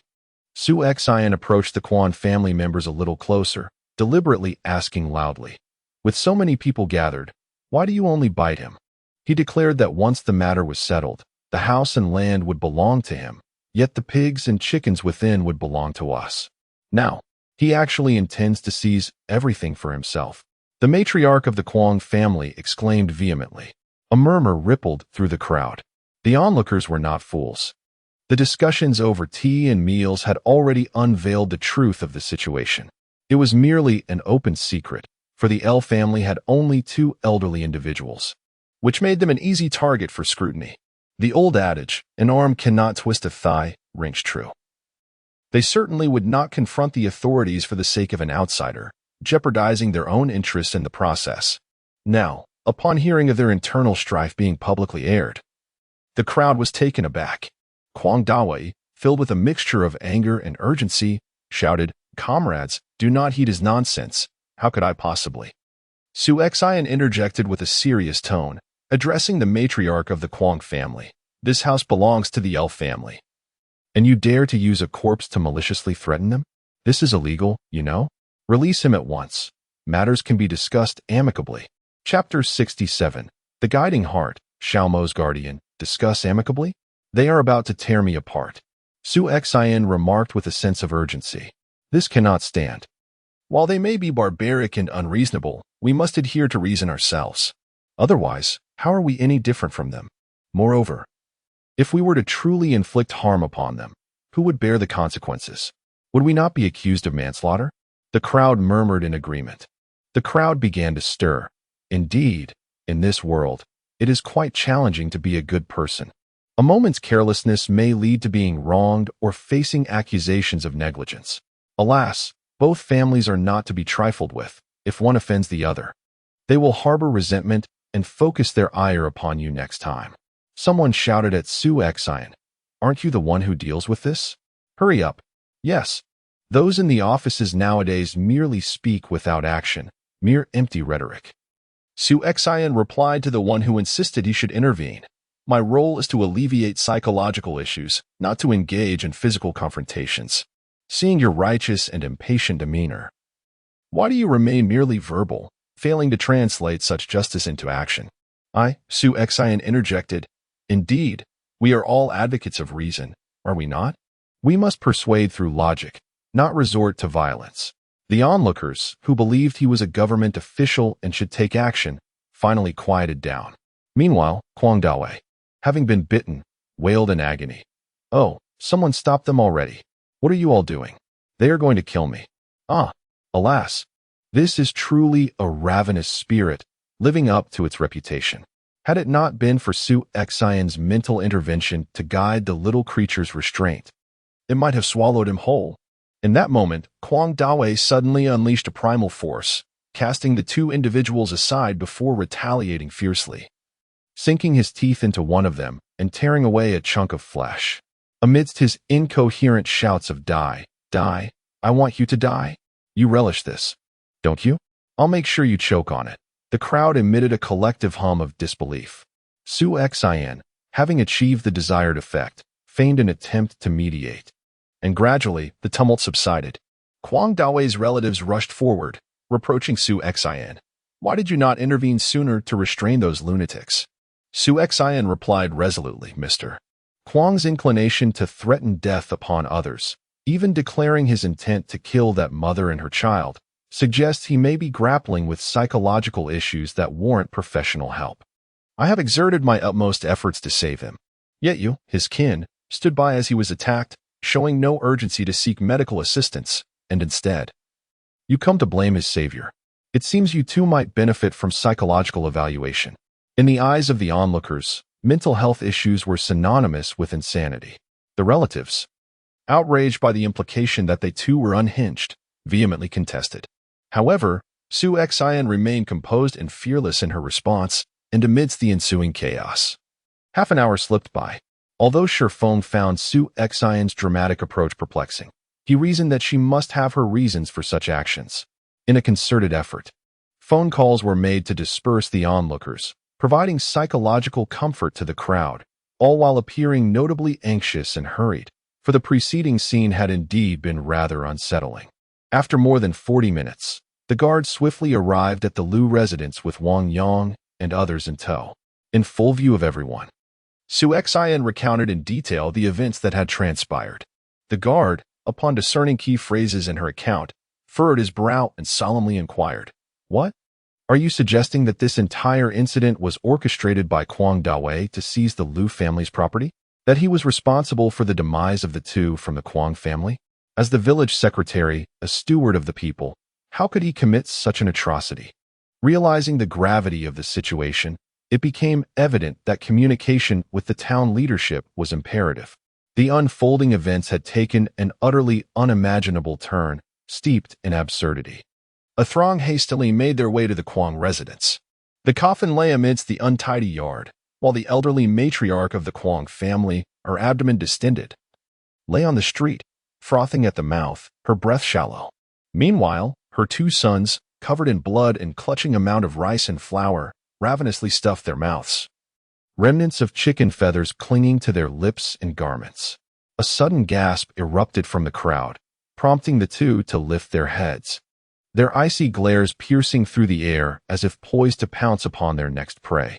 Witnesses stood frozen in bewilderment and inexplicable dread, apprehensive that a repeat of the earlier chaos at the Liu residence might ensue. "Ha ha! Eat, eat, devour you all." A boisterous voice abruptly pierced the tension, revealing Kwang Dawei, disheveled and bloodied, emerging from the inner room, clutching a collection of cured meats and sausages. Approaching the Kwang brothers, he seized a piece of cured meat and forcefully stuffed it into their mouths, malevolently exclaiming, "Eat, I command you to eat, eat until you perish." Shi Yan caught Wang Yang's eye, prompting him to lean in closer. Initially astonished, his expression quickly shifted to one of resolve as he nodded affirmatively, whispering, "Rest assured." The guards shouted, "They must not consume any more, otherwise they will burst." Kwang Dawei cease immediately. Wang Yang dashed forward, shouting, "This Kwang Dawei is suspicious. Restrain him at once." With a swift leap, he tackled Kwang Dawei to the ground. Instantly, the ravenous Kwang brothers ceased their frenzied consumption, toppling over like lifeless logs. A cacophony of screams erupted from the crowd. "Call an ambulance! Call an ambulance!" Goodness, who would have thought him capable of such deeds? The gluttonous spirit, seizing a rare opportunity to consume the living, would undoubtedly not relinquish its prey. The perplexing series of incidents, rife with bizarre occurrences of individuals overeating to their demise, soon revealed the machinations of the village secretary orchestrating it all from the shadows. Upon capture, he promptly confessed to his crimes. However, before the verdict could be delivered, he hanged himself in his cell with his shoelaces. The following day, news headlines read, "A web of deceit ensnares both the innocent and the guilty. Justice prevails in the end." As for the phenomenon of individuals overeating to death, experts would surely provide a rational explanation: binge eating disorder. Their interpretation suggests that the afflicted may experience psychological stimuli that impair the pituitary gland's ability to regulate the sensation of fullness, and similar assertions. Without the turmoil caused by the Kwang family, and with the village secretary succumbing to guilt and taking his own life, no one remained to obstruct the proceedings. The case was swiftly resolved, and in a gesture of humanitarianism, the village committee undertook the expenses for the cremation of the body. The investment promotion plan for Weishin village resumed its normal course, and the L family gradually regained their tranquility. A saying began to circulate among the villagers: one must not be excessively greedy or indolent, otherwise they risk becoming possessed by gluttony, oblivious even to the manner of their demise, much like the Kwang family. Unbeknownst to them, a subtle transformation was occurring within the atmosphere of Weishin village. Amidst their leisurely conversations, people instinctively began to tidy up the litter in front of their homes and along the streets. When one individual took initiative, the rest followed suit almost unconsciously. Chapter 68. Disappearance Wei looked at the documents before him, rubbing his temples wearily, and inquired of Wang Yang, "Have there been any updates on the two of them?" Wang Yang's expression was grave. "No, she spoke a few words to me that day, then turned away, and I never saw her again. The situation was urgent, and I acted without giving it much thought." Wei replied, "The progress of this matter has been remarkably smooth, seemingly unfolding naturally. I suspect she has orchestrated events from behind the scenes. However, I cannot ascertain whose interests have been affected this time. Unfortunately, The trail goes cold with Kwang Dawei. I do not believe that his suicide was orchestrated by her. As the evidence is overwhelmingly conclusive, his death, whether by his own hand or not, is now of little consequence.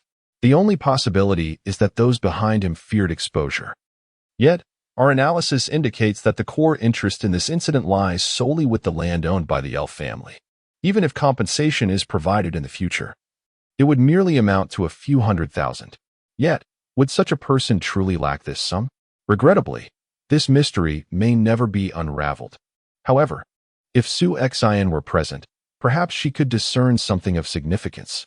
Alas, since the farce of yesterday concluded, she has not been seen. Wang Yang inquired. What shall we do now? Kidnap them?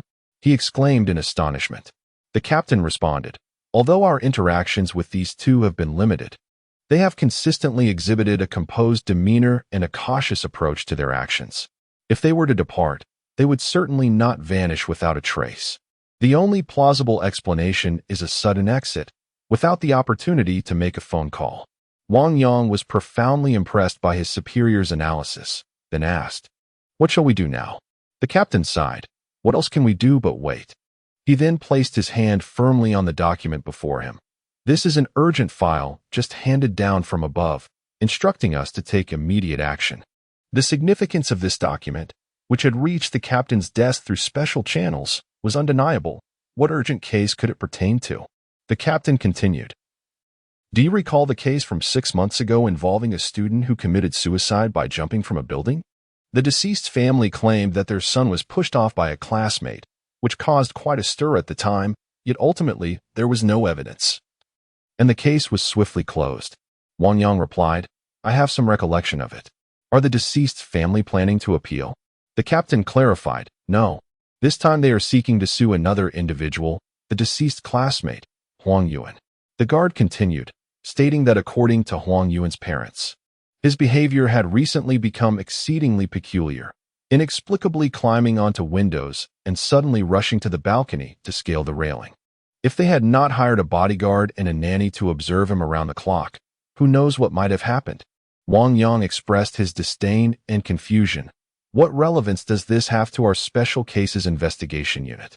Does he truly believe this is his own home?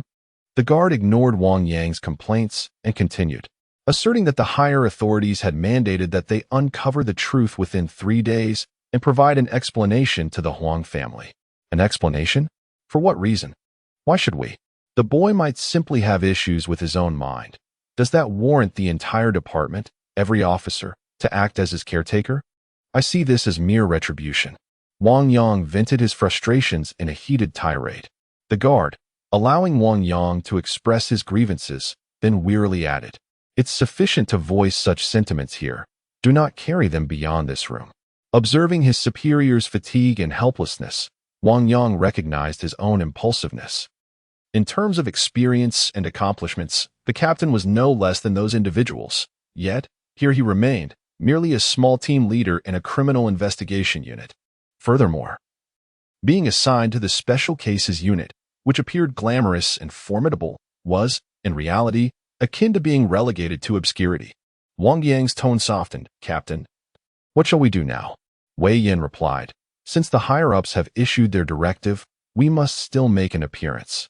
We need to show our presence. Otherwise, those above will lose face, and we shall find ourselves in a difficult position. Wang Yang, I understand. I will go with old Deng shortly. After Wang Yang departed, Wei Yin let out a long sigh, feeling utterly exhausted both physically and mentally, and reclined in his chair. He casually picked up today's newspaper and glanced at it. The front page featured the case they had previously dealt with, but this time it showcased their director. The headline read, Good and evil will ultimately be rewarded. As his mind wandered through the events of the past few days, he realized that everything had changed since her arrival in Weixian village. Thus, he had ample reason to believe that those seemingly natural occurrences were, in fact, orchestrated by her machinations and subtle influences. Retribution, an inexplicable tremor coursed through him. Therefore, it seemed there truly existed a cosmic justice and retribution in this world. Wei Yin felt a renewed sense of faith and determination.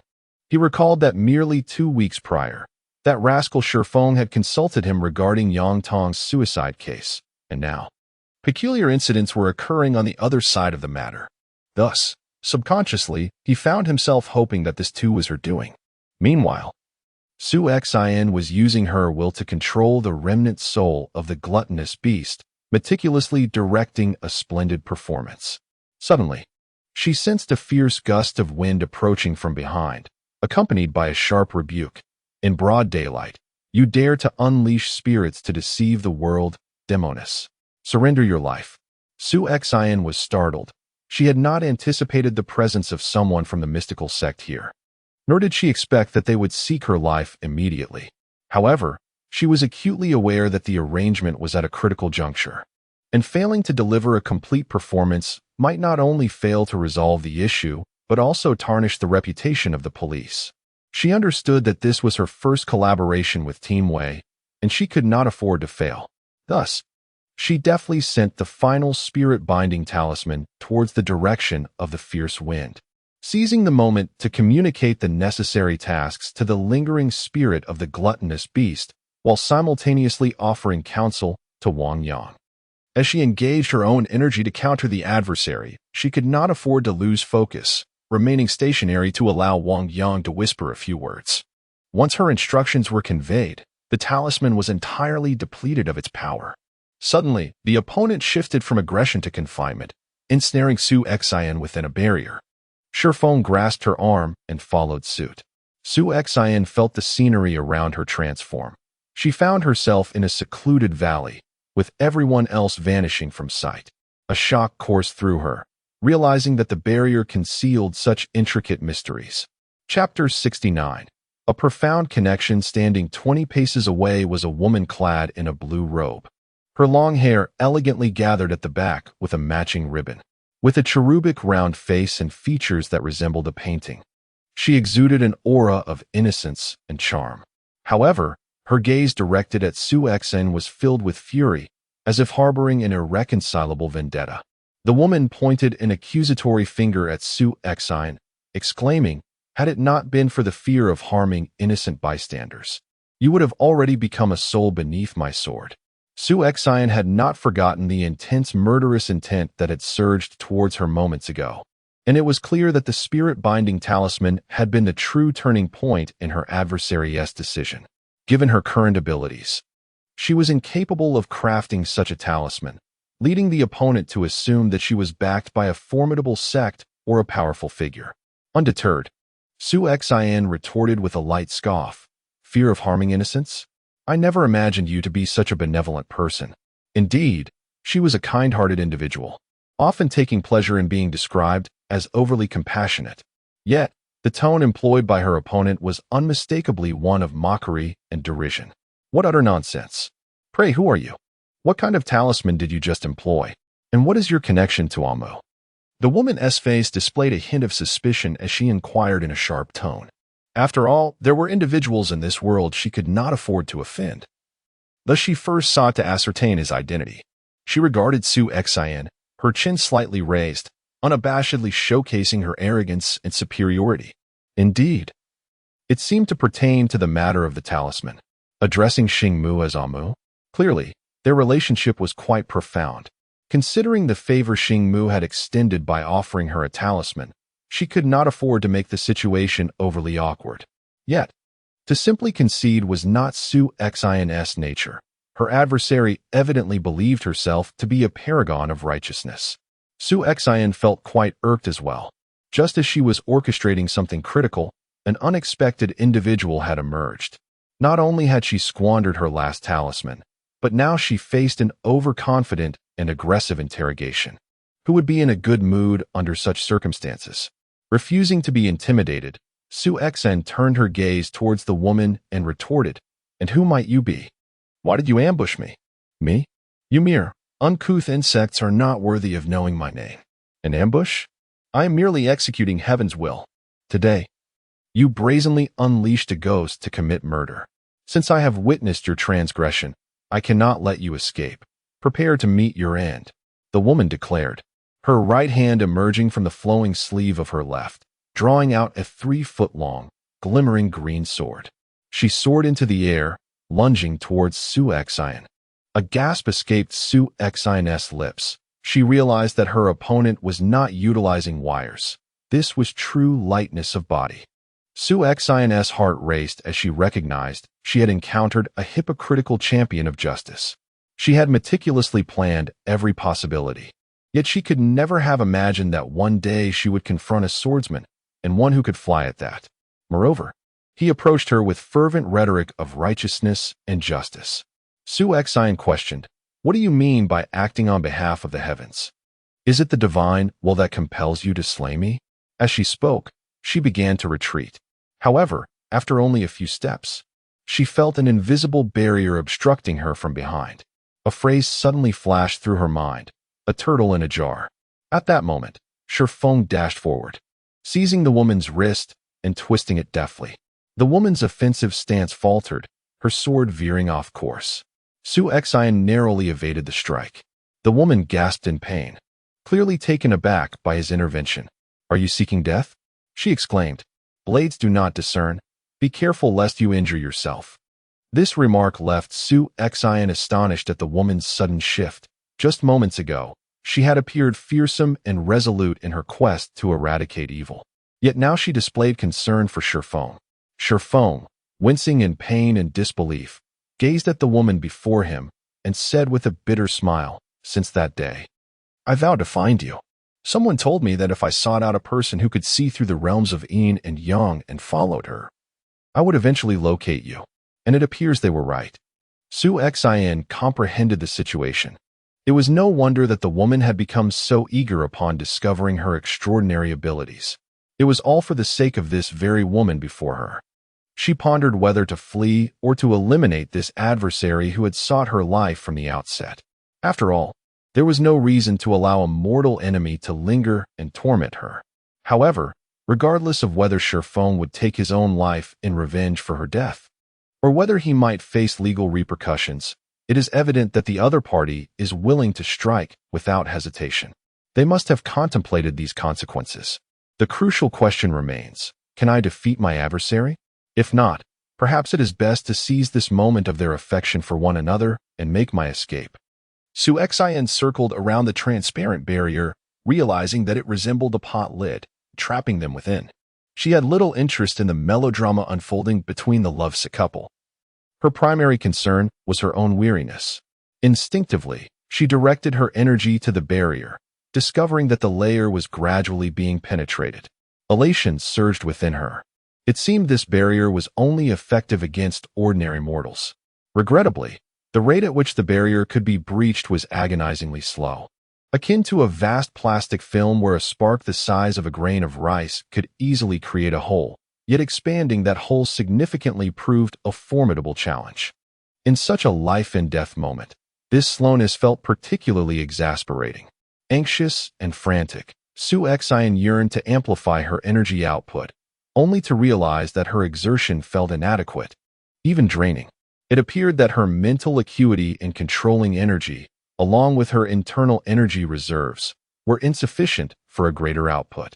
As she struggled for survival, she remained vigilant to the movements of the two individuals. Though they were still reminiscing, it was clear that their conversation was far from pleasant. The woman was far from the demure and adorable appearance she projected. Within her simmered a profound intent to kill. She harbored no doubts that, were it not for that talisman, her adversary would not hesitate to slay her, all while adopting a facade of righteousness and justice. A small fist-sized hole had been painfully seared into the barrier before Su Xian, and in her desperation, she yearned to transform into a mere mosquito to escape. As for Shi Yan, it was evident that he shared a deep connection with that woman, ensuring his safety. More crucially, she was struggling to secure her own survival. Even if the woman intended to kill him, she would be powerless to intervene. Escaping alone was certainly preferable to perishing together. Just then, a sharp rebuke echoed from behind. "You dare to breach my barrier? Not a chance. Prepare to meet your demise." Su Xian's heart sank. She thought, "Let them reminisce in peace? Must I remain invisible?" A fierce gust of wind rushed toward her, and she pivoted abruptly, only to see the long sword descending directly towards her right arm. With a quick intake of breath, She hastily evaded to the left, but was still a moment too late, feeling the blade graze her arm. It sliced through her shirt with the ease of cutting through tofu, leaving a deep gash that bled profusely. A wave of dread washed over Su Yan. Had she been struck with full force, her entire arm might have been severed. Akin to a scene from a television show, soaring through the air only to arc down to the ground. "Ah!" Su Yan cried out in pain, hastily pressing her hand against the wound as she retreated. Yet, she found herself at the cusp of the barrier, with no further retreat possible, and no means of evasion remaining. Su Yan felt as if her fingers were trapped under a faucet, warm blood seeping through the gaps. As the woman swung her sword again, a surge of inexplicable sorrow and indignation filled her heart, and she exclaimed, "Are you out of your mind? You come at me with threats of violence without cause. Even if I have committed a grave error, I deserve to understand the situation clearly." Undeterred, the woman coldly scoffed. "Is there really a need for questions? You are nothing but a demoness who commands malevolent spirits to wreak havoc upon the world. What could possibly be worth discussing with someone like you?" Su Yan, unwilling to accept being unjustly condemned by this woman, retreated slightly and retorted, "Aren't you curious where that talisman came from? You call him a moo. It seems your relationship is quite profound." Silence. "If I were to slay you and claim your soul, I could easily extract the truth." "Ah, indeed, a virtuous individual you are.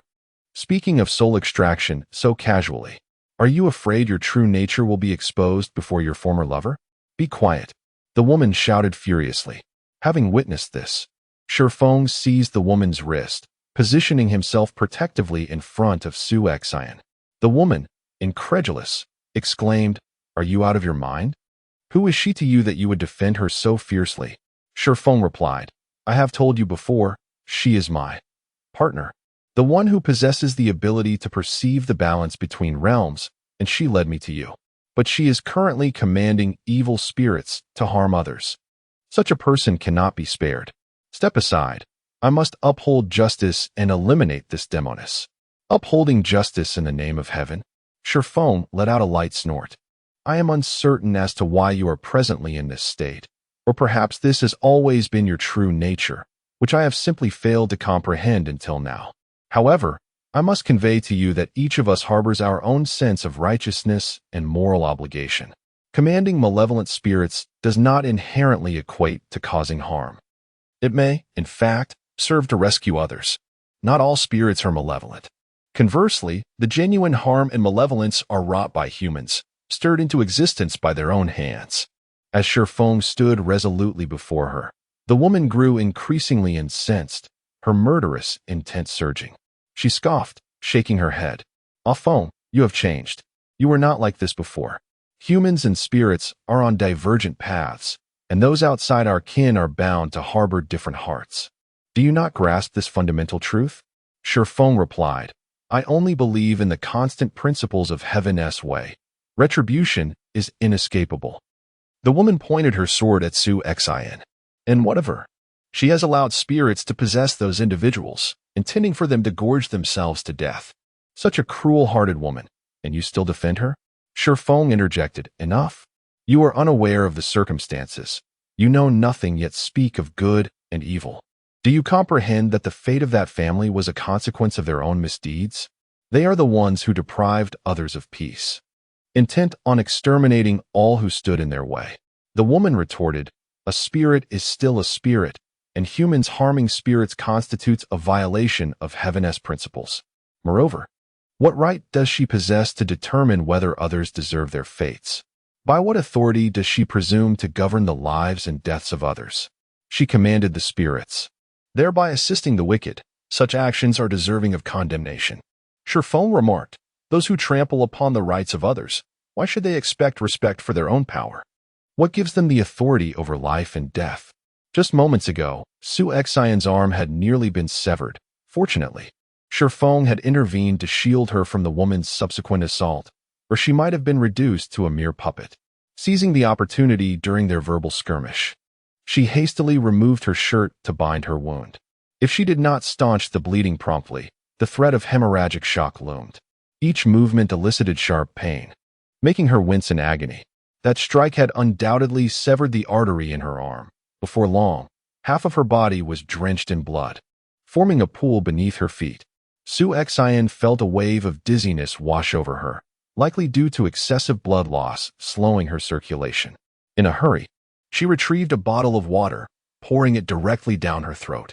During such a critical moment, if timely transfusion was not possible, it was imperative to hydrate to maintain normal blood flow.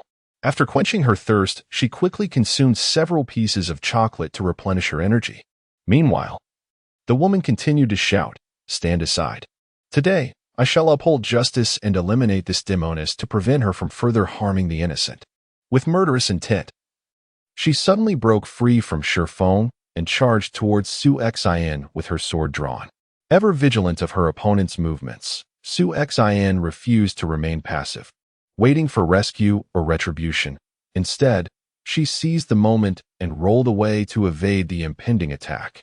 Upon reaching the other side of the stone peak, just as the woman brandished her sword to strike again, her motion was momentarily halted by the presence of another person in between. Without hesitation, Su Xian aimed her canister of pepper spray at the woman's delicate face and unleashed its contents.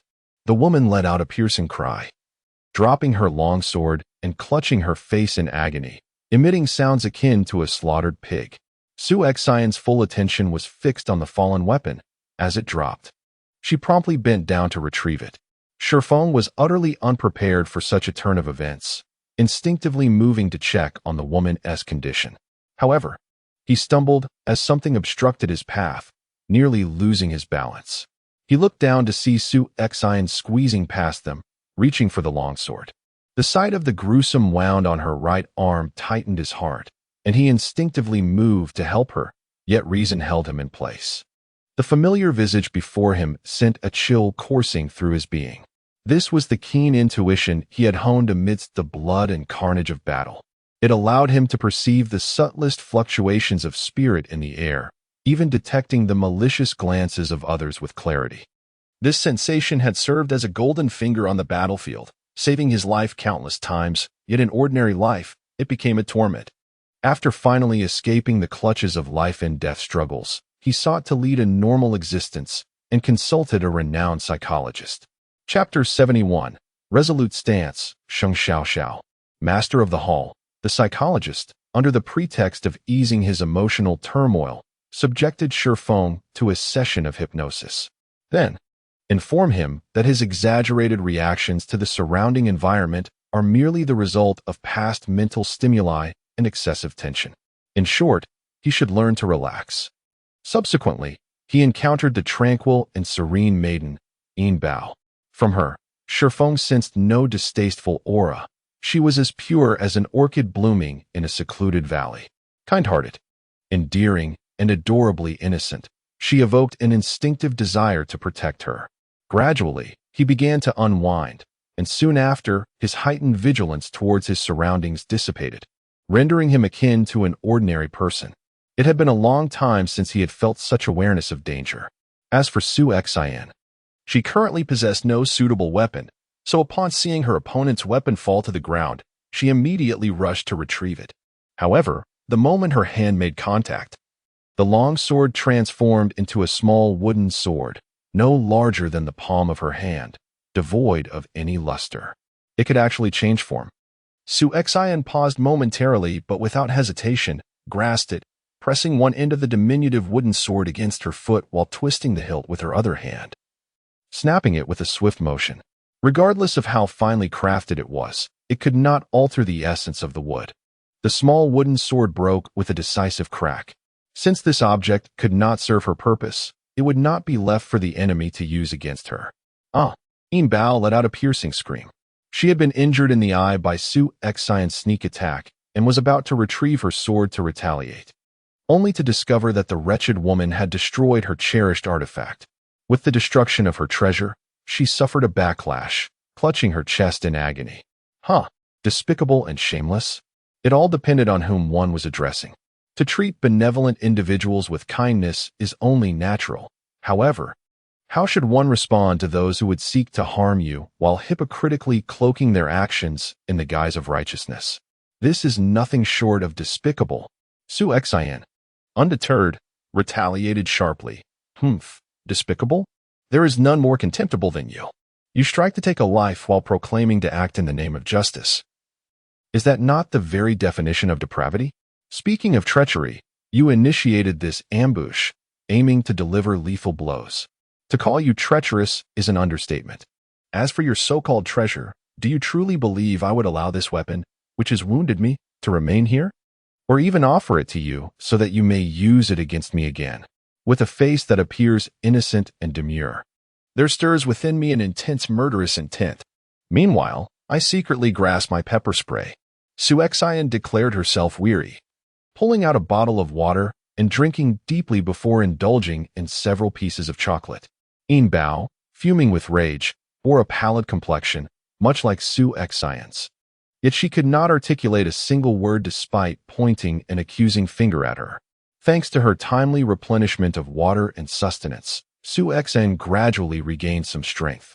No longer appearing so feeble, Yin Bao turned to Shi Yan and exclaimed, "Do you not see it yet? She is a sinister and venomous woman. Will you still aid her?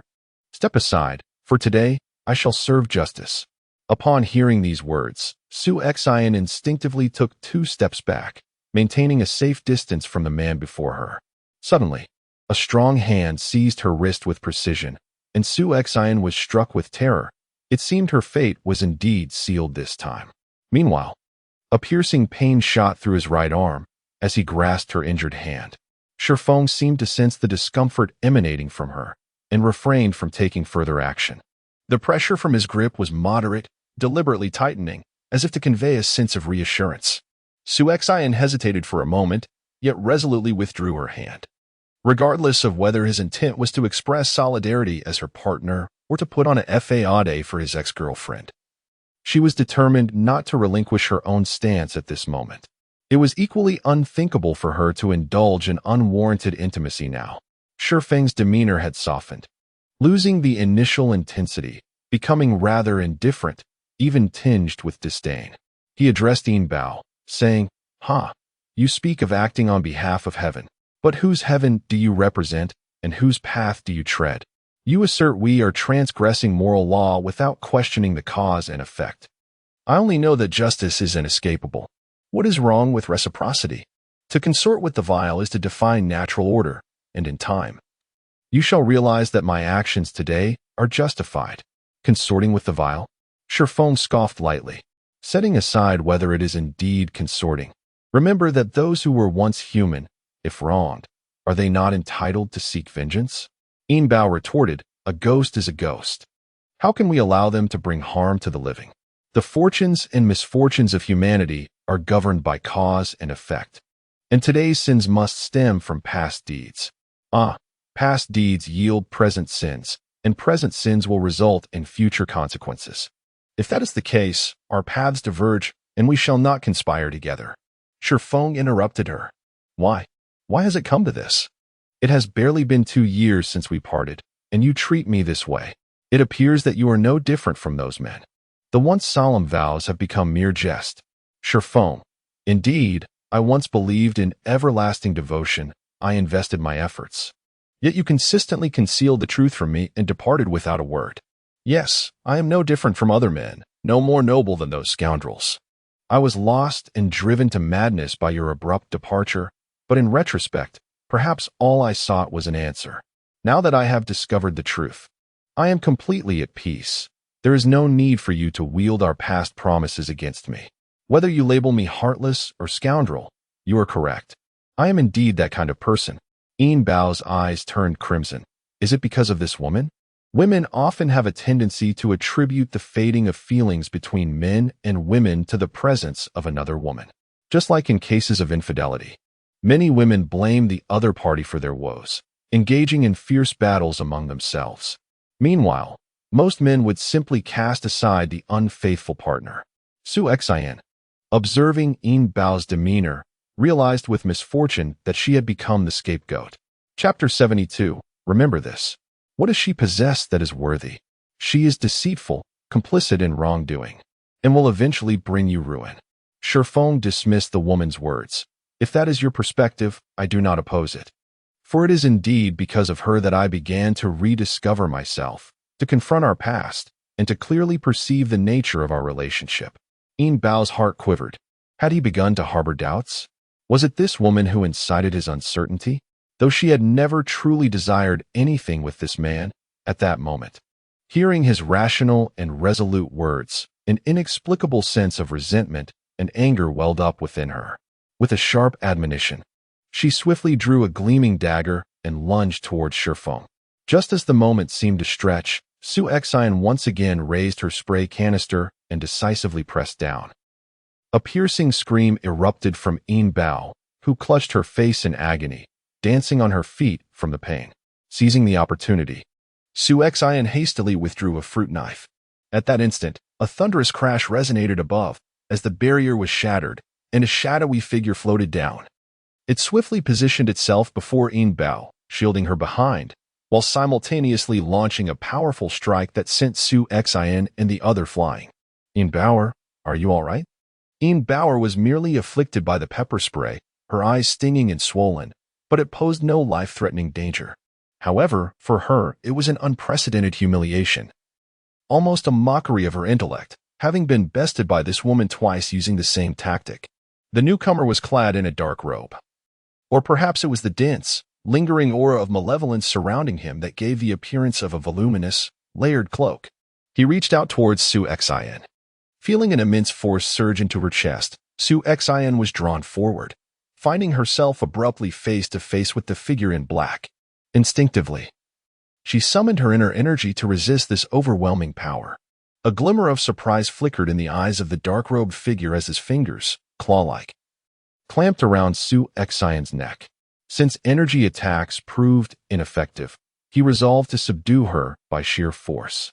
The dark robe tightened around Su Xian's neck, lifting her off the ground, while the assailant sought to justify their actions with lofty rhetoric. You possess a truly malevolent heart, daring to plot against my treasure and destroy her sacred artifact. Today, you shall learn the consequences of crossing my beloved. Su Xian felt as though her neck might snap under the pressure, her head swimming as blood surged. It seemed that all were of the same ilk, eager to take a life upon their arrival. The malevolent energy emanating from her attacker was palpable, rendering her unable to break free from the grip on her throat, especially since her right hand was injured and could not muster any strength.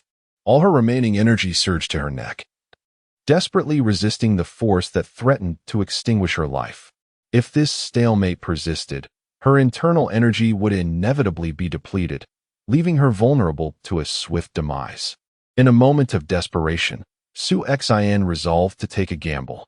Holding her breath, she seized a canister of pepper spray from her backpack and aimed it at her assailant's eyes. No one had anticipated that she harbored such a weapon within her bag, nor did they foresee her employing such a tactic. The efficacy of a method outweighs its novelty. Indeed, this was Su Xian's only recourse. Previously, when Shifeng had granted her 2,000 in activity funds, she had allocated half to support her parents, fully aware that they would likely use it to settle debts. With the remaining 1,000, she reserved half for transportation and living expenses, while the few hundred left were devoted to enhancing her equipment. She recognized her greatest shortcoming was her lack of combat prowess, and thus, she sought to temporarily remedy this deficiency with the most effective and economical means available, self-defense weapons. The figure in the black robe emitted a piercing scream as he forcefully slammed Su Xian to the ground, intent on inflicting harm despite his failure to strangle her. Su Xian fell, gasping for breath. She was on the brink of exhausting her energy, and had it not been for a moment's reprieve, her neck would have been mercilessly broken.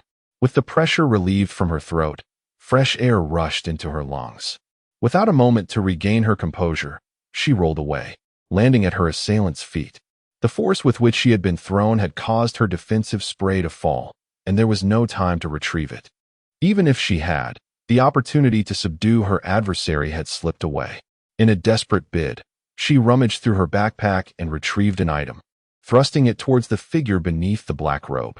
Upon making contact, she unhesitatingly pressed the switch. With a yelp, the black-robed man curled into a ball. Clutching a sensitive area, his mouth releasing anguished cries. His previously aloof expression contorted in pain, and he pointed a trembling finger at Shi Yan, struggling to articulate a coherent response. Seizing the moment, Shi Yan sprang to her feet, brandishing a fruit knife and aiming it directly at Bauer. In the realm of reciprocity, one must not be remiss. Suddenly, a shadow loomed before her, and the black-robed figure whisked Bauer away, enveloped in his grasp. Though Shi Yan felt a surge of indignation at being labeled an accomplice, nearly losing her arm in the process. The audacity of her assailant's taunt stung. Was it not she who should have issued such a warning? However, the words were inconsequential. What mattered was that next time. She could not afford to remain passive. Alas, her lack of strength was a grievous flaw. Shi Yan was acutely aware that consuming more nourishing supplements, such as ginseng, would undoubtedly provide more energy than a mere chicken leg, yet her current financial situation rendered such indulgences unattainable. Regarding the consumption of a buffet, it is often remarked that this woman possesses a remarkable appetite, slightly surpassing that of the average individual. However, one must not indulge excessively. With the element of surprise on her side, she managed to outwit her opponent this time, but she is certain that they will be more vigilant in the future. Shi Yan contemplated the notion that if only she could draw symbols to create a barrier, it would be advantageous. With the crisis averted, her mental strain began to ease. Yet she was suddenly overwhelmed by a wave of dizziness, staggering a few steps before managing to steady herself. This was primarily due to significant blood loss and a severe depletion of her stamina and vitality. Shifeng promptly extended his hand to support her left arm. Shi Yan turned her head to look at him, forcing a faint smile as she expressed her gratitude, saying, "I am fine. Thank you for your assistance earlier." Chapter 73. A clear conscience. Shifeng sensed the distance in her tone and hesitated before releasing his grip. "It is I who have burdened you." Shi Yan pondered for a moment, her expression sincere. "Yes, somewhat." Her gaze fell upon the undamaged dagger on the ground, which, like the long sword before it, emanated a shimmering light. She understood that this was a result of her master's refinement. It was the master's consciousness and spiritual energy that endowed it with the ability to cut through iron like mud.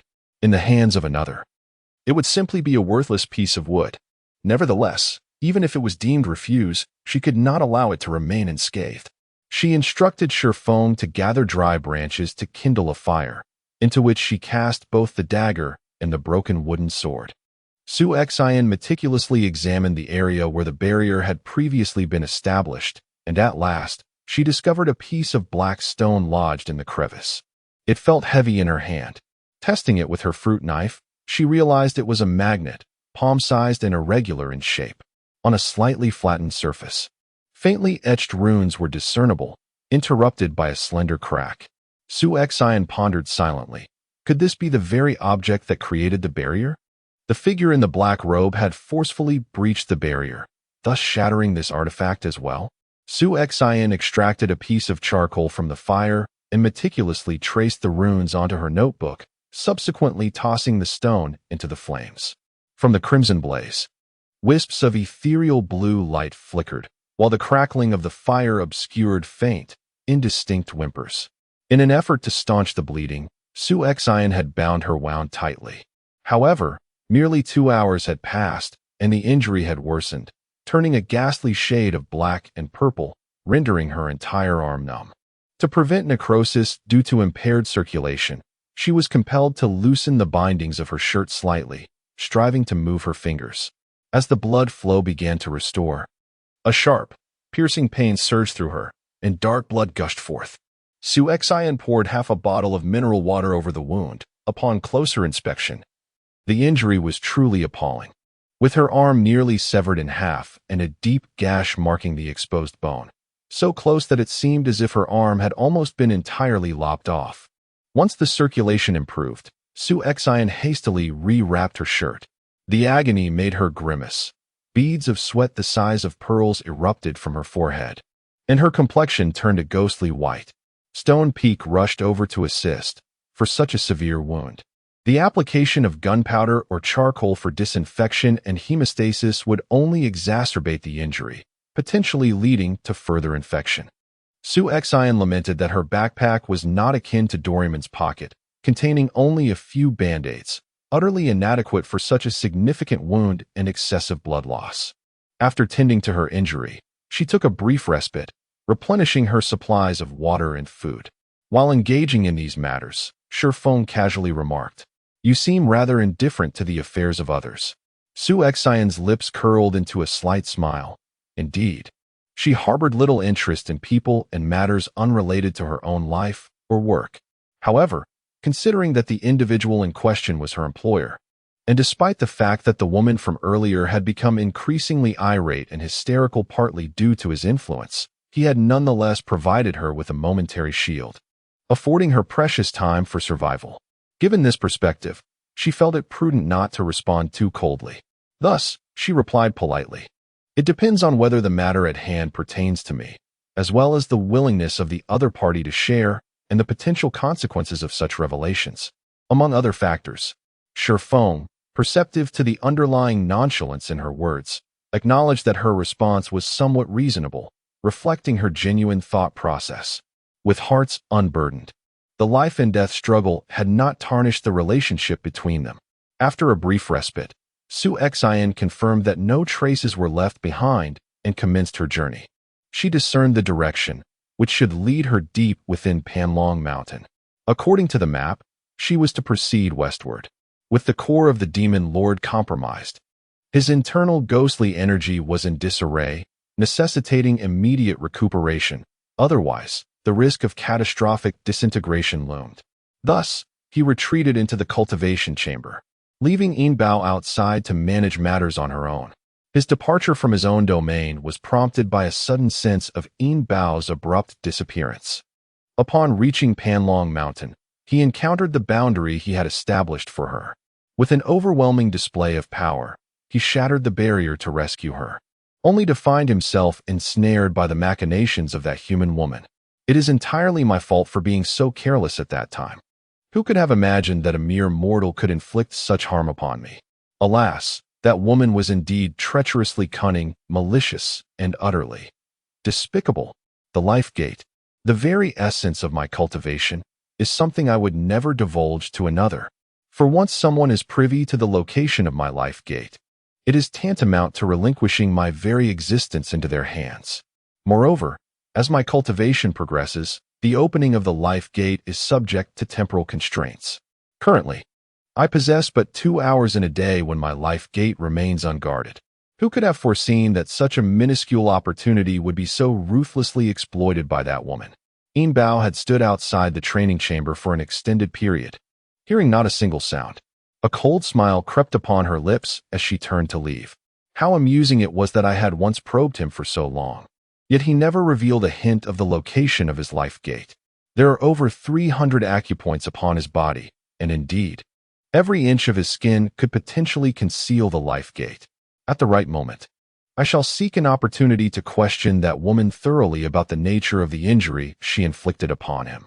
After tending to her eyes, which were somewhat red and swollen but not severely harmed, Yin Bao settled into a meditative position to commence her spellcasting. By her calculations, the two individuals, one grievously injured, must have hastily departed for medical assistance. Yet, given the rugged terrain and dense forests, they would not have traversed far in this hour. Now, it was the perfect moment to activate the tracking talisman she had intentionally left behind. Just then, she sensed her residual consciousness suddenly plunging into a realm of excruciating flames, the agony reverberating through her very essence, causing her to clutch her head and writhe on the ground in torment. Fortunately, this near-desperate pain would soon dissipate, and the consciousness she had deliberately left on the dagger vanished completely. Yin Bao, consumed by fury, could scarcely believe she had been toyed with repeatedly by that woman. However, while she could erase her own mark, she could not eliminate the one left on Shi Yan. As long as they were together, she would be able to track her down.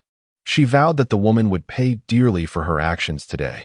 Meanwhile, Su Xian and Shi Yan, after more than a day's arduous journey, finally glimpsed signs of civilization. They continued on for half a day until they discovered the dirt road leading to Weixin village. which would take them back to the spot where they had parked their van, after finishing the last 2 sips of mineral water to moisten their throats. She quickly called her parents. Chapter 74. Significant Connections. Shi Yan endeavored to make her voice sound relaxed, explaining that she was attending to matters in a remote mountain village where the mobile signal was poor.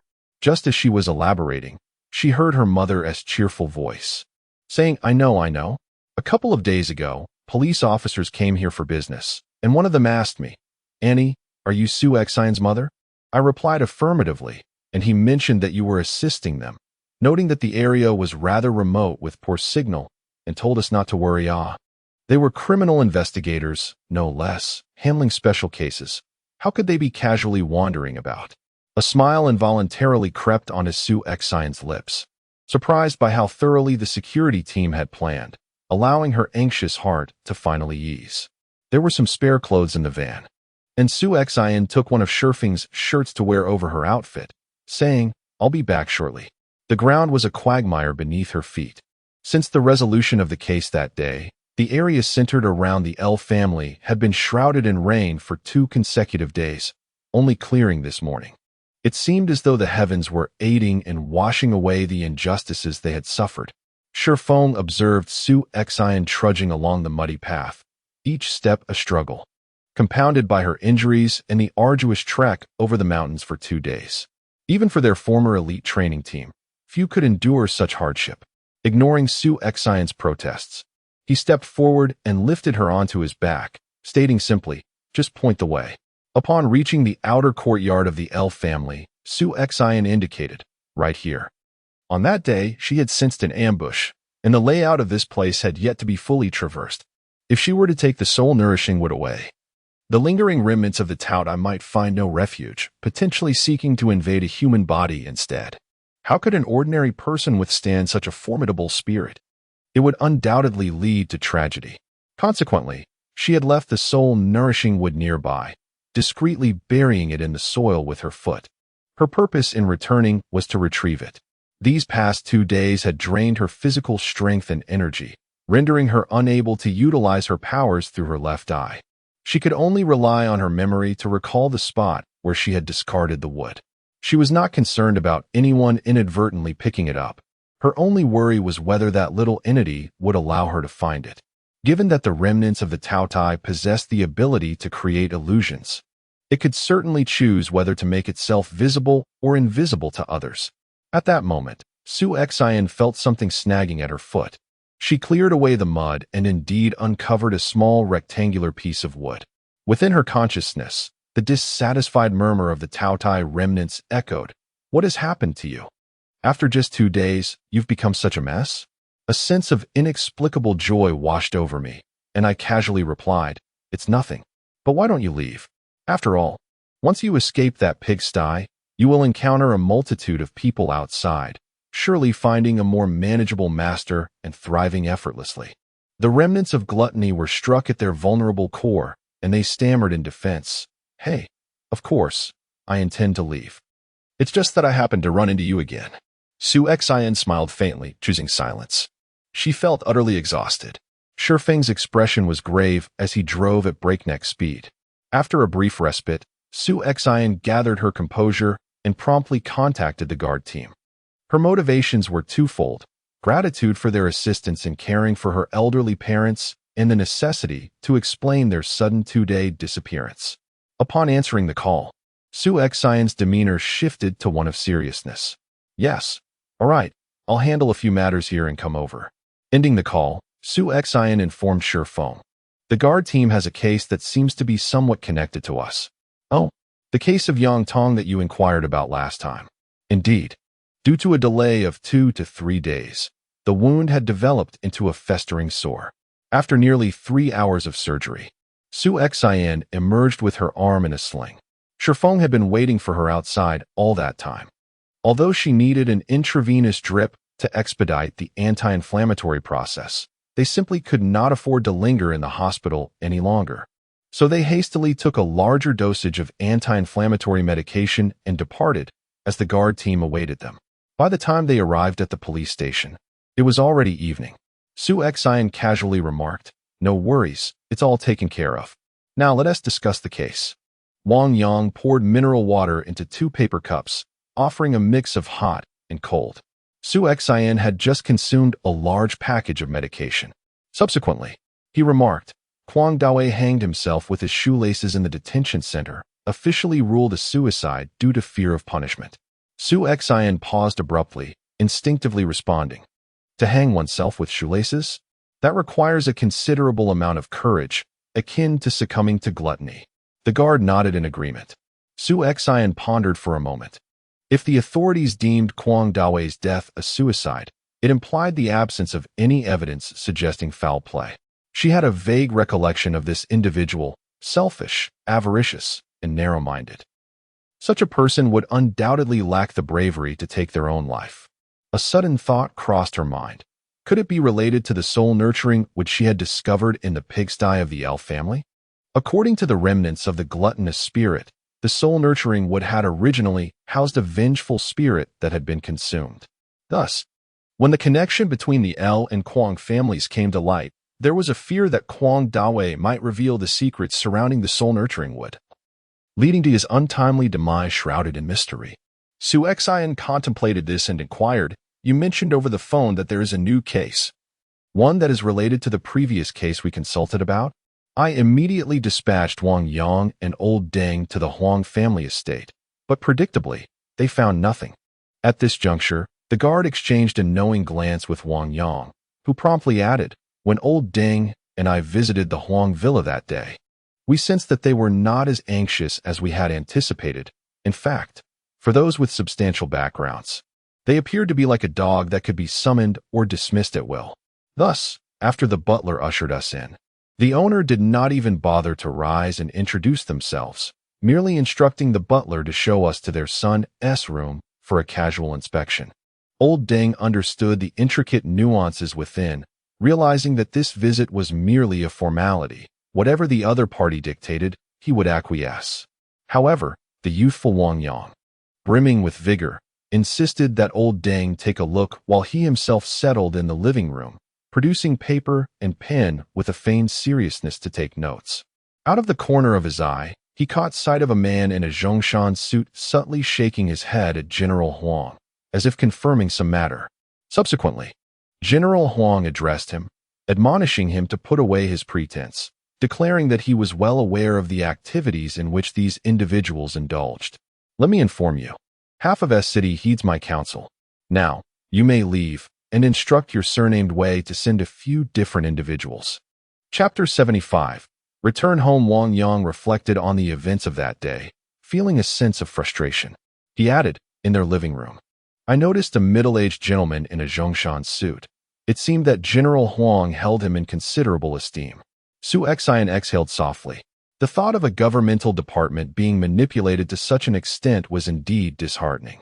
Just yesterday, an alarming report arrived, stating that Huang Yuan had suddenly gone into a frenzy, injuring his mother, and he remained in critical condition. Meanwhile, Huang Yuan had succumbed to a state of violent madness. An unsettling phenomenon. A thought struck Su Xian. Could this be the work of Yang Tong? That day, she had inadvertently encountered Yang Tong's spirit within the soul-nourishing inkstone and had remarked upon the divine will, allowing him to linger in the realm of the deceased for a while. It finally dawned on her why Yang Tong's spirit appeared in the inkstone. His time of death coincided with the day Yang Shaoli had taken her own life, losing her soul. Coincidentally, on the other side, a soul-nurturing inkstone was being employed to capture Yang Shaoli's spirit, inadvertently ensnaring Yang Tong's as well. As Yang Tong's soul regained a semblance of strength in the realm of shadows, he expressed a fervent desire to seek vengeance against his adversaries. Su Xian did not perceive any wrongdoing in striving to vindicate herself, especially since they had accepted Zhang Zuo's payment and taken on this case. It was only fitting that they fulfilled their obligation. Previously, they had been at a loss for a breakthrough in Yang Tong's case. But now that he sought revenge for himself, if he succeeded, it would indeed be a fortuitous turn of events. Thus, they permitted him to proceed. At this juncture, Wei Yan paused, casting a glance at Su Xian, seemingly at a loss for words. Although Su Xian's mind was preoccupied with her own matters, her senses remained alert. Noticing Wei Yan's hesitation, she promptly urged him to speak candidly. Earlier today, the higher-ups issued a directive to gather all personnel from the Special Cases Investigation Division, including those listed as nominal members. Wei Yan began, taking a moment to collect his thoughts. I suspect their true intention is you. Someone has leaked your information. Su Xian responded with a soft acknowledgement, instinctively straightening her posture. She sensed the gravity of the situation. As the saying goes, what is destined to come will eventually arrive. If one were merely an inconspicuous individual, even the most ostentatious displays would soon fade from public attention. However, should one possess extraordinary abilities, unless they remained forever concealed, they would inevitably attract the scrutiny of those with ulterior motives. There had been incidents, a hospital ward episode and an occasion assisting Xiaomei in subduing a malevolent spirit, both of which, despite their plausible justifications, left numerous inconsistencies. Consequently, Wei Yan had publicly categorized her and Shi Feng into the Special Cases Investigation Team. A person without any formal background unexpectedly enters the organization, which in itself is quite astonishing. To further complicate matters, they take the case to Weixin Village, and such a challenging case is swiftly resolved. Thus, it is not surprising that they have set their sights on me. At this moment, Su Xian's only concern is for her parents. Given their ability to uncover her background, and considering their modus operandi, one can only wonder. This thought ignites a fierce resolve within her. Wei Yan inquires, tonight, the brothers will take turns on duty. Would you like to join us? Naturally, she wishes to go, yet in her current state, it may be somewhat inappropriate. If you are correct in your assumption that they are after me, it would seem they are not particularly pressed for time. There is no reason to decline. Su Xian responds decisively. It appears others have nearly discerned her entire background, while she remains unaware of even their names. Now that they intend to reveal their cards, how could she possibly refuse? However, she still needs to tidy up a few matters. Moreover, she is somewhat concerned about Yang Tong. Wei Yan notices the bandage on her arm and her attire, which consists of a man's shirt, suggesting she is indeed in a hurry. He replies, very well. Prepare yourself and give me a call tomorrow. Su Xian promptly acknowledges his words. As Wei Yan escorts Su Xian and her companion out, he casually asks, have you had dinner yet? Su Xian candidly replies, not yet. After coming down from the mountain, I went to the hospital to tend to my wounds and then rushed here. I've just taken my medicine. The subtext being the exhaustion they endure amidst such refined competition and similar sentiments. Wei Yan responds, perfect, I haven't eaten either, so this meal is on me. Su Xian exhibited no inclination to refuse, politely expressing her gratitude. Thank you for your care, Chief. It is better to comply than to decline. Shi Feng remained silent, merely smiling in response. Su Xian consumed an entire bucket of fried chicken, accompanied by 2 cups of hot chocolate, having scarcely eaten over the past few days. Shi Feng also partook, nearly consuming a portion meant for 2. Wei Yan silently rejoiced, relieved that he had not suggested a lavish meal, as a few such feasts would have left him financially depleted. After satisfying their hunger, they rested in the car for a while. Su Xian felt her energy gradually replenishing, and she sensed a subtle enhancement in her abilities. Shortly after 8 in the evening, Shi Feng, as customary, escorted Su Xian to the entrance of the alley in the urban village, lingering for a moment to watch her silhouette fade into the depths of the passage before departing. Her emotions were quite complex, fearing that her presence might burden her parents. As she approached, she heard the lively sounds of chatter, indicative of a bustling atmosphere. Upon seeing Su Xian, the people quickly greeted her with warmth. It turned out that the shabby little convenience store had vanished, replaced by a bun and steam bread shop. The interior had been slightly refurbished, with polished tiles adorning the floor. In the back room, bags of flour were neatly stacked against the wall. To the left, a large stone countertop served for kneading dough and preparing fillings. A 2-stove setup was placed alongside, with a countertop for steaming baskets nearby. A streetlight cast its glow, elongating the shadows of a queue of people waiting. The cheerful voice of Aunt Yu resonated. The last 2 steamer baskets are ready, and I've run out of dough. Please come back tomorrow. I'll prepare early." Upon seeing the Su family ascend the stairs, Aunt Yu hastily exchanged glances with Xiaoli and whispered a few words. Xiaoli paused for a moment, washed her hands, removed her apron, and, carrying a bag of buns and steamed buns handed to her by her mother, hastily followed. At the staircase, Su Xian feigned nonchalance while briefly recounting her business trip, smiling as she added, "Perhaps it has been too long since I last traversed mountain paths, and wearing high heels led to an unfortunate twist of my ankle. I fell, but thankfully a broken branch cushioned my fall, though it did jab at my arm. Rest assured, I've applied ointment, and the doctor assures me it will heal in a few days." Chapter 76. Do you wish to draw talismans? Su Xian skillfully diverted the elder's attention to the absurdity of wearing high heels on mountainous terrain. As she listened to their loving reproaches, a profound sense of happiness enveloped her. She repeatedly admitted her folly, promising never to be so foolish again. Then, feigning casualness, she inquired, "Oh, by the way, has anyone come looking for you during my absence?" Su Xian echoed their sentiments with a chuckle. "Indeed, indeed, so, were there any others?" "No, just him," came the reply. Su Xian sighed softly, relieved, seeing her parents in good spirits. And knowing they had not been disturbed by anyone, at least on the surface, they had not yet revealed their secrets.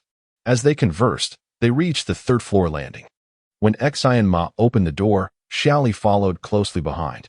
It has been nearly 2 months, and at this moment, Xiaoli appeared to be in remarkably good spirits.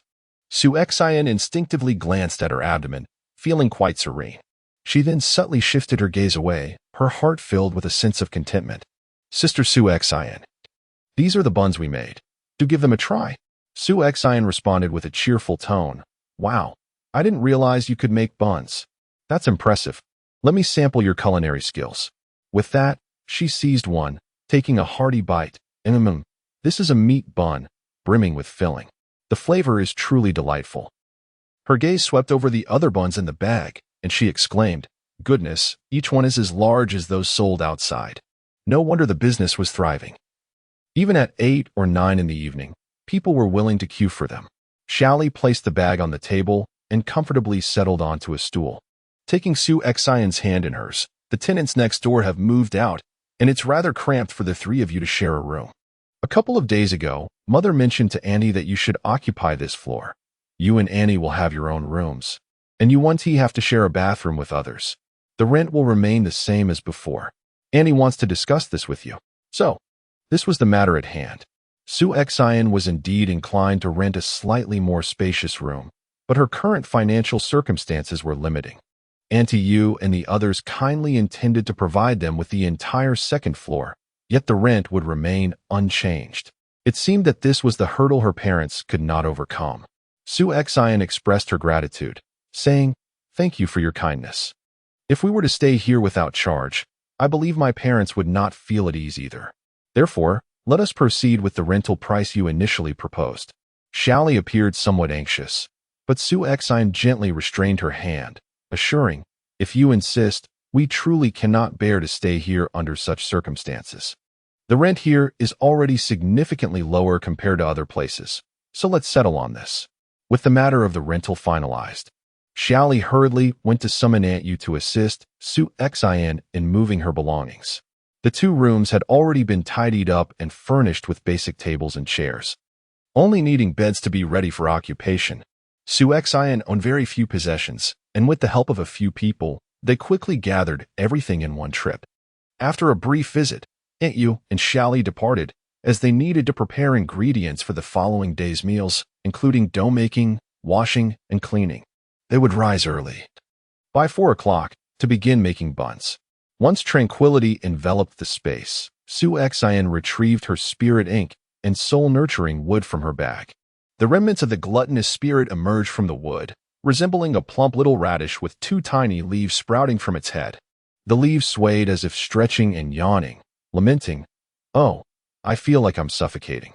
Su Xian grasped it in her hand, enveloping it in energy instantly. The gluttonous spirit, startled, exclaimed, Hey, what are you doing? Are we not strategic partners now? I have done so much for you. You wouldn't be planning to burn the bridge after crossing it, would you? How foolish of me to have waited for you so long, alas. Su-Xen remained unmoved. To her, this enigmatic being was shrouded in mystery, possessing intellect that surpassed that of humans, exceedingly cunning. Most importantly, it could effortlessly devour the souls of other beings. What if, one day, it grew powerful enough to consume its own soul? Allowing its presence was undoubtedly a significant threat. The gluttonous remnant of a soul sensed the unwavering intent to kill emanating from her, growing increasingly anxious yet unable to escape. Suddenly, it spotted the inkstone on the table and hastily exclaimed, "Wait, wait. Do you know what that inkstone is used for?" A flicker of interest sparked within Su-Xen, and she casually replied, "Of course, it is for nurturing souls." "Fool, the inkstone is used for grinding," it retorted. "Grinding? Ah, indeed. The inkstone is, of course, used for that purpose. However, what kind of ink would be produced from an inkstone capable of nurturing and refining souls?" Sensing the hesitation in her thoughts, the gluttonous remnant urged, "To be precise, this is a ghostly talisman inkstone, specifically for crafting talismans. With inkstones and talisman brushes and papers, one could create exquisite spiritual talismans." Spiritual talismans? Su-Xen felt a jolt of surprise. Among all that it had said, those two words held profound significance. She recalled the talisman that Xing Mu had gifted her, which had quite literally saved her life. A deep yearning arose within her to create a couple of her own, yet she found herself without a way to learn. She had contemplated seeking advice from Xing Mu, but he was a person of aloof demeanor, elusive as a dragon. Moreover, he bore no obligation to teach her freely. Thus this desire lingered unfulfilled in Su-Xen's heart. The remnants of the gluttonous spirit continued their psychological manipulation. "Are you afraid that I might become powerful enough to devour you as well? Fear not, for at present, your essence barely suffices to fill the gaps between my teeth. Moreover, it is evident that you are unlike those who incessantly utter phrases like monstrous beast-and acting on behalf of heaven. We do share some common ground in this regard. How about this? You can find me within the soul refinement abyss of the spirit inkstone. Without your mental permission, I cannot grow stronger." Su-Xen dismissed its unwholesome rhetoric. Yet one point struck a chord. It could indeed be placed within the young attribute space. However, how did it possess such extensive knowledge? This seemed to be the crux of all issues.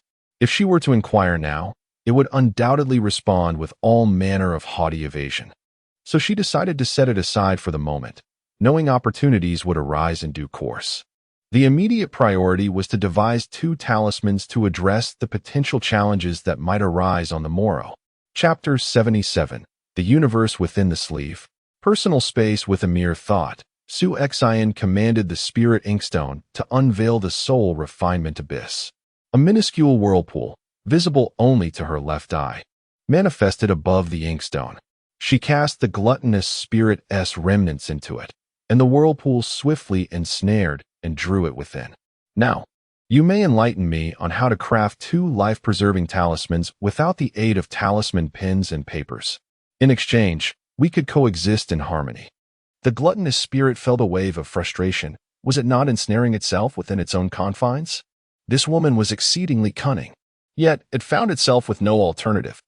If it did not offer her a taste of compliance to placate her, she might very well unhesitatingly refine it away. As long as the Green Mountains remain, one need not worry about firewood. Who knows if the next fated person will be more ruthless than the current one? The lingering essence of the gluttonous spirit possesses a remarkable sense of tranquility, treating the soul refinement prison as its home, while the little radish head sways about. Since it is a spirit talisman, it naturally requires spiritual energy as a medium. You already possess the spirit inkstone and spirit inkstone. Spirit inkstone? Su-Xen, intrigued by the other's words, quickly inquired. "It is what you refer to as the soul-nurturing wood. These are the concentrated essences of trees, buried to absorb the earth's spiritual energy, allowing them to become vessels for entities. Furthermore, by adding the blood of spiritual beasts as a catalyst, one can grind it into spirit ink. However, the currently circulated talisman drawings lack the spirit inkstone, the blood of spiritual beasts, and the essence of trees. resulting in ink that is not entirely pure. Thus, they can only enhance the quality of talisman brushes and talisman paper to meet the talisman's demands. In their quest for a talisman paper capable of withstanding spiritual power, they go to great lengths, sealing the resentments of living beings within hides, which are then crafted into talisman paper. Shi Yan could not help but recall the sensation she experienced upon first touching a spirit talisman and quickly interrupted, asking if her current conditions would allow her to draw one. Ahem, well, it is indeed possible to draw, but the power of the resulting spirit talisman. Shi Yan interjected, regardless of its power, just tell me how to create it. The glutton hesitated. In the past, who would dare speak to it in such a manner? They would have been devoured without a second thought. Well, under the eaves, one must bow their head. Who could blame oneself for being unable to discern the true nature of others, selling oneself, and then aiding in the counting of their coins, only to end up in such a predicament? Tao Tai suppressed his thoughts and remarked, in truth, talismanic paper does not merely refer to the paper itself. Any medium capable of bearing energy suffices, such as jade, wooden tablets, or silk. This time, Shi Yan refrained from interrupting him, discerning his earnest intent to enlighten her, and thus she listened attentively. I observe that there is nothing around you suitable for drawing talismans. In my view, you may directly inscribe them upon your own body, on your vital points or palms. This not only serves as a defense against attacks, but also allows for unexpected countermeasures against foes. By using one's own spiritual blood as a conduit, grinding the spiritual ink stone in the spiritual ink slab, and employing a finger as a brush to inscribe the runes directly upon oneself. Shi Yan furrowed her brows slightly. She recalled that fateful night when she saw Zhang Bao dripping his own fingertip blood onto the ink slab, then grinding it with his finger, dipping something before smearing it on his face and body. She had no desire to become a sinister host like Zhang Bao, ultimately unaware of how her demise would unfold. Shi Yan conveyed what she had witnessed that night, to which Tao Tai merely responded with an "Oh, if I am not mistaken."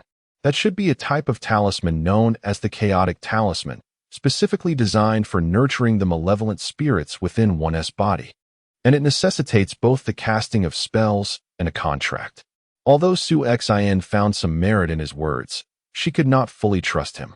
Thus, she took a few drops of clear water onto the ink slab and began to grind the spiritual ink stone. Curiously, those few drops gradually vanished, leaving behind a gray substance that could only be perceived by her left eye.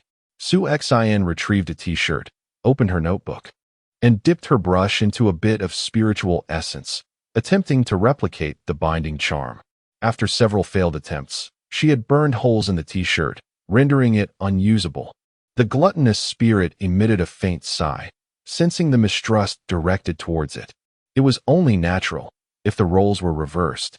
It too would find it difficult to place faith in another.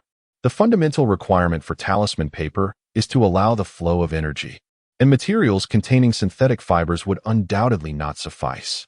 Shi Yan replied, it states that it is made of 100 pure cotton. She wandered around her room, genuinely struggling to find a single item crafted from natural materials. Her gaze fell upon the pothose plant on the windowsill. Could the leaves work? The gluttonous spirit watched in dismay as Shi Yan plucked a few leaves. Had those talisman masters seen her, they would surely have been tempted to strangle her. Little did she know the rarity of exquisite spiritual ink, so casually applied to the leaves. Should the leaves wither or become damaged, the talismans would be ruined. Thus, it had never seen anyone attempt to create talismans on leaves before. Oh well, let her be. The little radish head seemed to carry a hint of melancholy, its two small leaves drooping down. Shi Yan successfully painted 2 binding charms on the leaves, handling them with great care, holding the spiritual ink stone and ink slab. She felt somewhat at a loss. Keeping them at home was out of the question, for everything was laid bare, and her mother often tidied her bed and clothes. If the gluttonous spirit were to cause any harm, it would be disastrous. Carrying them on her person was equally troubling.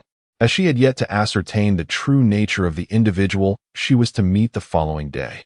What should one do if someone forcibly takes away their possessions? Alas, it is truly distressing.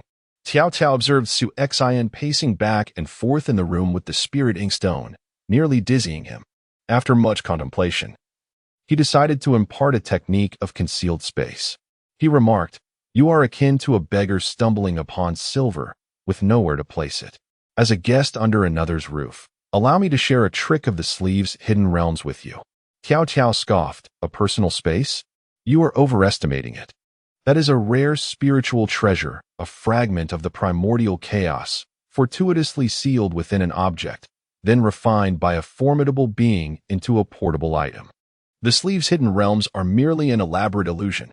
He cautioned, "Remember, I shall only say this once.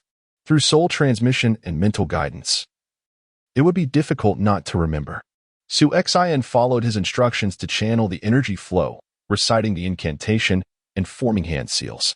Indeed, within her left eye's field of vision, a gray area measuring a foot square materialized. After a moment's thought, she crumpled the burnt t-shirt and stuffed it inside. Remarkably, the garment did not fall. She covered her left eye and peered with her right, finding nothing before her. Chapter 78. A fortuitous fate. Su Xian's heart soared with joy. Could this truly be the legendary sleeve's hidden realms? No wonder the woman she had encountered previously had drawn forth a 3-foot-long sword from her sleeve. It was evidently retrieved from her own concealed space. Su Xian inquired, "This can only be seen by me, correct? What do you think?" Su Xian chuckled, then, "I must extend my gratitude to you, dear Tiao. Ah, glutton, no matter how I calculate it, I am still your senior." Su Xian disregarded this entirely, raising her fist and tapping it against the inkstone, shaking her head in disapproval. "Perhaps I should call you Tadao. Tadao, so childish. You are burning bridges behind you." Su Xian feigned innocence. "It's not that I am reluctant to address you in that manner, but rather, look at you. You have yet to match the size of my fist.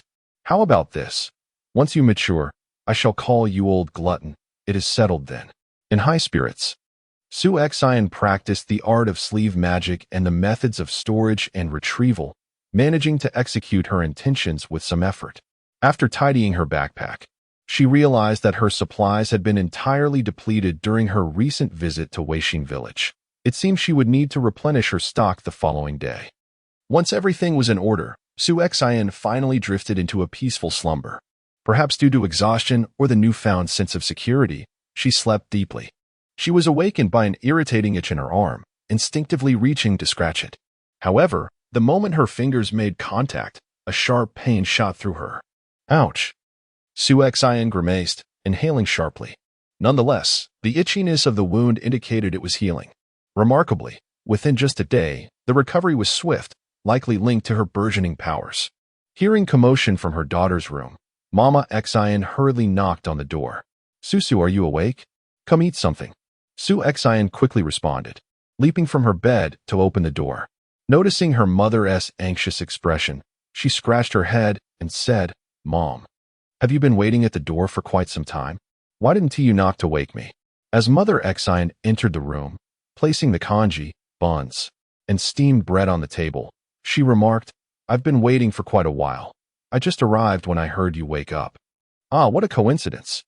Su Xian felt as though she might melt with warmth, her head nestled against her mother's back, gently rubbing against it. Mother Xian chuckled and chided, "At your age, you still behave like a child. You've certainly worn yourself out outside, and with your injury, you need to rest more. Your father has gone job hunting again, leaving me to watch over you at home." The table was positioned right by the bedside, and Su Xian leaned against her mother as she walked over, casually grabbing her phone to check the time. Goodness, it was nearly 11 o'clock. She recalled her plans to visit the Huang family with Wei Yin and the others today. "Mom, I have to go to work." After using the restroom and freshening up, she quickly finished her congee and took a few buns and steamed bread with her, bidding farewell to Mother Xian as she made her way outside. Mother Xian held a comb in her hand, reminding her that a girl should always pay attention to her appearance. Su Xian dashed down the stairs, her mother's admonitions echoing in her ears. Hurrying along, she reached the mouth of the alley, pulling out her phone to inquire where Wei Yin was waiting. Just then, she spotted a white van parked not far away. The license plate, belonged to Shi Yan. She wondered how long he had been waiting there without giving her a call. A pang of guilt washed over her. But her feet did not falter as she quickly opened the car door and climbed in. Shi Yan spoke into his phone, "Let's go," and the vehicle smoothly set off. At this point, apologizing or asking where they were headed seemed rather superfluous. Clearly, they had already made arrangements. Trusting her partner, she decided it was best to focus on finishing her breakfast and lunch swiftly. Shi Yan clutched her chest in distress as Shi Yan extended his right hand, offering her a cup of peanut soy milk, slightly chilled, but nonetheless drinkable.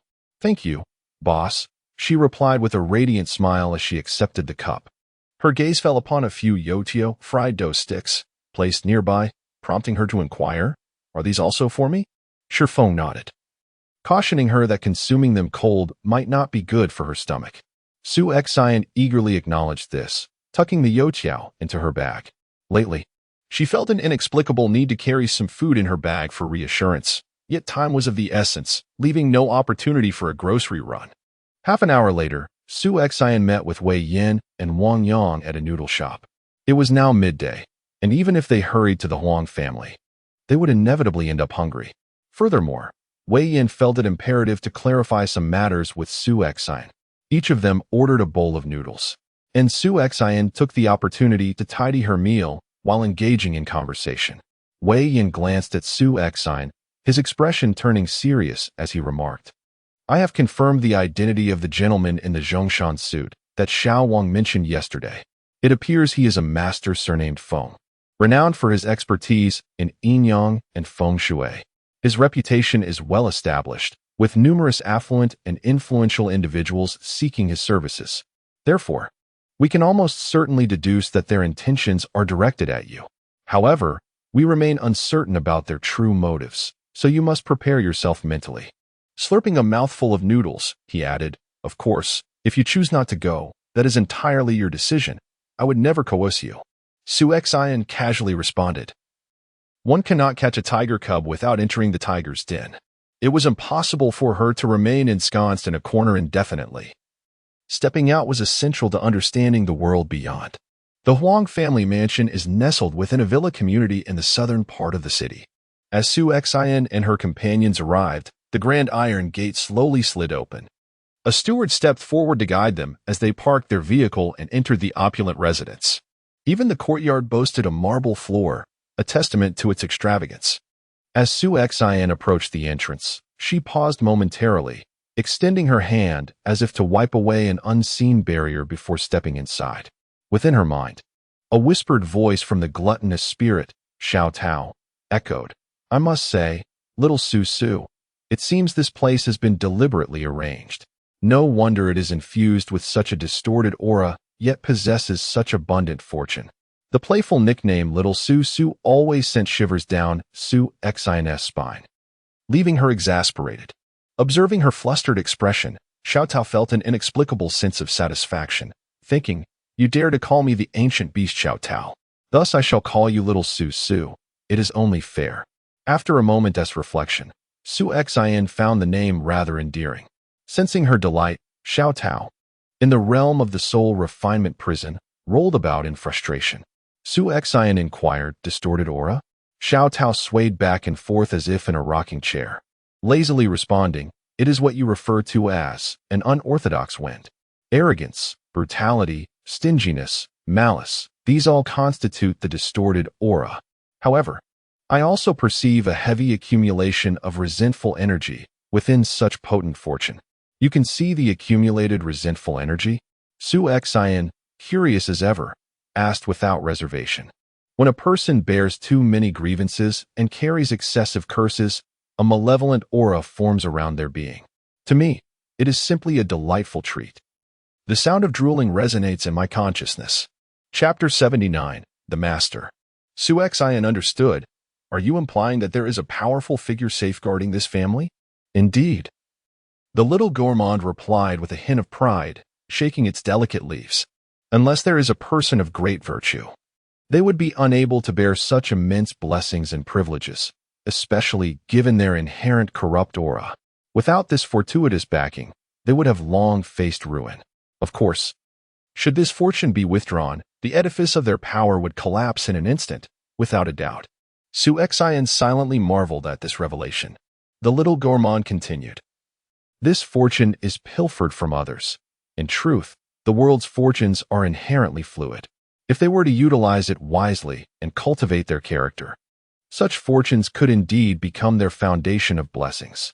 However, the heavy aura of resentment surrounding this family is insurmountable, and even this layer of fortuitous energy cannot withstand it, leading to signs of imminent collapse. Su Xian wholeheartedly agreed. The aura of resentment can easily attract malevolent forces, and it subtly influences one's fortune. Yet, it was evident, much like Huang Dongli's brazen taunts towards Wang Yang, that the Huang family's current power, status, and wealth could indeed cause tremors throughout the entire city, commanding both the light and the dark. The little gourmand whispered into Su Xian's consciousness, as if directly implanting thoughts into her mind. Let me investigate where this collapse begins. After a moment, the little gourmand exclaimed with delight, Aha! I've finally discerned it.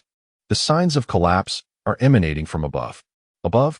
Su Xian instinctively glanced towards the staircase. The butler, adept at reading the room, remarked to Su Xian, Our young master is upstairs.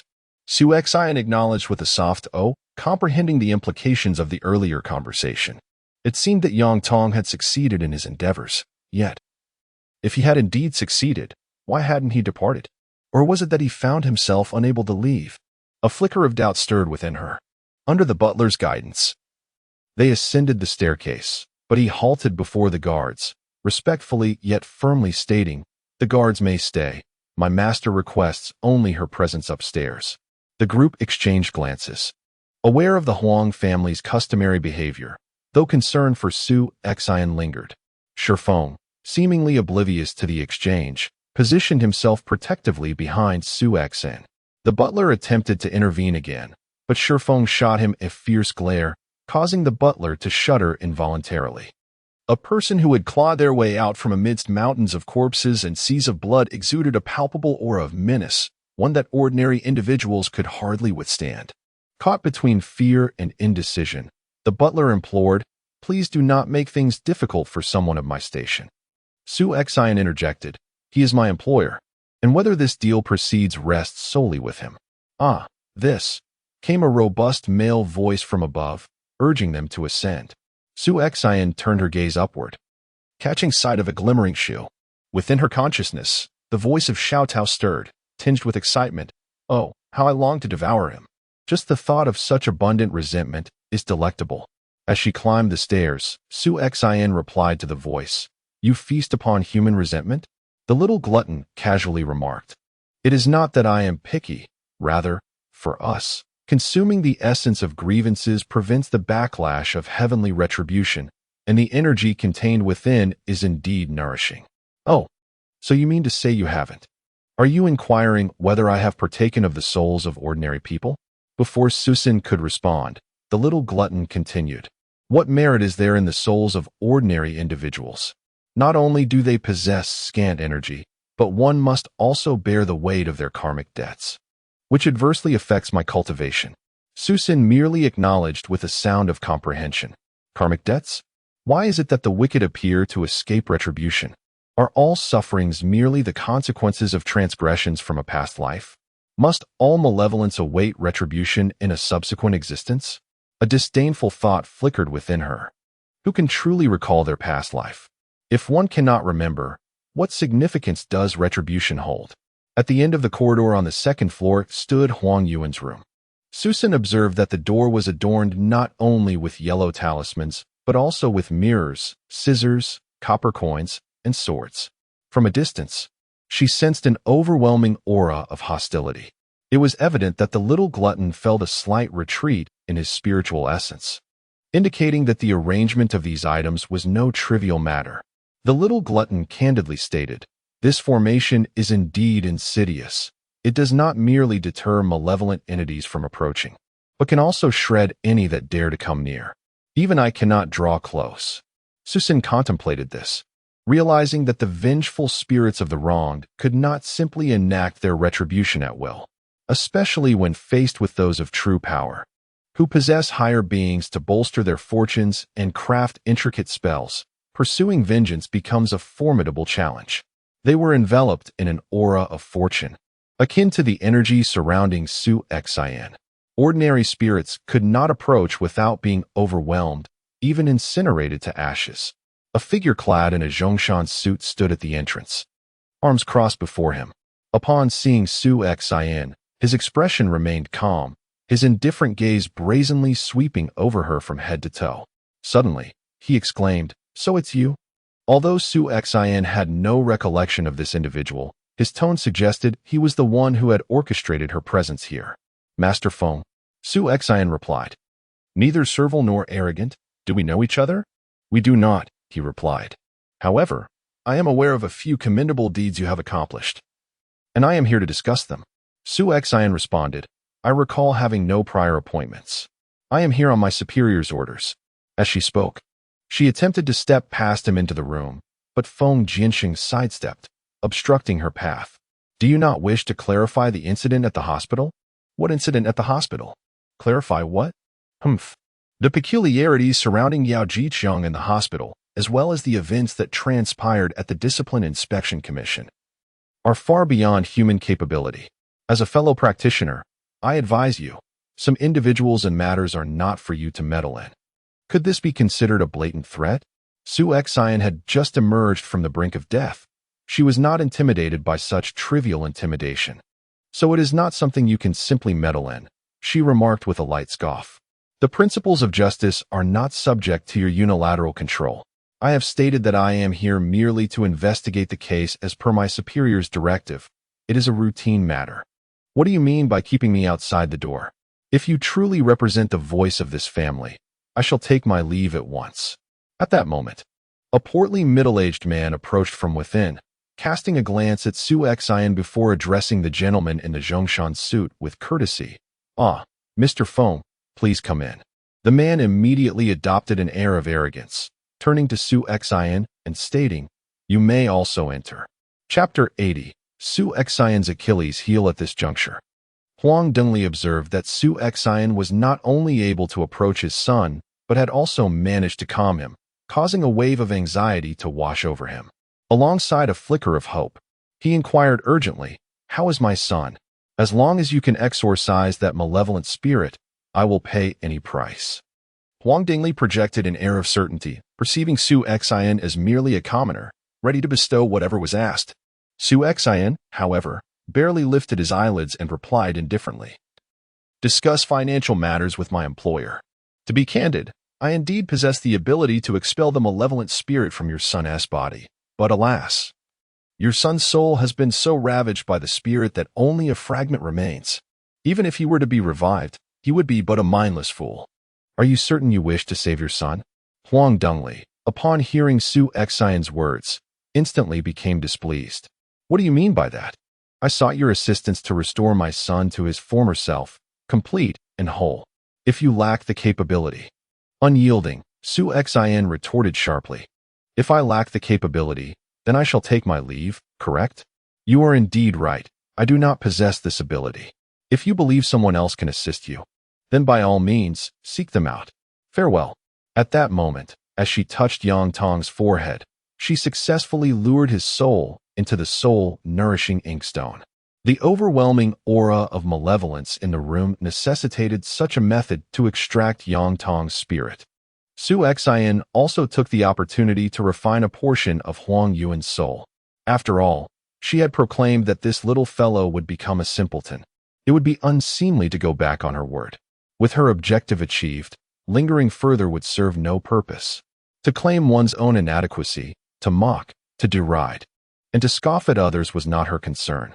When the two maids attempted to intervene, Shi Feng stepped forward to stand beside Shi Yan, his imposing figure radiating a chilling malevolence, instantly causing the two women to cower in fear, too intimidated to approach.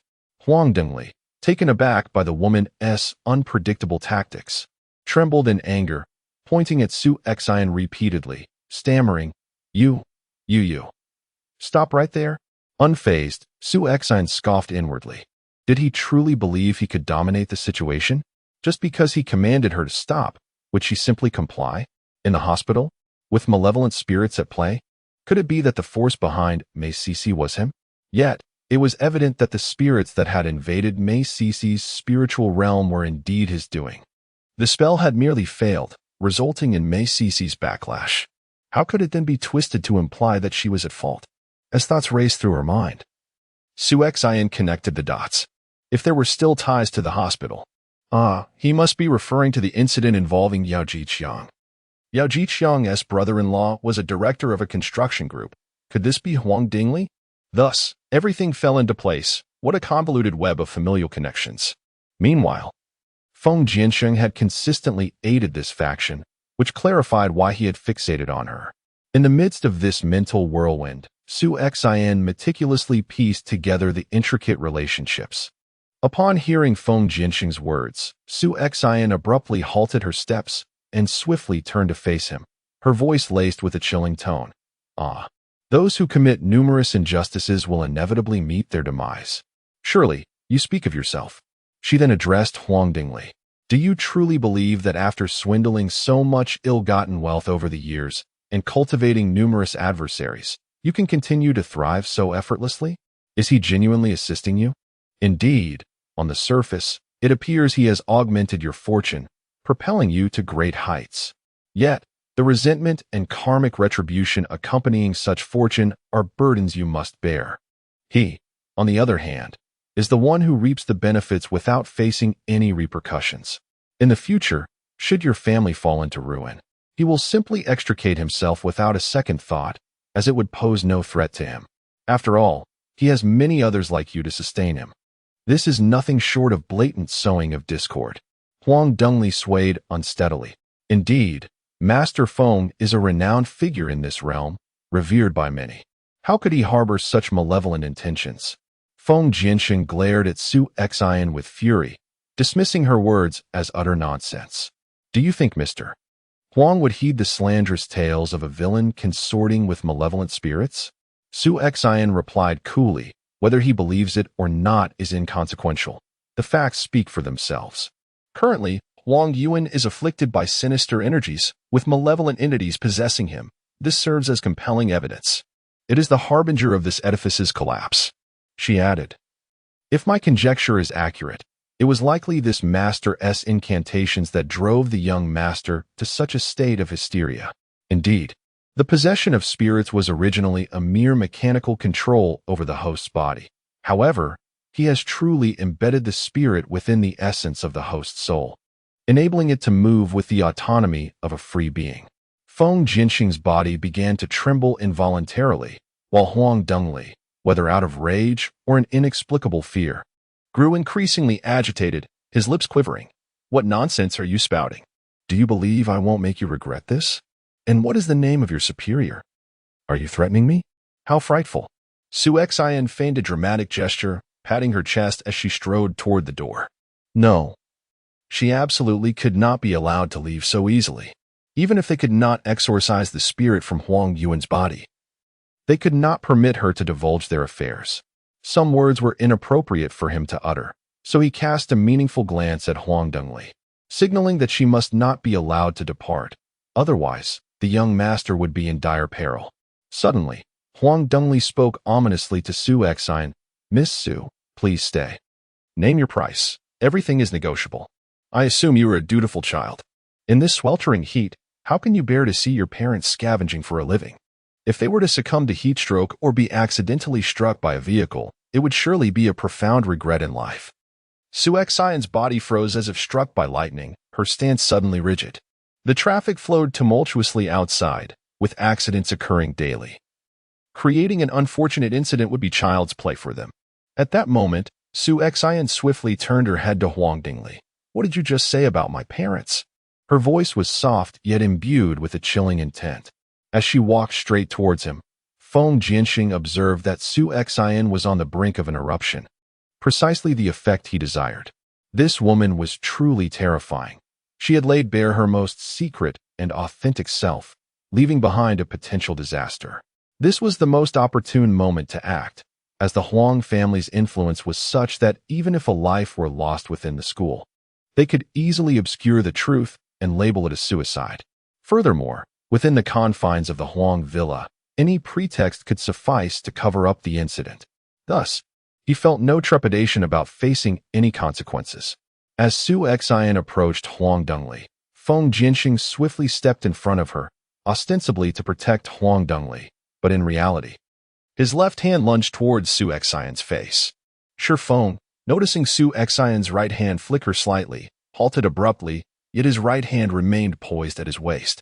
Feng Jianxing had first incited Huang Dongli to provoke Su Xian, and while she was emotionally charged, he feigned a protective stance for Huang Dongli, sending a malevolent spirit towards Su Xian.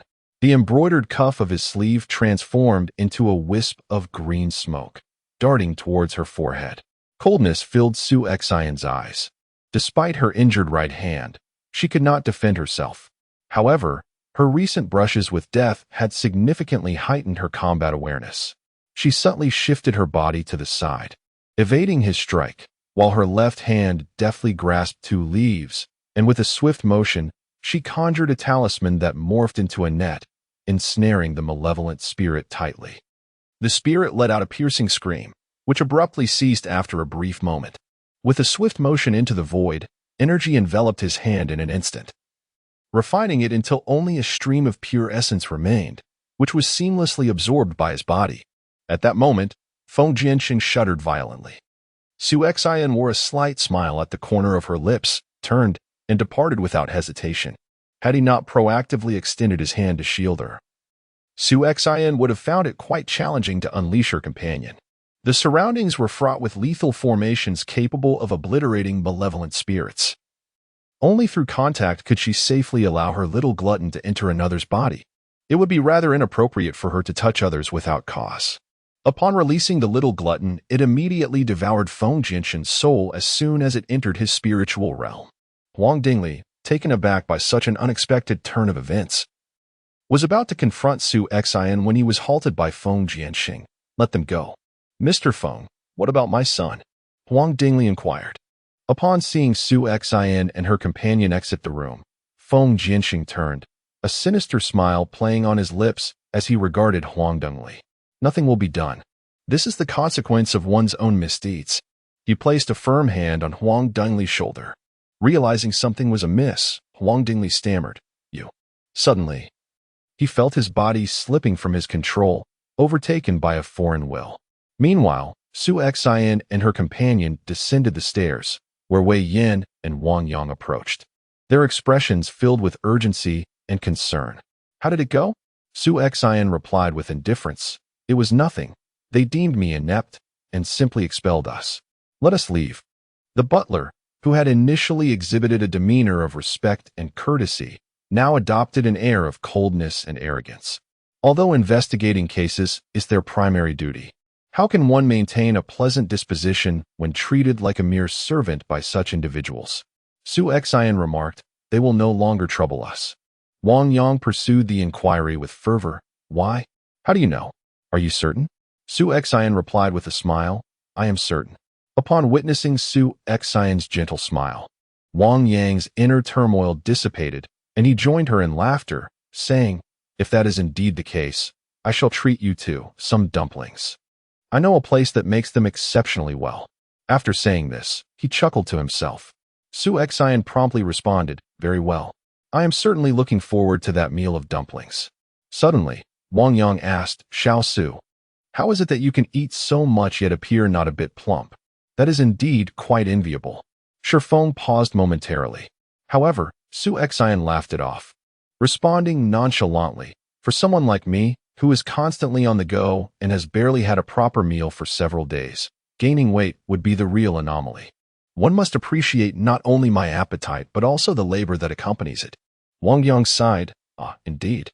After sharing a few lighthearted moments, the atmosphere became slightly more relaxed, yet at some point, silence enveloped the carriage.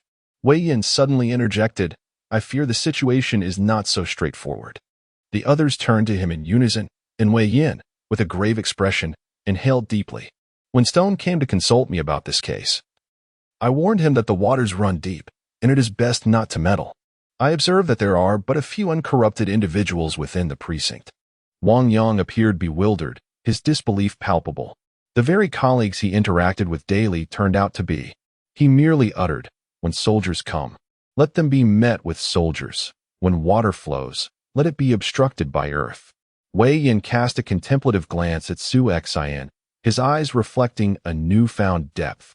He had not anticipated that this seemingly delicate woman possessed far greater strength than he had imagined.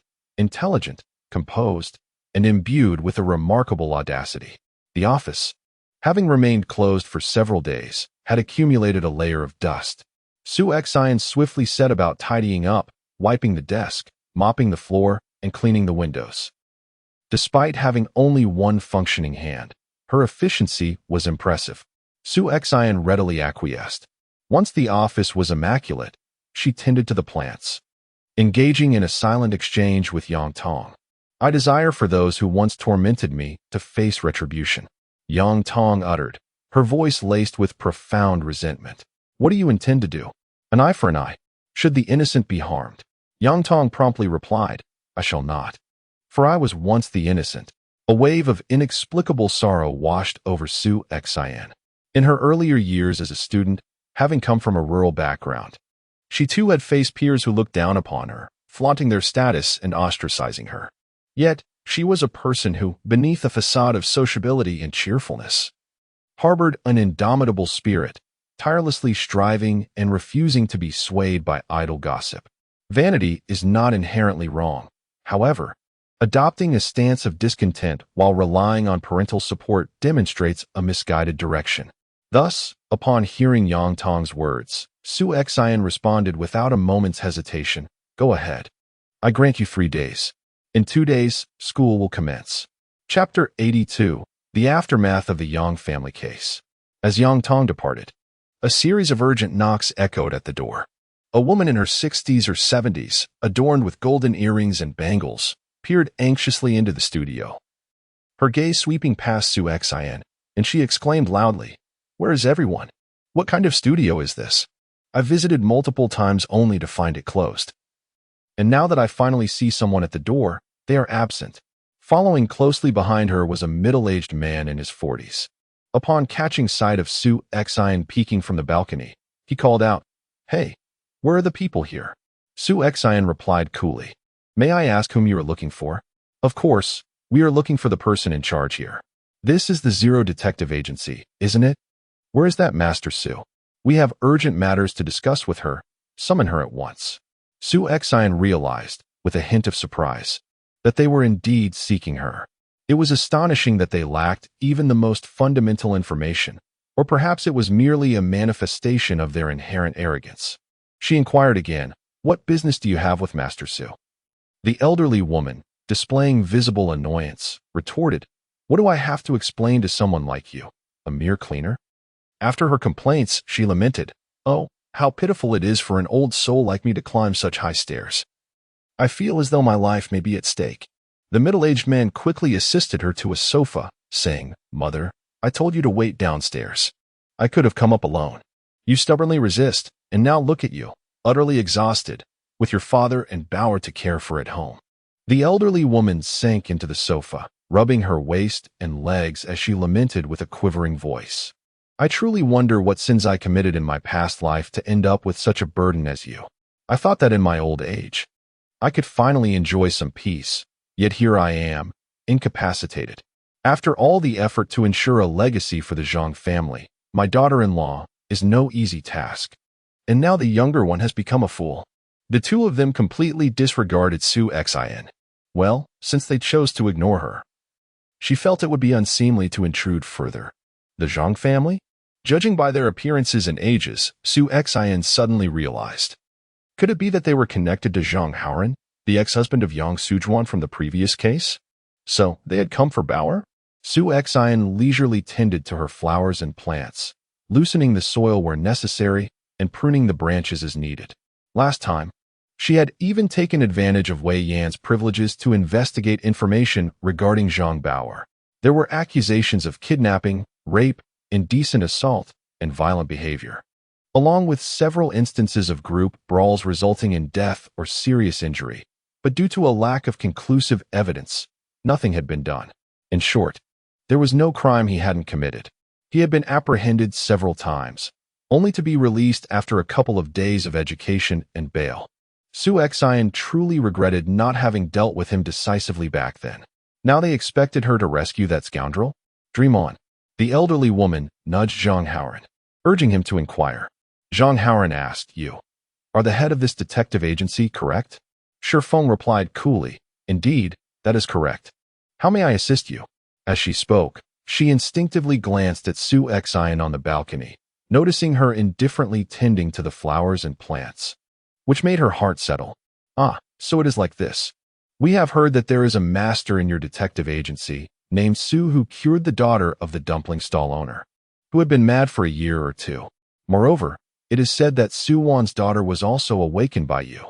Therefore, we wish to invite her to examine my son." The old woman shot her son a fierce glance, pinching him with her long nails, and muttered under her breath, still calling out Su Wan's name. "What nonsense!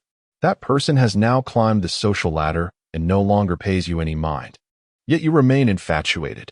After reproaching her son, she promptly turned her head to Shi Feng and said, "My grandson has only been ill for half a month. He certainly isn't as severely afflicted as her daughter. Please name your price." The implication was that his condition was easier to treat, and she would accept any exorbitant fee. Shi Feng settled into his boss's chair, resting his elbows on the armrests, his fingers intertwined before him, crossing one leg over the other. He replied nonchalantly, "I'm sorry, but we are a private detective agency. If you require investigations into illegitimate children, affairs, or infidelity, we would be more than happy to assist, and our prices are quite reasonable. However, as for cases of madness or mental illness, we do not take them on, and I must regretfully decline." Shi Feng was aware of Shi Yan's temperament. Since she had not revealed her identity, it was clear she wished to avoid this case, so he directly dismissed it. Zhang Haoran felt somewhat awkward, his expression one of indignation. Yet the old woman abruptly stood up, pointing at Shi Feng, and exclaimed, "Hey, what do you mean by that? Who is an illegitimate child? Who is mad? We have come here repeatedly, and you dismiss us with mere words? Do you understand the meaning of respecting the elderly and cherishing the young? Has your conscience been devoured by dogs? How do you conduct your business by merely opening your door? Do you believe we might report you? Ah, why does this notion of respecting the elderly and cherishing the young, as well as conscience, come into play?" Sitting in his chair, Shi Feng remained unchanged in his demeanor, responding nonchalantly, "Feel free to do as you wish. Furthermore, I advise you to remember that justice is always served." The two individuals were instantly infuriated. "What do you mean by that? What justice? My grandson is still just a child, he knows nothing. Even if he has made a mistake, it is those scoundrels who have led him astray, and he should not bear such punishment. In their 20s and still considered a child? Can ignorance truly shield one from the sins committed?" Shi Feng waved his hand dismissively, as if swatting away flies, and regardless of their protests, he chose to ignore them. He picked up a file and added a note to the last page of Yang Sujuan's case. Summoning Su Xin, he observed her disheveled appearance, which explained why the two had failed to recognize the truth. He produced a stack of money, stating, "This is the reward and bonus for the Yang Sujuan case." It turned out he had just stepped out to retrieve the funds. Su Xin hurriedly ran to the restroom to dust herself off, washing her hands and face before returning. As she expressed her gratitude to her superior, she unhesitatingly wrapped the money in a newspaper and tucked it into her backpack. In truth, it was Shi Feng who secretly reveled in this moment. In just over 2 months since her arrival, Shi Yan has successfully tackled several significant cases. Though she may not possess the same kindness and innocence as Bao, whom she once knew, she embodies a refreshing honesty and forthrightness. More importantly, her methodical and cautious approach to her work, coupled with a shared ambition and unwavering principles, instills a sense of stability and authenticity in those around her. Chapter 83. A Little Ghost Bringing Wealth? Her parents are genuinely proud of her accomplishments, yet their hearts are heavy with sorrow. Observing their daughter's arms, they are reminded that this is a life she nearly sacrificed. Exchanging glances, her mother, Ma, spoke up. My dear, your father and I have been contemplating the same thing. As we grow older, securing employment in the city has become increasingly difficult, especially for younger individuals with qualifications. I would prefer that your father refrain from returning to the construction site. It is far too perilous. Moreover, since he fell ill from overexertion last time, he can no longer undertake strenuous labor. The expenses of living here, rent, utilities, every little thing costs money. Our meager earnings only add to your burdens. Xian sighed in relief and inquired, Is Donghai brother out now? Ma responded with a sense of nostalgia. Yes, we owe it all to Miss Ru. Truly, it is a blessing our family has garnered over generations. Su Donghai, her uncle's second son, is 3 years her senior, now 30 years old. A decade ago, he ventured out to work alongside villagers and reportedly fared quite well. However, 7 years ago, news broke that he was implicated in a series of homicides, leading to his immediate incarceration. At that time, not only did her uncle's family suffer, but the entire Su clan was consumed with worry. Yet they had no connections to intervene. Ultimately, they were even denied the chance to see Su Donghai, due to the presence of numerous family members. It was simply inconceivable for them to cease eating and living altogether. Thus, the matter remained unresolved, becoming an indelible knot in their hearts. However, over the years, his girlfriend Min Ru never relinquished hope and tirelessly advocated for his cause. Last year, new developments emerged with a fresh ruling, declaring that the previous arrest had been a mistake, leading to Su Donghai's release. They had initially planned to marry upon his return, yet upon his release, Su Donghai exhibited signs of mental disturbance, becoming dazed and withdrawn. Psychologists suggested that he might have suffered significant trauma, resulting in his self-imposed isolation. Consequently, Min Ru embarked on a quest for medical assistance once more. Meanwhile, the family began to ponder whether it was fair for such a fine young woman to be tied to a man who had become a mere shadow of himself, leading them to hesitate and prolong the situation until now. Xian sighed, reflecting on the poignant circumstances, yet fervently hoped for a benevolent turn of events. With her parents' affairs finally settling, a sense of relief washed over Xian. As the three engaged in casual conversation, the night unexpectedly deepened. Quickly, let me in. I am utterly exhausted, came the eager voice of Xiao Tao, tinged with excitement. Xian promptly retrieved her Ling Yin and opened the Yin realm, also known as the soul-nurturing domain. As Xiao Tao swiftly entered, a surprised exclamation escaped her lips. This. Are you? Xian quickly interjected. What is it? 2 small leaves began to unfurl, extracting several items from the diminutive radish head. With a flick of her thought, Xian transported the items to the bed. Among them lay a palm-sized piece of jade, resplendent in its emerald clarity and approximately a finger's thickness, smooth and unblemished. Additionally, there was a foot-long bone nail, a tattered book wrapped in yellow silk, and several stacks of red banknotes. Xian stood in a daze for a while, when suddenly a term surfaced in her mind, little ghost fortune. Yet, she couldn't help but scoff inwardly, observing the pitiable state of her companion, who possessed naught but a lackluster talisman and resorted to drawing symbols on leaves, utterly tarnishing the dignity of ancient ferocious beasts. In a moment of clarity, Xian's consciousness delved into the soul-nurturing realm, where she gently kneaded the head of the little radish, realizing that it was indeed the little glutton who cared the most for her, anxious for her well-being. The little glutton wore a contented expression, its rotund body relaxed, inviting her to continue the massage. In her hands, Xian clutched several bundles of cash, feeling as if she were grasping a searing hot potato. Just moments ago, she had given her salary to her parents, and now she was left with this much? It was utterly incomprehensible, and she feared it would only heighten her parents' concerns for her. Consequently, she wrapped the money in newspaper, planning to gradually return it to her family to settle debts in the future.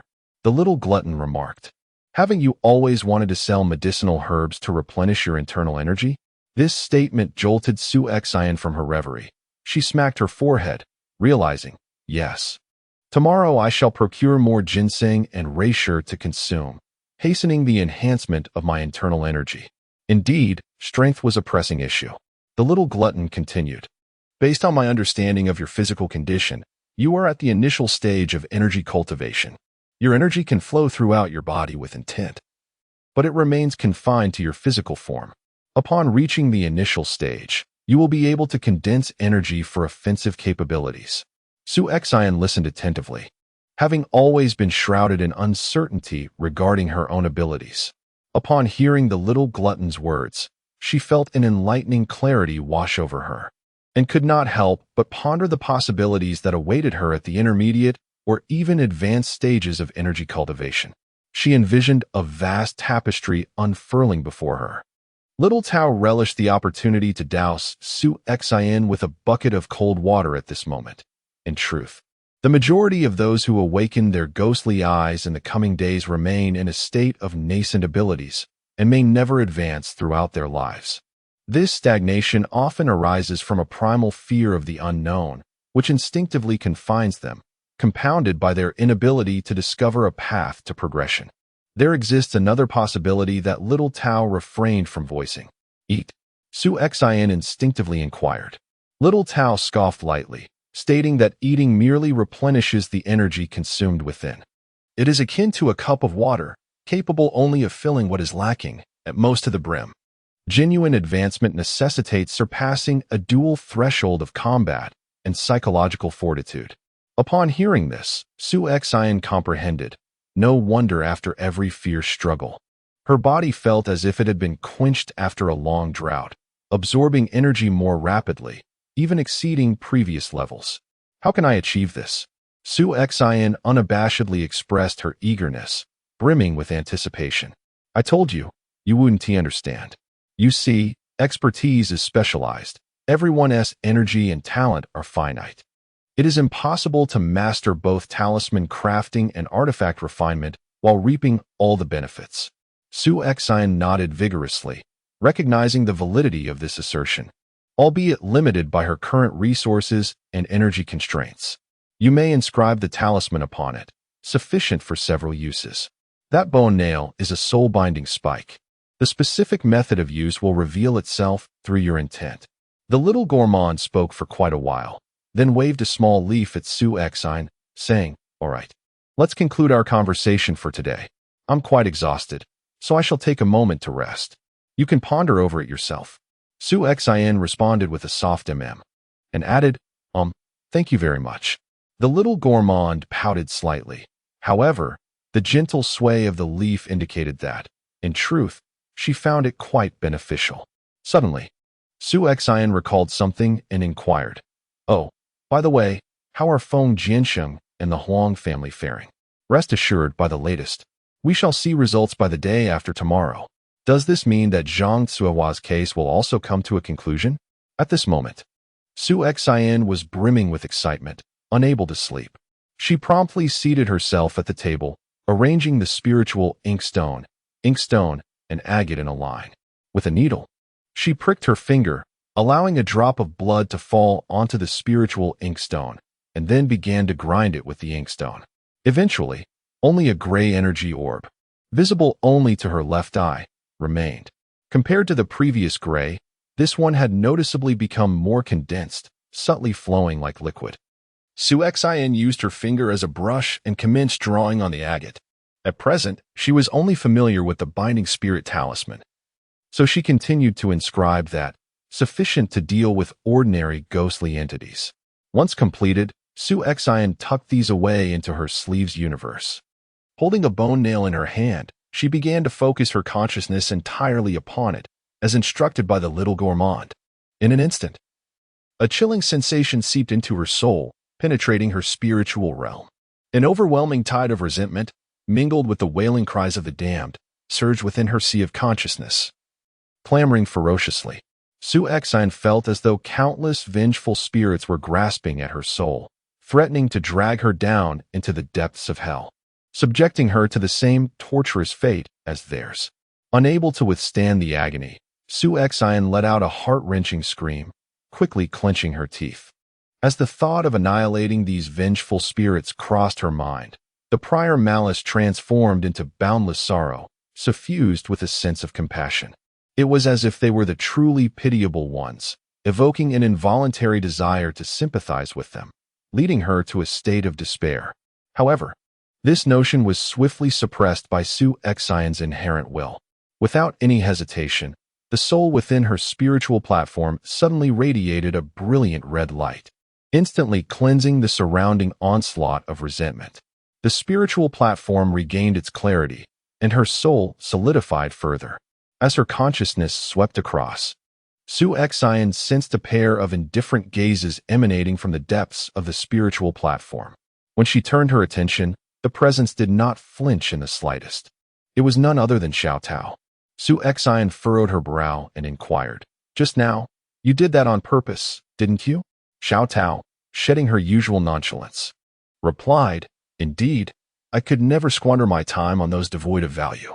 After uttering these words, she silently withdrew, surprised by how resolutely she had affirmed her will and, moreover, how promptly she had detected Su Xian's presence. Su Xian pondered if perhaps she was indeed her fortuitous encounter.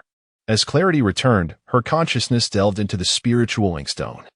Discovering Xiao Tao still appeared as an adorable little turnip, gently swaying, as if the earlier cold glance from the spiritual platform had merely been her imagination. Though a hint of doubt lingered in her heart, one thing was certain. While that gaze bore an air of indifference and scrutiny, it did not harbor any intent to bring about her demise. In the apartment-style dormitory, a sudden chill swept through the air, extinguishing the candles in an instant. The young men found themselves enveloped in darkness, their faces illuminated by the faint glow of streetlights filtering through the window, betraying a mix of trepidation and an indescribable thrill. As the eerie wind subsided, a vague silhouette materialized beside the door, unmistakably the figure of Yang Tong, who had been mercilessly beaten and then pushed down the stairs by them. Trembling in fear, they huddled together, pleading, "Please, don't come any closer. We harbor no ill intent.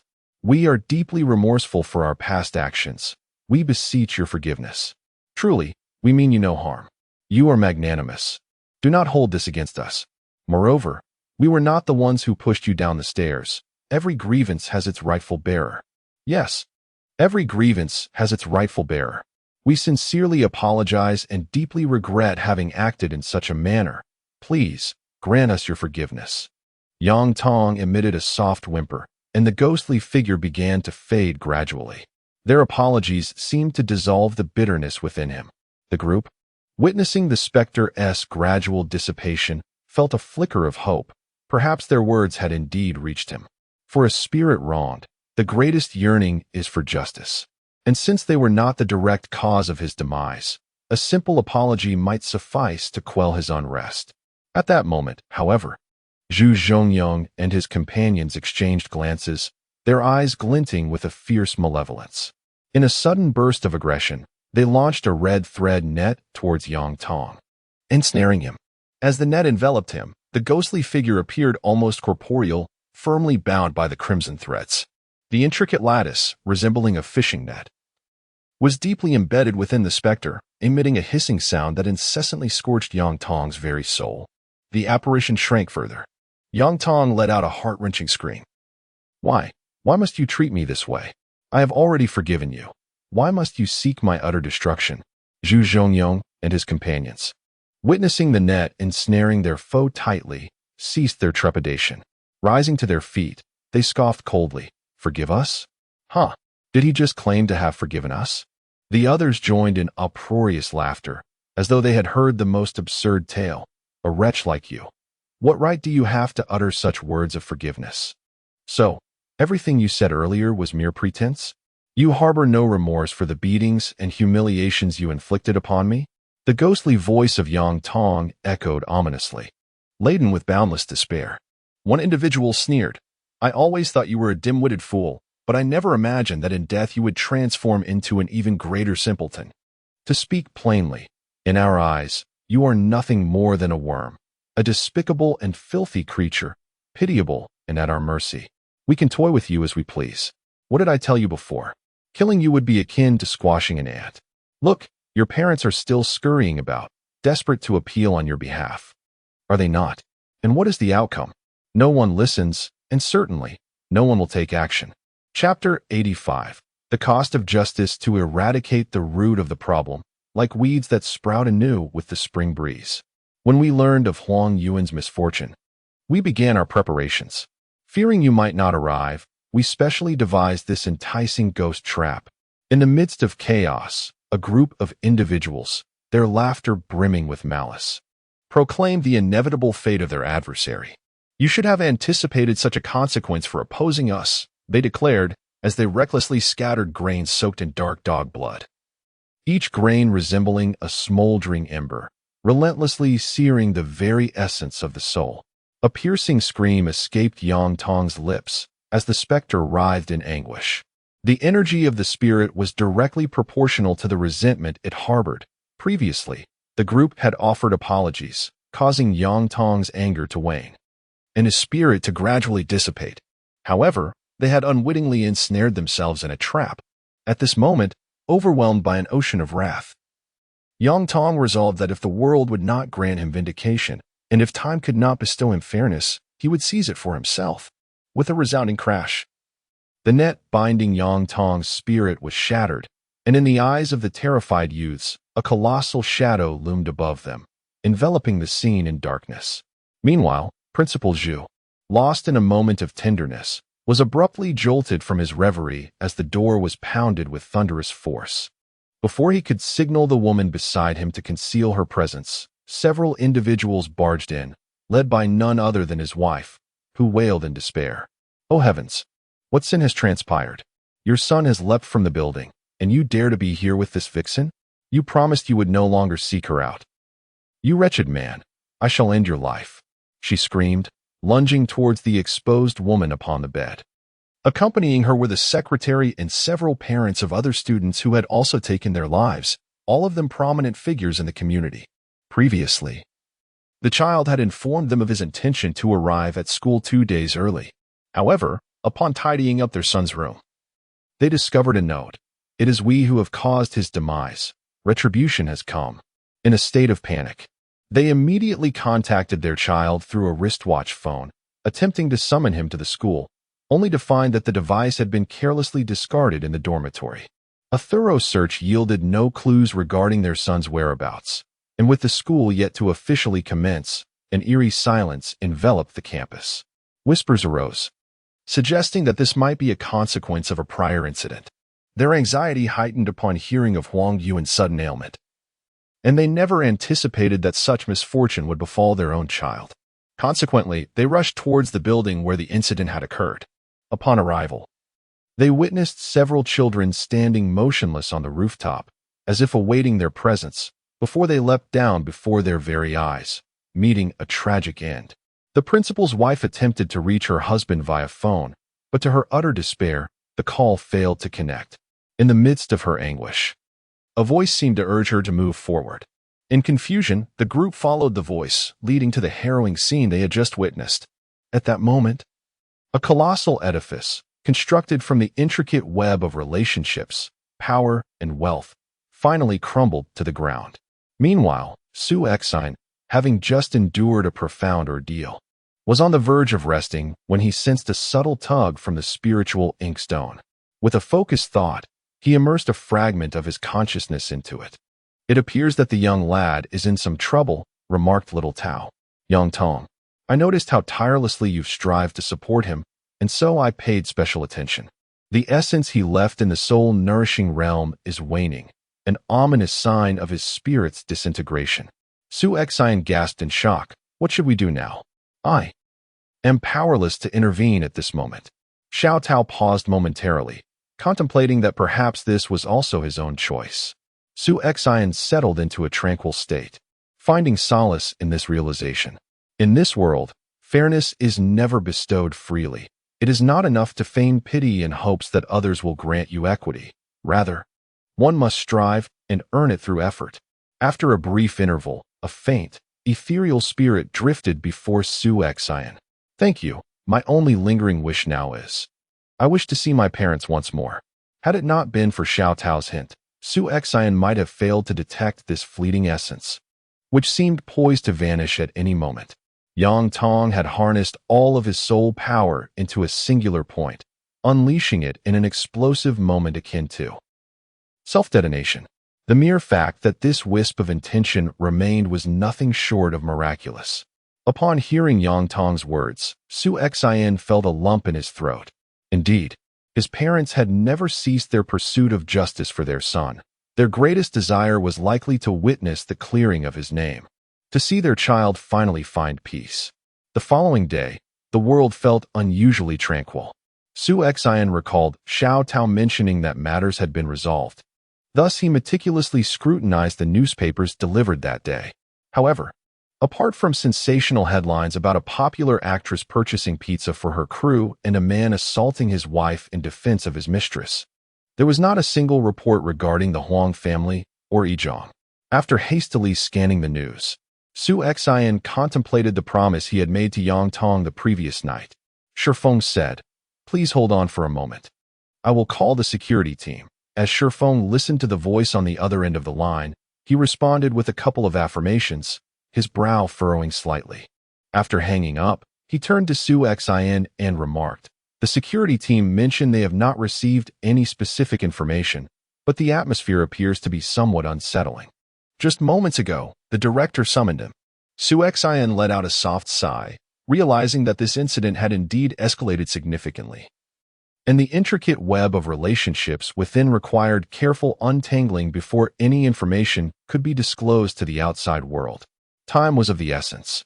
He had already avenged Yang Tong, but the soul had completely dissipated, leaving only a lingering remnant. He yearned for one last meeting with his parents. Su Xian succinctly recounted the situation regarding Yang Tong. Shifeng was slightly taken aback, astonished to learn that she had been secretly engaged in so many undertakings. He offered, "Shall I accompany you?" Su Xian replied, "We have now severed phone consultations, meaning that others can only seek assistance in person, so we must keep someone here." The underlying implication was clear. These cases had been resolved, yet no new ones had surfaced, necessitating a presence to await potential clients. Shifeng chose not to press further. In truth, he wished to hire another employee, but there was a pressing concern. Despite the circulating rumors surrounding Su's capabilities, they remained mere whispers. He and Wei Yin understood the gravity of the situation, and should it fall into the hands of those with ulterior motives. As Su Xian entered a taxi, she dialed Zhang Cuihua, assuming she was still at the beauty salon. To her surprise, she discovered that a couple of days prior, her husband had been struck by a truck while crossing the street. Fortunately, he had reacted in time and avoided being caught under the wheels, although a significant portion of flesh had been scraped off his back on an iron frame. To compound matters, she had been abruptly dismissed by her employer on the same day. Chapter 86. The Star of Misfortune? The Star of Fortune. Before even stepping inside, Su Xian sensed an overwhelming atmosphere of death. Zhang Cuihua opened the door, and a pungent odor of mildew wafted in, enveloping the atmosphere in a gloomy haze. However, when she covered her left eye and observed with her ordinary vision, the room's lighting and arrangement appeared remarkably pleasing, impeccably tidy as well. As Zhang Cuihua guided Su Xian to the sofa in the living room, she poured a cup of hot water and added 2 spoonfuls of honey. Feeling somewhat embarrassed as she explained, "I apologize, they do not prefer tea or beverages, hence." Su Xian replied, "It's quite all right. I often drank sweet water back in my hometown, and I quite enjoyed it."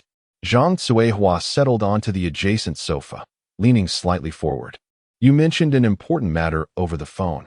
Su Xian cut to the chase, speaking directly and without preamble. Zhang Cuihua, her expression resolute, nodded in affirmation. "Please, go on." The events of the past 6 months had been nothing short of harrowing.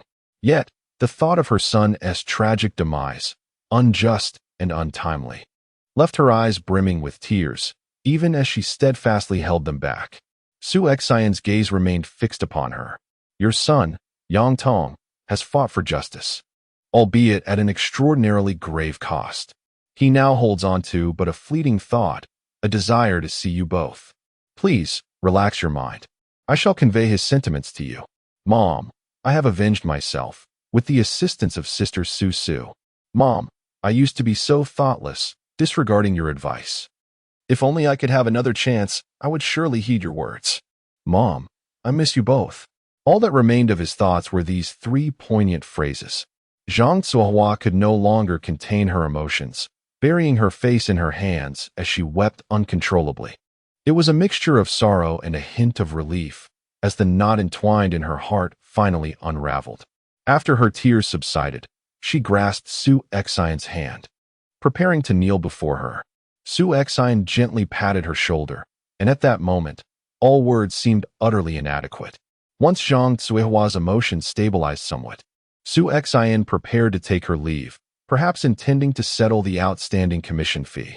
Zhang Zuihua appeared increasingly embarrassed, as her family was left with only a meager amount of money. Her husband had been unemployed for months, and she herself had just been dismissed. Su Xian held the piggy bank, offering no resistance. This was rightfully theirs, and receiving it would bring Zhang Zuihua a measure of comfort. The residence was a 3-bedroom apartment with 2 bathrooms and an additional study. As Su Xian walked through the neighborhood, she felt a profound tranquility. Yet upon entering this particular house, an overwhelming sense of stagnation enveloped her.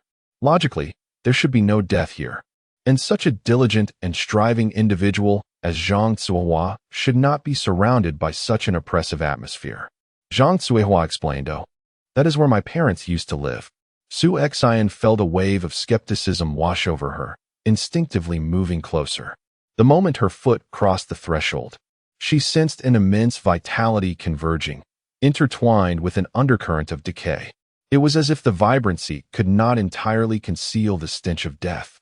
Although puzzled by this peculiar scene, she examined the surroundings and found nothing amiss, except for the bed in the center, surrounded by an array of health supplements. To her astonishment, she encountered such a defiance of natural order in this place. Fortunately, it appeared to be merely a remnant formation otherwise. A voice interrupted her thoughts, and as Su Xian struggled to discern the clues, she hastily inquired, "What have you noticed?"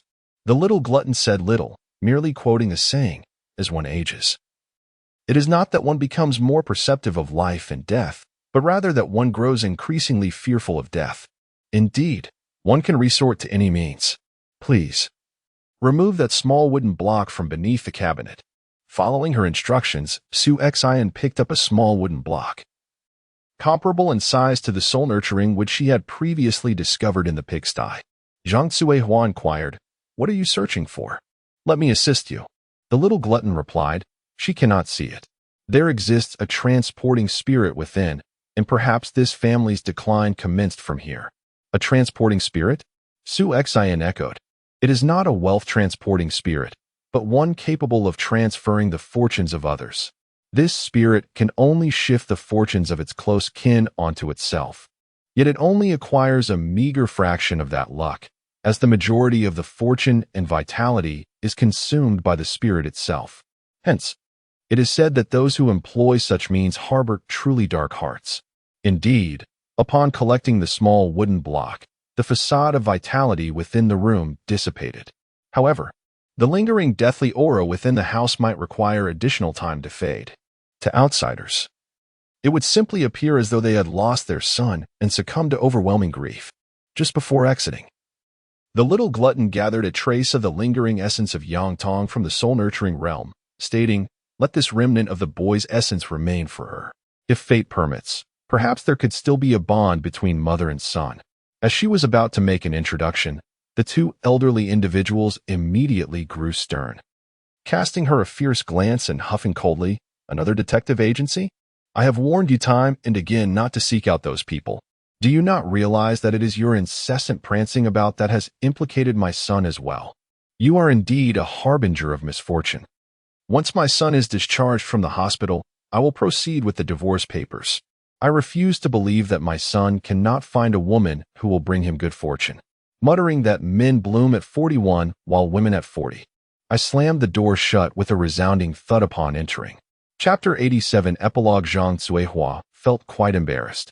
Mom and Dad are deeply saddened by Tongtong's situation. Please do not take it to heart. Su-Xen merely smiled faintly, dismissing their concerns, as she was not particularly close to them. Perhaps this is the nature of most families. When all is well, the daughter-in-law is seen as virtuous, industrious, and nurturing, ensuring harmony. Yet, once the grandson or son encounters difficulties, it is the daughter-in-law who is first to bear the brunt of disdain, even if family members remain silent. The outside world will whisper accusations, questioning whether this woman brings misfortune to her offspring or husband. Therefore, she is not a harbinger of doom, but rather the family's true fortunate star. Casually, Su-Xen remarked, "Your parents certainly know how to take care of themselves." It dawned on Su-Xen that the talisman was merely a small wooden piece, housing a spirit that shifts the fortunes of others to a different individual. The Zhang couple, with their composed demeanor, had evaded calamity, but the children, the real harbingers of misfortune, are they themselves. However, even with the blessing of good fortune, the impending stench of decay from approaching death cannot be concealed. Su-Xen yearned to speak of the reasons behind Yang Tong's predicament, but ultimately chose to remain silent. With no malevolent spirits at play, the knot in her heart had been untied. Moreover, the issues with the Huang family and at school had been entirely resolved, leaving them unimpeded in their pursuits. Finding new employment or embarking on other ventures would pose no challenge. Thus, they could continue their lives in tranquility. Afterwards, I replenished my backpack at the supermarket, ensuring I had chili sauce and a stun baton on hand. Su-Xen placed a large jar on the desk, which produced a cacophony of sounds. Shifeng gazed at the sizable container, astonished. "Did you rob someone?" Su-Xen chuckled mischievously. "It's all money. Receiving it signifies the accounts are settled."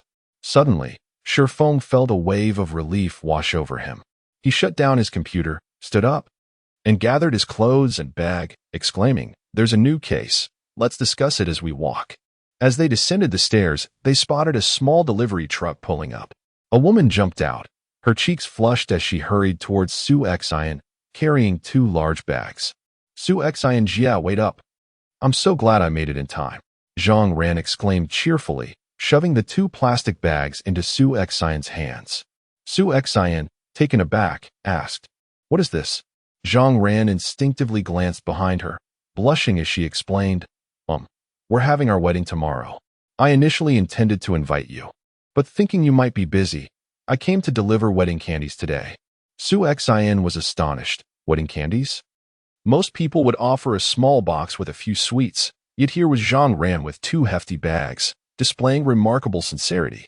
Su-Xen quickly replied, "Wait a moment." She handed the bags to Zhang Ran and dashed to a nearby shop, purchasing 2 red envelopes inscribed with 100 years of harmony, each containing 200. It was merely a gesture, a symbol of good fortune. Su-Xen placed the envelopes into Zhang Ran's hands, sincerely wishing, "May you enjoy a century of togetherness and lifelong blessings." Su-Xen boarded the vehicle, cradling a large bag filled with candies, her face alight with joy as she rummaged through its contents. To her delight, it was brimming with an assortment of chocolate treats. She scooped up 2 generous handfuls to stow away in her backpack, and also discreetly added a few to Shifeng's pack. Upon catching a glimpse of Su-Xen's exuberance, a faint smile unconsciously crept upon Shifeng's lips. He had never before realized that she was a woman whose eyes sparkled at the sight of sweets, as if her smile carried a hint of sweetness itself. He remarked, "The patrol just called, informing us of a new case that requires our rendezvous at the Wanted community." Su-Xen secured the remaining candies, placing them on the back seat, and unwrapped a chocolate to savor. Pointing at the road sign ahead, she noted, "This isn't the route to Wanted community." After tending to her wound and reapplying the ointment, she found that her injury had largely healed, recovering even better than anticipated. Su-Xen flexed her fingers. While she still lacked strength, their dexterity remained intact. After nearly an hour's delay, they opted for 2 quick meals, consuming them in the vehicle. The car's radio filled the air with the sweet and gentle voice of a female announcer, occasionally interspersed with nostalgic melodies, adding a touch of serenity to the sweltering afternoon sun. Suddenly, the music ceased abruptly, giving way to an urgent news bulletin. in a tragic incident early this morning. Four students from the city's #1 middle school returned to campus prematurely and drowned while frolicking in the school swimming pool. The school's principal and the class teacher have been suspended pending investigation, as the accountability for this incident is being assessed. Citizens are once again urged to refrain from swimming or playing in water without proper safety and management measures in place. In other news, local real estate tycoon Mr. Huang Dongli suffered a sudden brain hemorrhage yesterday, suspected to stem from a dispute over interests with a leader of an underground organization he had long collaborated with, which escalated into a confrontation. Presently, the leader has disclosed significant evidence of his embezzlement and bribery, implicating various administrative sectors such as commerce and law enforcement. He faces the prospect of confiscation of illicit gains, alongside a plethora of charges and investigations. This upheaval has far-reaching implications, akin to a single thread unraveling a tapestry. This time, the minor figure has effectively severed a vital support, entangling many. It is no wonder that drafting the press release has consumed half a day. Shifeng paused momentarily, instinctively glancing at Shi Yan, who remained composed, gently savoring a piece of candy and casting her gaze indifferently out of the car window. The bustle of pedestrians continued unabated. This sensational news hardly rivaled the gossip surrounding a celebrity scandal. Wannan community, an aging structure from the 1970s facing demolition, has mostly reached agreements with developers and vacated. Prolonging the process would not only delay subsequent projects but also lead to more severe repercussions, tarnishing the city's reform efforts. The news has been reported numerous times. While sorting through old files, Wei Yan's team indeed uncovered a missing persons case from 7 years ago, involving this very family, which remains unsolved to this day.